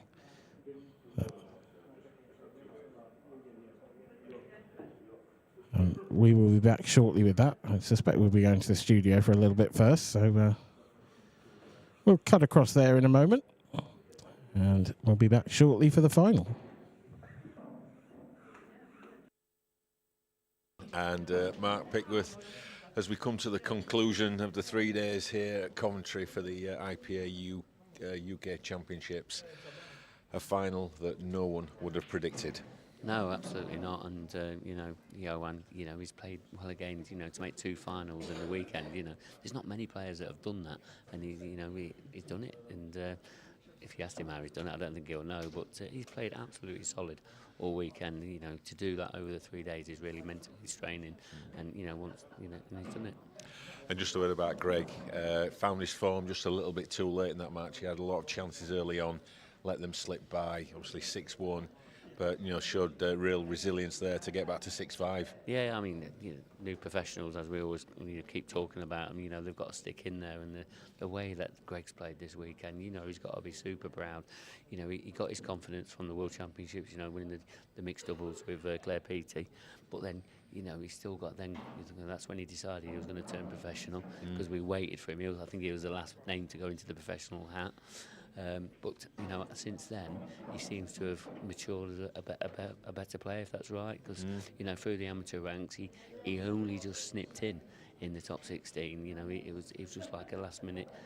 Went to the Isle of Man and got enough points and just sneaked in. And and the rest of it's pretty much history now, because of the way that he's playing. Because he's playing so positively, and the way that he cues through everything like a dream, and continues to deliver like that. He'll be picking up trophies this year. Yeah, well done, Greg Davis. Unfortunately, it won't be this tournament, but Johan Attard, his second final this weekend. That is some achievement, and obviously he'll be hoping for a slightly different result than last night. Yeah, he really will. And it's just about now how he learns from last night. Can he do something different? I mean, he's obviously got to hold himself together now. No doubt he's, as you've already sort of alerted to, his phone's probably pinging now all the time. He's probably had a look at a few messages already, and so all of a sudden the pressure will start, and and it's about now how he holds himself together to see how he can come up, and hopefully he'll pick up the trophy by the end of come tonight. And the man who's going to try and stop him taking that trophy, the Isle of Man's #1, Dave Addinall. Everyone loves Dave, and probably been not had the results over the last couple of years that he's been hoping for, but what a way to come back to form. Yeah, it is, and as you said about the actual support in the Isle of Man, it's immense. I think one of the guys that have come to support him here this weekend said the Isle of Mans have stayed up, because we were saying it's only 9:30, but so they've all staying up to watch him as well. So again, he's going to have that added pressure as well, because everything goes through your mind when you're at that table, about everybody watching, etc. And it's all about who can hold themselves together now. Yeah, and one of these players, one of the semi-finalists, we're going to win an IPA title, a major IPA title for the first time. We're now down to the final two, Dave and Johan. What's your gut feeling on this one? I think because Johan had that experience last night, I think that's going to help him. Obviously losing is not going to help him, but David is into his first IPA final. He's a more established professional player. He's been on the IPA ranks. He knows his TV table and that. It's got to be a 50-50 coin flick. I've got to say probably Johan. It is slightly. For some reason, it's just what I've seen of him this weekend. Don't get me wrong, David has played superbly. Especially to meet Mark Boyle as well. And that's not an easy feat in its own. But the way that Johan's sort of come across with himself, etc., and he's been really, really consistent, and that's where I'm just edging it a little bit. Right, well, that final is coming up in the next couple of minutes. Just a reminder that if you've enjoyed what you've seen this weekend and you fancy taking part in the next IPA event, well, you need to be quick, because there are not many spaces left for the next tour, which we're back here in Coventry. As we know, it's always the most popular venue on the calendar. So, get your entries in through the website. I think the last time I checked, there was about 9 spots possibly left. So once they've gone, that's it, and we won't be back at Coventry until next year. So people need to act quick. Yeah, they really do. I mean, it's a fantastic venue here, fantastic hotel, even new rooms now, isn't there, as well? And so they're even expanding a little bit. But we've only got so many places left on the tour. We only can fit so many tables into this place, and as you said, only so many spots left. Yeah, there certainly is. So, one final match to come. It is Johan Attard from Malta against David Addinall from the Isle of Man for the UK Open title. Who is going to be the winner? Well, that final is coming up in 2 minutes, so we'll get over to the commentary box in the next couple of minutes to talk you through the final match from this weekend's action. So we'll see you soon.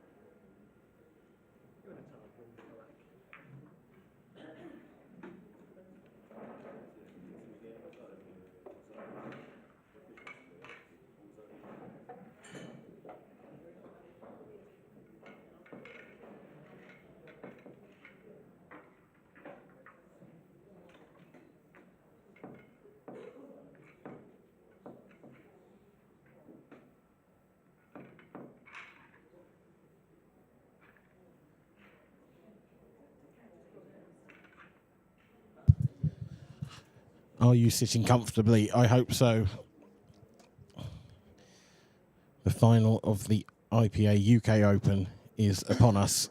On the left of your screen, Johan Attard sat patiently waiting, and he will be breaking first. And on the right of your screen, David Adnell, the Manxman.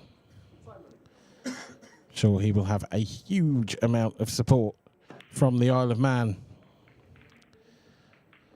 And the first break is a good one, just about, by Johan. Have to say, the one part of his game that I feel let him down in that semi-final was his break. And that very nearly came to the same result. But as it turns out, this is a great opportunity. Reds or yellows?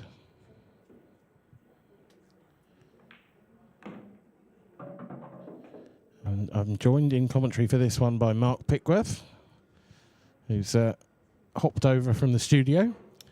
Yeah, certainly have. And, well, it's going to be a new name on a trophy, the IPA, which is really good to see. You know, we knew that from the semi-final spots. Yeah, it's madness, that. Yeah, it is. But just also proves strength in depth here and the way that these players are playing.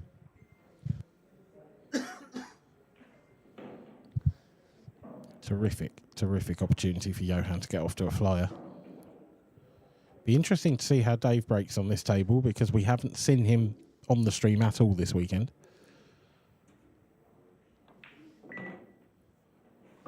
Yeah, Johan, is he playing his third match, I think? Of the weekend or of the day? Because No, on this table. yeah, but do you mean today or this weekend? Because this would be his. Is this his only his second today? Did he only play one yesterday? Was that the final? Yeah, I think so. Okay.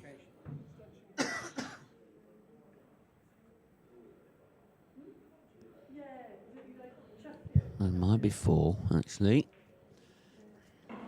Yeah, I just wonder if he had an earlier stream matches yesterday as well as the final. I'm not absolutely sure.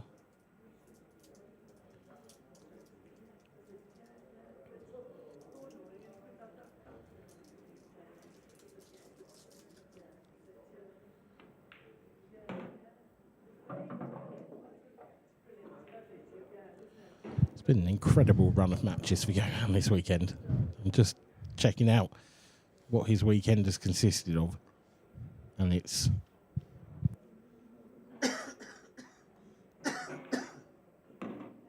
13 matches. This is match number 14 of the weekend for Johan Hazard. Yeah, it's not a bad one, is it? And you've only lost the one at the moment. By the odd frame in 19 as well. A good start here as well. He just seems to be a little bit more at home here in this start of this final, and he's taken the opening frame, 1-0. Ashley O'Neill. I think that was, it's 4-4 now. Yeah, I knew she was 4-3 up.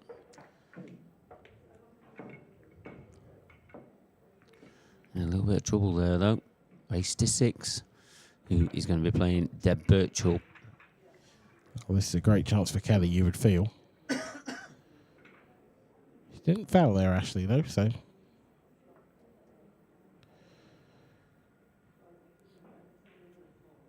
Oh, and that is. Well, is that a safety shot? Is it an attempted pot? I'm actually not sure. I mean, it's worked out brilliantly as a safety shot. Yeah, she a little bit wider, that one. As you said, got away with it a little bit. I mean, the red was pretty safe down at the bottom end of the table. Frame 2. Oh, Dave's hit those really sweet. Really sweet. And it's a super split as well. It's a bold shot, but if you take the red on the top rail first, then this clearance becomes routine, to be honest. Yeah. But it is a tricky one. You're queuing off the rail. It's along the cushion. It's not. It's very easily missed, this shot. Yeah, and you feel that he's got to take the reds really because of where the black is.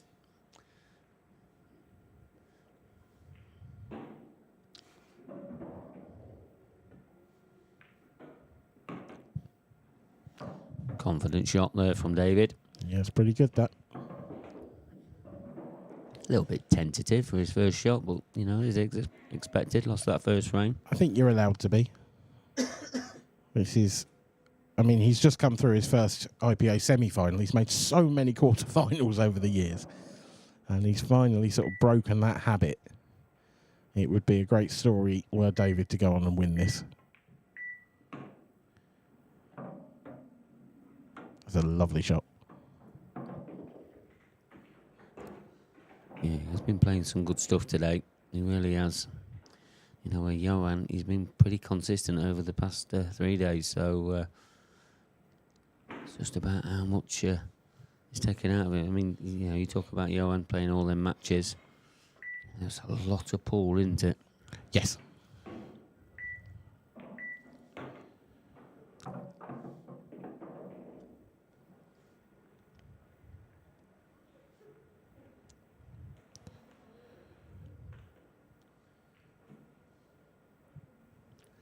Yeah, I think it's important. The red that's above the black. He needs to just leave himself an angle so he can just stun past the black. So he's going to have to push his on and off the cushion out and come out a little bit. It'll be too straight. It's not the end of the world though. It looks very straight. Yeah, it is. I think he might have to run through past the 8 ball now and then play the left of the 2 reds next. He's only got a small window, but you'd expect him to play this pretty well. That's fine. Very well cued.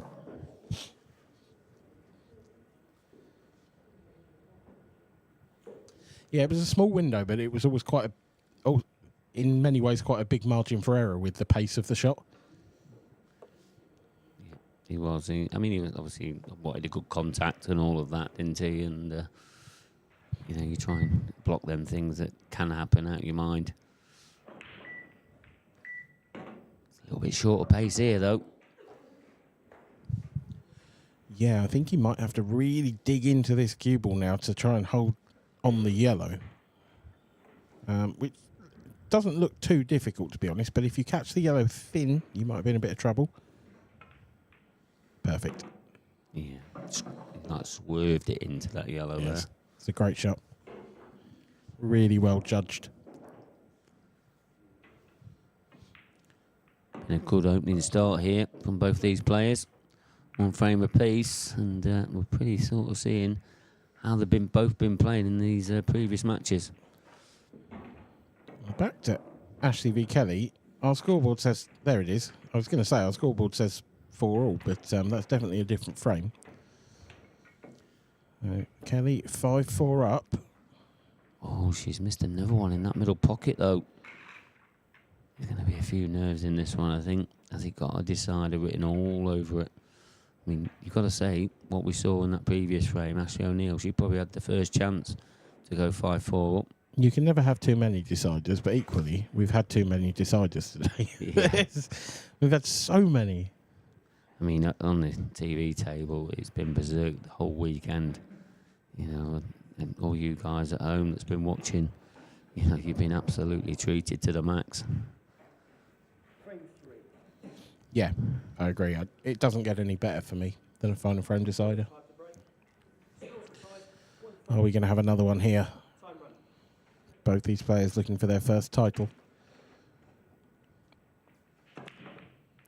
Johan, again, he's hit the break well, but there's nothing moving really towards a pocket. No, there's not. Look at these yellows. There's a chance. Does that yellow pass the red to the top left? I think it does. But it might be one of those where you have to use all of the pocket. Yeah. Might not be able to do a lot with it, so it is down to the angle you leave on it. Has he got an angle here to bump the one below that out and land on that yellow? No, he's just going to land on it. Yeah, no wrong with that, because he can draw this back now, provided, as you've already noted, is there enough room to play it with pace? Yeah, I feel like he can't play that hard.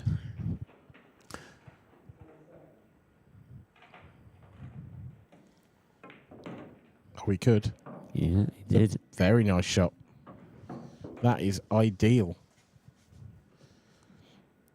So the problem now then, the sort of isolated yellow at the bottom end of the table, when you pot that, I don't really see a world in which you don't run into the red.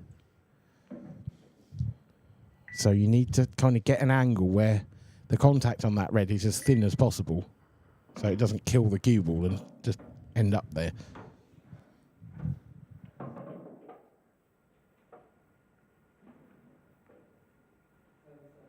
It's a tricky position to get the white into, that. Yeah, it is.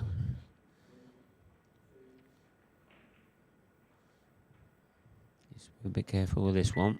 Don't want to go too far down. No, I think that's pretty good. If he's straight on the yellow to the top right, if he could screw back and end up roughly where he is now, I wonder if he could top on and off and on the side rail, sort of into the red that's to the left of what would be his last yellow. Well, no, he's just going to leave it with some distance. I don't like this. No, me neither. He's gonna have, and as you said, he's going to have to leave it a little bit of distance, somewhere about there. But it's a chance. It is, but chances of that cue ball sticking on the red, I think, are quite high. I mean, he's very thin, so perhaps not. But then, do you potentially push the red over the corner pocket, or certainly in line with the black in the corner pocket? He's playing this with screw, so he's missed it. Yeah, he has. Not only that, he's left himself, well, he's left Johan on his most difficult red. This is a great chance now for the Maltese. Yeah, and you feel when he takes this red, he could protect the one on the right-hand cushion. I mean, he'll have a few options anyway. I mean, the yellow, you know, it's not in the open, so he's going to have a bit more insurance with that there. Yeah, basically a free hit, this.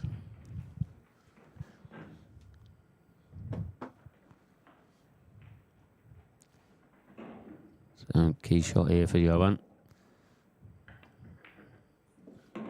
Need it. Couldn't really do a lot with the cue ball. But now,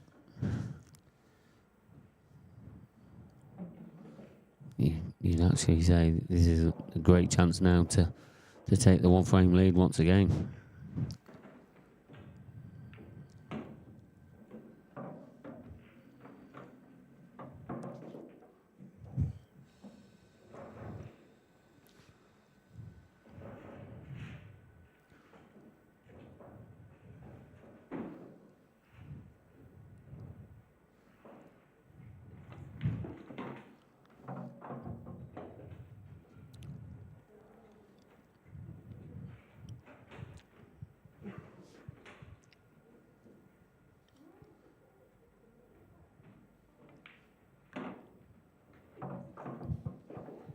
This has to go down as an opportunity missed for David Adnell.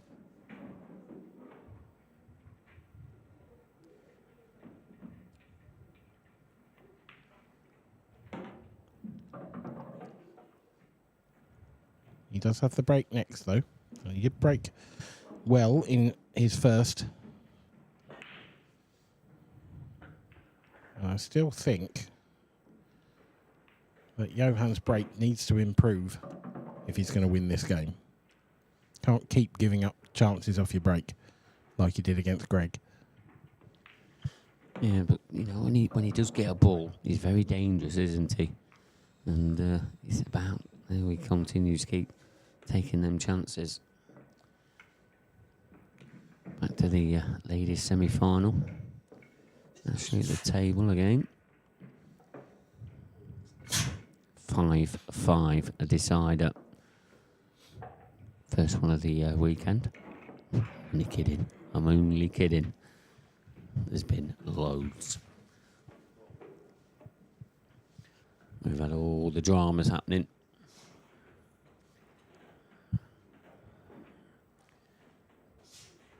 And once again, another deciding frame in a very crucial match.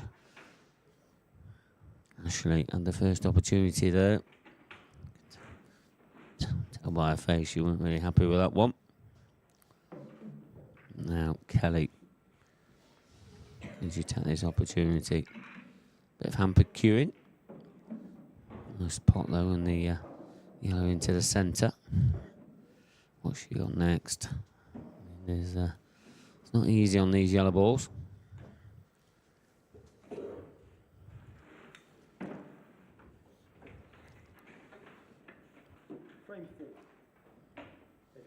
Yeah, containing shot there from Kelly, and if that's got the weight, cover that pocket, it's a good shot. But back to the main table, frame number 4, David Adnell to break. Took a bit off that, if you ask me. Yep. Not the best contact, not the best split.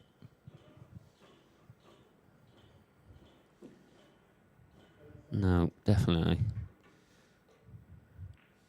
One good shot. And if he leaves himself an angle, because you've got to think you've got a cannon into that cluster, especially if you want to go game here. Yeah, I mean, so the nicest balls on the table to cannon into the cluster are yellows, but you don't really want to go yellows because of those two at the bottom half of the table. So, reds it is. He's left himself the angle now. And it's hard to see it going too far wrong, to be honest. I don't think there's anywhere he can leave himself with no shot at all. I think the worst result might be if he cannons the yellow full ball, because it might just stick on the 8 ball, sort of leave another cluster. Yeah, it's done exactly that, hasn't it? Yeah, it wasn't quite how I envisioned it, but essentially he didn't really get enough pace into that, I don't think. No, but if he can get to this one in his left-hand corner, he might have another opportunity of cannon into the cluster.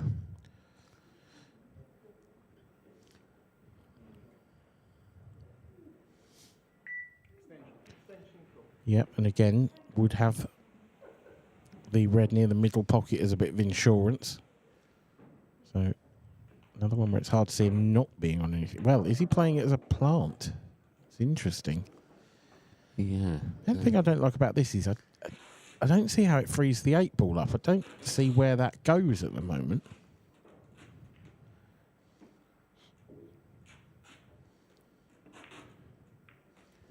Oh, that's not good either. That is very bad news. Yeah, it's getting a little bit more difficult. I mean, does that just pass that knuckle, go up into the top left-hand corner? I don't think he's got much of an option on, I don't think. No, but he's also got to play it with a fair bit of pace because he's dead straight on it and he's got to get through the cue ball, really, you feel, for the next red. It needs to be... I don't know what this is. It's just a safety. Yeah. It's not great, though. He hasn't hit that hard enough. And to be honest, I think all the yellows might be there. I did mention those 2 right at the bottom of the table, but I think you can get through to the bottom one of those. Yeah, I think you're right. Really do. I mean, his toughest yellow that doesn't probably pot is the one next to the black, unless it does go top left. He might have an angle to move it now anyway. He doesn't. I mean, I think it does go top left.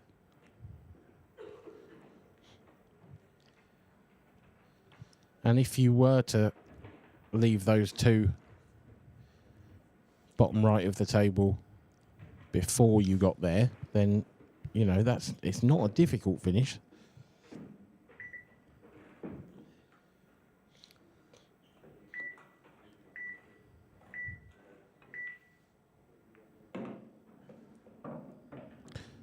Oh, I don't think he meant to play that off the red. I think he's caught that quite a bit too thick. I think he wanted to be a bit straighter on the one over on the left-hand side. This is another change of route now. Yeah, they're not getting much easier, are they? Because you can just see that the pattern's just losing its weight, and it has lost its weight. Yeah, this isn't going well. No, he's got a very tough pot. Yes, it does pot into the top left-hand corner.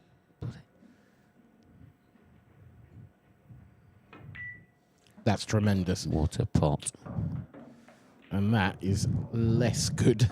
It's not good news. It's a great pot. Can he find some safety? If he could just get the cue ball, if you could draw a line between the black and the yellow it's closest to, and get the cue ball on that line,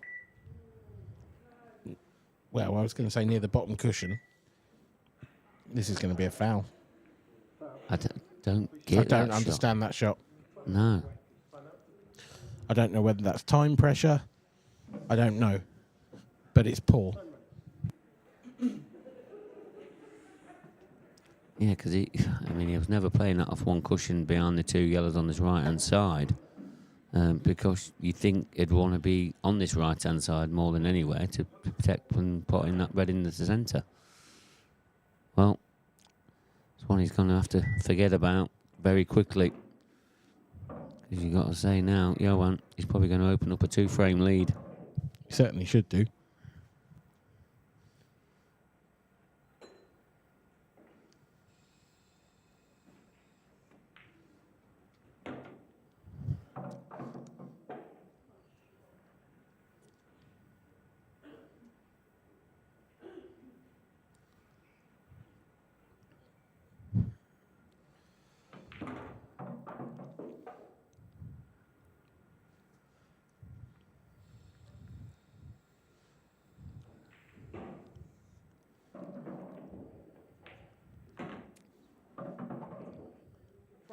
3-1 it is. Back to the ladies semi-final. Still 5-5. You've only just joined us. Who is going to be playing Deb Birchall? Where that 8 ball is. How's that not in the pocket? Oh, this frame could take a long time. Yeah, that corner is horrible. Especially for Kelly. We just know those blackball rules. It only takes one shot to open it all up. Tell you what, this is an excellent effort. Yeah, you've got to say, Ashley, she's favourite at the moment. Whether the Reds are set out for her, especially now. Big favourite now, yep, massive favourite. Kelly's going to have to do something spectacular there. Try and contain that a little bit. Frame 5. Cue ball. Oh, that's like mighty close, but it's dry again. Yeah, it is. And this is what I'm saying. Dave's not going to keep missing chances. And what a chance as well, because it looks like the middle of those 3 yellows goes to the top right. And once you take that out of the way, there's just no problems left. No, he's got choice of yellows straight away, which is always nice. Just knocking a red onto the cushion just opens that up, that area a little bit more.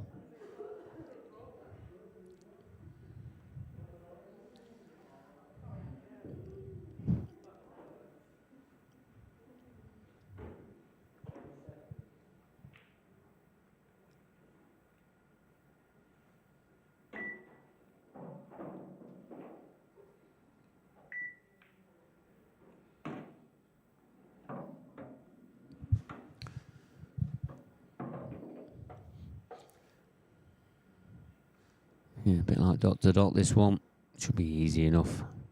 Just needs to make sure he's not leaving himself too straight on anything. Not having to pinch a pocket, but I suppose that one was a little bit straight that he's just taken there. Yeah, to be fair, was it, or is he just underhit that a bit? Just looked like he decelerated slightly for me. But he's still on the yellow to the left centre. If he drops it in, it's not a problem.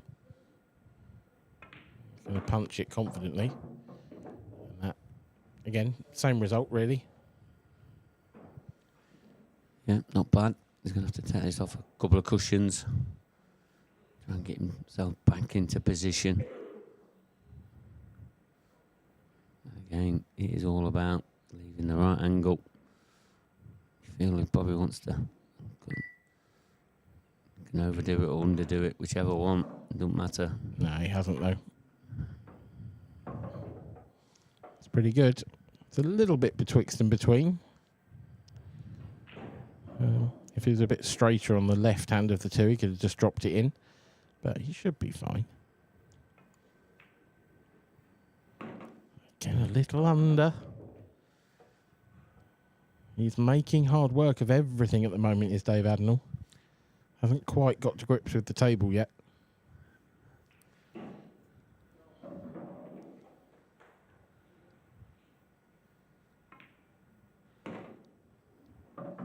Does this 8 ball pass to the left centre the way he's played that? And that camera angle tells you the answer is yes. Yeah, probably haven't got all the pocket. But he's got enough. 3-2 now in the Battle of the Islands. And 6-5 surely to Ashley O'Neill. She has taken this match over Kelly Egan, and she will face Deb Birchall in the Ladies Open Final,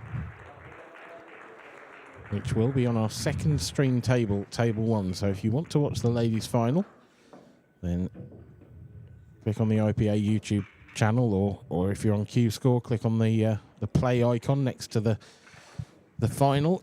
If you're looking at the Ladies Open, and you can pop off and watch that.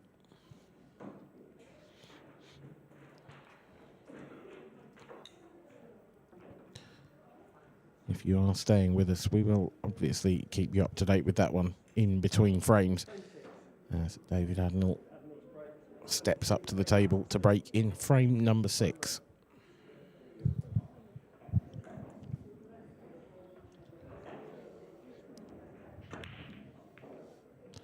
Better contact this time. Same result. Neither player has got hold of the break at all in this match. No, but you feel whichever one does, it could help them getting over the line. I would say Dave's leaving worse tables than Johan. That's for sure. Yeah, definitely splitting better for Johan. Definitely.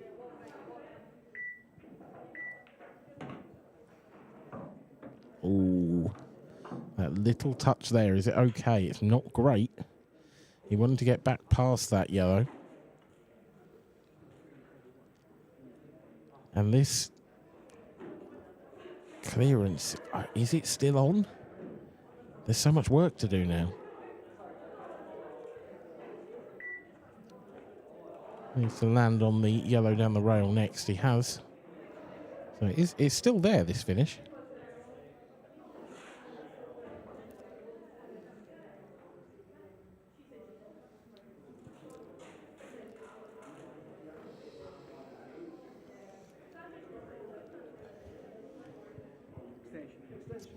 Critical that he leaves a nice angle on what will be his penultimate yellow, which will now be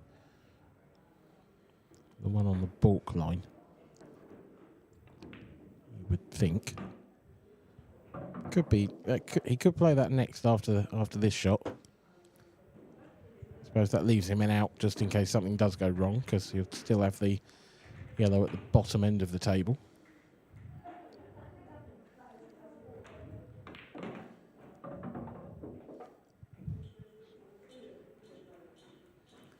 Yeah, it's just about how he misses the yellow, though, isn't it? I suppose.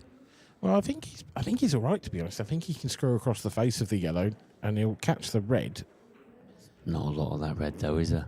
I think there's enough. I think he's going to catch it sort of half, maybe quarter and half ball, something like that. It's just going to pop open. But he's come off it quite thin. I think he's okay. Yeah, I think it was always going to come off thin, weren't it? Yeah. There weren't that much red of the that you could see.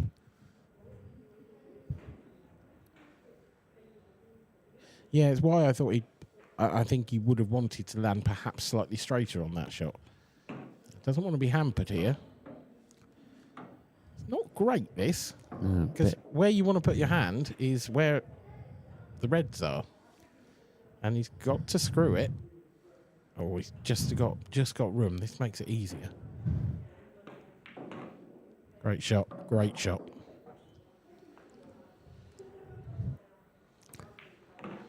Yeah, it really was. And he's punished a dry break from David Allen once again. 4 frames to 2. Remember, ladies final. Deb Birchall against Ashley O'Neill. Correct. Yeah, I just lost the memory of the name then. That's going to be on a other stream table number 1. Anybody wanting to watch that one?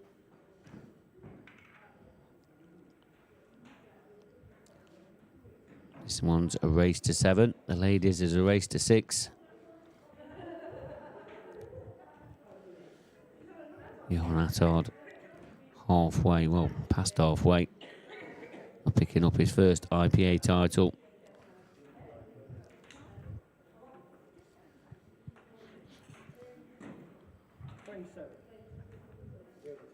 Well, the start this will be to his IPA professional career. Picking up the IPA Open title. Frame number 7. Have a look at the Johan Attard break. We've seen one good one from him. This one's better. Oh, is he going to sit on the back of that red? No, he's fine. He's okay. It's a tricky chance because those 3 reds that are together in the bottom of the table probably need a bit of development, you would think. Yeah, maybe the bottom one of the 3. I think it's enough. You can see enough of the red to pot it. Can you see enough of the red to pot it from there, though? Possibly. It's tight, isn't it? It clearly goes. But can he get Can he get to there now? I think so. He thinks so.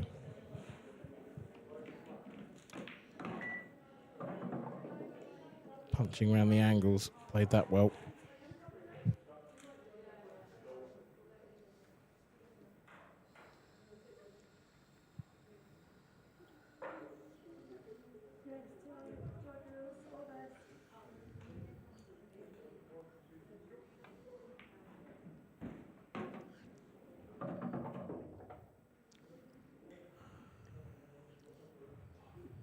It's interesting that he hasn't stunned that in and left that where he's closest to the centre pocket, because it's a bit of an awkward ball to get onto because of where the 8 ball is.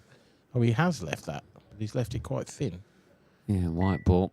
He's going to be pinging off a couple of cushions. And he's landed on the cushion. It means this pot's going to be a bit more difficult than he wanted. Yeah, I mean, that's about as bad as that could have been.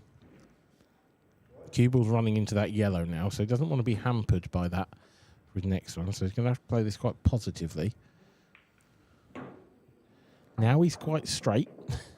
There's things that could go wrong, but he does look in really good touch. Yeah, well, as you said, Dan, he's straight. He's going to have to try and force something here. What can he do here? The harder you hit it, the harder the pot, but the way that he's won that round the rails with running trace aside is unbelievable. Yeah, it's another great shot. But getting on the 8 ball nicely. I think this will be going bottom right corner. We'll screw across. Oh no, he's managed to get right into that. And now it's a pretty routine cut to the centre pocket. You've just got to be careful if you're digging into this to avoid the in-off, to also not catch the in-off angle off the yellow near the pocket. He got into it plenty enough. 5-2, Johan Attard. He's 2 away now. David Adenall is starting to need a miracle. Yeah, and I think obviously the confidence that Johan showed there by running off them 2 rails just really shows that the mentality that he's in at the moment. Looking at the opening frame here, the ladies' open final. Yeah, it's not a good shot there from Ashley. But she hasn't left Deb anything easy.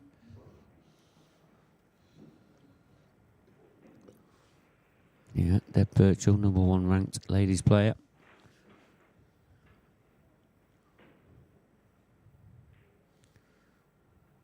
Great opening shot there from Deb. Yep. Brilliant shot. Took the pressure off herself slightly because she would have probably covered the pocket had it missed. David Adenall needs a ball.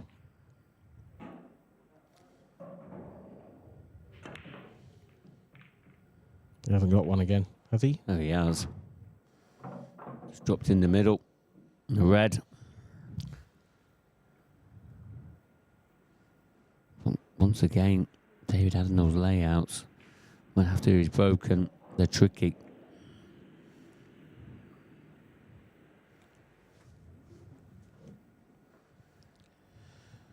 So, I mean, I think he could play the yellow he's closest to into that bottom right corner.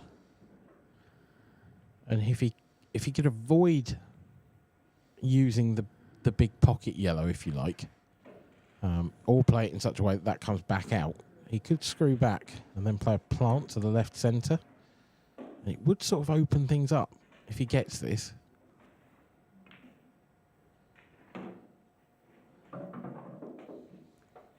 That's one half of the job complete, but the other half is getting trickier. I thought he might try and screw in behind those 2 yellows so that he could have played the plant. It would have opened them all up. Yeah, he might have been better off hitting it a bit harder, knowing that it was more than likely going to cannon into the yellow over the pocket. And then it would have moved the red out, but... Oh, has he fluked it? Not quite It's a good time to miss, though, because I'd argue the yellows are better than the reds at the moment, particularly after that shot.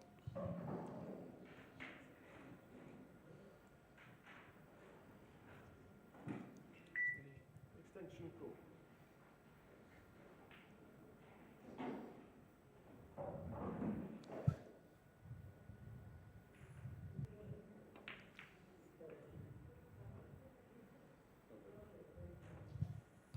Not entirely sure what the plan with that shot was, whether it was just to push the yellow safe and try and open things up, but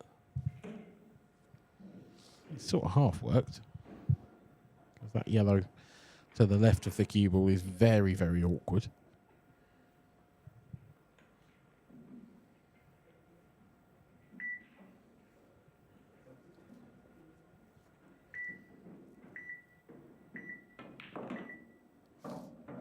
I think a couple of times now in this match, Dave has struggled with the shot clock.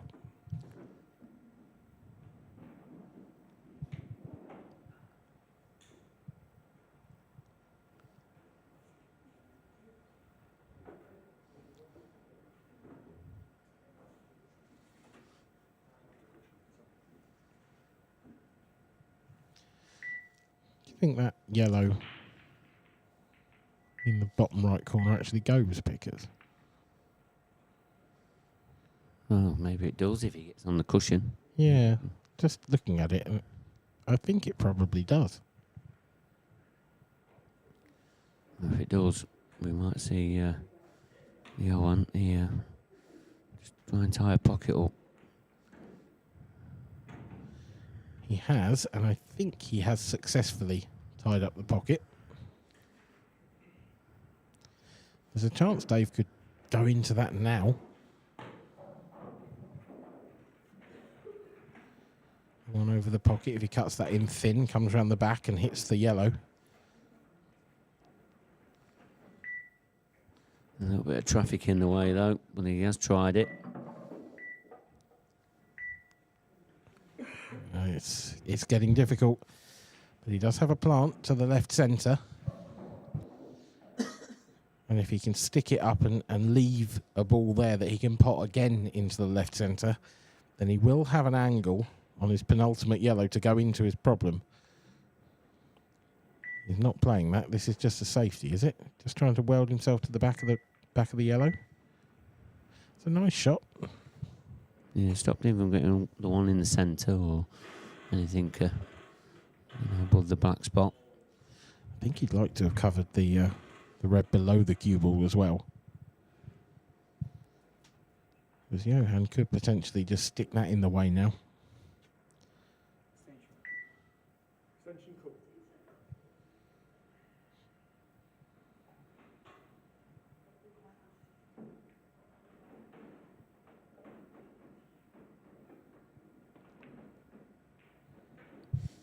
Yeah, done just that.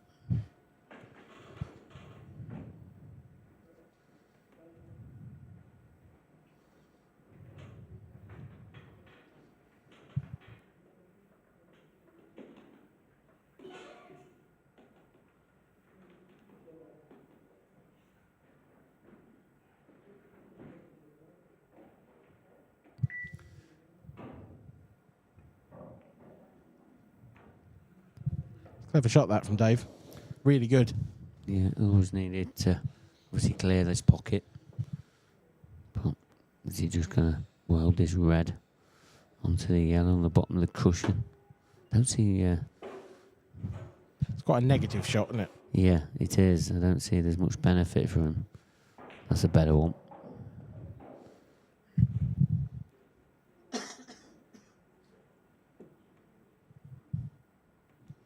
Such a vital frame, this.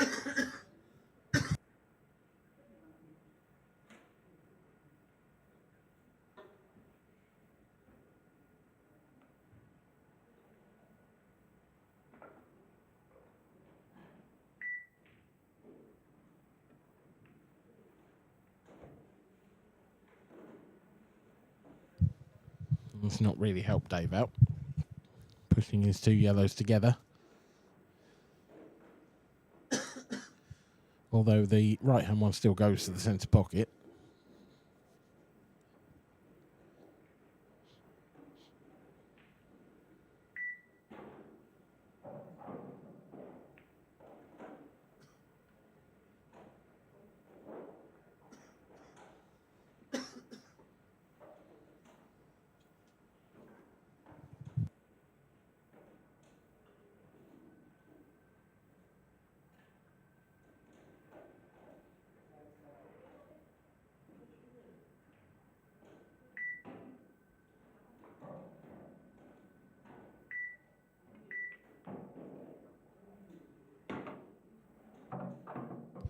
Well, that is some pot from David Adenall.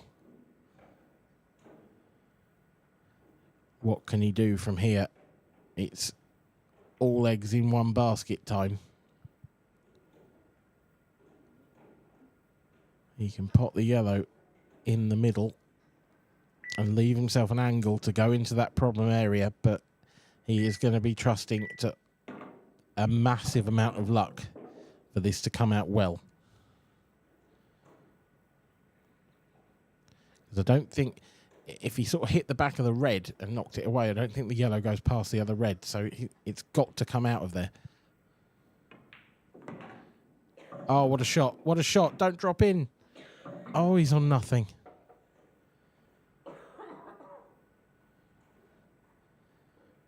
It's a tremendous effort. And he's got hardly any shot at the 8-ball. What can he do from here? Bridging over the red as well. He's gone for a double. He's gone for a double. It's not quite there.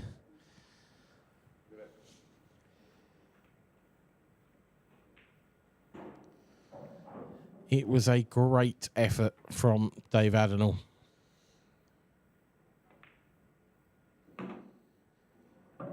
But it leaves just a wonderful opportunity for Johan Attard.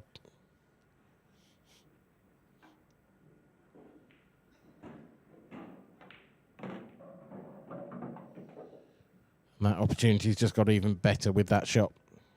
Super stuff from the Maltese man.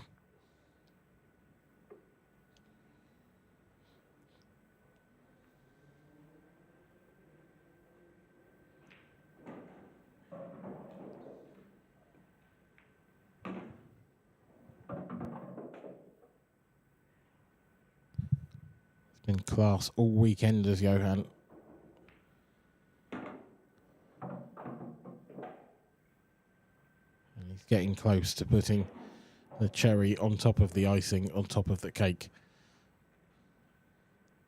Because a final in the professional event and a winner's trophy in the open event is essentially just one frame away.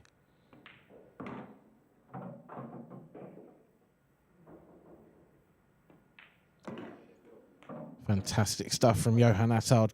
Unlucky in that frame, you have to say. David Adenall played a terrific shot and wasn't really rewarded for it.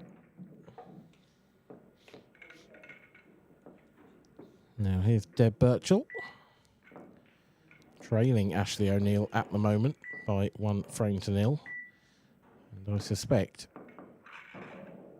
with the way that shot's come out, doesn't look entirely happy, so it's obviously not the angle she wanted, but I suspect a safety shot is coming up here.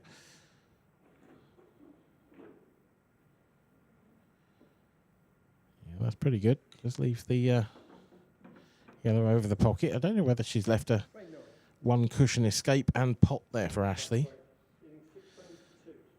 Just miss the yellow and play it with loads of running side.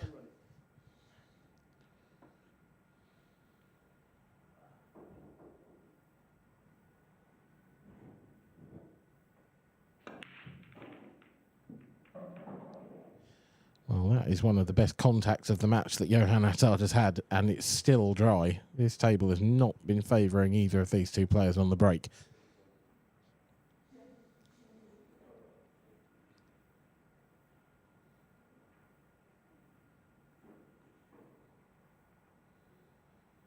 For David Adenall, a potential lifeline. And clearly Ashley O'Neill did get out of that snooker and pot. She now leads by 2-0 in that ladies' open final.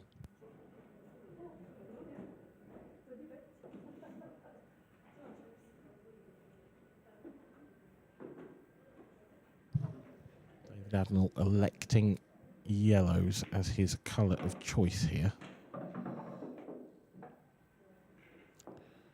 The yellow he's closest to now goes up to the top right, so I wonder if he can just push the cue ball through into the red and perhaps leave himself an angle on the yellow to the middle pocket to break that one on the rail out.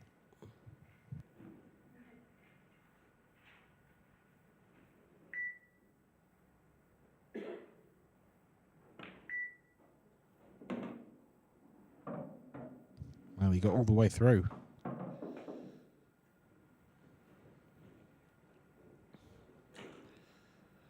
That yellow on the side cushion is looming large. That is becoming a bigger problem every shot he takes. It's really hard to see how he can get onto that now.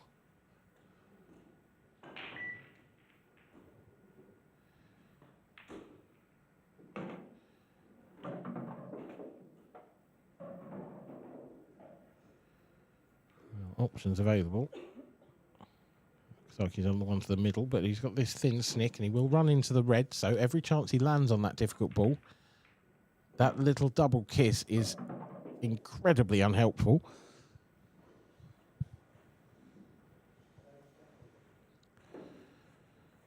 But David is still in the frame here. He's got this yellow to the top left. Needs to come all the way back down table. There's a huge amount of traffic here. Oh, well, he's just dragged it, and he was trying to hold for the long one down the rail. But I'm afraid that may be curtains for David Adnall.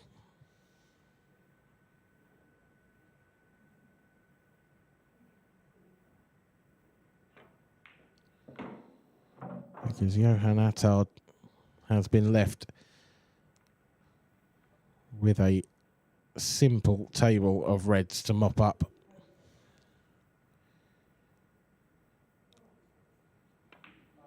He gave up chances against Greg Davis that we didn't think he was going to miss.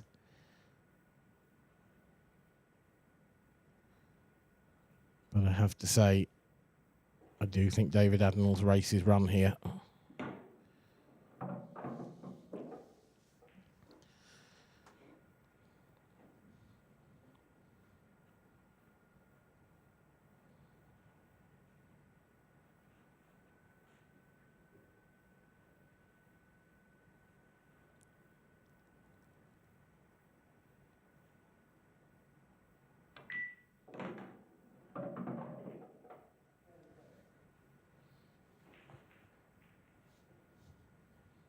Now he's on the key ball.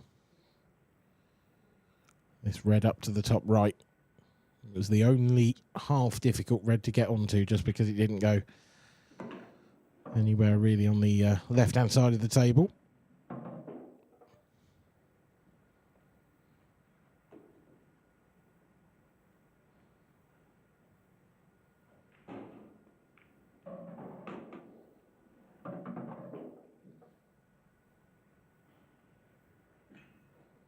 Prime position again. And this surely is Johan Attard's victory lap. Straight 8 ball. Big pocket. This for the title. And it's there. Congratulations to Johan Attard. A superb performance throughout the weekend. He has been unbelievable, winning 13 out of 14 matches here at the IPA, only losing to the 2023 world champion Clint Ianson in a final frame decider. For David Adnall, it wasn't the fairy tale ending, but it was a fantastic story. The Manxman through to his first IPA final. He has been superb today, and he will be taking home a runners-up trophy. Brilliant from both players, but in the end, it was the Maltese man who will be flying home very, very happy indeed. What a weekend's work from that man there in the centre of the screen.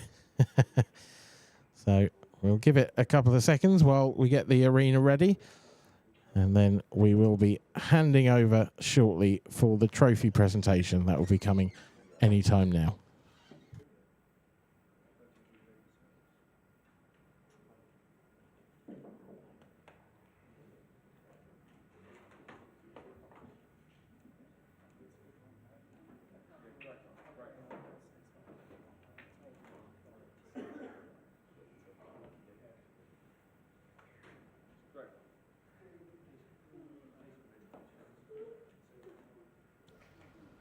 Thanks, Dan, and welcome for the final time down to the arena for the final presentation of what has been an epic 3 days here at Coventry.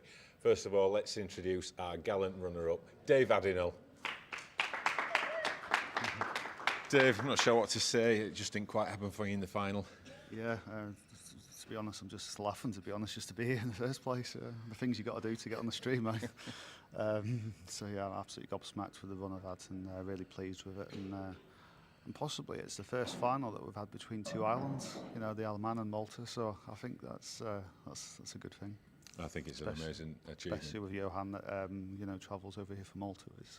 So it shows incredible commitment, and we're lucky with the IPA to have Johan willing to travel and come here. And he deserves the title. Yeah, great words. And as you say, a fantastic run to get through the field. You know, it's been an epic 3 days, and you know, how are the sort of energy reserves? You know, at the moment, you must have been sort of running on fumes. Yeah, I was on empty. Yeah, because I'm not used to it. Because that's usually one of the biggest problems. Either not good enough or not fit enough. So. Well, it's certainly good enough, Dave. But overall, pleased with the weekend. Obviously disappointed with the result. But you know, a great run, and you know, something to build on for the next event. Yeah, I'm not too disappointed, to be fair, with that. The only frustrating thing, obviously, I had like about probably 3 clearances that I was chasing a little. They wasn't easy, but sometimes that's pool, and Johan didn't miss anything, so you know, I had to take them out, and I wasn't able to. But sometimes it goes for you, and sometimes it doesn't. And as a pool player, you've got to accept that. Obviously, you've got a great fan base back at the Isle of Man, no doubt. The phone's been busy, and people cheering on, you know, back home. Yeah, it's when I get my phone back on, get to it, I haven't had a chance. Yeah, he's keeping me on match after match, what he's doing to me. But yeah, it was great for the Isle of Man. You know, that's the first reason I come to do this tour was to put the Isle of Man on the pool map, so to speak. So yeah, this is beyond my dreams to get here. You know, you think about it, but I never thought I'd do it. Like, you know, and I've been to quarterfinals and all that, been to a few, but not many for a long time, apart from one last September. So yeah, completely gobsmacked. Well, Dave, fantastic run. Congratulations on Thank that. you Unlucky very this much. time, but great performance. Well Thank done. you. Dave Addinall. And our winner, without a doubt, the player of the weekend. It's Johan Attard. Well, Johan, I don't know how you've picked yourself up after last night, but somehow you have. I mean, how are you feeling right now? Right now I'm feeling very good. After last night, I spoke to my friend, Clint, and he told me to stay focused. I stay focused. I came here to play 2 tournaments, not only one. That's the main reason. I came and enjoyed it.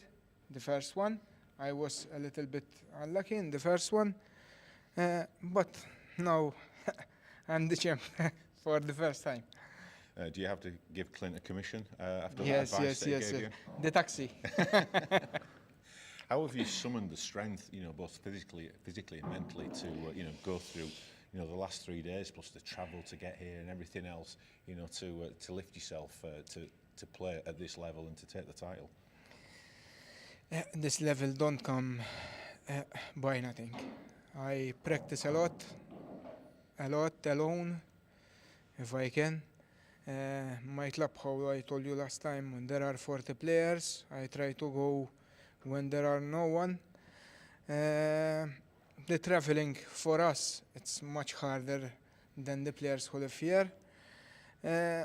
But we come here to enjoy ourselves. We want to win, but for us, as a win, it's like a bonus for us. We come here enjoy ourselves, and hope many more these players now will come more. Well, he's certainly going to be the role model for a lot of players back in Malta. And is there anything you want to say to all the people who have been supporting you back home? Is there any messages for them? Is there going to be a big party when you get back? I think so. I think so. Then my father's love. There will be all together, my friends, my players, everyone. Can I speak in Maltese? Far away. Let's go, Bigaru! That didn't sound much more like Maltese to me, but I think I understood that. But, come on, Bigaru. Come on in English as well. Well, Johan, I'll take the microphone from you because Mark's going to present you with the trophy. You are the 2024 UK Open champion. Congratulations.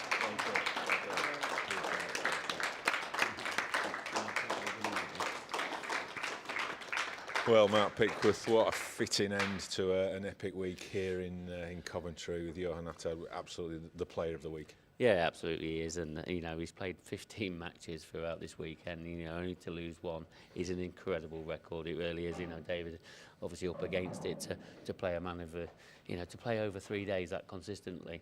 You know, we're probably not seeing many players do that, but he's done that to an incredible way. Yeah, and a word about his opponent, David. You know, obviously a bit lean recently, but a fantastic performance to get to the final through that field. Yeah, and I think, you know, David now needs to start believing. You know, yes, he's made loads of quarterfinals, but, you know, he can make more finals. He's just got to believe that he can come on and, you know, next time he'll be picking up the trophy.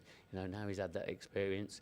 You know, he said about, you know, is this the only way I can get on the stream, get to a final? But, you know, he has made so many quarterfinals. He should be used to this arena now, and it's, you know, sooner or later he will pick up a title.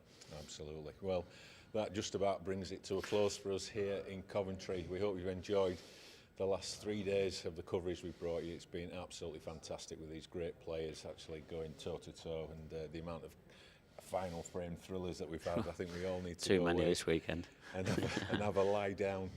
We hope you've enjoyed it. We're back again with the Scottish Grand Prix next month. You know, check out the usual social media platforms for all those details.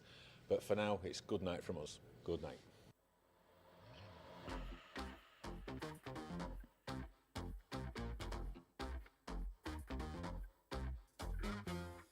Rewind selector. Rewind selector. Rewind selector.